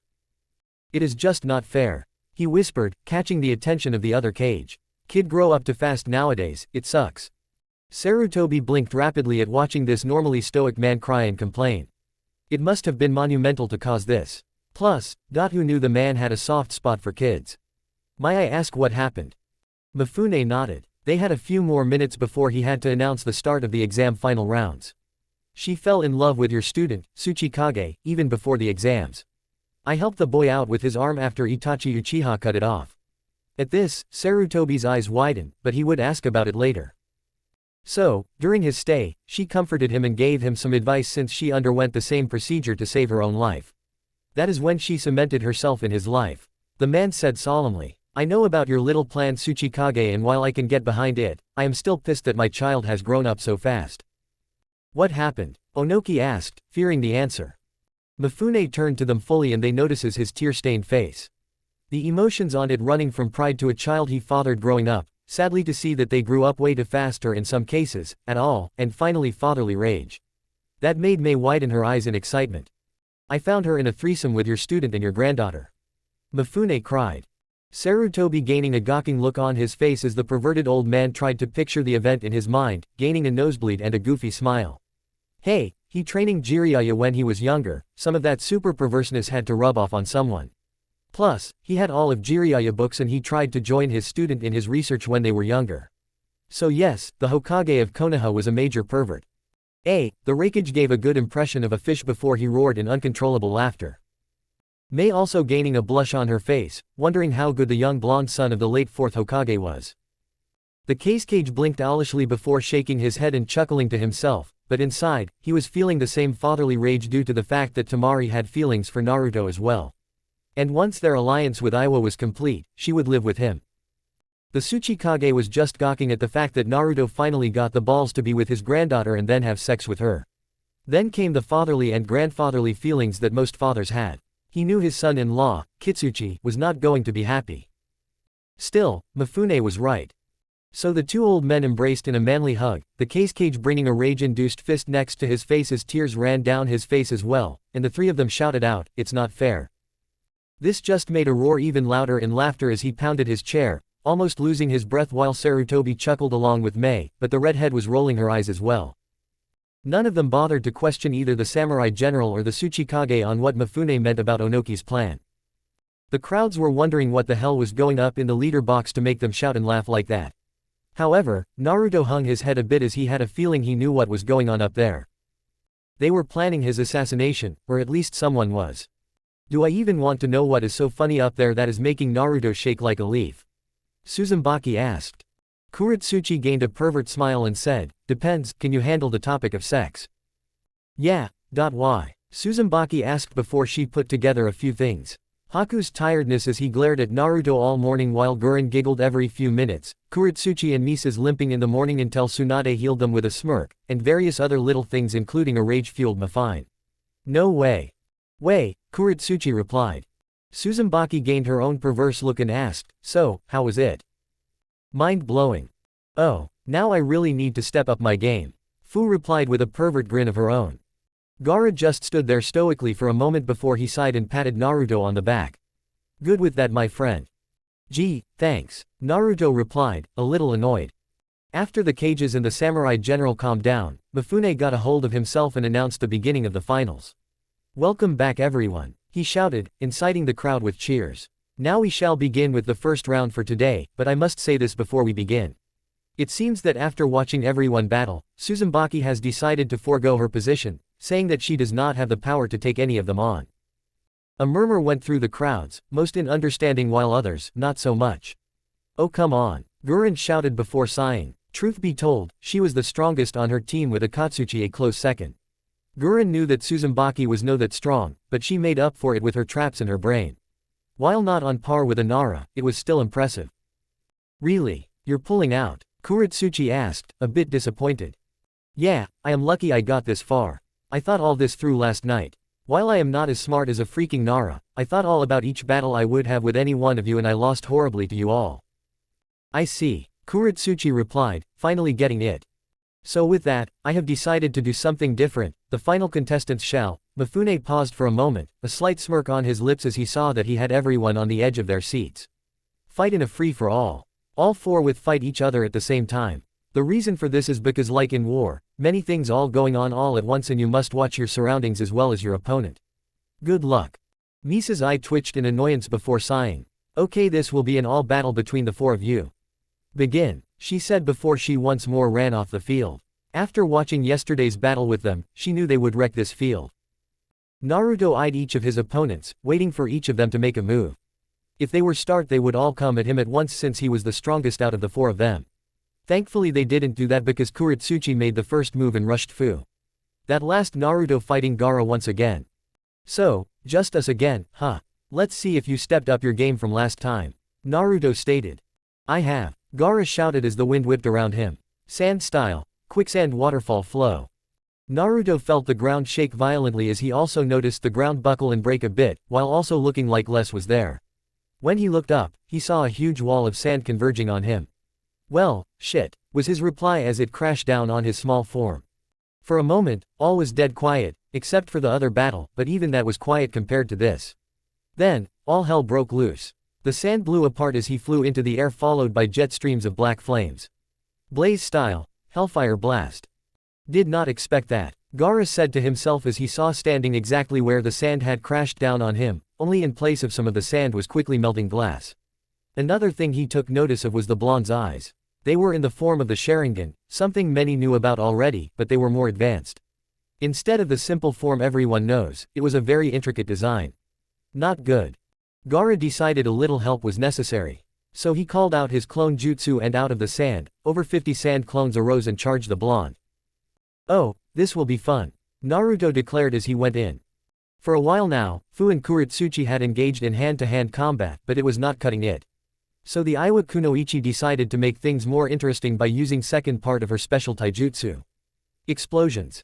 Kuretsuchi's fist started to glow and when she hit Fu, there was a small explosion that knocked the green-haired girl away. The hell was that? Fu shouted as she stood back up. My special taijutsu style called the explosion fist. With each hit, I can create a mini explosion that can range from small concussive blasts like you just experienced or full-on earth-shaking explosions. The Iwa Kunoichi declared. Observe, she shouted as he punched the sand, creating a small chain reaction of explosions to occur. Fu grimaced. The sand was actually helping her opponent and not her. She was at a disadvantage because of that, but she had other plans. She could use her special powder to create more explosions or she could use two of the gifts she got from her tailed beast. Why not all three? She thought as she dodged the explosions sent her way by jumping high in the air while releasing the powder once more. The explosions that Kuretsuchi was still creating were enough of a catalyst to ignite the powder, creating the needed smoke-filled cover that Fu needed. She tapped in her demon's chakra, creating wings on her back before taking to the air. She knew that she wasn't going to hit Kuretsuchi on the first strike, but this should be enough to spook the girl. So diving bombing the ground, she unleashed her enhanced strength on the ground, creating a shockwave to ripple through the ground. Kuretsuchi first heard the buzzing of insect wings and wondered what the hell Fu was doing before the ground shook violently. This put her on high alert. As the buzzing sound returned, her eyes widened as she figured out what was going on. Fu was using her demon's chakra to create wings like a bug's and using the smoke and dust as cover to hit her with whatever was causing the booms. She got her answer as to what was the cause of the earth-shaking booms when Fu landed a few feet from her in a dive bomb, hitting the ground with a punch that one again shook and broke the ground. Holy crap, this is bad, Kuretsuchi said aloud, catching Fu's attention, who then rushed her faster that she could see and smacked her in the air, right towards a strange structure of sorts in the middle of Naruto and Gaara's battle. Back to Naruto and Gaara's battle, a few minutes before. The blonde dodged and weaved between the sand-made clones of Gaara, trying to find the original while using his scythe to slash away the clones, which seemed to reform after he defeated them. It was annoying as hell and he now knew how his opponents felt when he did the same thing. Arg, now I know how this feels. Blaze style, swirling inferno. He shouted as he lit his scythe on fire before twirling it around as he attacked. When he was done, the area looked gruesome. It was all melting glass with the clones of Gaara all frozen in place, looking like deformed statues. Gaara saw this and knew he had to do something without going full Shukaku on Naruto, whom he knew could still beat him. After all, it happened last time and Naruto knew how to do it. Very well, Gaara said aloud as he thrust his arms out and his remaining sand rushed to the melting glass field, swallowing it back up as Naruto looked on, unimpressed. The massive amount of sand spun around Gaara before he put up a hand. It rushed to that spot, forming an absurdly large spear of pure sand. Fall by the supreme spear of Shukaku, Gaara announced as he pushed forward, sending the construct at Naruto. When Naruto saw the formation of the spear, he knew he was in trouble. The blonde figured he could just use real genjutsu to turn into black smoke to dodge the attack, but that was getting old and would get him nowhere. So he created a clone, formed a rasengan and had it add an element to it. In his hand was the end result. It was a pinkish swirling sphere of intense heat. He was not very good with this element at first, but he had managed to replicate it to his needs and he knew this was going to do a lot of damage, even if he downpowered it so as to not kill his friend. As the large spear flew towards him, he thrust out his out arm and yelled, "Scorch style, Rasengan."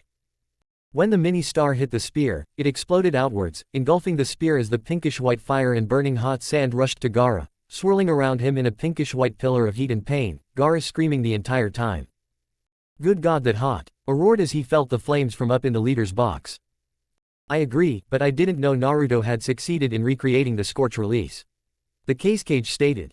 "Neither did I. He never used it in our spars," Onoki stated. "It is impressive nonetheless," Mei replied with big eyes. "Indeed," Sarutobi sighed, feeling another pang of regret. Naruto could have been great in his village. "Damn, kid really did manage to recreate my style. Didn't actually think he could do it," Hakura replied from her seat next to Temari. "Well, you obviously underestimated him, we all did," Temari replied with a wide smirk. "Aw man, that is hot shit," Kiba roared as he backed up a bit from the torrent of flames. Ino was sweating a lot, but that didn't stop her from making a joke.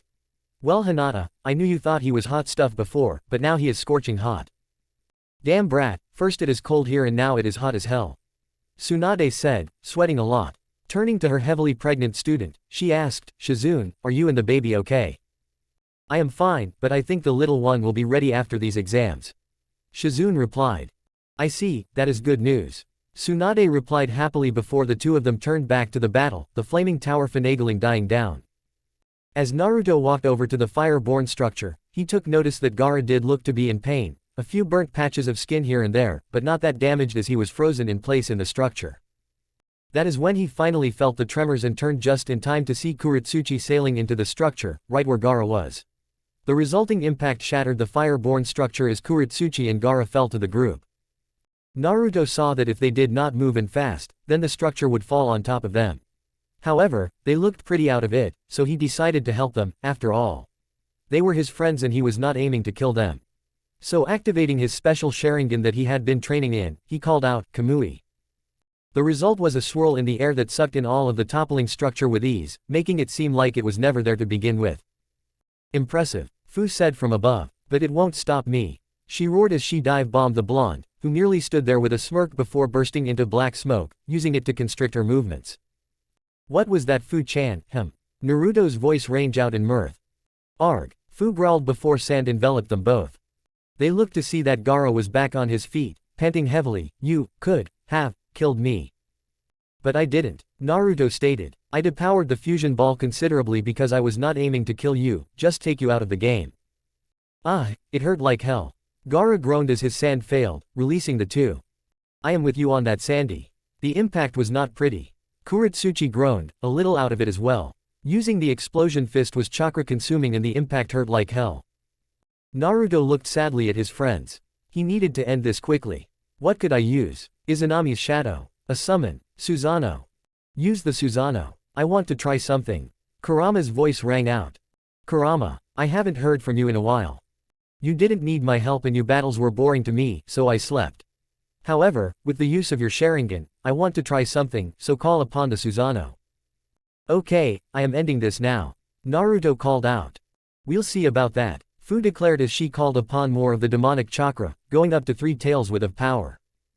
"Susanoo," Naruto and Kurama called out. The result was much different than expected. Instead of the skeletal specter, an ethereal version of Kurama appeared.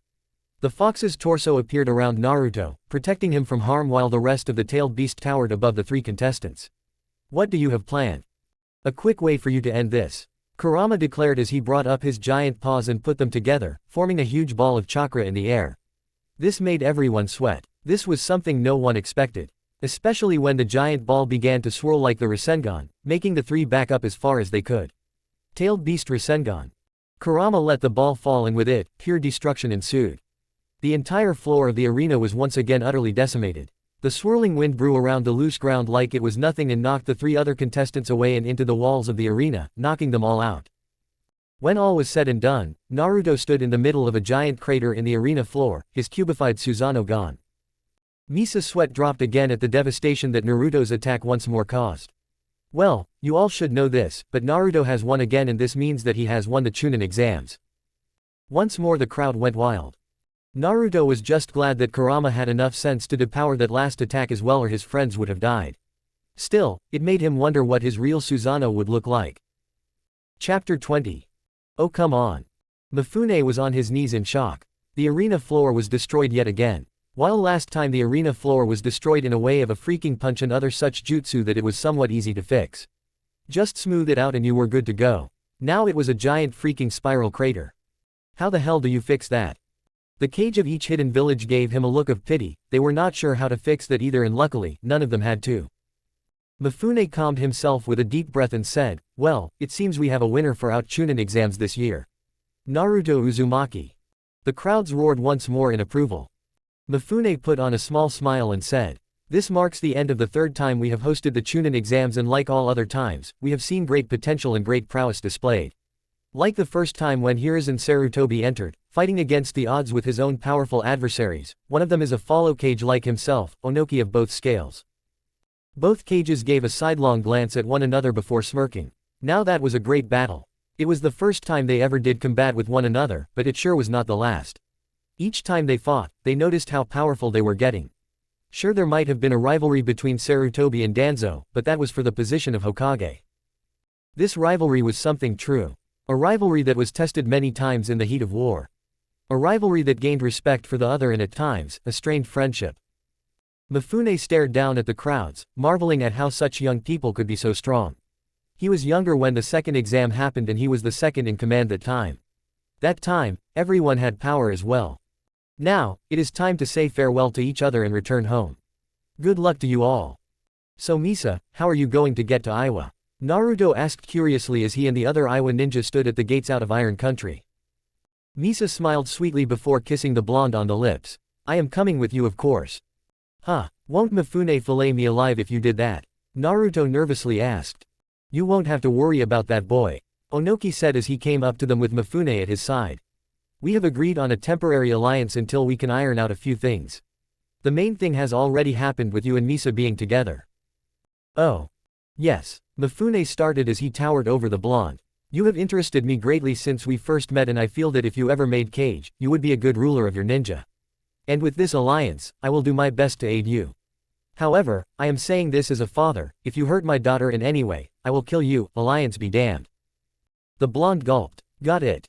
Good. Mifune stated as he backed up, his towering form and oppressive atmosphere dying off with a small smile. Yeah, that scared even me. Haku nervously stated. That was obviously the intention. Guren whispered. I guess we better be going then. Kuritsuchi announced. Not yet, we are waiting for someone else to join us. Onoki replied. Who? Suzumaki and Akatsuchi asked at the same time. Why me of course. Fu voices as she ran up to them, shocking all the young ninja. I thought you had to go back to the village hidden in the waterfall. Naruto said. Fu smiled sadly as she shook her head. No, Shibuki thought it would be best that I remain with you and sent my team to the Chunin exams as a front. You see, we found out one of the Akatsuki members was someone from our village and it scared the shit out of everyone because by now he should be dead. So they sent me to you knowing that you could protect me. Onoki rose an eyebrow at that statement. To be honest, there weren't many shinobi from Waterfall that were famous, let alone strong. There could only be one person that matched that description. Kakuzu, he stated. Fu nodded solemnly. Onoki sighed at that. That man was a dangerous one, word was that he even fought the first Hokage and lived. To have survived this long, it was scary testament to how strong he is. The old Kage eyed his student, who gave a subtle nod. Onoki sighed again. Very well, oh, you can come with us, but you will have to be one of my ninja or part of Naruto's group I am having him make. I don't mind, Fu replied happily. Very well, let's go, Onoki replied with an air of finality. However, before they could make one step out of the gate, a wall of sand blocked their exit. Not even going to say goodbye? Gaara's gravel-like voice asked with some amusement. Naruto chuckled. Didn't know if you had left already or not. Nope, Kankuro replied with a slight smirk. You are not getting off that easily, Tamari stated as she walked up to her fellow blonde. A smile crept on her lips and she said, I want to say goodbye for now, but once this alliance is concrete, I will be your way shortly. She finished with a kiss of his lips. When Tamari broke off, she glared at Kuretsuchi. That is when we will have a rematch. Kuretsuchi glared back and sparks could be seen between them. I'll gladly put you in your place again. We'll see, Tamari replied. Should I be worried? Naruto voiced, not really expecting anyone to answer. You have no idea, Kitsuchi stated with a small chuckle. He didn't really like this kid all that much, especially with the fact that he was with his daughter, but whatever, he could deal with it. Like messing with the kid in times like these. Can we go now? Onoki asked, a little annoyed. His back was hurting him more than usual and he wanted to get home. Now.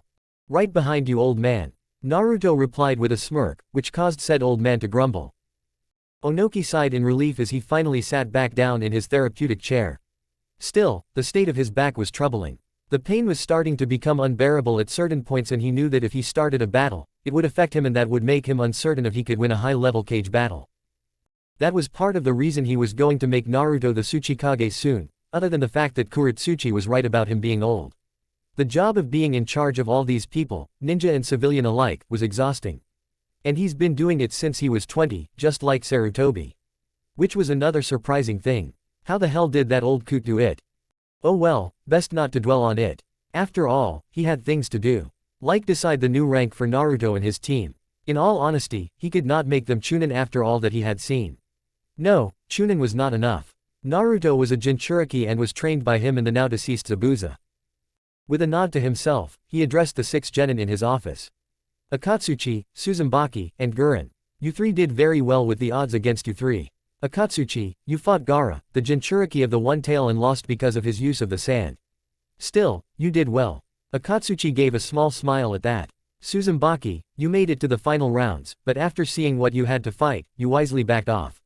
That is not bad. One has to use their brain after all. So, you 2 will be made Chunin, congrats. He threw them their flak jackets, the brown jackets that all high-level Iwa wear. Onoki turned to Guren and smiled. Your team will need a leader and from what I have seen of your fighting prowess so far, you are perfect for them, Jonin Guren. Guren smiled brightly as she too took her flak jacket, her 2 teammates giving her high fives. Onoki turned to his newest ninja from Hidden Waterfall. Another Jinchuriki, which made 4 in his village now. Fu, since you are strong in your own right and with the power of a tailed beast on your side, I shall make you a Jonin as well. However, you are without a team, therefore, I am pairing you with Han and Roshi, Iwa's Jinchurikis of the 5 and 4 tails respectively. You will be Team Jinchuriki, with Naruto helping out occasionally. Awesome, Fu replied with a smile. Finally, Onoki turned to Naruto's team. Haku, despite the blunder that was your prelim fight, I cannot in good faith let you simply be a Chunin. After all, you are my student as well. So I am making you a Jonin. Haku nodded, a bit shocked by that info. He didn't even think he would make it to Chunin this time. Kuretsuchi, your creativity of the use of both lava and explosion release is remarkable and I have decided to make you Jonin as well. Thank you grandpa, Kuretsuchi replied with a smile, which Onoki mirrored. Now, finally we have Naruto. To make my plan of getting the Uzumaki clan back up and running in this village, you will be the clan head of it as well as Jonin, which is required. Now, as you are all aware of by now, Naruto will replace me as Tsuchikage soon. Kitsuchi twitched at this, making Onoki inwardly groan about forgetting to tell him. However, like last time, I have a final test. Kitsuchi cringed. He knew that test. It was what Deidara had to do before he went nuts. Like Deidara, who made the Explosion Corp, I want you, Naruto, to create a group that will help the village grow strong. Have you thought about it? Naruto nodded as he took a step forward. Yes, knowing that I am from Konoha, I will take something from them. You see, Konoha has the root, run by Danzo, however, he uses his men as pure tools and does not even see them as human. Onoki nodded, having seen this before. Here, we will have the core. While the roots of Konoha's tree have rotted, the core of the earth is still burning strongly. Naruto declared, "My group will have the strongest of the village protecting said village. We are protectors of the village. If people need help with getting stronger, we will help them. If the village is in trouble, we will protect it." Onoki stared at the boy with an emotionless look before a smile crept its way to his face.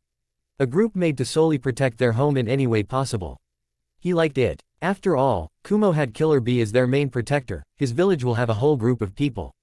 Brilliant. I love it, Onoki stated. Who will be part of this group? Anyone, Naruto stated. The strongest of this village will kick up their own training to be in this group and then provide the training to anyone who needs it. To start off, Team Reaper will be in it. Team Earth Hive, which consists of Guren, Akatsuki, and Suzumaki. And Team Jinchuriki will be the starting people. We are going to need more than that, Haku stated. True, I volunteer, Kitsuchi replied. Sweet, Kuritsuchi chirped. My brothers might be willing to help out, Suzumaki offered. And that would be another team, Kitsuchi replied, nodding to himself. Now who else? Naruto asked. Onoki put on a thoughtful look on his face before he smiled. How about I announce the group to the village and they decide who wants to join up? However, not everyone will be able or willing to join after what happened with Deidara and his explosion core. That being said, do you have anyone you have in mind? Naruto thought about it for a while before he remembered his time in the desert. Orochimaru was dead and there had been rumors of him creating a village of his own. Looking to the old dwarf of a cage, Naruto relayed this info to him, making Onoki's eyes widen. Boy, you should have told me this sooner. There has been odd things going on in Rice Country and now this confirms it. Without a leader like Orochimaru, that place is tearing itself apart.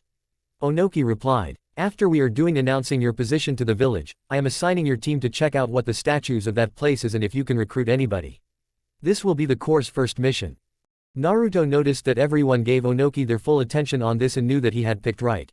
They were all powerful and loyal, something he needed to help him protect this village, his new home.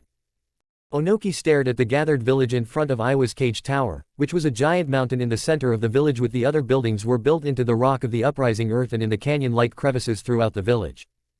He had ruled this great village for a long time and none dared to oppose him. He was the strongest ninja they had. They followed him this long and they prospered for it. Now they would know that he had chosen a successor, this time someone stable. People of Iwa, I come before you to tell you that I have chosen a successor, but unlike Deidara, he is stable.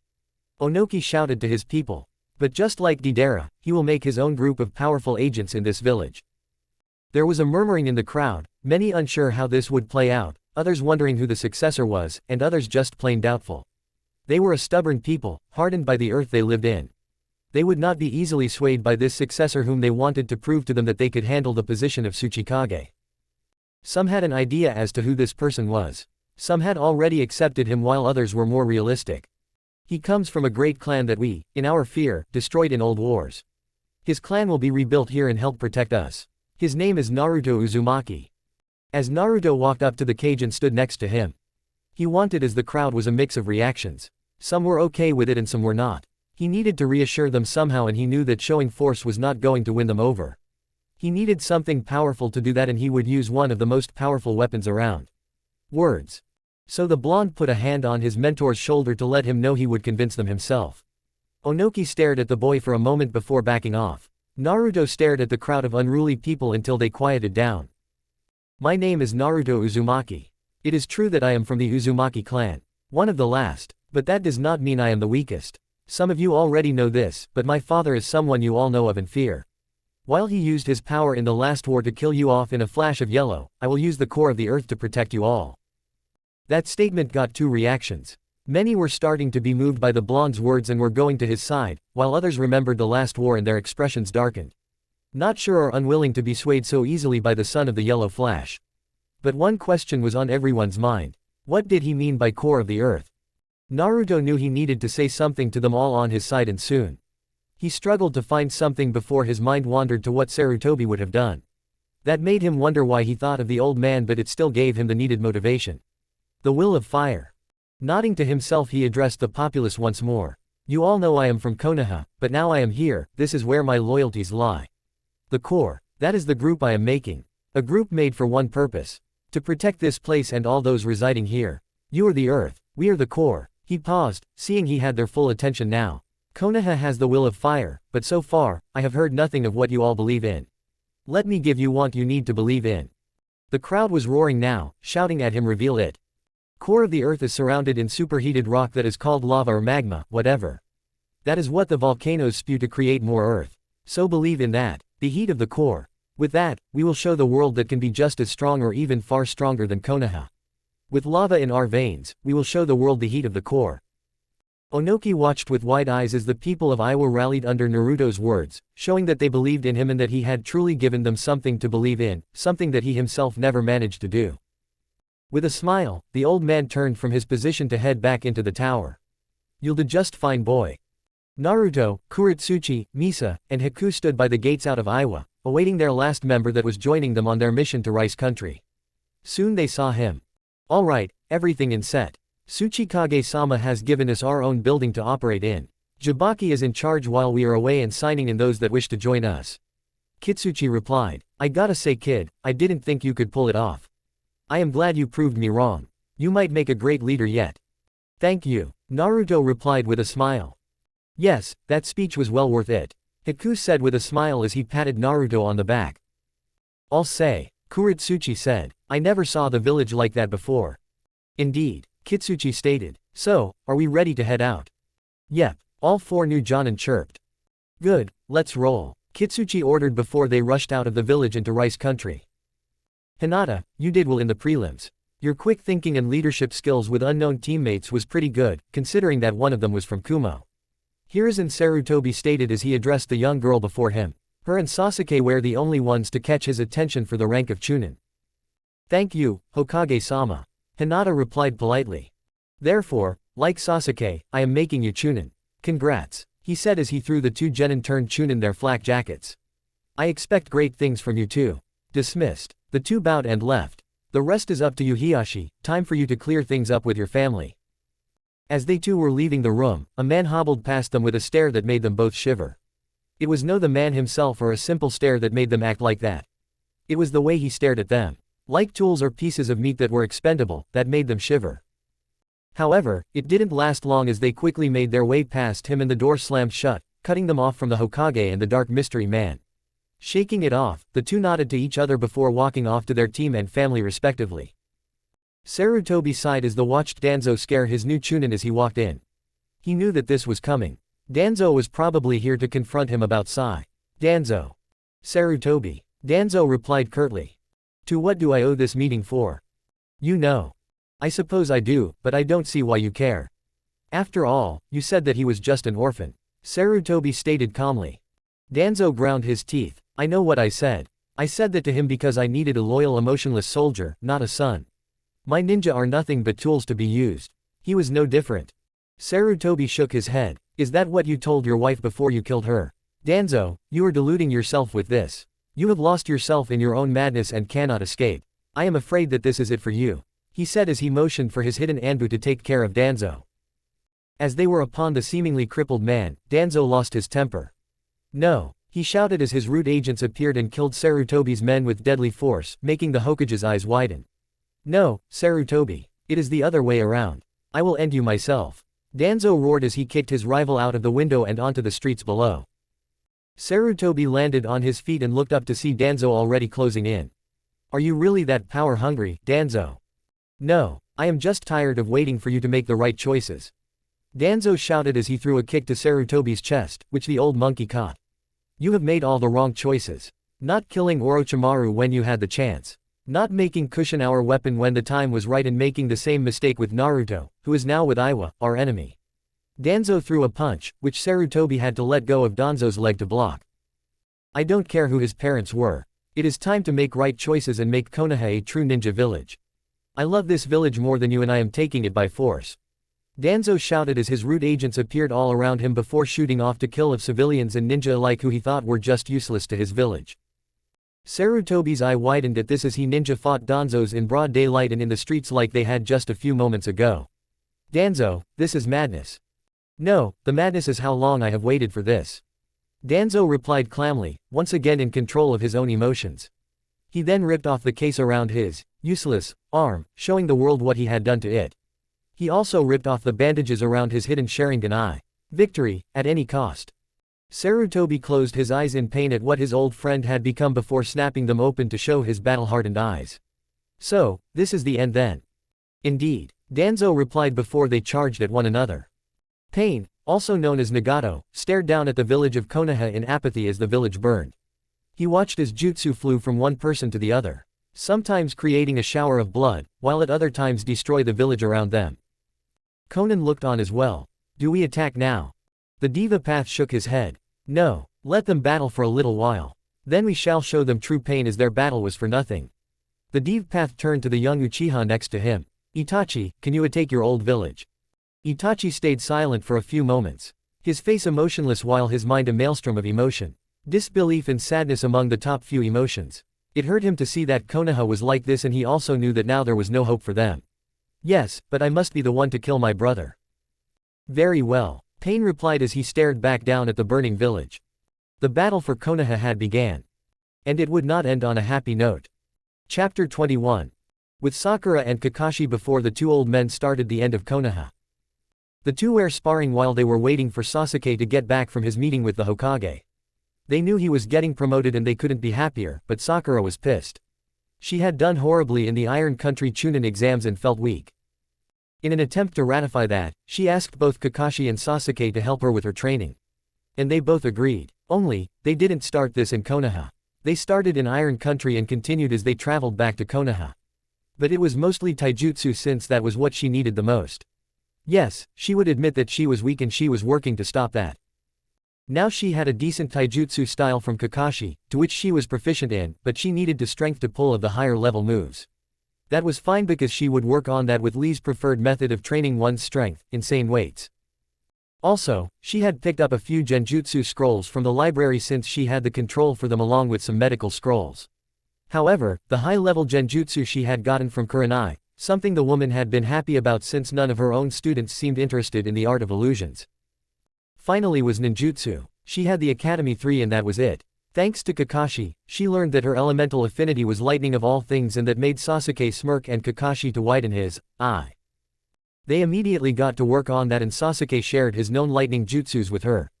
No, seriously, Sasuke actually shared his jutsu. In reality, Sasuke thought that with Sai gone from their team, along with Naruto, they needed more power, and with the reveal of Sakura's element, maybe things would change and he would have a worthy partner to fight alongside him. So he gave her a scroll of his lightning-based jutsu so that they could work in tandem. There was one other thing too. Ever since Naruto had left, the two had indeed gotten closer. They had become friends, often complaining about Sai's behavior towards them. However, it wasn't until after the Chunin exams that Sasuke decided to say, fuck it, and he agreed to go out on a date with Sakura. It was nothing major, just a simple little affair, and to be honest, it wasn't bad. So they often were seen together after that, much to the anger of Sasuke's old fan club. Sakura put up a hand to signify that she had run out of juice and for Kakashi to stop his onslaught. She was getting better, but to her, she got tired way too often. Deciding to put her mind off of that, she looked to Kakashi and asked, "Hey Kakashi-sensei, where are the Ichirakus? I haven't seen either one of them since we returned." Kakashi shook his head. From what I was told, they left here around the time that we were almost done with the Chunin exams. They felt they could not stand by this village anymore because of the treatment of their best customer. I think they are heading to Iwa to set up shop. Oh, well that sucks. Sakura groaned. She could use to ramen right about now. Her complaint was cut short as Sasuke ran onto the training ground, looking tired and cut up. Kakashi narrowed his eye and said, "Report." Soon as I got out of the Hokage tower, shit hit the fan. Danzo attacked the Hokage by kicking him out of the man's office, literally. Sasuke shouted. Then Danzo's root agent all came out of the woodworks and started attacking people, even the civilians. I came to get you guys to help out. Things look really bad. Shit, I should have expected this. Kakashi said. Come on, we got to. He didn't finish his sentence because of their person now blocking their path to the village. Sasuke was about to ask what was up until he heard his voice. I am afraid I can't let you do that. Itachi. Sasuke shouted as he turned around to see his brother just standing there, mock him. However, he didn't just charge at the man because he remembered what Naruto had said and what his brother had done to the blonde.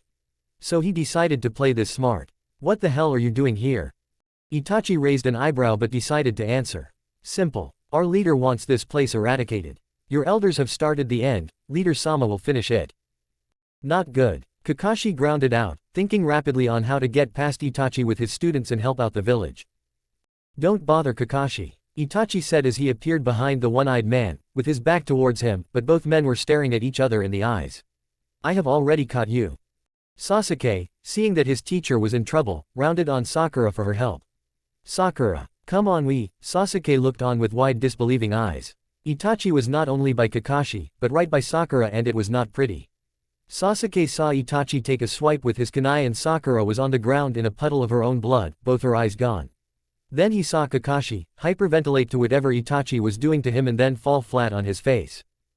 Sasuke stared in shock at his two remaining teammates. Their unmoving forms digging at Sasuke's psyche before he stared at Itachi, his own heartbeat pounding in his ears as tears ran down his eyes. Itachi had taken everything from him, again. Itachi widened his eyes as he watched Sasuke's eyes activate into the Sharingan and then into the Mangekyo Sharingan on its own. It's time then, he thought sadly as he took a subtle stance and prepared himself as Sasuke charged him. Naruto was bored. They had camped outside a sound base and he was pretty sure they could have gone in last night, but Kitsuchi and Haku had a good point. They needed to be ready for whatever lay inside the base of a former madman. Thankfully now, they were at entrance and all rested up. They could actually do something, other than him cowering in fear of Kitsuchi's fatherly wrath. Oh well. As they walked in, they were already regretting it because of the body that was lying on the ground. Naruto recognized as a Kyuga. The white-haired man was still alive, but he looked very weak. He looked at them for a moment before he weakly pointed at Naruto and rasped out, "This is your fault." The group looked at each other before they crouched down to the man's level and asked, "What do you mean?" The man coughed violently before saying, "With Orochimaru gone, his men have turned on each other. This place is a bloodbath and they were all nuts to begin with, so this event made it worse." The man paused and asked, "Why are you here?" To get the survivors and offer them a chance to live in Iwa," Haku stated. The Kyuga nodded to himself before forcing himself on his feet. "Very well. If you wish to give us a chance, then fine, but you will need to kill certain people for it to work. Also, I know of a few good survivors that may join you, but I do not trust you, yet." Noted, Naruto said as he followed the man deep into the recesses of what was once Oto. Both men of almost equal age were tired as hell. They were truly too old for this shit and they were on their last legs. Sarutobi had multiple stab wounds and his ninja outfit was covered in blood. And not all of it was his own, from Danzo to the random root agent that got in their way. Then there was Danzo. The bandages around his Sharingan eye were shredded as they exposed his only remaining Sharingan. The rest of his outfit was shredded and burned as well, but the most damage he took was his newly implanted arm with multiple Sharingan on it. It had taken Enma, the Monkey King and Sarutobi's personal summon, less than a minute to rip off the appendage from the man's body after he saw Danzo use its power a few times and then deal Sarutobi a crippling blow to the leg. Despite the situation, Sarutobi sighed and chuckled. "It seems this stupid war has cost us an arm and a leg, Danzo." "Fuck you," Danzo shouted out as blood poured from his shoulder wound. "If you had just done your job as a Kage and made the right decisions, then none of this bullshit would have happened. And that's what makes us different, Danzo, and a reason why the second chose me as the third Hokage and not you. We are too different when it comes to the important decisions. I have tried to keep this village in the light while you the dark, and the end results are in the twilight. Oh, spare me you light speech. We are fucking ninja. We do the dirty jobs that mercs and samurai can't or won't do." Danzo argued. "It doesn't matter now," a voice monotone out as he appeared behind Sarutobi. It was a man in an Akatsuki cloak with long orange hair. Sarutobi cursed at his lack of guard despite the pain in his crippled leg. "Sarutobi, move," Enma screamed while in his staff mode. However, it was too late because as soon as Sarutobi turned his head to see the person that had interrupted their fight, the long-haired man had put a hand on the old man's head and did a pulling motion, effectively pull out the old monkey's soul. Danzo watched in horror and a bit of anger that this person killed the man he was fighting. That was his job, damn it. Still, to pull a soul out of someone's body was no laughing matter and he could do much with the pain he was in. He watched his old strained friend and rival fell lifelessly to the floor as his summon poofed out of existence. "Who the hell are you?" "He is me," another voice said, but in the same monotone. Danzo looked on in horror to see a man he knew to be dead. "How? I saw you run yourself through on Hanzo's blade." The short and spiky, orange-haired man rose an eyebrow at that. "So you remember this form? At least one of you did. Hanzo did not. Still, it matters not as you will die just like he did." "Like hell I will," Danzo roared as he used another power of the Sharingan in a last-ditch effort to stay alive. "Amaterasu." Pitiful. The man replied before he held up his hand and said, Shinra Tensai. The black flames were rebound back at a stunned Danzo, who fell victim to the flames as he screamed for dear life in the wake of the flames burning him alive. The man, also known as Pain, paid no attention to Danzo's screams because his hearing was picking up the sound of thousands of birds. A few minutes before, Kakashi groggily got on all fours and collected his thoughts. He was not really sure why, but it seemed that Itachi was helping them in his own way. Itachi, in the Tsukiyomi, explained to Kakashi that it was the elders who ordered him to kill his clan because of a possible coup d'etat. What got Kakashi about that was why couldn't they reason with the Uchiha? Oh well, what is done is done. Itachi then went on to say that Konoha would fall today and there was no stop it, so the Nuke Nin asked Kakashi to save as many as he could while creating another pseudo-Uchiha that could not succumb to their family cause, just like him. When asked how he would even do that, Itachi smiled sadly as he tapped his own eye and said, Sakura. The rest he would do himself. So here Kakashi was, staring at the prone form of Sakura as Sasuke and Itachi were fighting not far from where they were. Apparently, the two non-combatants were hidden in a genjutsu to keep Sasuke's attention on Itachi. Still, Kakashi could not believe his eyes. Sakura's own eyes were gone. Next to her was a box with a single eye in it, one of Itachi's own eyes. And on the box was a note. My brother's eye will soon follow through a seal. Make sure you implant these right. So this was Itachi's plan. It sucked in his opinion. But Kakashi understood. He was trying to recreate the Uchiha in a new light, give them a second chance. Now it was all up to Kakashi. He needed to get Sakura out of here and save others. Shikamaru was not have a good day and it had gone beyond troublesome in his opinion. First there was a commotion by the cage tower, which led to strange masked Anbu to appeared everywhere and started killing people left and right. It was just so stupid. And to top off his bad day, strange cloaked men with red clouds on them joined the fray and killed off both sides. Now he and his team were fighting for their lives alongside Genma, Hayate, and Yugao against three of the cloaked men. One of which was a stupidly tall blue-skinned man with killer eyes as he fought Genma and Hayate. Next was a silver-haired, foul-mouthed man that was fight Asuma and some reinforcements in the form of Katetsu and Izumo. They were having a hard time due to the fact that they learned the hard way that the man couldn't die and could kill you through killing himself. As seen by the dead ninja near his feet, Shikamaru was thinking up ways to help them as best he could with all the madness going on while also keeping an eye on his teammates and their last offender. A creepy man with pure green eyes and his mouth was covered. He seemed to be mocking them most of the time and seemed to have scared Yugao with the phrase of him once fighting the first Hokage and living to tell the tale. Thankfully his thoughts were calmed down as he heard the chirping of many bird and in rushed Kakashi with a clone right behind him, carrying a bandaged Sakura. Kakashi himself shoved his fist right through the green-eyed man's chest, but it seemed that man was still alive and was now pissed off. The clone then landed next to Shikamaru and the others that were given a temporary reprieve from fighting. How are things going on around here? The Kakashi clone asked. Horrible, Shikamaru grumbled. We have Hayate and Genma fighting off what seems to be a former swordsman of the mist. The worst one I would guess because Genma mentioned him being the tailed beast. The clone cursed at that. Then we have a guy named Haiden and his a religious nut job that seems to be immortal and if injured with the blood of someone he ingested, can kill you by killing himself. Shikamaru seemed more focused on this guy than others it seemed to Kakashi's clone. Finally we have the one the real you is trying to kill. Yugao mentioned that his name was Kakuzu. He seems to be a different kind of immortal since Yugao managed to slice up a mask of his, making said man to curse and say that he will take her heart to replace the one she destroyed. Kakashi clone nodded. I see, I will see what I can do. Wait, what happened to Sakura? Shikamaru asked. Her eyes are gone thanks to Itachi, I'll explain later. The clone sighed at Shikamaru's questioning look.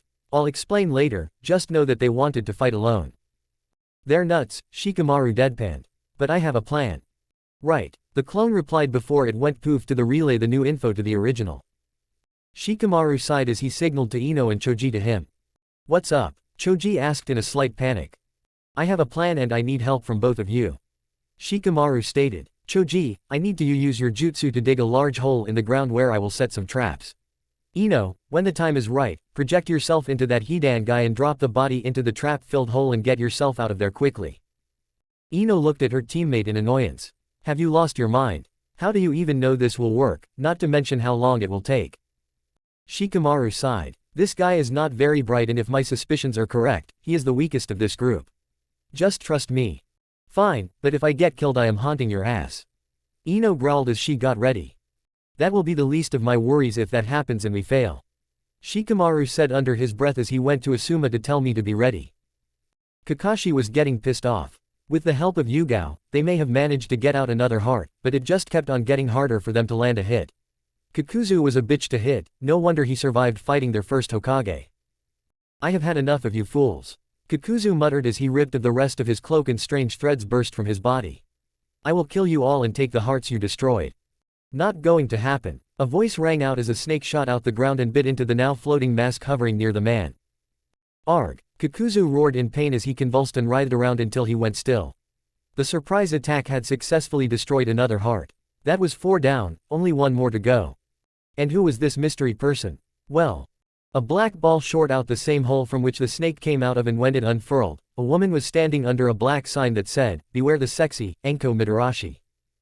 Enko, I am so glad to see you. Yugao panted with a smile. You saved our ass, but why are you here? To help, of course. Enko boasted. Besides, I had to help somewhere. After all, Ibuki was off help the Hyuga with some orange-haired guy that could summon any kind of animal he wanted. Ah, you bitch. Kakuzu weakly grounded out as he slowly got up. These fucking ninja had destroyed his hearts and left venom in his system. He needed to finish this now and recover his hearts before it is too. I am going to kill you. Great. Kakashi groaned. These guys just kept getting better and better. They were totally unprepared for this. Enko, Yugao, I need you to distract him for a moment. I have a plan. Works for me. Enko cheered as she took out a kunai, licked it, and then went at the man alongside Yugao. Hey mummy boy, how's the venom treating you? Fuck you. Kakuzu roared as he sent a lightning bolt to her head. Enko laughed as she sidestepped the attack. Tempting, but sex with you would be too kinky, even for me. Arg. Kakuzu roared in annoyance and pain because Yugao, in Kakuzu and weakened and distracted state, cut his left arm clean off. Focus Enko, we don't need you mind in the gutter. Yugao stated with a slight smirk as she dodged a swipe from the man. But that is the best place to be. More fun. Enko cheered. Kakashi chuckled at his temporary teammates' fun. Enko was usually fun and games, even in her torture missions. Enko was just a ball of fun. But this fun was over because he had what he needed. Enko, Yugao, move. The 2 women did so as a swirl in the air appeared right before Kakuzu's exposed chest. This is end for you Kakuzu, Kamui. He simple said as Kakuzu's chest exploded in a shower of gore before the man slumped over, dead. Ah, that a pain, glad that's over. Yugao said. No, this is far from over. Kakashi said as he noticed Shikamaru pulling of his plan. Asuma watched in shock, mild amusement, and pride as his students quickly took control of the situation and battled a freaking S-class ninja. Okay, he had to admit that this was not much of a battle because Ino just took hold Hidan mind and body. Well, this is way easy that I thought it would be. Ino, Hidan said with mild confusion. Wow, Shikamaru, you were right, this guy is pretty stupid. Just hurry up and get him to the hole, Ino. Shikamaru complained in annoyance. The figure of Hidan nodded before skipping over to said hole in a very girly manner, getting many to chuckle, or be a bit creeped out. Hidan stopped at the hole and then looked at Shikamaru. Remember Shika, if I die I am haunting you. Whatever, just drop the body already. Fine. Ino, Hidan shouted before she did. As she feels she noticed the traps linked to what seemed to be shadows. That made Ino smirk before she released her hold over Hidan. Hidan shook his head before he took notice of where he was at. He was falling in a very deep hole and he felt nauseous. However, he didn't get much time to think on this because the ground around him exploded into activity. Wires, tags, and what looked like shadows all wrapped around him in a cocoon of death. Okay, this fucking sucks. A shadow from above made him look up to see the figure of Shikamaru standing there with a bored expression on his face and lit match in hand. Shikamaru didn't like this guy, and if he lived any longer, then people he cared about would die. If he had to take a life to save his precious people, then fine. Where's your god now? Shikamaru muttered loud enough for Hidan to hear. While annoyed with the boy's statement, Hidan was more focused on the important thing for once, and that was the lit match that was heading towards him. Then it finally clicked what was about to happen. From the tags all around him to the small fire coming his way, he knew this would not end well for him. What the foo, Hidan roared out before he was engulfed in a mighty explosion. However, all he did was laugh as he was burned and blown to bits, and soon, that quieted down as well because the hole collapsed in on itself, burying the insane immortal for all eternity. Shikamaru stared at the now covered hole in sadness with a hint of apathy. This was the first kill he ever made, but he did it to save his friends. That meant something, right? Asuma came up behind the boy and placed a comforting hand on the boy. I know what you are feeling, but you need to remember this feeling because it keeps you human. Shikamaru nodded slowly. Good job, Kakashi said as he, Anko, and Yugao came up alongside Ino and Choji. So what now? Izumo asked as he watched his partner go and help Hayate and Genma fight off Kisame, who looked to be winning. We need to figure out a way to kill him as well, Kakashi said as he glared at the blue-skinned man. Dynamic entry. A loud voice boomed as it slammed into Kisami's face just as he was about to critically injure Hayate. Kisame was sent flying into a nearby building, giving the others more time to think up a plan. Hello my youthful friends, I thought me and my team could help out, he said as said team jumped in. However, when Lee saw the sorry state Sakura was in he rushed to her side, where Ino already was. Guy, Kakashi asked, where were you 5 minutes ago? Oh, some unyouthful artists were in our way, Guy stated with a frown. Ironically, a platoon of root agents inferred and gave us a chance to beat them. However, the leader of the platoon, who I suspect was an orange-haired Yamanaka, told us to leave, saying he will implant a suggestion in the bomber's mind to blow himself up. Before Kakashi could ask what he meant by that, the sky darkened considerably. All throughout the village, storm clouds loomed over them, but it was more concentrated where Sasuke was fighting off Itachi. Sasuke must be using the next level of the lightning blade he created. He muttered aloud. Guy caught that statement and shouted. How unyouthful of you, you left young Sasuke with his brother. Are you nuts? Yugao shouted. This is their battle, Kakashi shouted back, shocking the others. Listen, Itachi is our side still. I don't have time to explain right now, but it seems Itachi, in order to get into the Akatsuki as out spy, went to kill his family under order from our elders because of a possible coup d'etat. Well, fuck, Izumo muttered while others had trouble processing this new information. Hey, could the Hokage have known about this attack then? Enko asked. I say anything is possible, Yugao stated with a frown. Yeah, Kakashi replied. My reaction too. However, he did tell me that the Akatsuki's leader has the power to destroy this village with ease and that we need to get as many as we can out of here. I don't like it, but he also said that he is taking himself and Sasuke out of the picture to end their curse, and to give Sakura what is in the box next to her. I don't like it either. Guy scowled. Kakashi, in order to stop this, we need to kill this leader of theirs. Agreed, Kakashi replied. The rest of you get out of here and get as many out as you can, just in case we fail. Are you sure you are going to be okay? Enko asked, a bit nervous. Kakashi didn't get to answer because the building that Kisame was in exploded. You know, I won't let you get that far. Especially with the kick to the face. I may be outnumbered, but that makes it fun. Kaboom. A loud explosion rang out, the resulting shockwave knocking everyone down for a moment. The explosion had originated where the two artists had been. Kisame groaned. Well fuck, he went and blew himself and maybe Sasori as well up. Leader Sama will be pissed. He then paused as he knew the end for this village was coming soon and he need to be smart and get out as soon as he could. Well, it has been fun kiddies, but that explosion masks my need to leave. Ha. With that, Kisame disappeared in a swirl of water. Chapter 22. Naruto and his group were met with an explosion of their own. It was loud and annoying too. This explosion was not one of Kuretsuchi's, it was all just noise from the room they entered and boy was it large. It seemed that in the time of Orochimaru's death, the majority of the base they were in a hollowed out some more and turned into one giant arena. The crowd of Oto ninja was everywhere and they cheering like one would at a wrestling tournament. Loud, drunk, and completely out of their mind with bloodlust. In the arena itself, there stood a giant of a man. His hulking form took up most of the area it stood in. He was bald with only a pair of boots and some ripped up shorts. The rest of him was marred by scars. Be they from battle or experiments, who knows, but probably both. Next to him stood two people. The first was a man he had heard about in passing. A man adopted by Konoha, only to leave them after he had gained all that he needed. This man was a dangerous medic that even Tsunade would be wary of considering he had the potential to be just as powerful as she. His name was Kabuto. The other person was a woman with insanity laced across her features. Her lopsided smile sent shivers down the blonde's spine. She was a green-haired woman who didn't seem to care that hair looked to be damaged or just plain out there, something most would connect to her personality. She had on a pair of black biker shorts, knee-high boots, a thin t-shirt that did little to hide her developed figure from the world.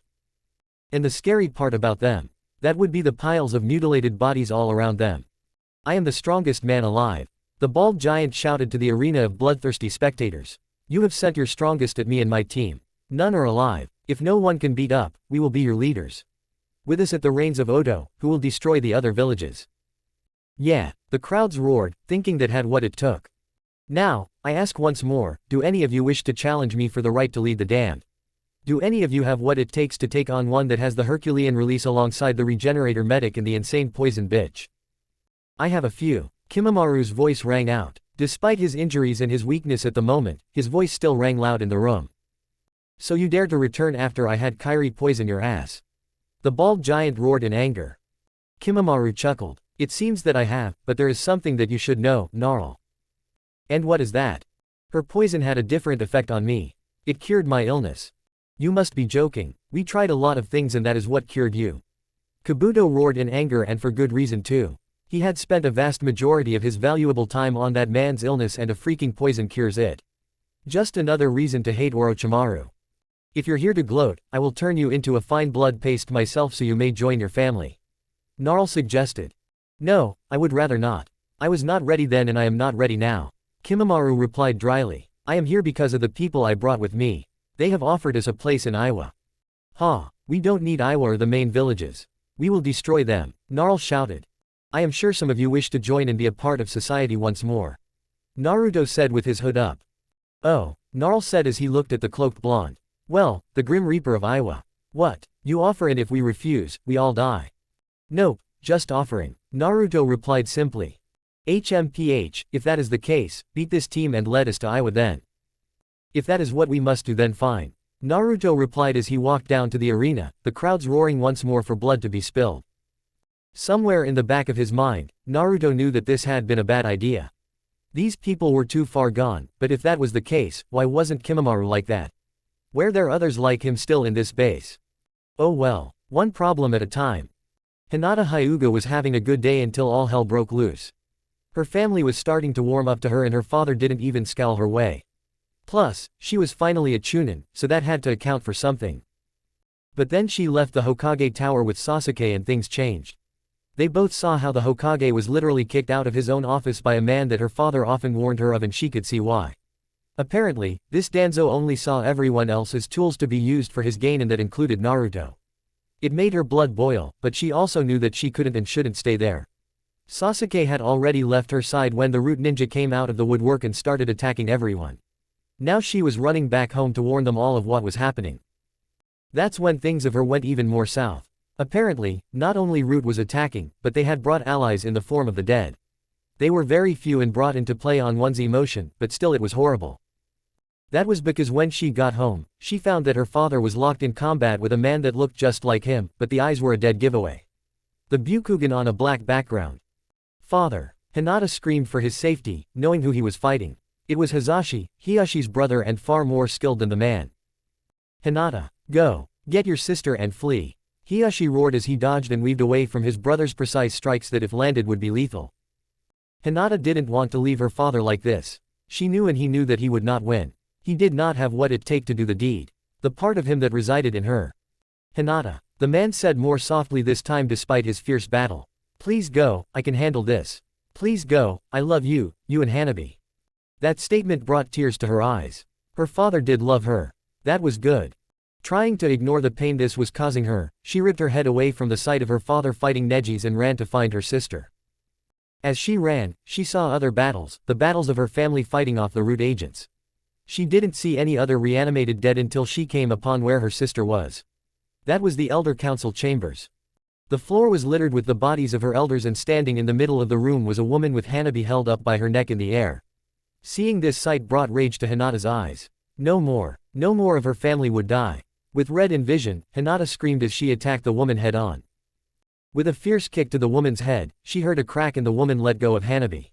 Of course Hinata was able to catch her in time. Hanabi looked ashamed of herself for some reason, but when she looked at her sister, she hugged the girl, who hugged back. Hinata, we need to leave before she regains herself. Hanabi said in a panic. She had fought this woman and lost. So there was fear in the girl's eyes, but not the normal fear of death. This was the fear of dying by the hands of someone you know.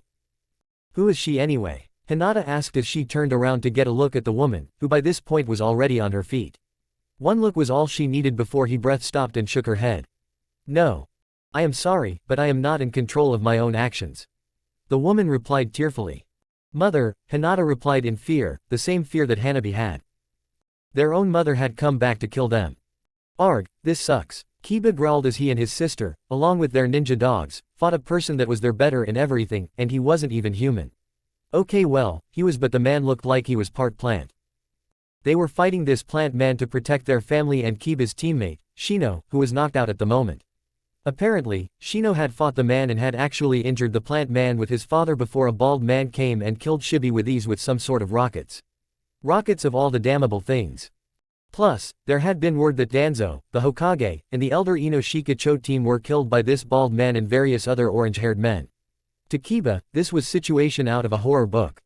Plus, he didn't even know if his other teammate, Hinata, was alright or not. Get over it, pup, we need to kill this bastard, Hannah stated. It is futile, the white half of the man shouted with glee before the dark half spoke in a deadly tone. Give up and die.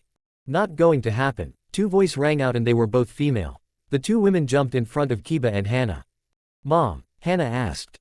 Sensei, Kiba asked. Hannah, take your brother and his teammate and get the hell out here. Kurenai, I assume you can protect my children, Soon stated. Huh, I thought I was fighting alongside you, Kurenai said, looking at her old friend in shock. Soon smiled sadly. No, I need you to continue your job as a sensei. Me and Ugly here have a history and I plan to repay old debts, whether I die or we both go out. Mom, Hannah and Kiba shouted.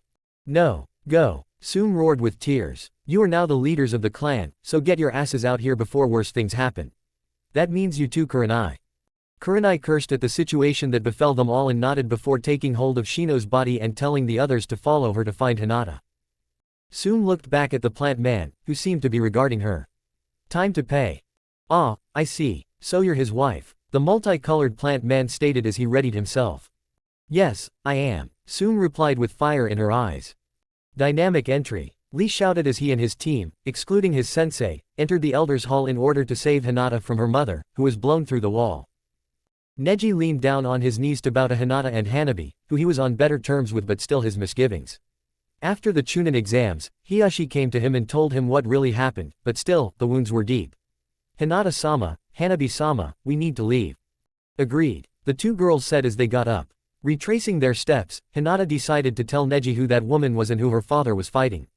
To say that Neji was shocked would be an understatement, but he knew that in the current situation, the only thing he would get from his father would be death. I see, should we help Hiyashi-sama? Neji asked, unsure since he knew he would be no match. I don't think that is a good idea, Tenten stated. Things are bad enough as it is and I would rather not any of you die.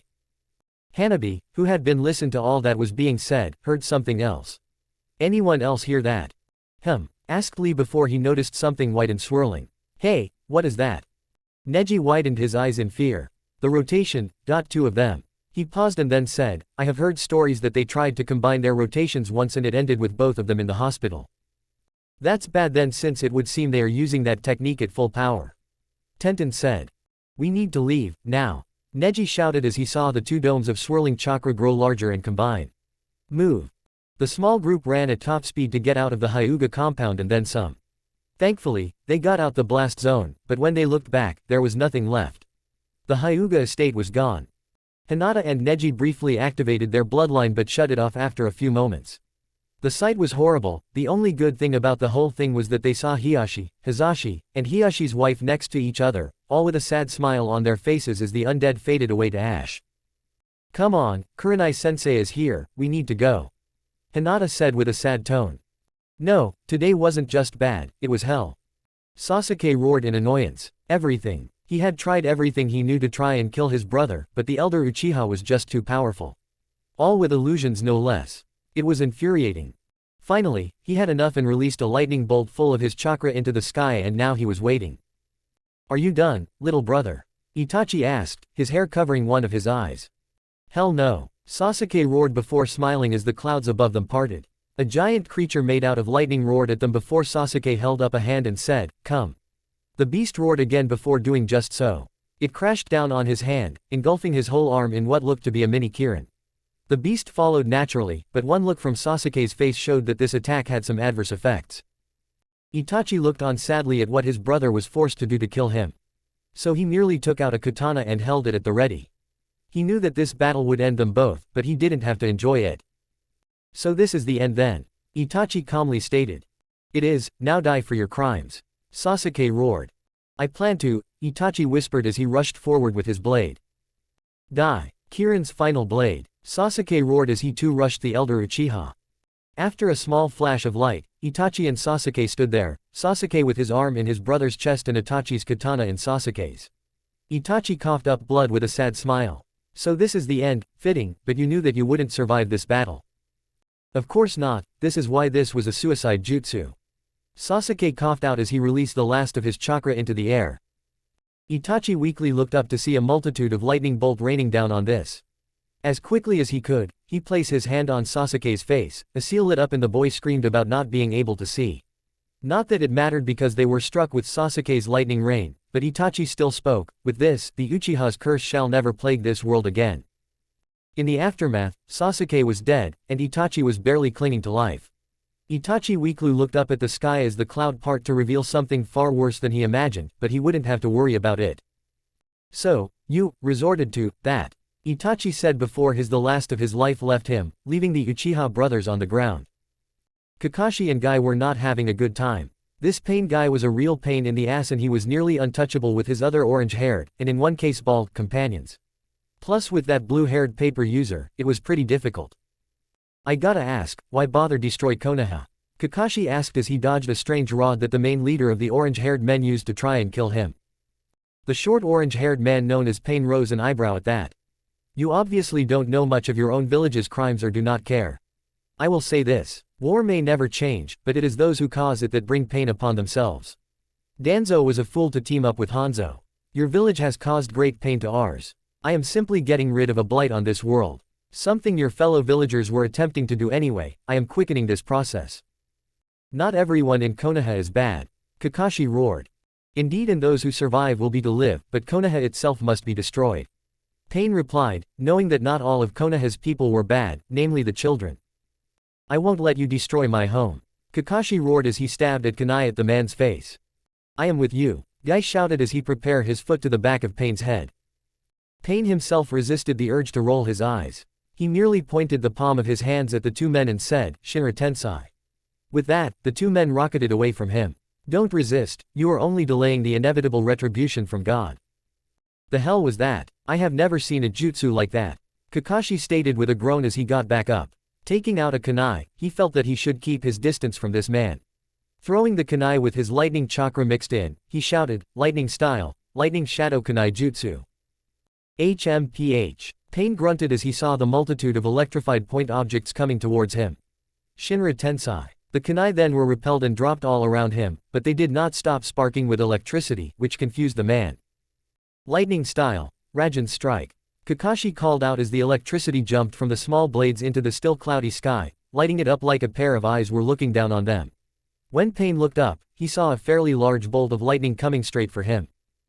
Pain knew he had no chance of moving himself with the speed of that bolt, but he had another plan as the bolt struck him, giving Kakashi a breather. Kakashi chuckled a bit, but he also felt this victory was hollow, like the man let him, hit him. Wiping his head back to the place where Pain was now two people. The original Pain, unscathed, and a younger man with short shoulder-length hair. What just happened? I swear I hit Pain with that attack. While Kakashi thought about what happened, Guy decided to intervene. With 7 of the 8 gates opened, the Greek beast rushed his opponent, turned into 2 and then 3 with the appearance of a bald man that shot rockets from his skin. Guy kicked off into the air and panicked just a bit as the rockets followed him. Quickly, he thought up a way to get rid of them. Just as the first rocket reached him, he kicked it into the others, causing an explosion in midair that drove him higher. However, the rockets were not done with him yet as this time they came from all directions to trap him in an explosion of fiery death. Guy was not pushover and Jonin for no reason. Using the energy from the gates, he pushed his body to rocket itself at the rockets. With the use of his Goken style of fighting, he managed to kick them all into each other and as he landed on the ground, the air behind him exploded like fireworks. Looking up, he looked back at Pain and his 2 bodies, who looked a little annoyed at him. However, the thing that confused him was that there were 3 people there before. Where was the third? He got his answer with a hand on his neck that then threw him into the wall of a building. He trained to get off, but the new man just pinned him to the wall with black rods on his arms and legs. You shall know Pain, the man said as he took hold of Guy's neck. The next thing Guy felt was all his gate chakra being drained from his body. Guy, in an attempt to stay alive, quickly shut off the gates, but the damage had already been done and Guy hung there, defeated. No, Kakashi shouted in his mind as he powered up a Raikari and charged at the main Pain, tired of this game. Pain reacted by thrusting a black rod into Kakashi's shoulder and Kakashi felt himself unconsciously redirecting the attack away from Pain's body. What the? He didn't have time to think about it because 2 more rods were plunged into his body, one in his other shoulder and the other in his chest. I can't let you live, Kakashi of the Sharingan. You may pose a threat later on. With that, Pain used his Shinra Tensei to project him into the air while the bald man shot off larger rockets at him. To others, it may have seemed like Kakashi was indeed struck hard and died in that explosion in the air, but Pain did notice that someone saved the silver-haired man at the last second. Turning to said person behind him now, Pain saw someone he should have expected. Jiraiya of the Sannin stood there in all his glory as he held a weak Kakashi in his arms. On the man's shoulders were Ma and Pa Toad, the eldest toads. Along with them, his features were toad-like right off the bat, signifying that in this battle, he was using his sage powers at the beginning of the battle. Jiraiya's home was burning and he would take this battle serious from the get-go. Taking the rods out of Kakashi's body, Jiraiya spoke, "Kakashi, get Guy and leave. Get the others to safety. Now." Kakashi nodded as he went to help Guy and get the hell out of Dodge. Itachi said that Pain still had a jutsu that could take out the village and he didn't think he wanted to be in that. Right, good luck. Yeah, Jiraiya said as he stared at the main body of Pain. Yahiko. Sorry sensei, but no. The man said. Jiraiya looked at the man's eyes along with the others and saw the same thing. The Rinnegan. Nagato, so unlocked more powers from the Rinnegan then. What do hope to accomplish here? To be rid of a blight on the world. Pain stated. You being here will not change that, sensei. I guess not. Jiraiya growled. He then rushed the paths of Pain, hoping to end this soon. However, from what had seen earlier, he was not sure he could win. Before Jiraiya could get to the 3 men, 3 more men appeared on the scene, with the long-haired man calling forth a summoning jutsu to bring about a 3-headed dog. A Cerberus. Ah crap, he said as he himself summoned Gamaken. Gamaken, will you help me? Very well, but I am very ungraceful. The Battletoad stated as he rushed the dog creature. While that was going on, Jiraiya was doing his best fighting off all 6 of Pain paths. But it was becoming increasingly difficult due to the summoner summoning a multitude of animals of many different types, and to compensate, Jiraiya could only do so much as he summoned the other Battletoads to help out. Still, it was very tiring. He knew they were connected somehow through the eyes, and that was why none of his attacks were coming through. They all saw for each other, and with a mental link from Nagato they were able to dodge his attacks. But where was Nagato anyway? He didn't get a chance to think much on that because one of the paths made a successful strike on him. The one that looked like an old man had sliced his arm off. Shima, also known as Ma Toad, left him to quickly retrieve it, like it mattered at this point. Jiraiya-sensei, I wish we could have been on the same team. Yahiko's body stated, and he really meant it. Circumstances, huh? Jiraiya said as he winced at the pain of his missing arm. Jiraiya boy, can you still fight? Pa Toad asked in concern. Of course, Jiraiya stated. No you can't, Pain said from behind the Toad Sage, shocking him before a rod found its way in his back. I am sorry, but I will have to kill you sensei. I shall send Conan your regards. She is alive too, Jiraiya weakly said. Inside he cursed his weakness, but he was just so tired. Yes, Pain said as 2 of his body impaled Jiraiya from the front. The Yahiko body merely shook his head and walked away. I am ending this. You will see die from that instead of the rods. If I am to die, Jiraiya stated tiredly, but something in his voice caught Pain attention. Jiraiya formed a rasengan in his hand. He stared at it for a second, wondering if he could add a lot more to it. He decided it would hurt. I am taking one of you with me. With that, he thrust a ball of swirling chakra into the nearest body of Pain, which happened to be the summoner. When the ball struck, he had a massive amount of chakra to do the deed. Yahiko's body widened, his eyes in shock and bit of pain as he felt the pain that Jiraiya struck was obliterated by the swirl sphere that continued to grow and grow, even catching his other bodies and sending them flying. Yes, he had enough. Pain levitated high into the air, past the clouds, and stood there in the air. This world shall know pain. Chibaku Tensai, he said as a small singularity formed in his hands before it flew out and pulsed. The earth shook as massive amounts of it was thrown into the sky, including the Hokage monument. Rock, people, and all. The large land masses clung themselves to the singularity and formed a giant ball of rock. As it started to descend, the clouds parted to show the remnants of Konoha their death. On the outskirts of Konoha, Kakashi looked back with Guy in his arms. The sight of the giant rock sphere in the air was just too much for him. Damn it, I can't believe Itachi was right. I have got to find the others. Oh, you have got to be kidding me. Kiba roared from their spot outside the village. The reason for his outburst was the giant rock in the sky. Hana looked and sighed. This is not how I wanted the day to end. Asuma looked on sadly as he, his team, other ninja, and a still unconscious Sakura watched the destruction of the leaf. So unyouthful, Lee cried to the heavens. He looked visibly shaken up and for good reason too. His companions put a hand on his shoulder to try to comfort him, but it was hard as they felt disbelief as well. Jiraiya weakly looked up, mindful of the rods in him. He could not believe that Nagato's hatred extended this much. Looking back, he felt that he should have not left the AIM trio back then. Maybe then this wouldn't have happened. As he looked up sadly at the sphere of rock, Pot-Toad shouted. This is impossible, but it is happening. Jiraiya, do you really wish to die today with the village? Jiraiya smiled sadly. It would be a fitting death, but no, I would rather not. Then I'll have Ma reverse summon us. Jiraiya sighed. If I am going to survive, then have her summon us to Iwa. I need to prepare Naruto for this, if he needs it. Pain saw that the sphere of rock was going too slowly for his tastes, and even though the jutsu to create the rock sphere was taxing, something he was unprepared for, he decided to fire off one more jutsu. Shinra Tensai. He stated simply as he overpowered the attack and sent the rock sphere rocketing down on the village of Konoha. Jiraiya, as he prepared to leave, noticed something horrible. In the sphere, at the bottom, were the faces of the Hokages, ominously looking down at the village they had led and created. This caused a tear of sadness to form as he and the others accepted the fate of Konoha. The ball of rock crashed down on the village. Jiraiya was already gone. And so was Konoha. The place where Konoha was not nothing more than the biggest crater on the planet now. Konoha was no more. Jiraiya appeared in the office of the Tsuchikage, shocking the old man and then making him almost throw up at the state of the sage. What the hell happened? Onoki shouted. Get, Tsunade. Jiraiya weakly said before he fell on his side and passed out, with Pot-Toad looking on sadly. Chapter 23. As soon as the Anbu told her of what was going on in the Tsuchikage's office, Tsunade and, to a lesser extent, Shizune rushed over to the Tsuchikage's tower in a fairly large outcropping of rock. She couldn't believe what she heard. Jiraiya was passed out on the floor, bleeding all over and missing an arm. The hell did he get himself into this time? Tsunade shook her head. She didn't care to know at the moment. Her last teammate was dying if the report was right and she needed to save him, damn it. He was like family to her. As she burst through the doors, Tsunade looked at her oldest friend and teammate in horror. She suddenly had flashbacks to her time with her old lover Dan and how she couldn't save him. Jiraiya was truly a bloody mess and Pot-Toad was looking on sadly while Ma-Toad seemed to clutching at the man's served arm, which was in ice, which was good for her.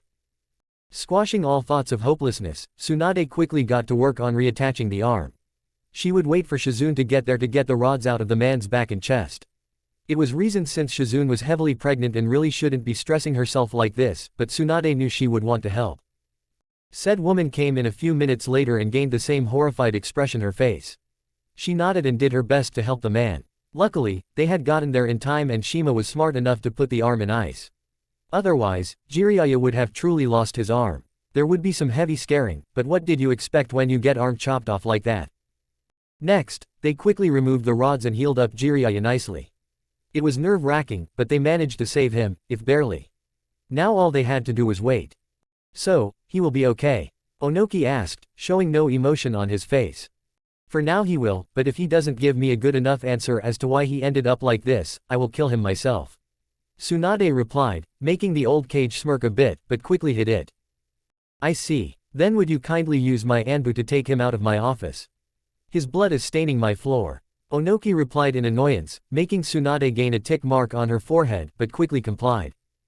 As soon as they left, Onoki sighed dramatically. What's next? Are people going to tell me that Konoha is done for and my son-in-law is fighting one of the few remaining Herculean release users? I am getting too old for this shit. I want a whopper. A female voice announced and all attention went to the girl. Her name was Kairi, the insane poison bitch of Oto. To many, this was a normal occurrence. You see, Orochimaru experimented on her so much body-tearing poison that in order to escape it, she went to Happy Place, and never left. So most of what she usually says is nonsense or related to something completely different. Gnarl rolled his eyes. Come on, you just ate an hour ago. The frazzled green-haired girl blinked owlishly. So, why so delicious? Gnarl just stared at the girl in annoyance, trying to figure out what she was going on about. Hell, he tried to do that on a daily basis and it gave him a headache. Does this happen a lot? Naruto asked, a little put off. More than you know and more than I care about to actually talk about.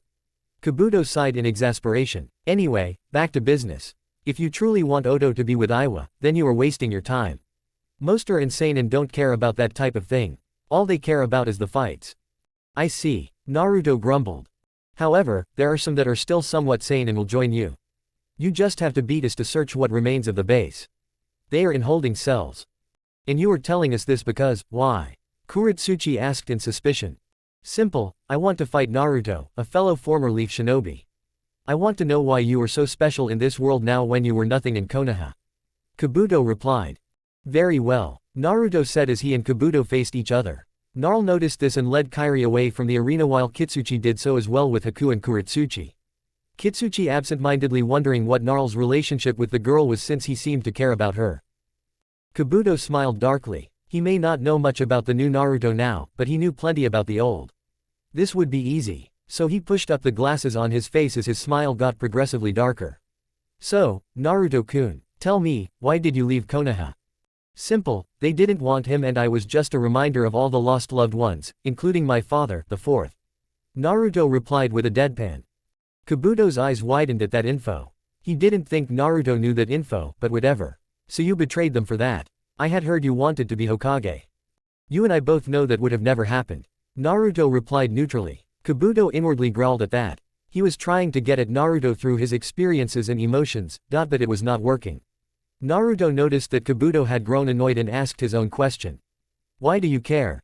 I lived in Konoha for a time, but my adoptive father was my only true connection there and he was a fool. So like you, I have nothing for Konoha.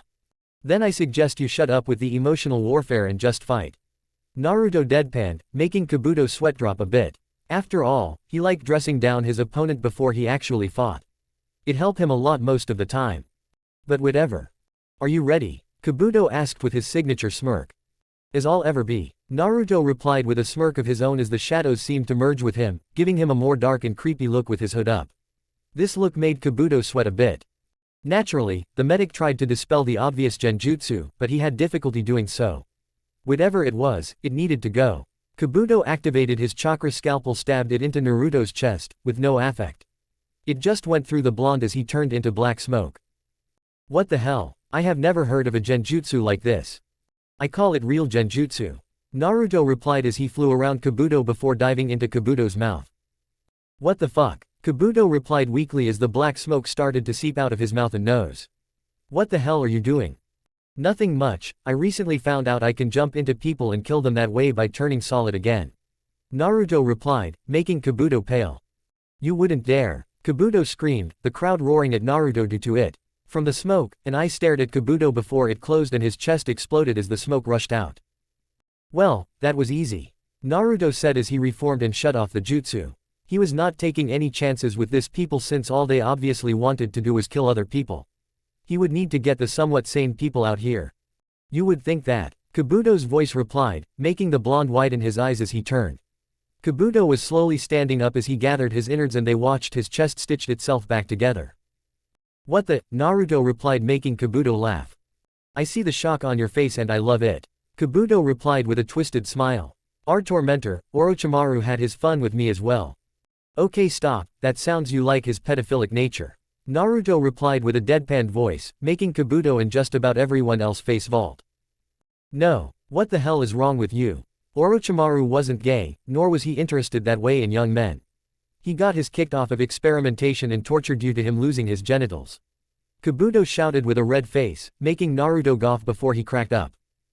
Oh my god, that is hilarious. Naruto shouted as he held his side. Kairi decided to add in her 2 cents in as well as she broke into song. Oh jingle bells, gnarl smells. Kabuto didn't get laid because Orochimaru lost his balls and Hanzo got away. Hey. Oh my god, my ribs.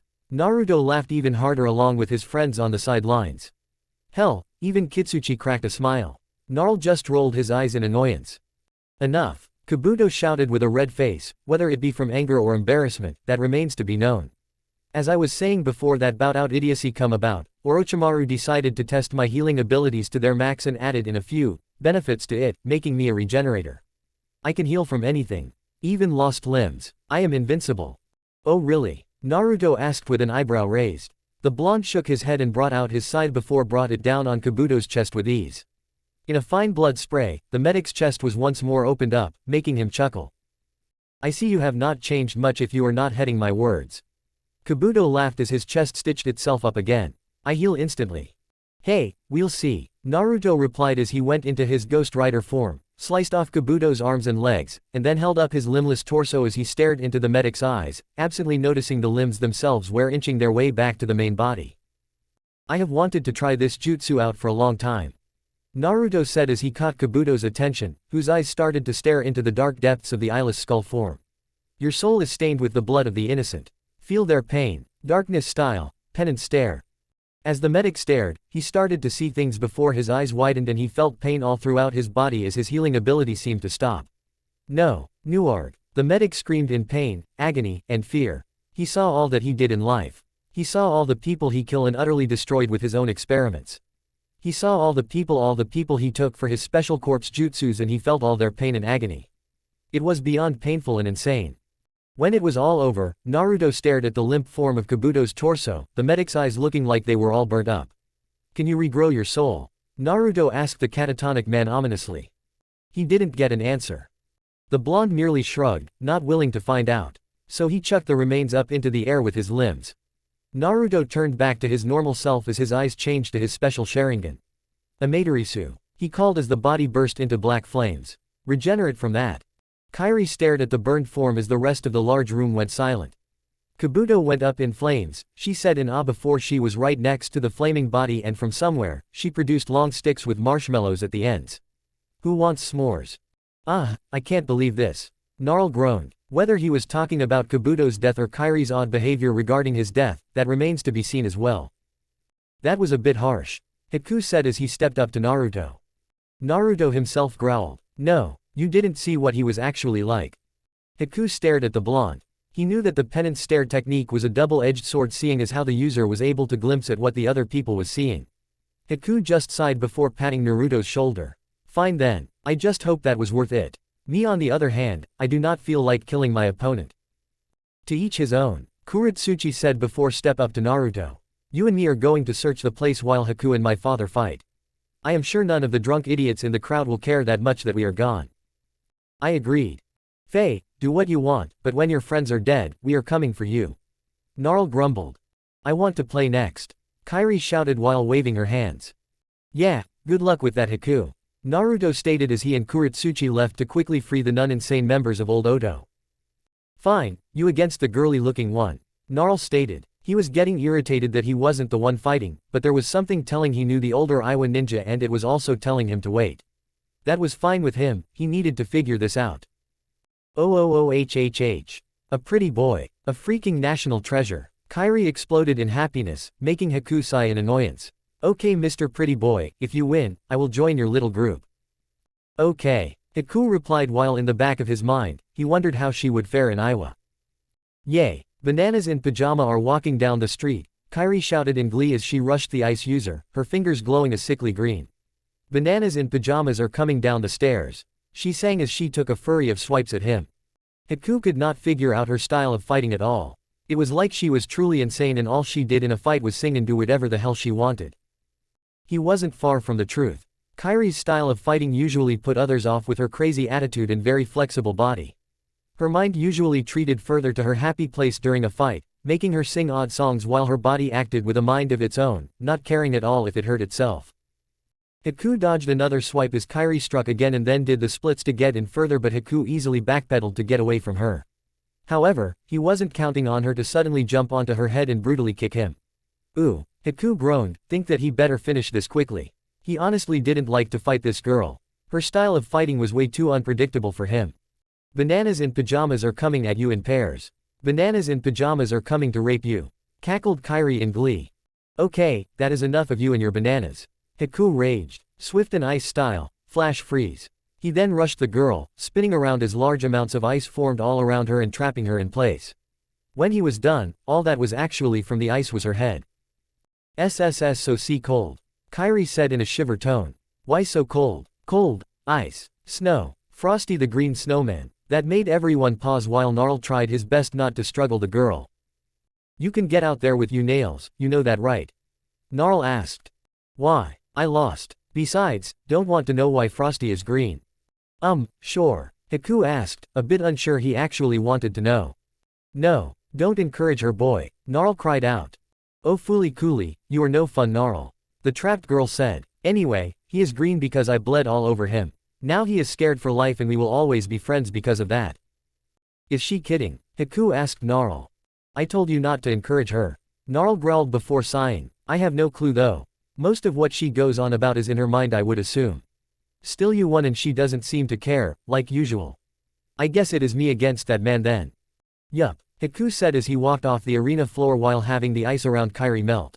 With her freedom back, Kairi walked right to Haku and started to talk with him, mostly about more nonsense which made Haku sweat drop and groan about Naruto not being there to help him. Kitsuchi, however, ignored Haku's predicament. He walked onto the arena thoughtfully. Like Gnarl, he thought he knew the other man. Finally, after so long, it clicked. It has been a lot time Gnarl. I thought I would never see you again after the plague took most of your clan and then the rest of you either killed each other off or ran from the village. I knew you looked familiar. Gnarl chuckled. It has been a while my old teammate. How's your wife? Dead, Kitsuchi said sadly, looking a lot older. HMPH. Gnarl commented. It seems you have a knack for having girlfriends that die on you. First my sister, who was the first to die from the plague and then our teammate, during the last war. Yes, I do have bad luck on that front, but I won't let my daughter die like she did, even if it is ironic that her boyfriend is the son of the 4th Hokage. Gnarl blinked owlishly at his one-time friend and teammate before he burst into laughter. That is hilarious. HMPH. Kitsuchi grunted. Back on track, you have been here the whole time. Yeah, I left after my sister died, so I didn't bother with the rest of the family destroying each other. Gnarl replied. Best thing I ever did, that is until I contracted an illness of my own that almost killed me. Orochimaru took me after that and cured me, but like so many others, he tortured me too with his experiments. Now he is dead and I rule Oto. You lost it. Kitsuchi deadpanned, knowing the real Gnarl from when they were kids and this was barely him. Gnarl shrugged. Probably, now let's fight already. Fine. Kitsuchi replied as Stone began to encase fist before the two charge at one another, fists raised to beat each other senseless. So, how do you think they are doing? Naruto asked casually as he and Kuretsuchi strolled down the broken hallways of the old Oto base. It was bad. The walls were moldy, decaying, and just utterly broken. It seemed that without Orochimaru to put the fear of God in them and make them keep the place tidy, they just all let the place go. Oh, I am sure Haku did fine despite having to fight that crazy chick. Kuretsuchi said with shrug. Now my father on the other hand. I have all the confidence in that world that he will win. Why do you say that? Naruto asked curiously. Kuretsuchi gave a sly smirk and said, before my mom, he used to date a Herculean release user and she was pretty forthcoming on how their style of fighting worked. She only did it because they were in love, but she died. That really sucks for him. Naruto groaned. True, but that just led to him meeting my mother and then they made me. Kuretsuchi replied before leaning over and kissing her blonde boyfriend. She leaned up to his ear and asked, question is, what will we make? That is a good question. Naruto replied in a husky voice as he smashed his lips to hers. Kuretsuchi eagerly returned the kiss as she brought them over to a wall as they made out. However, they were here for a reason and they probably didn't have much time, especially after the ground shook a bit. I would love to continue this, but we need to hurry this mission along. Right, Naruto replied sheepishly. So anywhere we should look first? How about in here you fucking retards? An angry female's voice rang out to them from across the hallway. If you dumbasses did your job instead of sticking each other's tongues down your throats, then maybe you would have found me. And who are you? Naruto asked with his eyebrow twitching in annoyance. Me. I am fucking Tayuya Uzumaki. The girl said as she came into the light to reveal a red head with a bad attitude. Wait what? Naruto shouted. Chapter 24. Kiba stared at the crackling fire with dead eyes. His home, one of the strongest hidden villages, had been destroyed and he wasn't even sure how. First Root showed up and started attacking everyone. Then a couple of orange-haired people killed the Root leader, Danzo, and their own Hokage. The other men in connection to the orange-haired men appeared and completely obliterated everything. They even smashed the village with the giant boulder in the air. He didn't even think that was possible. Hannah looked at her brother with sadness, understanding it as her own. It was just ridiculous. So she brought her brother into a one-armed hug, and the fact that he didn't fight back showed how messed up he was right now. He even hugged her back. Hinata smiled at the scene of her teammate and his sibling. She often wished that she and her own sister were like that, but their family was a bit off. However, now that their home was destroyed, Hanabi had slowly been breaking out of her shell to show emotion. Mostly sadness, but still they were getting somewhere. She guessed seeing their mother reanimation broke her somewhat. She tried not to think about it. She loved her mother with all her heart, but seeing her then, it really was too much. So in order to keep her mind busy, she and Kurenai were healing up Shino, who was still unconscious. Whatever that plant man had done to him, it was long-term. With what little medical training she had, he found that it was some type of spore infecting him. So she got to work in extracting them so that her teammate wouldn't die. As Kurenai observed, she was amazed at how good her student was with the medical arts. Still, she need work, but she was pretty good. Then her own thoughts drifted to Konoha. Where do you all think we should head to? She asked. Faye, I doubt if we return to Konoha's ruins, that freak will let us just rebuild. Kiba said angrily. True, but even if he wasn't there anymore, there would be enough people to help us do that. I am betting most were killed in the Root Uprising and then the rest when Konoha was smashed like it was. Hana stated. Naruto. Hinata said. What was that? Kiba asked. I said Naruto. If he could survive this long in Iwa, a place that should have wanted to kill him due to his heritage, then we might have a chance. Hinata bravely replied. Yeah, he did become a badass. Kiba replied, a bit thoughtful, although he was a little annoyed that she was still going after the blonde. Yeah, I wouldn't mind going to Iwa. Kurenai replied. I hear Tsunade is there, so she might be able to save Shino. Then we will head there in the morning. For now, let's rest for the night. Hana stated as they all did as told, unknowing to the fact that the others that escaped the destruction of Konoha had the same idea.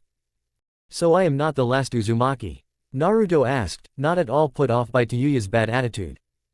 What the fuck? Tayuya replied, a bit shocked as well. You're an Uzumaki, then where is you red-hair dumbass? That can because explained very simply. Another voice rang out, this one female as well. Uzumaki genes are very strong, but there are genes out there that can overpower an Uzumaki's genes and be more dominate. Coming into the light, another red-haired girl walked up next to Tayuya. She had crimson eyes and one side of her hair was spiky, like it was frizzed out. The girl wore brown glasses, which have a serrated blade hidden in them, and her outfit consists of a lavender uniform that exposes her navel, short black shorts, and long black thigh-high stockings with black sandals. When she got a good look at Naruto, her eyes widened. Holy crap, he looks just like the fourth Hokage. I am his kid. Naruto deadpanned, not seeing how most did not see the connection, but they saw how he looked like him. Iwa figured that out quickly. Well then, what are you doing in this place? Don't you know that Orochimaru collects stray Uzumaki? Karen whispered harshly. That's his vengeance at his old boss in the Akatsuki. Naruto blinked at the. And Uzumaki was in charge of the group Itachi was in. He'd have to file that bit of info away for later. You do know that Orochimaru is dead, right? What? Both women raged in anger. Tayuya then glared at the darkness of her cage. Oi, assholes, is that why we are locked up in here? Most likely. A male voice rang out that sounded tired. Uken thinks that we were left in here to rot while the lowers ran amok and decided the fate of Odo. Great, thanks for that fucking info Sakin. You couldn't have fucking told me that sooner you assfuck. Oh calm down Tayuya. Another male voice stated as he came into view. He had brown eyes and crimson hair that was tied into a ponytail. The front of his hair was parted into a high-rising widow's peak, showing off intricate tribal-like tattoos. They also seemed to wrap around his head and disappeared in his clothes. He also sort of had them covered by a white bandana-like cloth. His clothes consisted of a dirty white button-down t-shirt, a pair of black pants and back ninja sandals. He also had a sword on his hip. So Blondie, what's going on up top and are you going to let up out? He asked in a laid-back manner. Ah, you are too laid back you fucker. Tayuya replied. At least your sister is the quiet one. Ah, Naruto said, not really know how to deal with these guys. They didn't seem like hardened prisoners. Well, there is a big arena full of spectators fighting for control of Odo. Kimamaru helped us get in and we beat two of the main contenders while the oldest of our group is fighting someone named Gnarl. I killed Kabuto and Haku beat Kairi, but let her live as she ranted about being cold.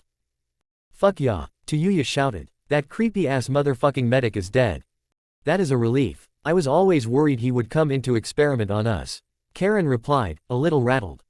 Yeah, my little sister didn't like him either. Renji replied, I just thought the guy was an asshole. Alright then, well I am actually here to free you guys and see if anyone wants to join my group in Iwa. Kimamaru decided to speak at this point. Naruto is also known as the Grim Reaper of Iwa. Hold the phone. Another voice spoke up. The Grim Reaper. Well, this could be fun. The owner of this voice walked up to be seen as a white-haired teen. He was lane-built and he was of average height. He had purple eyes and sharp teeth, signifying he was from Kiri. He wore a purple, sleeveless shirt with blue pants, sandals, and a belt around his waist with water bottles attached to it. Count me in. Sure, I'll come along and I am sure my sister will join as well. Renji replied with a lazy smirk. If it gets me out of this fucking jail cell, I come along. Tayuya muttered. I might as well come along. Karen replied, anxious at getting out of Odo. HMPH, Ukan and I will stay here in Odo, I am sure as too, along with Kitamaru and Jirobo, can rebuild Odo into a better village than what that fool Orochimaru created. Open the cell door and leave us. Oh, alright then, is there anyone else? Naruto asked, hoping there is one more. Renji put on a thoughtful look and then said, there is Jugo, but is a bit off. If you will to be able to find a cure for his condition, he might be willing to join you, especially if Kimamaru is with you. This turning out quite good. Kuretsuchi replied as she watched Naruto converse and then release his family members. She saw Tayuya exit with a sneer, Karen happy to be out of the cell, Renji exit with a bored expression, but when he looked at the last member exiting the cell, he gained a sad but caring look. The last member was a 9-year-old girl compared to the others who were in their early teens. The 9-year-old girl had an eye patch over her right eye, which obviously meant she somehow lost it. The girl was like the other Uzumaki with the red hair. She wore a pair of red sandals, ripped-up black pants, a white shirt that was very dirty, but the odd thing was, she had pieces of metal attached to her outfit with no discernible link. It confused the Iwa Kunichi to no end. Hey, getting Jugo next, this should be a good show. Suigetsu said with a dark smirk as he too walked out soon after and followed them, intent on joining them for the fun of it. Behind him, 3 blurs raced out of the cell and disappeared. Faye, fucking assholes. Tayuya muttered when she saw her old team leave them. Team, right. What they were was not a team. They hated her and they made that hate known, but never truly did anything because of their fear for Orochimaru. Now they were leaving her in the dust. Don't reflect on it too much, Tayuya. Kimamaru replied kindly. He didn't like the others that much himself and was closer to Tayuya for it.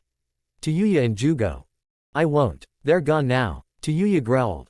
Suddenly, they had to stop because the ground shook violently. But it didn't stop, it just got worse. Karen widened her eyes and shouted. Crap, we need to get Jugo and leave. Why, what is going on? Kuretsuchi asked, slightly panicked by the tremors. Gnarl is being an idiot. Karen cried as they ran to Jugo's cell door. He is using a jutsu that uses his insane strength to bring down the place. He is literally creating a freaking underground earthquake. Well, Suigetsu replied with a smirk. He must be losing then if he is doing that. He is insane, what did you expect?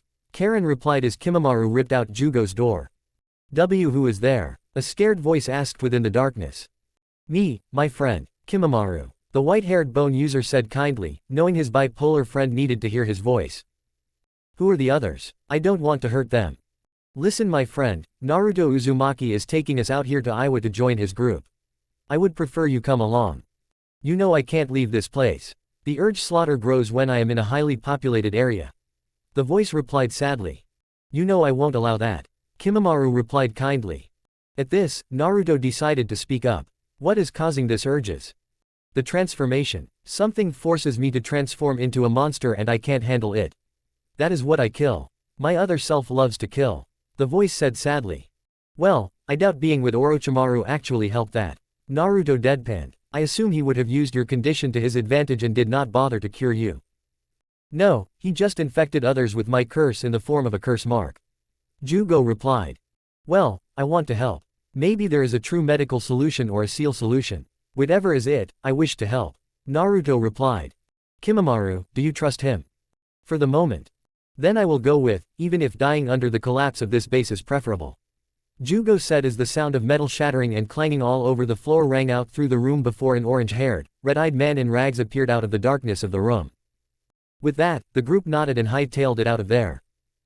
Jiraiya sighed as he saw Onoki and Tsunade giving looks to explain what the hell happened to him. Konoha is gone. Onoki gained an annoyed look as he thought to his earlier comment about Konoha. Well shit, how the hell did that happen? Jiraiya looked sadly at his old teammate and said, Nagato. What? I thought you said that he and your other students from Rain were dead. Suan shouted, angry at the fact that the place her grandfather had created was gone. It may have been a place that was filled to the brim with bad memories for her, but still. I did too, that is what we were told. Jiraiya sighed. Whatever happened to him, he changed for the worse. He said that Konan was there, but I didn't see her. However, the worst thing for me was, he was using Yahiko's body to do the deed. Cage out of the loop here. Onoki replied, annoyed at being left out of the conversation. Yahiko, Konan, and Nagato. My first students that I raised for a year when I was in Rain. I trained them to survive, but I should have taken them with me to Konoha because I heard that they had died. They were great kids, but Nagato was special. He was an Uzumaki with the Rinnegan. That's news to me, Onoki said with wide eyes. Yeah, but I am guessing that only Yahiko died as he was able to control his body. Long story short, Nagato leveled the village with the jutsu that was used to create the moon. Both Tsunade and Onoki had wide eyes at that. So what are we going to do? Tsunade asked, a bit fearful. I'll tell you what we are going to do, Onoki stated with a serious face. I took in Naruto, so if any of the remnants come here and are not prejudiced against the boy, we'll grant them asylum here. If they want to leave after that or join up, that is their choice. With that, Onoki summoned an Anbu and told them to prepare for company and to beef up security within the village. What happened to Konoha was not going to happen to Iwa. Now Jiraiya, tell me everything you know that happened. Naruto's new group raced out the old Odo base just in time to see it all just sink into the ground like a land-based whirlpool. Off to the side, they saw Haku, Kitsuchi, and Kairi looking a little winded, but still okay. Dad, Kitsuchi shouted in glee at seeing her father alive and well. She raced up to him and hugged him. When the hug broke, she smacked the back of his head. What the hell? What kind of fight did you have to make the damn place cave in? Kitsuchi blushed in embarrassment as the new people in the group chuckled. It was like the roles were reversed and he was the kid being scolded by the parent.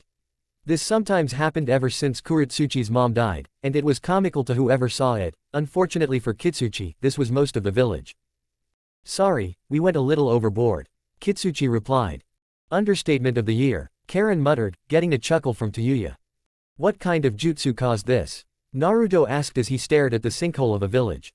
I think Gnarl called it, Herculean style, magnitude of destruction. Haku toned in. Yeah, Kitsuchi replied a bit distantly, thinking back to Gnarl's last moments. Flashback. Gnarl's gasps of pain were clear heard throughout the destroyed room. Somehow, their battle had taken itself to the stands, killing off of the audience. Haku and Kairi thought themselves lucky not to be caught in the crossfire. However, the reason for Gnarl's pain was the large hole in his stomach created from a punch of Kitsuchi's stone fist. Haha, good job old friend.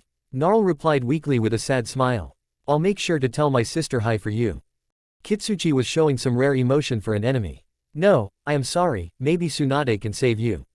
Don't be a fool, I will bleed out before we even get to her. Gnarl stated. However, I will not make your escape here easy and if you do me a favor. What are you talking about?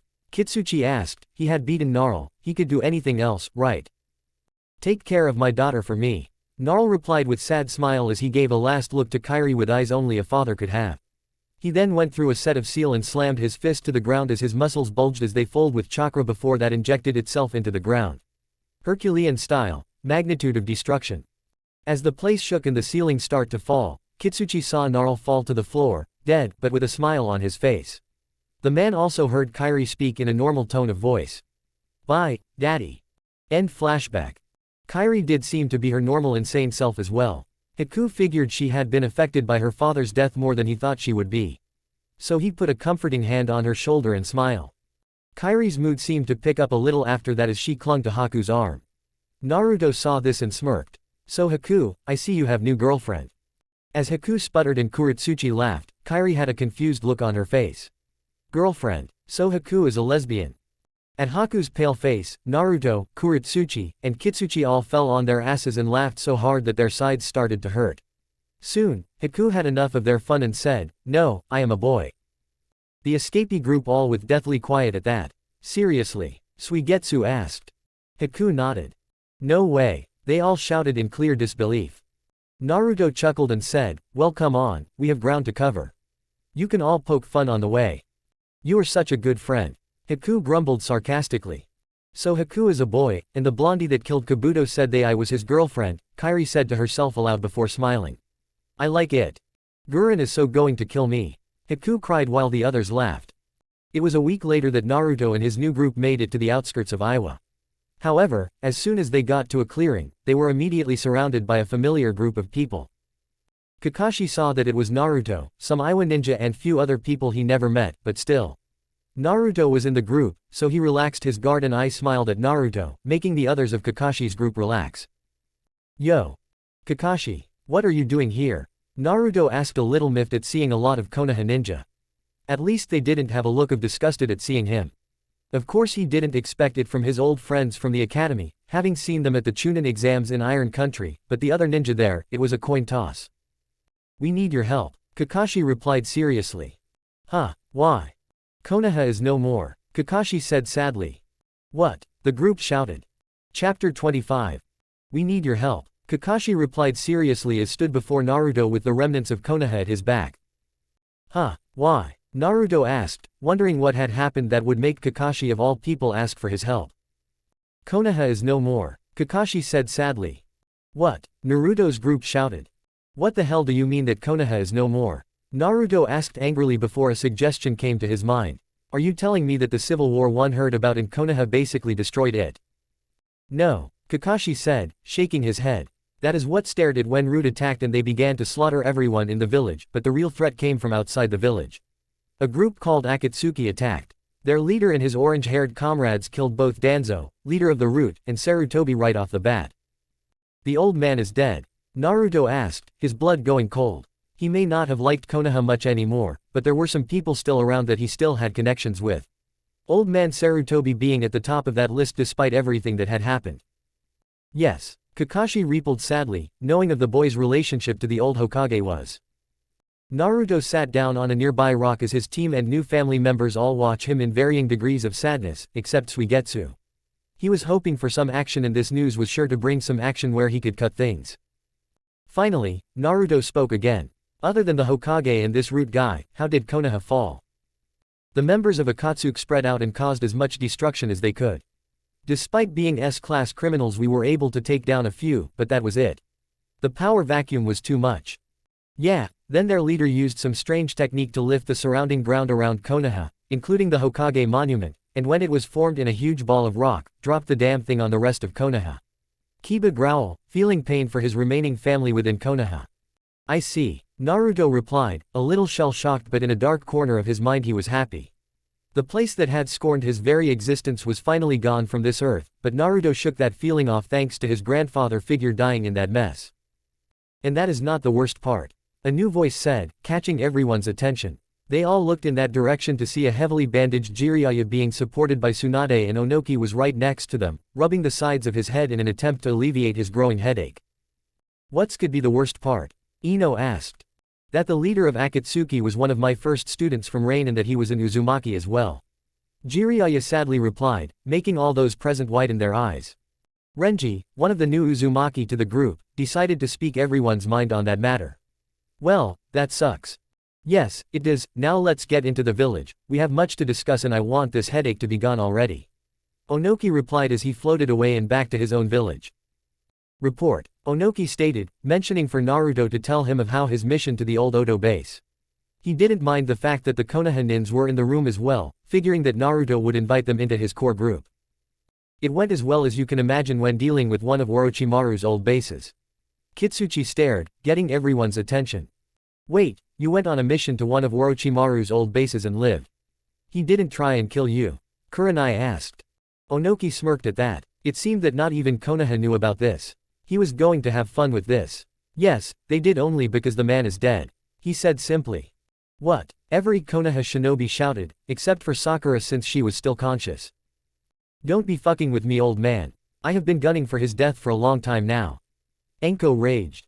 Oh he is dead, Onoki stated with a knowing smile, and according to what I heard, Naruto was there to see it happen. Enko rushed right up to Naruto and held him up by his collar, shaking him as she screamed.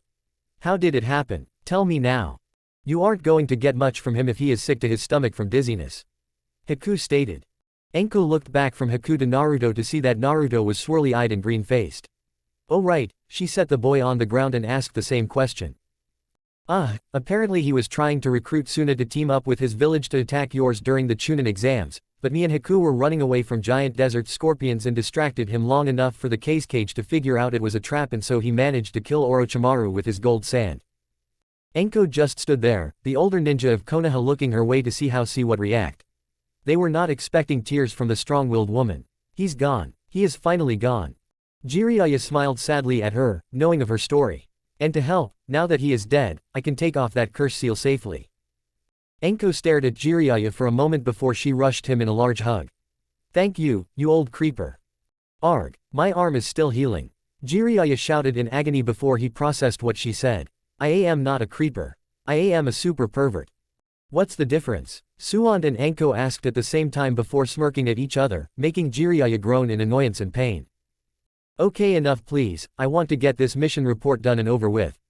Onoki ordered, feeling that his headache was growing once more. Right, Naruto replied with a bemused smile at the elder ninja's antics. When we arrived, we were greeted by Kimamaru here. He was one of Orochimaru's main guards when he was alive. One of the Sound Five if I am correct. Yes, the white-haired Kyuga confirmed. He was slightly injured and resting near the entrance when we met. Naruto said. We told him what we were after and he agreed to join us, but we would need his help to enter the base. When we did, we were met with an arena of sorts that the remnants made in order to see who would lead Oto. The three strongest people there were a name named Gnarl, someone that Kitsuchi knew and fought. Naruto replied, making Onoki and Kitsuchi stare at each other in a silent conversation until Kitsuchi just nodded, ending it just like that. Another was the girl hanging on Haku. Kairi is her name, Naruto stated. She was Gnarl's daughter and a user of the poison release. At this Enko smiled, but for what reason, he would rather not find out. Finally, we had a man named Kabuto, whom I fought and killed. I see, Onoki said before eyeing the group of redheads. And who are they? Prisoners. We managed to search the place while Dad and Gnarl were having their battle.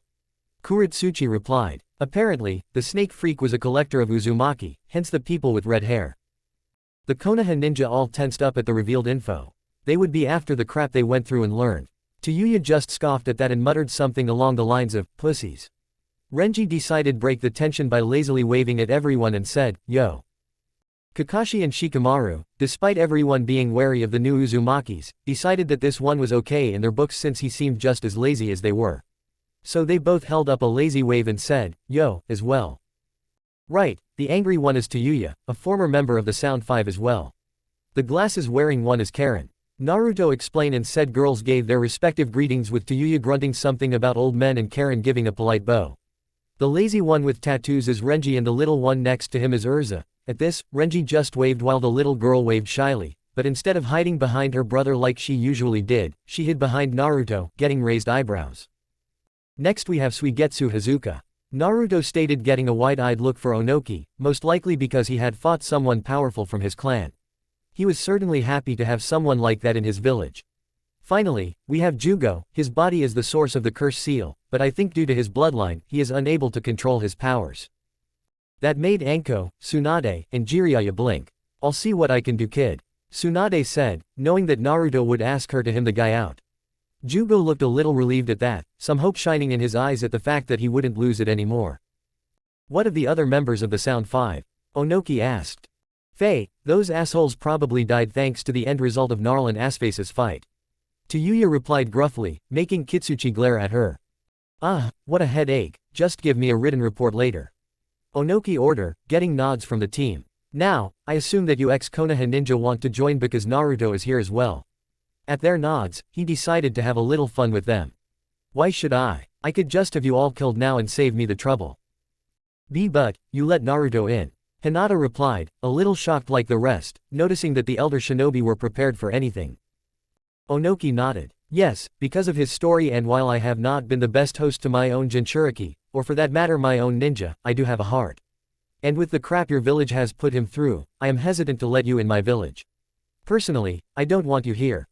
Please reconsider. Asuma pleaded. Onoki stared at them for a long time, making them all sweat, but Asuma had seen his father do the same with other people, so he had a somewhat good feeling. If you truly wish to join my village as Stone Ninja, ask Naruto. After all, he will soon be the Tsuchikage and you won't be my problem after that. What? All the younger generation screamed. So with that, everyone's attention was on a sweating Naruto, whom at one point sent a glare at that short old man who just smiled back. Naruto looked at all of them and noticed that all who wanted to join were a few jonin he didn't know, but they never came at him, so they were good. Then there were his old classmates and their sensei, even Iruka was there. Naruto was even glad to see Konohamaru and his friends. Before he could decide, he felt a tug on his cloak and looked down to see Urza just staring him before just nodding. Those around them, only Renji understood, seeing as he knew that Urza had taken a liking to Naruto and they had become fast friends. Now, little Urza was a good judge of character for her age and she did warn Renji about not trusting the snake, but he didn't listen, so Renji hoped Naruto listened to the little girl. Well, I guess, but you would have to join my core group that I created. Naruto said with a shrug before he noticed that Sakura was basically unresponsive and that Sasuke was not there.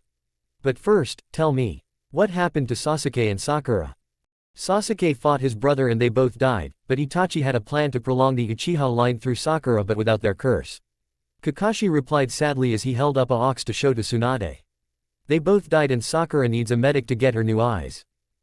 Tsunade inwardly groaned, feeling that there was just so much for her to do, but whatever, it kept her busy and she liked that, most of the time.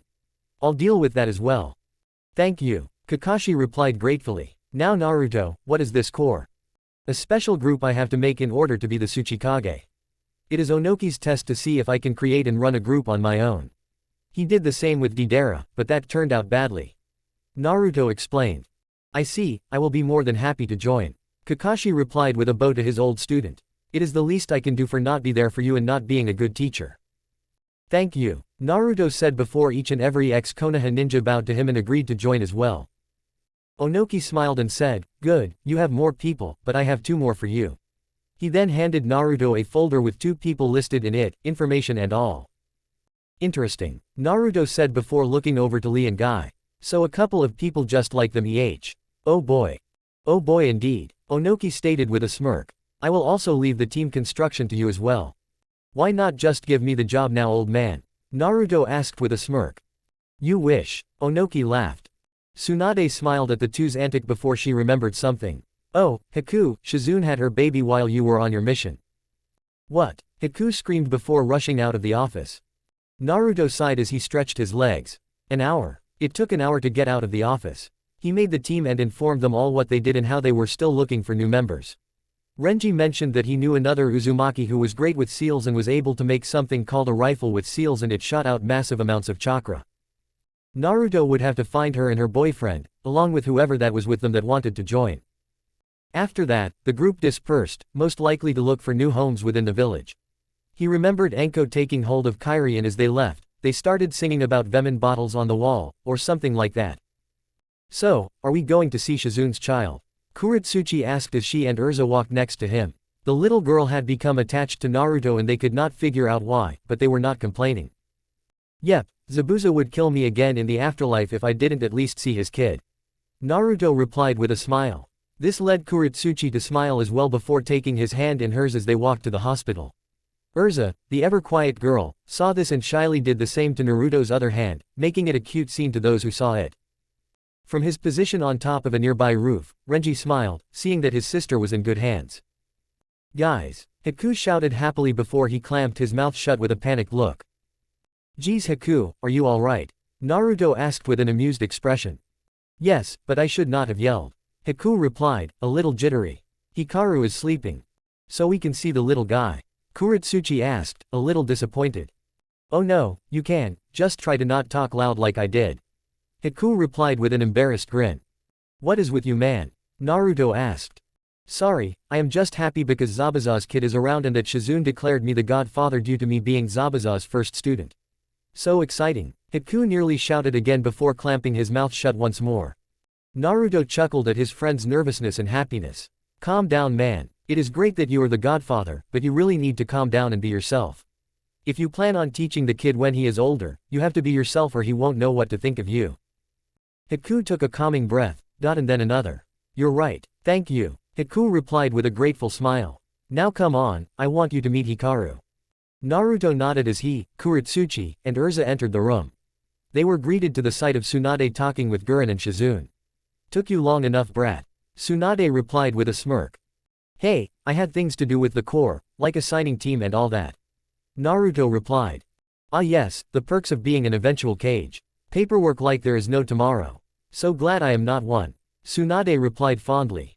Shizune looked up from her baby to Naruto and said, why didn't you use shadow clones for that? Naruto's eyes widened at that as he tried to come up with an excuse, but nothing spewed from his mind to his mouth. I have no clue, he finally said with a figurative rain cloud over his head, but cleared up when the baby woke up and started babbling. Oh, so this is Hikaru. Yeah, he looks like his dad somewhat, but I can see a lot of you in him. Naruto said with a smile. Shizune smiled. Yes, he is such a cutie. I wonder who he will take after. I just hope he doesn't take after Naruto and keep calling me girl boy all the time. Haku stated with an eye smile. Naruto glared at his friend before a devious smirk crossed his lips. So Gurren, has Haku told you about Kairi? His mentally unstable new girlfriend. Haku paled at that. Oh, you evil little reaper. He cried but froze when he felt someone put a hand on his shoulder and squeeze. Oh, please do tell, Gurren demanded as she dragged the crying boy out of the room. You know, that was evil. Kuretsuchi replied with bemused smirk on her face. Meh, she was going to find out eventually when Kairi gets away from Anko long enough. Naruto replied with a shrug. While Naruto, Kuretsuchi, and Shizune chatted, little Urza was staring at Tsunade until the woman had enough and looked down at the kid staring holes into her. What? With a straight face, Urza slowly pointed to her once face, more specifically her eye. I see, Tsunade said with a nod. Well, I do have other patients, but I will work you in. I can defiantly make you a new eye. The little redhead smiled and hugged the woman's leg before she back up and then pointed at Naruto then her eye. I don't understand, Tsunade said, getting the other's attention. Urza did it again but pointed at Naruto's stomach area and then her missing eye. What about my stomach? Naruto asked. I think she wants to help share your burden, Renji said from the window. Huh, why would she want to do that? Tsunade asked, completely baffled. She is a very kind girl and likes to understand people, especially her friends. Renji said like he was talking about the weather. She had taken a liking to Naruto and well her special sensing powers picked on his burden. She felt you needed more friends so she told me she was going to be a close friend yours man. Naruto blinked at that before looking straight at Urza. Are you sure about that Urza? The Kyuubi's energy is not the best thing in the world, he even warned me of that. Urza nodded with a determined look in her eye. Let me speak to her, put your hand on her forehead. Kurama's voice rang out through Naruto's head, something that hasn't happened a lot since Kurama liked to keep to himself and sleep, a lot. Still, Naruto did as he was told and the two were suddenly into front of Kurama's cage, with the beast staring at them intently. Girl, you know that I am sealed within Naruto and I work with him. So why do you want some of my power? Urza stared at the giant fox for a long time before actually speaking. If one looked at her now, she had a strange set of armor on her person. A sign of her mind connected to Naruto's. No one should be alone, she said softly. Kurama stared at the girl before saying, I will think on it. If what your brother said is true and you want to understand us better, you will go through some pain when you receive the eye with my power. I know, Urza replied as she took Naruto's hand. But I want to be a good friend.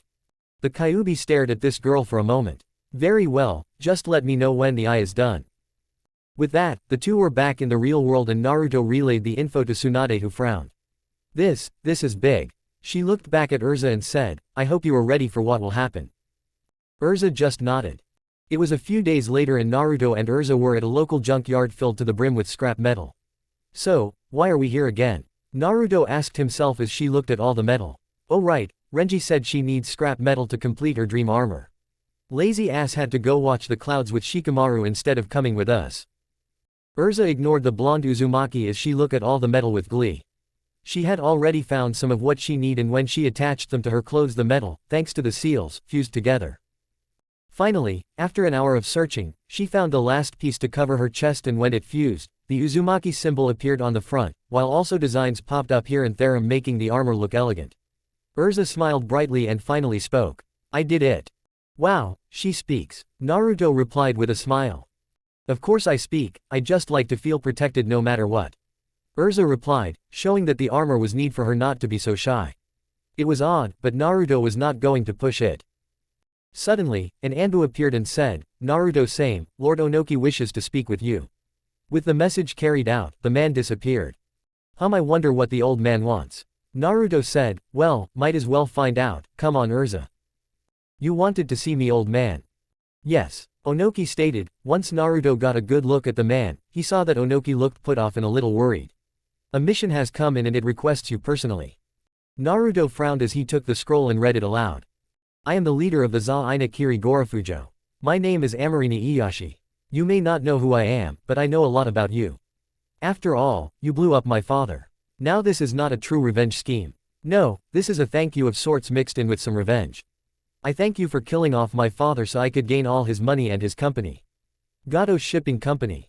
Now, for my revenge, my associates and I have set up a tournament in Wave Country. In 1 month's time, the tournament shall start. I invite you to come and participate along with whomever you choose to come along. Please note that if you and or none of the other invitees do not show up, I will personally see to it with my vast amount of money that Wave is razed to the ground, much like how Konoha was recently. Think on it, Grim Reaper. Amarini Iyashi. Chapter 26.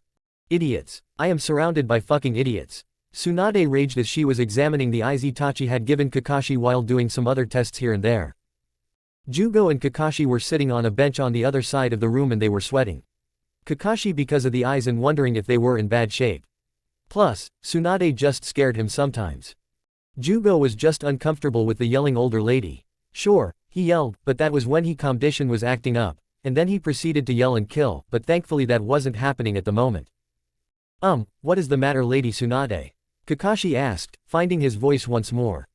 I tell you what's wrong. Tsunade screamed before pointing to Kakashi specifically. You and Itachi are idiots. Why? Kakashi asked. You yourself have a Sharingan eye that is highly draining on your chakra and you want to give, not one but two to a girl with barely any ninja background. This is a little girl with not much chakra and if you give her both of these she will die. I was planning on training her in that. Kakashi replied, sweating at Tsunade's angry face. No, that won't work. Tsunade raged before calming herself somewhat. I admit that Rin did a good job on your eye for a beginner for the medical arts, but there are problems. You can't turn it off like other people with Dujutsu. That means she made a mistake and at this point there is nothing I can do. So if that happens, Sakura will be running around blind and I would rather not have that. So, I will use the eye I was going to give little Urza to Sakura and I am sure Urza can handle a Sharingan with the massive amount of chakra that all Uzumaki seem to possess. I guess that will work. Kakashi said. Good, but when I do this right, I am not sure what will happen. Tsunade replied. What do you mean? There is a theory out there that if you do this operation, that the eye could react with the energy of the body. You know, positive and negative based chakra and all that. Tsunade stated. I see. Do you have any idea what could happen to Sakura? Kakashi asked. Tsunade grew a little annoyed that Kakashi was just thinking of Sakura when Urza was getting an eye as well, but she kept her annoyance to herself while she shrugged. Hell if I know. There is really only one way to find out, but you should ask Sakura what she wants. Good point. Kakashi said with a sigh as he got up to leave the room to see his student. Tsunade nodded to herself before zeroing in on Jugo, who looked to be sweating. Now, I have heard of your condition before. A clan was said to come from another continent with problems such as yours, also looking for a cure, but their condition made them kill each other off and I am guessing you are the last of your clan. Yes, ma'am. Jugo repeated politely.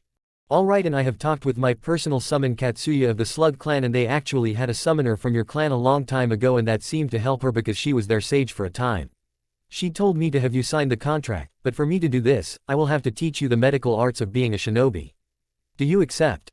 Jugo was shocked to hear that information. Could that be it? He was bringing in nature chakra unconsciously and his transformation was him not being able to handle it. I am sure, he had heard about summon sages and if they messed up, they would turn into a statue of their summon animal. He guessed it was better than going berserk and killing people. Plus, if he did this, then he could heal and take care of people. It was a good redemption for all the people he had killed. He needed this. So, looking straight into Tsunade's eyes, he kneeled and said, I accept your training, Lady Tsunade.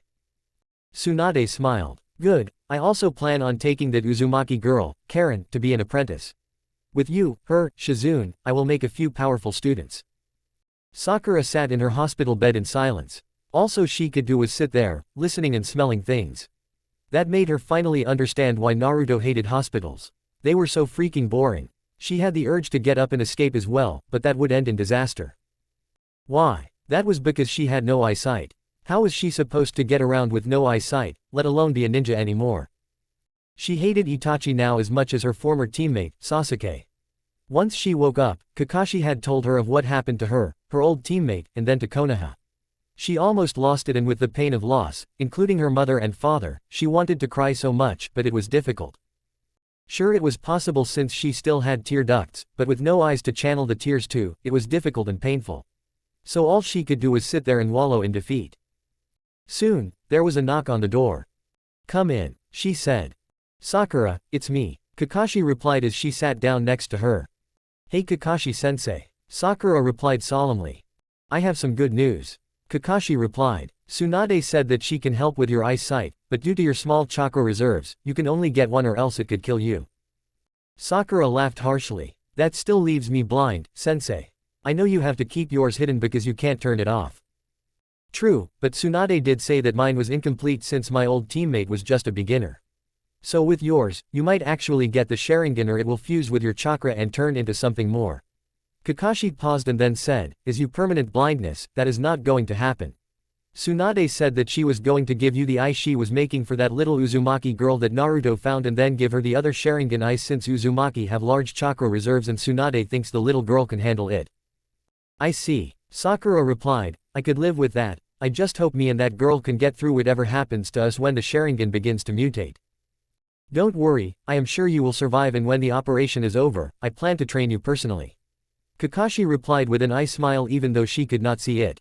He then noticed looked distraught and was basically on the verge of tears after what happened. He could not blame her. However, she was bottling it all up. "Sakura, you shouldn't bottle it up like that." Sasuke did the same and he became cold and distant to everyone. "I don't think you should do that. I have seen you happy and I don't want you to end up cold." "But it hurts so much," Sakura replied with a cracking voice. "I know, I went through the same for a small time when I lost my eye.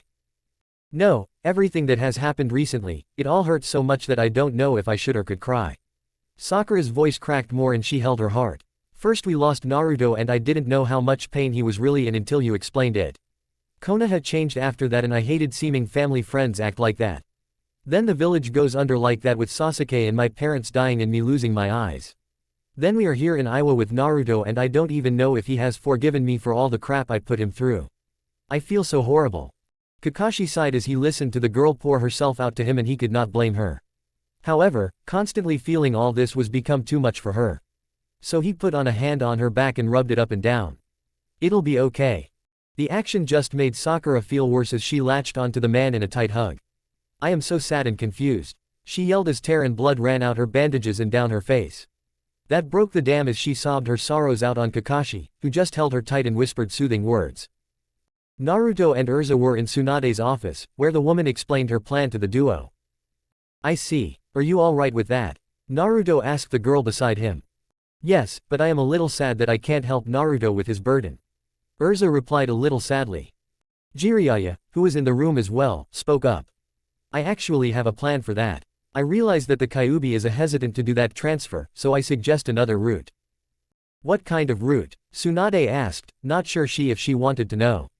"There is rumor of a monk back in Fire Country that has had the Kyuubi's chakra implant in him, but it has had adverse effects and the other monks do not like him because of his berserk episodes. They once tasked me with a way to help him or an extraction. However, I had nowhere to place said energy and they accepted that." "I heard about that too, but her has 4 tails worth of the fox's chakra, could Urza handle that? After all, you know how that mutation could affect her. Why an implant both at the same time? That why it won't adjust to one at a time?" Urza asked. "That could work, but what if it doesn't work?" Jiraiya asked. "It will. I have willpower to get through it," Urza declared, making Tsunade smirk, confirming for her that little Urza was indeed an Uzumaki. "Very well," Tsunade replied. "I will inform Onoki and request a mission for this to be done." "Great, and I will be going to get this done." Naruto then paused. "Who should I take?"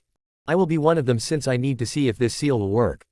Jiraiya replied. "No, I won't be fighting anyone, but I need to be there." "All right then," Naruto said. "Me and Renji will go. I need to see this for my own eyes and Renji need to get off his lazy butt along with that Nara boy," Urza stated with her arms crossed. "That is good," Tsunade replied. "I also suggest taking that foul-mouthed Uzumaki. Her sound-based illusions could be of great use there for just in case."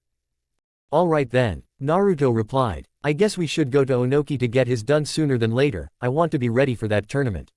"Urza, while we get the mission set up, you go and gather the other members of the team. On it. Urza saluted and then dashed out of the room. She sure is energetic. Jiraiya laughed. Like all Uzumaki. Tsunade replied with a smirk as she looked right at Naruto. What? Nothing. Tsunade replied with a smile. Let's get to that old geezer already. Oh, and while you are away, I will be doing Sakura's operation. That's fine with me, Naruto replied with a shrug. Renji was living it up, well for him anyway. He was in a village to call home and not in Orochimaru's old base that smelled of death and blood. He was sleeping next to his new best friend, Shikamaru, who was just as lazy as he was. However, that was soon to end as he suddenly felt an immense pain in his lower regions, mostly his groin. Ah, he groaned out as he held his precious area. He looking up at his mean younger sister with tears in his eyes, he asked. What was that for? To wake you up, you lazy bum. Urza declared menacingly as much as 9-year-old could. And right now with how much pain he was in, she was a devil to him. But why? Renji cried for his nads and his sleepy time. Simple, we have a mission. Urza replied. Well, good luck with that, Shikamaru said, who still had not moved but then rolled over. Oh no you don't. Urza raged as she kicked him in the nads as well, making the Nara groan in pain. You are coming on this mission too. Troublesome. Shikamaru groaned in pain as he and Renji weakly got up. What is this mission even for? Shikamaru asked. For my eye, Urza said simply, getting Renji's attention. We are going to Fire Country to see a monk who has Kyuubi's stray energy. Tsunade thinks it is a better way than just taking it from Naruto and we get to help a monk. Great. Both Renji and Shikamaru deadpanned as they followed the girl back to the Tsuchikage's office. As they were walking, Urza was in somewhat deep thought. She eyed her brother for a moment before sigh. Hey brother, I got a question for you. Shoot, Renji replied.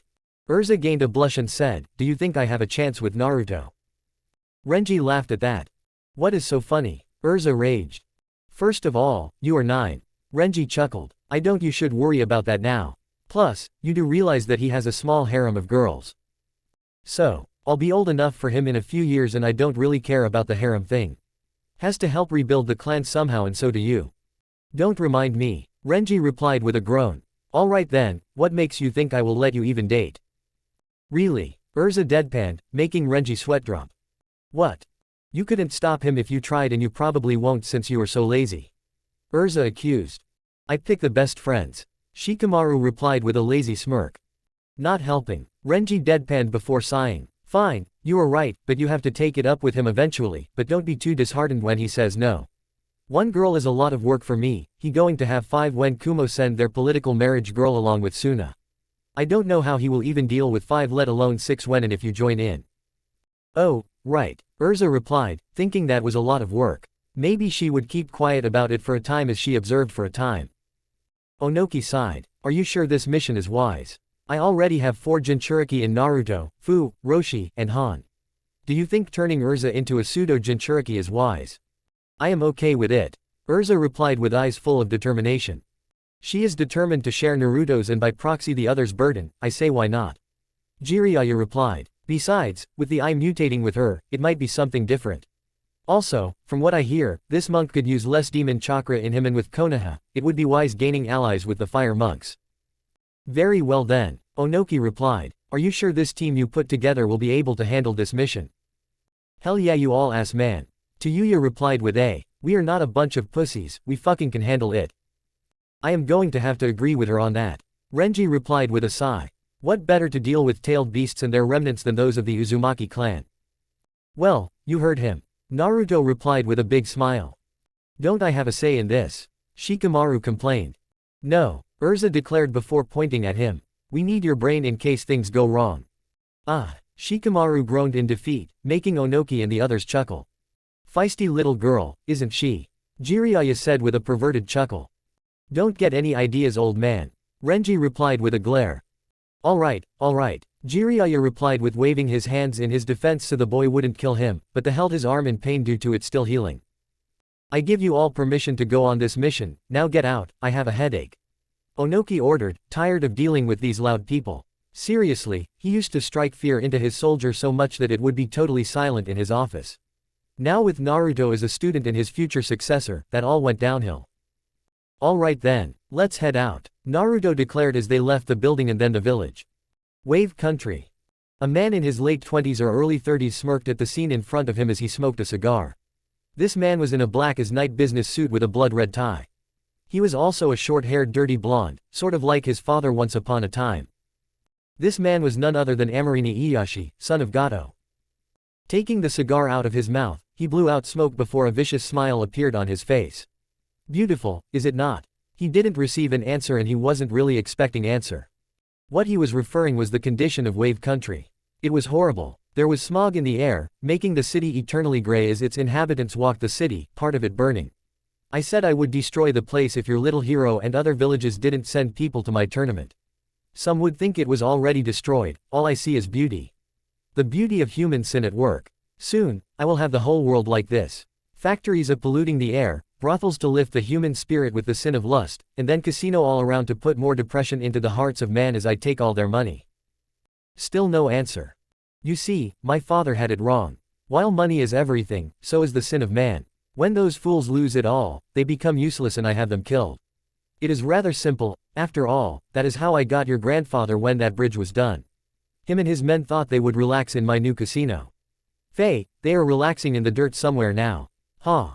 Amarini finally turned to look at who he was talking to. It was a familiar boy by the name of Inari, however, he was heavily bandaged with a dead look in his crying eyes.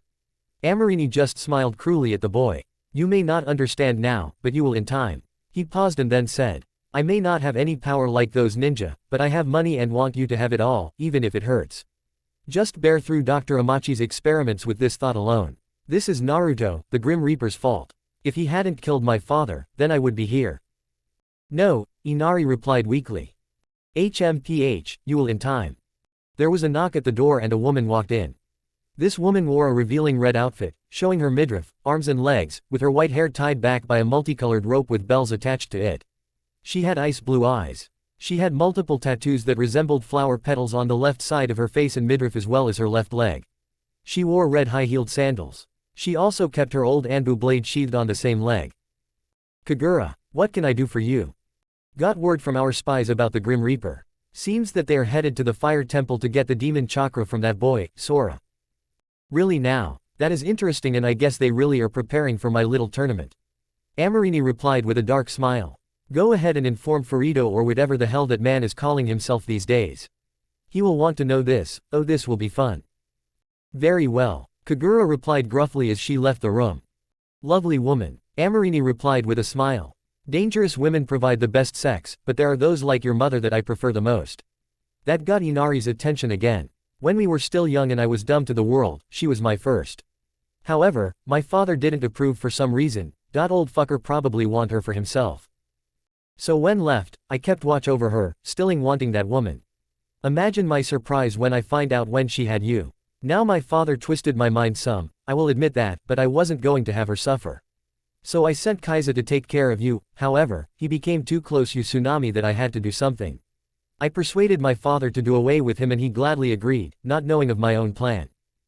Said plan being my own takeover of Wave Country when I had him killed, but then the Grim Reaper shows up and blows him down to hell. So it is his fault because he quickened my plan without really knowing it. I need to thank him, so I set up this tournament. If he dies, that is fine with me, if he survives, that whatever. And you will be out front, watching it all go down. The bloodshed, the mayhem, the death, Amarini said as he put a hand on Inari's shoulder and then whispered in his ear. Like I said, you will thank me for this one day, son. Chapter 27. A lone monk stood outside the famed fire temple in the land of fire. He was currently sweeping, one of the chores that all monks must do at the temple. His name was Chiriku, the head monk. He is a bald man with dark eyes, and very thick eyebrows. He wore the standard attire of the ninja monk along with the sash worn by members of the 12 Guardian Ninja group and he is barefoot. Despite once being a member of the 12 Guardian Ninja to the Fire Lord, he is a very peaceful man, but if you threaten his home or friends, he will strike you down without mercy. So when he looked up after feeling some chakra nearby, he was surprised to see a group of ninja coming his way. That would make anyone on edge, but he knew one of them to be Jiraiya of the Sannin and despite looking to be injured, he was still a force to be reckoned with. Still, Jiraiya was from Konoha and on good terms with him. However, he knew it was only a matter of time before some Konoha ninja took refuge here due to Konoha being destroyed and all. After all, the final move to destroy the village hidden in the leaf could be seen for miles. Jiraiya-sama, I had been expecting you. Chiriku stated before looking over the ninja accompanying the legendary man. If he was correct, they were mostly all Uswanki. A surprise for him no doubt seeing as most were dead. I was expecting more people from Konoha to be honest. Yeah, Jiraiya stated sheepishly. A good number of us surprisingly went to Iwa where Naruto Uzumaki now resides. They wanted to be with a friend and Iwa accepted us. I see, that does explain the new headbands. Chiriku stated. Now, what can I do for you now that I know you are not here for asylum? Jiraiya nodded and brought up two people in front of him. These two started this mission. The first is Naruto Uzumaki and the little girl is Urza Uzumaki. I'll let them explain. Ah, the Grim Reaper of Iwa, I do know about you. I assume the little one is a cousin. Correct, Naruto stated with a smile. The reason we are here is because of someone named Sora. I know he is sort of like me in the Jinchuriki department, but he's not a full one due the tailed beast not actually being in him. Just a portion of its power. My cousin, in an attempt to understand my burden a bit more, wanted some of its power to help ease the burden a bit. But Tsunade and others are afraid of adverse effects from a direct implant from Kurama himself. So, Jiraiya suggested we take the power out of Sora so he could live a normal life. The monk nodded but he stood still, not leaving his spot. Noble cause and Suand and the other would be correct. Still, to transfer the extra demonic chakra from one person to another is dangerous. I hope you what you are doing. We do. Jiraiya answered for Naruto. Are we going to do this shit or not? Tayuya eloquently stated. Troublesome. Sorry about her, she is just impatient, something I would assume most Uzumaki are known for. Shikamaru replied tiredly. Shut up. Tayuya raged. Chiriku frowned at the girl but didn't reply to her. Instead he focused back on Naruto.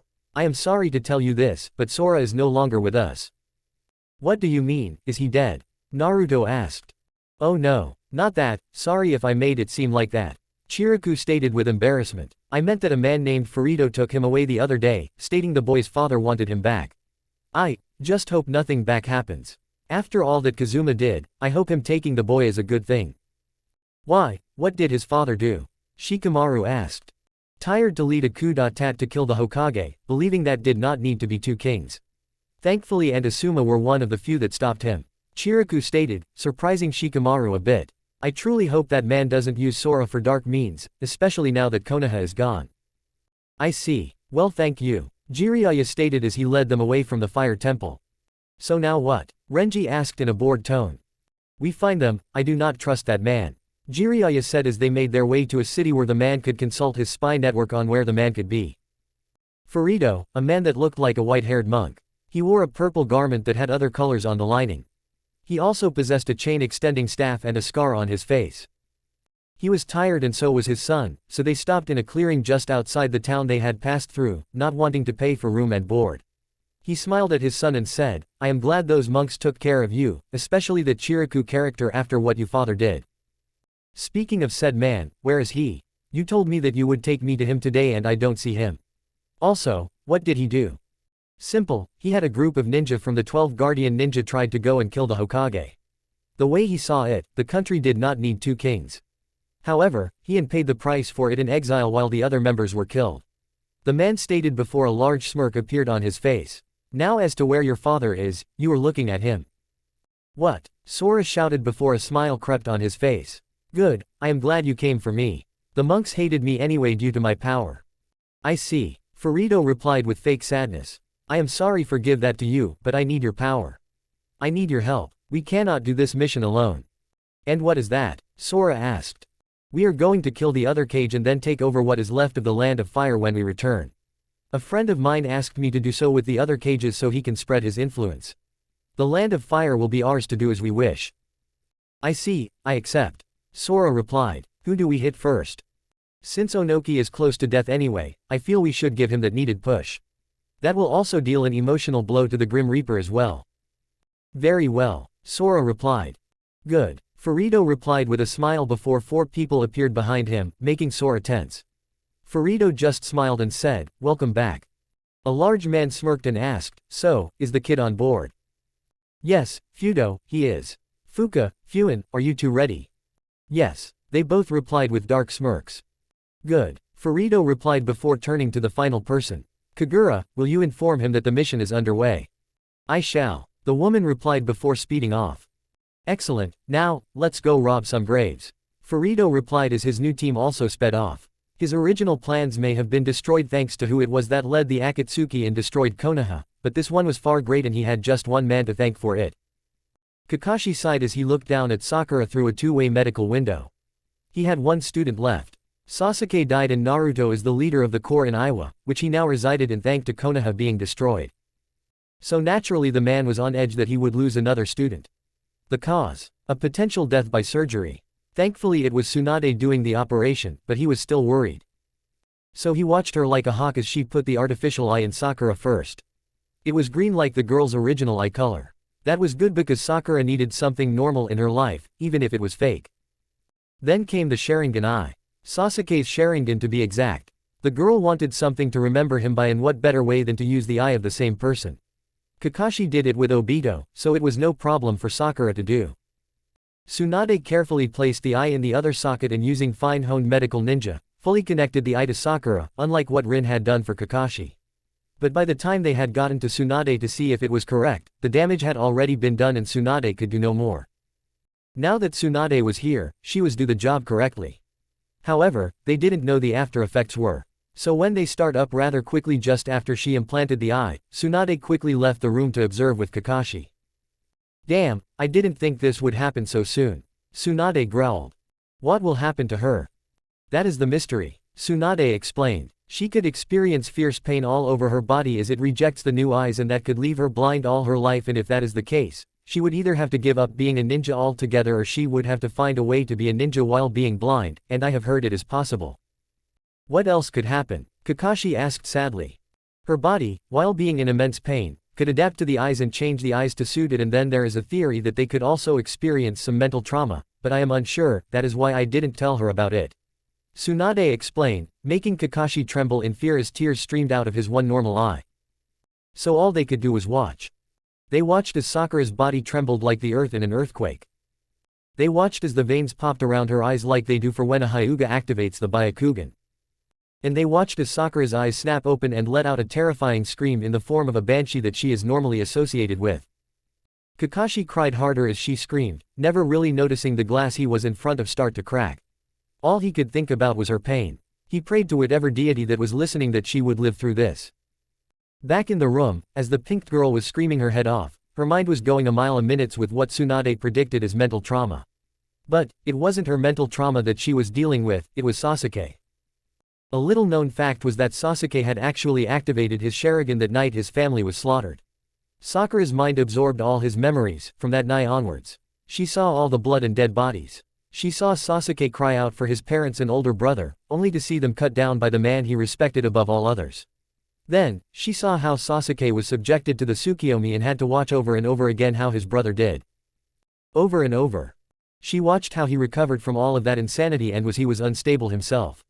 She watched how he struggled through the rest of his life through the academy, how all the girls there was just so infuriatingly annoying that he wanted to lash out at them, but he stuck to imagining how he would one day murder his elder brother for what he did. She remembered how he thought on how to gain their family's ultimate eye technique and contemplate who he would befriend and then kill for it and then brush it off as she gained a team with Naruto, Sakura, and Kakashi, feeling that not even she would do that. She would not sink to his level. She felt herself becoming Sasuke, his thoughts were becoming hers. She was becoming Sasuke and that Sakura was disappearing into the darkness of Sasuke's mind, all through a simple, as that was what it seemed at first, eye transplant. So naturally she fought. She fought with all her might to stay herself and not to become Sasuke, for he was beyond damaged. She knew that now. How could she and all the other girls be so blind? The boy lost his family. Then she figured it out as she observed their time with Team 7. They couldn't know because Sasuke kept to himself, and they all thought that was hot for some reason. They all wanted him because he was an Uchiha, the last of them in Konoha. That's all they wanted. Power and money. They didn't know it, but Sasuke knew that, and that is why he hated them. They pitying him and were also gold diggers. Sakura felt horrible. How could she have been like that? She then saw more time with Team 7. She saw how Sasuke was beginning to see the light in the form of a new family. Sasuke saw her as a sister he never really had. So as the days went by and ending after the Chunin exams, he had felt protective of her and there was some romantic feelings, but he never went through with them out of his own fear. Then there was Naruto, another brother figure who was just outright stupid. Sasuke had begun to feel protective of him too, and the thought and once again crossed his mind to kill Naruto to the ultimate eye technique, but he had squashed it down. But then Naruto revealed his own past and left, making Sasuke feel alone again for a short time. Finally, there was Kakashi. He had at first saw the man as nothing but uselessness and laziness. But after Naruto left, he began to see Kakashi as a father figure. Someone who was more of a father to him than his own father was. It was strange and nice at the same time. At this point, Sakura was crying in her own mindscape. She cried for Naruto once and now she was crying for Sasuke. Both of their lives had been horrible while hers had been that of a normal girl's. To her it was just sad. Then she felt a tap on her shoulder to she was mind twin, her other self.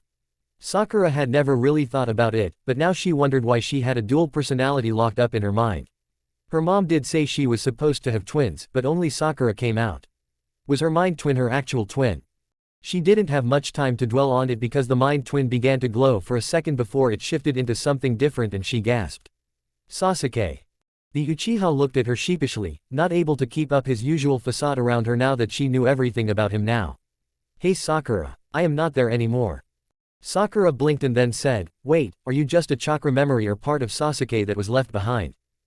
Sasuke just shrugged. Don't really know. All I know is that while I was dying in Itachi's arms, he did this so quick with his chakra that I could stay in the eye until now. Sasuke sighed. Sakura, thank you, for everything. I am not here anymore, but you need to move on and live your life. Live it for both of us. I know this is the end and Itachi put the last of my chakra in this eye so when you implanted the eye correctly, you would get a boost in chakra. But Sasuke, I miss you. I know, but you can't undo death. Sasuke said with a grimace. After this, he would be dead. Sakura sighed sadly. Can you do me a favor then? Sure, what's that? Sasuke said with a shrug. Just kiss me. Sakura said tearfully. Sasuke went wide-eyed and blushed a bit, but nodded nonetheless. He closed the distance between them and kissed her right on the lips. Not a bad last memory. That was when they both stared to glow and in the real world, the screaming stopped as the girl closed her eyes before they snapped open once more and the Sharingan disappeared to that of a normal green eye, but both eyes were far darker than they had been in her life. While that went on, her hair changed a bit too. It still stayed pink on her head, but as it went outward, it darkened gradually until it was all black at the ends. With that, she woke up for a bit and saw a vision of Sasuke floating above her and smiling at her before the vision turned into three things. One of was a red moon that made Sakura think, illusion style. The second one was a black flame, blaze style. And the final one was an overcharged lightning bolt, plasma style. The vision shifted back to a smiling Sasuke, who nodded, and then faded away. Sakura smiled sadly as her vision faded and drifted back asleep with the sad smile on her face and tears running out of her new eyes. Thank you, Sasuke. She whispered before succumbing to the darkness of sleep once more. Behind the window, Tsunade and Kakashi were both gobsmacked. They may not have seen what went on her mind, only seeing her convulse and scream her head off, but they did see the illusion Sasuke for a brief moment and the strange symbols. Kakashi smiled sadly, thinking that Sasuke had put some of his self in the eye to say goodbye to Sakura, but both him and Tsunade were confused on the symbols that Sakura seemed to know. Oh well, they would figure it out later. The girl needed rest now. Tsunade turned off the lights and they both left the room. Chapter 28. Sakura stared out the window in her hospital room. She had been visited by some of her friends, but when she asked where the others were, namely Naruto and Shikamaru, she was told that they were on a mission. What kind of mission it was, she had no idea at the moment. She just hoped they came back soon. However, her mind was on her future training with Kakashi. He was taking her on as a full apprentice and would not do the usual being late shtick, which she really doubted but would ever. At least he was teaching her. However, they both had a problem. Kakashi didn't know how to teach her the new styles of jutsu she gained and she only had a rough guess for what to do. It was really sad and it dampened her spirits because that meant she would not be fighting in the upcoming tournament that Naruto and his group was participating in. Oh well, it was not like she was going to be alone. That little girl, Urza, was probably in the same boat when she gets her eye when she gets back. Hello. Sakura's eyes widened when she saw the familiar people that were speaking with Fu. I am glad they are alive, but it took them long enough. Sakura said to herself with a smile. Fu was speaking to a new couple in town. They had a bit of a rough spot with the gate guards, which civilians usually have to deal with in this village, but when she was walking by, she heard them talking about Naruto. Saying they were friends or something like that. So naturally, Fu decided to intervene and vouched for them. So, how do you know Naruto and who are you exactly? Fu asked as she turned towards them. The brown-haired girl smiled at this and said, well, we have known him since he was 3. In a way, I am his big sister in all but blood. Fu blinked at that. Really? Yep, the girl chirped. I am Ayama Ichiraku and that is my dad. We used to run Ichiraku's ramen. Fu's eyes lit up at this. Oh, you guys ran the shop with the food Naruto never shuts up about. Yep, the ramen girl chirped once more before she turned serious. So where is he? He is out on a mission right now to help this little girl, who is his actual cousin. Fu replied. Ayame smiled. That's good, so who are you? I am one of his girlfriends. Fu replied simply. Ayame just nodded good-naturedly before her personality did a 180 and Fu found herself pinned to a nearby building wall. What do you mean one of his girlfriends? Naruto is restarting his clan. Fu replied a bit nervously. There is me, Kuritsuchi, Tamari, and Misa. I see. Ayame replied with her hair hiding her eyes before she slowly raised her head and it seemed that the girl's eyes were glowing red. If any of you hurt him, I'll destroy you. Yes ma'am, Fu replied nervously, a little freaked out by this woman overprotectiveness. Good, Ayame replied, her mood shifting again to the sweet girl that she was before. We are going to be good friends then. She then let go of Fu and left with her sweating father. What just happened? Fu asked aloud as she watched the girl leave before shaking her head and leaving as well. Furito smiled darkly as he and the others in his party dug up the last body needed for their ultimate attack. Hello old friends. Today we bring you back and finish what we started, but on a greater scale. He said mostly to himself. Sora stared at his father and then asked, what is next, father? Furito rolled his eyes seeing that the boy was this obedient to him, but that was a good thing. It could be exploited. Oh so much. I must use a bit of your power to revive them, but that is not for a while as we are not yet to Iwa, that is the next step. I see, Sora replied, a little saddened that he wouldn't be of use right away. But, the man said, catching the boy's attention once more. Furito disappeared and then reappeared in front of Sora. I'll help you adjust to your power a bit more by unlocking it. The man then messed with the seal, opening it to let Sora have free reign over it. But he knew that it would have free reign over the boy when he used it. No, Furito didn't need a son. He needed a weapon that would protect him and the others when the jutsu began. He needed a monster. Jiraiya sighed as he exited another bar. Damn, still no sign on where they are. What the fuck did you expect from a bunch of old drunk men that fucking just want to get fucked? Tayuya eloquently said. She has a point. Renji replied with a bored expression. Not helping. Jiraiya deadpanned. I just hope Naruto is doing a better job than us, but I can't understand why you split up the team like this. I think me and Shikamaru would do fine together. Gay. Tayuya joked. Besides what the fuck would you two do? Sit on your asses and watch the clouds roll by until someone got pissed off so much that ask what you fucktards are doing. Then you get an actual answer. There was a long pause before Renji muttered, yes, this made both Tayuya and Jiraiya fall back to back and start laughing. That is until Tayuya knocked out the man for coping a feel on her ass. She then proceeded to stomp on his balls. Hey, if you were a ninja, you were an adult and in the old pervert's eyes, that was enough for him. Renji stared at them in a bored fashion and muttered, my idea is better than this. Naruto stared at the opponent ahead of him. Everyone else had failed and it was now up to him. You could see the sweat rolling off his and his opponent's heads from the stress of it all. What is it that they were doing? Playing a simple game of cards. That's right, you heard me. Naruto decided to go into a casino and see what the people there knew about their target. Unorthodox yes, but it came with results, somewhat. You see, a couple of people overheard them and offered to tell them what they knew, but only if they won in their little game of cards. So naturally, everyone entered, even little Urza since they didn't care about age all that much. Surprisingly, it was Shikamaru that lost first. The boy thought the game was simple but he knew he needed strategy. A fat load that did him, but he conceded and backed off, feeling just a bit cheated. Then Urza lost simply because she didn't not know how to play and had bad luck. Then there was Naruto, who had beat 2 of the other players and only one person was left. A very pretty woman was purple hair tied up in a bun with an elegant dress on. She was the one with the information they need. Now, this wouldn't be a problem for her to beat a simple ninja in a game of cards since most did not play all that much and those that did, sucked. A rather easy and simple way to scam money off of them. Still, this kid in front of her barely knew how to play and was beating her, damn it. What kind of luck did this brat have? If she only knew that through his crap life, Lady Luck decided to give him a break when it came to gambling. And so, when the next hand, Naruto won a lot of money. Apparently, she thought her chances were good and offered up all the money she had won off of other sorry ninja that month. Yikes. Ah, I can't believe I lost to a brat like you. The woman replied angrily. Naruto shrugged with a big smile on his face and said, and I don't even know how to play. At this, the woman just smacked herself on the head. Fucking terrific. I lost to a newbie. She sighed and then said, alright, you want to know where this Furito guy you have been looking for? I had him in last week, poor sucker of a ninja-like monk, whatever. He wanted to have a little fun afterwards, and after a few drinks, the man began sprouting nonsense about bringing back the dead to perform an ultimate just to take down an entire village. Says he was commissioned to destroy Iowa first with it and that he needed some kid named Sora to bring back these people and protect them. A load of shit if you ask me, but I still had my fun with him. Naruto, Shikamaru, and Urza all blinked at the woman. Can you tell us what jutsu he was even talking about? Shikamaru asked, a little on edge that someone was on their way to destroy Iowa as they spoke, and if that was the case, they needed to head back home to stop this man and get this Sora person away from him. Meh, some shit about a limelight or whatever. Sounds like a fruity drink to me. The woman replied.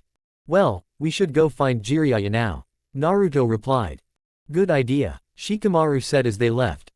Thanks lady, Ezra shouted, making the woman smile a bit.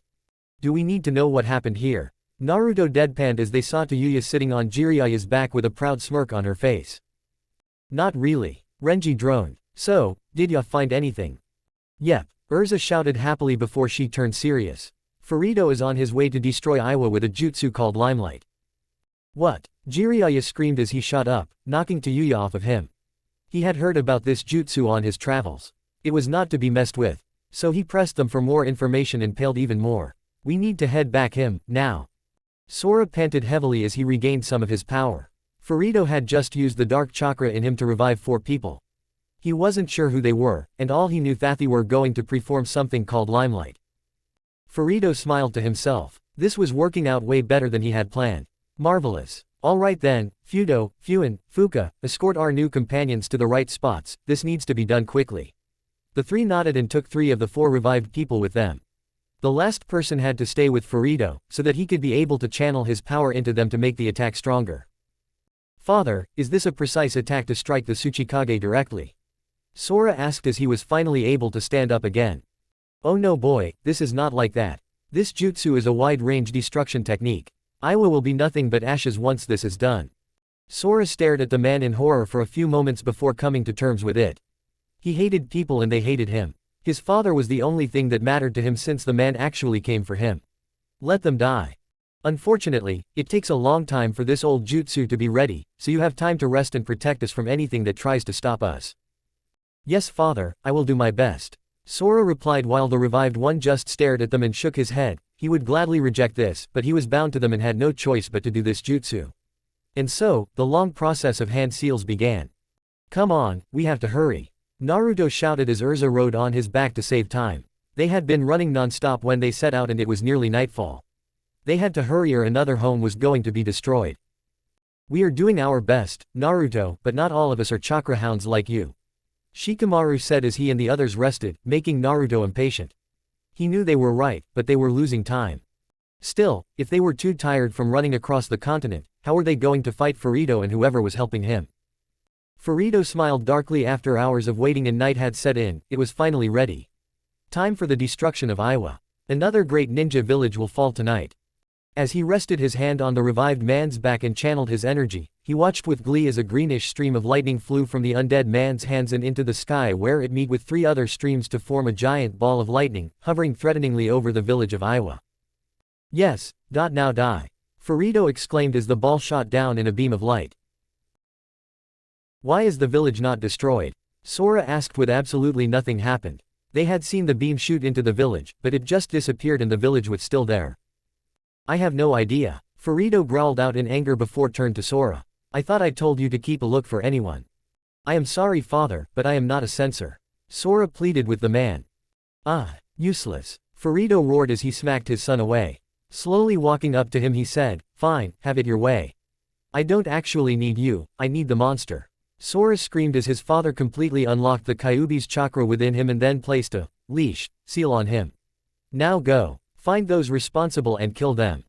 Now a 4-tailed chakra beast, Sora stared at Furito before trying to take a swipe at him. It failed as it felt pain from the leash seal.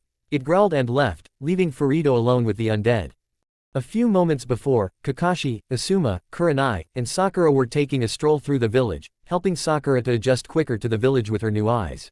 She had already adjusted them to being open during the day, but now she had to do that for during the night, especially if she was to continue to being a ninja. However, the adjustment process was interrupted by a very bright light in the sky. However, it was Asuma who spoke first. "Oh, fuck. What is it?" Kurenai asked in worry. "Remember that limelight attack I told you guys about for the coup when I returned?" "Yeah, how could I forget, you almost died on us." Kakashi replied with his Sharingan eye now out in the open, looking for any way to stop this jutsu. "How do we stop it?" "We don't, the time for that is long gone." Asuma replied sadly. "The only way to stop this to take out one of the people doing the jutsu, but it is already at the stage of no return. There has to be a way." Kurenai shouted in a panic when the ball of lightning shifted. "I'll use my Kamui," Kakashi stated as his Sharingan shifted into Mangekyo form for the pinwheel design. Tsunade had shown him a quicker way to activate it. Let's just say that it on par with her creation rebirth seal, just stored in the eye itself. "Are you sure it will capture it all?" Asuma asked. "I don't know," Kakashi replied sadly. "I have an idea," Sakura shouted suddenly. "Well, spit it out. That thing looks like it is ready to burst," Kurenai shouted back. "Sasuke was working on a jutsu to combine with your Kamui when you showed it to him. I think I have it down, but I still need your help, Kakashi-sensei." "Are you positive this will work?" Kakashi asked. "Too late," Asuma shouted as many people in the village screamed out in fear. "Lightning style, lightning dimension absorption." Sakura screamed out quickly, making Kakashi focus his Kamui on her at the last second, which is exactly what she needed. As the giant beam of light shot down at them, Kakashi and Sakura's body glowed as lightning chakra danced around them before focusing on the Kamui portal itself. As the portal sucked in the power of the limelight, it glowed green, and when the power was fully absorbed, it struck outwards and zapped the two lightning users. Kakashi, Sakura, both Kurenai and Asuma shouted as they ran to their aid, themselves being extremely happy that they cheated death once more. When they reached the two, they saw that the veins around Kakashi's Sharingan eye were pulsing and green with the power of the limelight, while Sakura's whole body seemed to glow from the power as well. Well, that was before some of it was released on the ground, making the image of wings on the girl's back before disappearing. They surely got lucky on that one, but the question remained. What the hell happened? Shit, Jiraiya cursed as he saw the attack high in the air before it shot downward. Only for nothing to happen. Wasn't there supposed to be some huge explosion? Tayuya deadpanned. That is what I thought big attacks did. Renji droned. Enough joking, Shikamaru groaned. Somehow, someone in the village stopped the attack. However, I doubt that they could stop it again, so we have to get down there and stop whoever it was that did that jutsu. Good point, but we are going to have split up. Naruto replied, more on edge than before. Good, Tayuya, take the south, Shikamaru the east, Renji the west, and I'll take out the north. Jiraiya ordered. What about us? Urza asked. Jiraiya smiled nervously. You and Naruto are going to take out that large chakra signature heading our way. After all, it is your target. The white-haired man then handed them a special seal and left with the others in a hurry. It was not that he didn't have the power to take out a four-tailed Sora, it was just he didn't want to, as he would be forced to use Sage Mode. Coward! Naruto roared at the retreating man. I don't think Jiraiya could face off against it with his arm still healing. Urza replied. Oh yeah, there was that too. Furito would be an easy target to take out with the use of only one arm and the other still healing. Well, whatever. Naruto grumbled. Oh, don't bitch about it, boy. Kurama roared in the blonde's mind. You do have the power to defeat it. I can only use two tails. Naruto groaned. And that is all you need. Roar. The duo turned to see the tailed monstrous form of Sora. Chapter 29. The cry of the feral beast known as Sora got closer to them, and Urza was starting to panic. After all, she was still a kid and she was going to face a monster. Sure, Naruto was with her, but still, she was just not sure about this. All she had was chakra that she unlocked thanks to her brother, a few seals, and her seal-based armor. Naruto sighed calmly as he waited for Sora to approach, knowing that this was not going to be easy. Urza, I am sorry. For what? She asked. I think we should have trained a bit more, seeing as we haven't fought together yet. Naruto replied, making the girl wince at the truth in that. So I need you to stay out of the way for now, and I promise I will help train you later. Urza wanted to protest, she really did, but after another roar from Sora, she understood. She stood no chance against the cubified teen. She only came so that she could get the Kyuubi's stray energy with Naruto. Fine, but you better come back. I promise that I will. Naruto replied with a smile as Urza nodded and then ran off to the side. She was close enough that she could watch but was far enough that she could not be in the way and get hurt, hopefully. Good kid, that one. Urza heard from behind her. He looked to see two older men. Well, one older guy and a covered-up man. Who are you two? Urza asked as she got on the defensive. The old man smiled. I am Roshi and the young man beside me is Han. In a way, we are like your blonde friend. Oh, so you are Jinchuriki then. Urza replied nonchalantly, throwing the two older men for a loop. So you know then. Han's muffled voice replied, making the girl nod. Then you should know we are of the same village. So are you here to help then? Urza asked, relaxing just a bit. No, Han replied. It is his battle, but we did take care of the other idiots, not that we told your friends. Urza could have sworn she saw Han smiling underneath that armor of his, but it was hard to tell. But she could tell this guy liked being an ass. So, kid, what's your name? Roshi asked. Urza, she replied, still not sure if she could trust these men. Well Urza, let's watch a great battle. Roshi replied with a grandfatherly smile before he pulled out a jug and took a swig. The smell alone told Urza what it was. Drink. Urza shook her head no. No. Meh, more for me. Han grunted and then said, if it makes you feel any better, we'll intervene if things get out of hand. Sora burst through the trees, destroying everything in his path. He was in a four-tailed state and looked to be uncontrollable. So when he locked eyes with Naruto, he charged. Fuck. Naruto growled, wondering if this was what it was like to fight him, if he was an uncontrollable beast. Just as Sora reached him, the beast was blown back by Naruto's sudden took on his usual Ghost Rider form, but there were a few notable changes. One of them was how intense the fire looked and how fluid it was. Next was the wings. The Kyuubi had gone a bit overboard and gave him 3 tails worth of power and the result were refined wings. They were made of the same bone and material that he possessed now, with an almost draconic look to them. And they were aflame like the rest of him. Sweet. Naruto's voice rang out with a raspy demonic edge to it. Sora felt Naruto's power and growled menacingly. It knew it was in for fight and that was fine. It knew how to fight and it was kill all in its wake. It rushed Naruto again and this time, brought a claw down on the blonde. Naruto used his smoke form to dodge but he was still blown away by the shockwave. When he recovered, he saw Sora in the place had been, but now that spot was blown to pieces. A mere crater of what it once was. This is not going to be easy. He muttered aloud. Of course it won't. That form has 4 tails, which has access to some pretty destructive abilities. Be careful Kit. Kyuubi's voice warned the blonde, who he knew was having a hard time controlling the 3rd tail. Naruto merely nodded and took out his scythe, the blade giving a shine, attracting the beast form of Sora. In fact, in this form, Sora was no longer just a mindless beast powered by the hate-filled chakra it was made of. The shine from the blade angered it like so much else that it punched down at the ground. Its hand seemingly buried. Below, Kurama shouted, knowing what this beast was doing as it seemed to have some of his memory, which powered how it fought. Naruto jumped out of the way just as 2 fists made of the red chakra blasted out of the ground to take a swipe at him. It did seem that it was going to get him, but the scythe did the trick of slicing the glowing red appendage away from him. That made the scythe glow with power as it seemed to absorb some of it for the summon seal on it. Kyuubi then noted that this creature had more power than he thought. Whoever gathered his stray chakra, they knew what they were doing. After all, there was another tail's worth of power sleeping in Sora. But for what, he only dreaded. Naruto on the other hand knew nothing of this and sliced away more of the arms, absorbing more and more energy. That was when Naruto nodded himself. He needed help, so he preformed the summoning jutsu with it, wondering what sin would emerge. The result was not what he expected. It was an old man with blonde hair and a beard. His clothing was simple as all he wore was a white robe.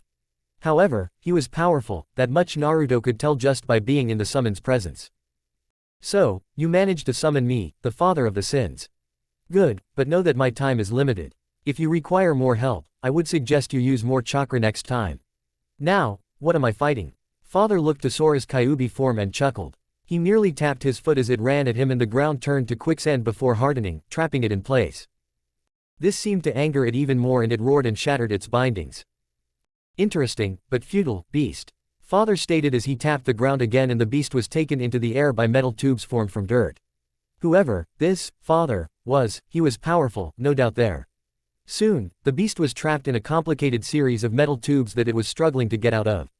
There, it is trapped and my time is up. Goodbye. With that, father left in a poof of smoke.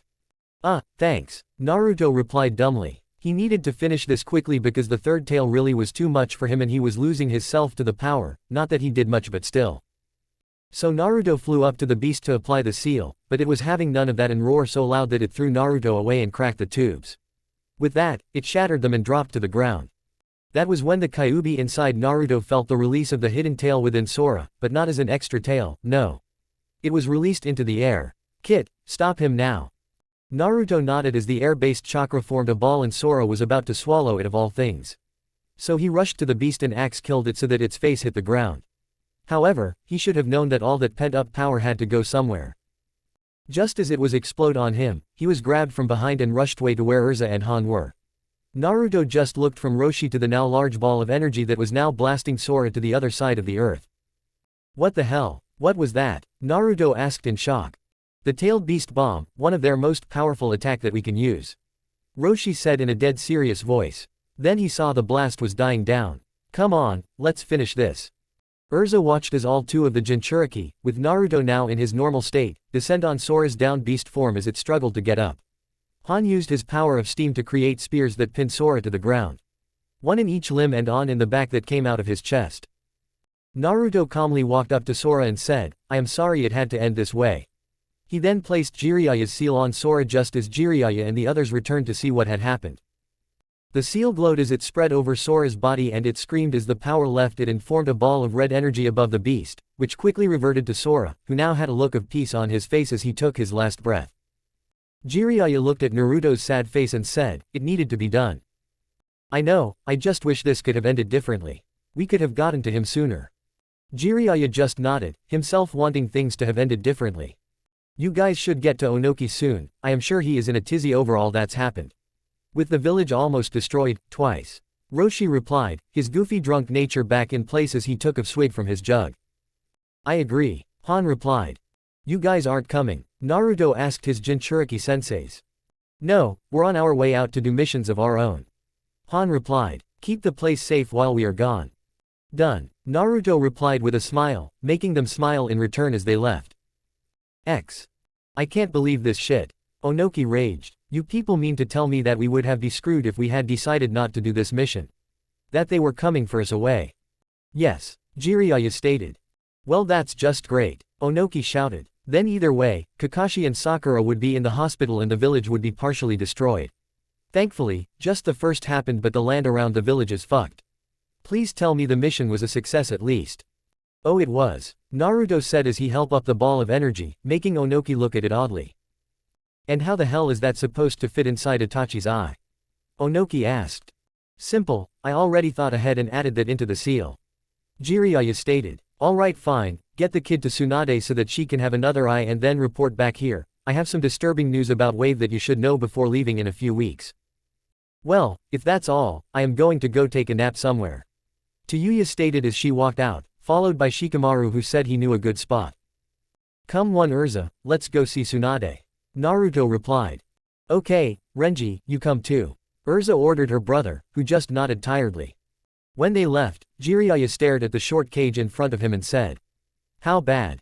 Wave is worse than we thought and it seems to be getting worse. Onoki replied tiredly. Hope those kids can handle that tournament. They are going to have to. Jiraiya replied as he walked out, presumably to do his research. It took some preparation, but Tsunade was ready this time. After making sure Sakura and Kakashi were stable, she began preparations for Erza's eye transplant. The girl lay on an operating table, ready for the cubified Sharingan eye of Itachi to be implanted. Naruto and Renji behind the viewing glass in support of the girl. Tsunade took a steadying breath before implanting the eye, fully correcting to the girl. That is when things went wild, almost like it did with Sakura. Erza's new Sharingan eye made both eyes snap open. The Sharingan eye then shifted from its normal form to that of Itachi's Mangekyo Sharingan and then to two other forms. That of the three-pronged shuriken with a Uzumaki swirl background and then to the Rinnegan, but it didn't stay there as it shifted back to a normal eye like her other hazel eye. That is when her pupils dilated. Erza found herself in an odd landscape. Every color was either black or red. However, on the black waters, she saw a man with a red moon illuminating him. Who are you? My name is Itachi.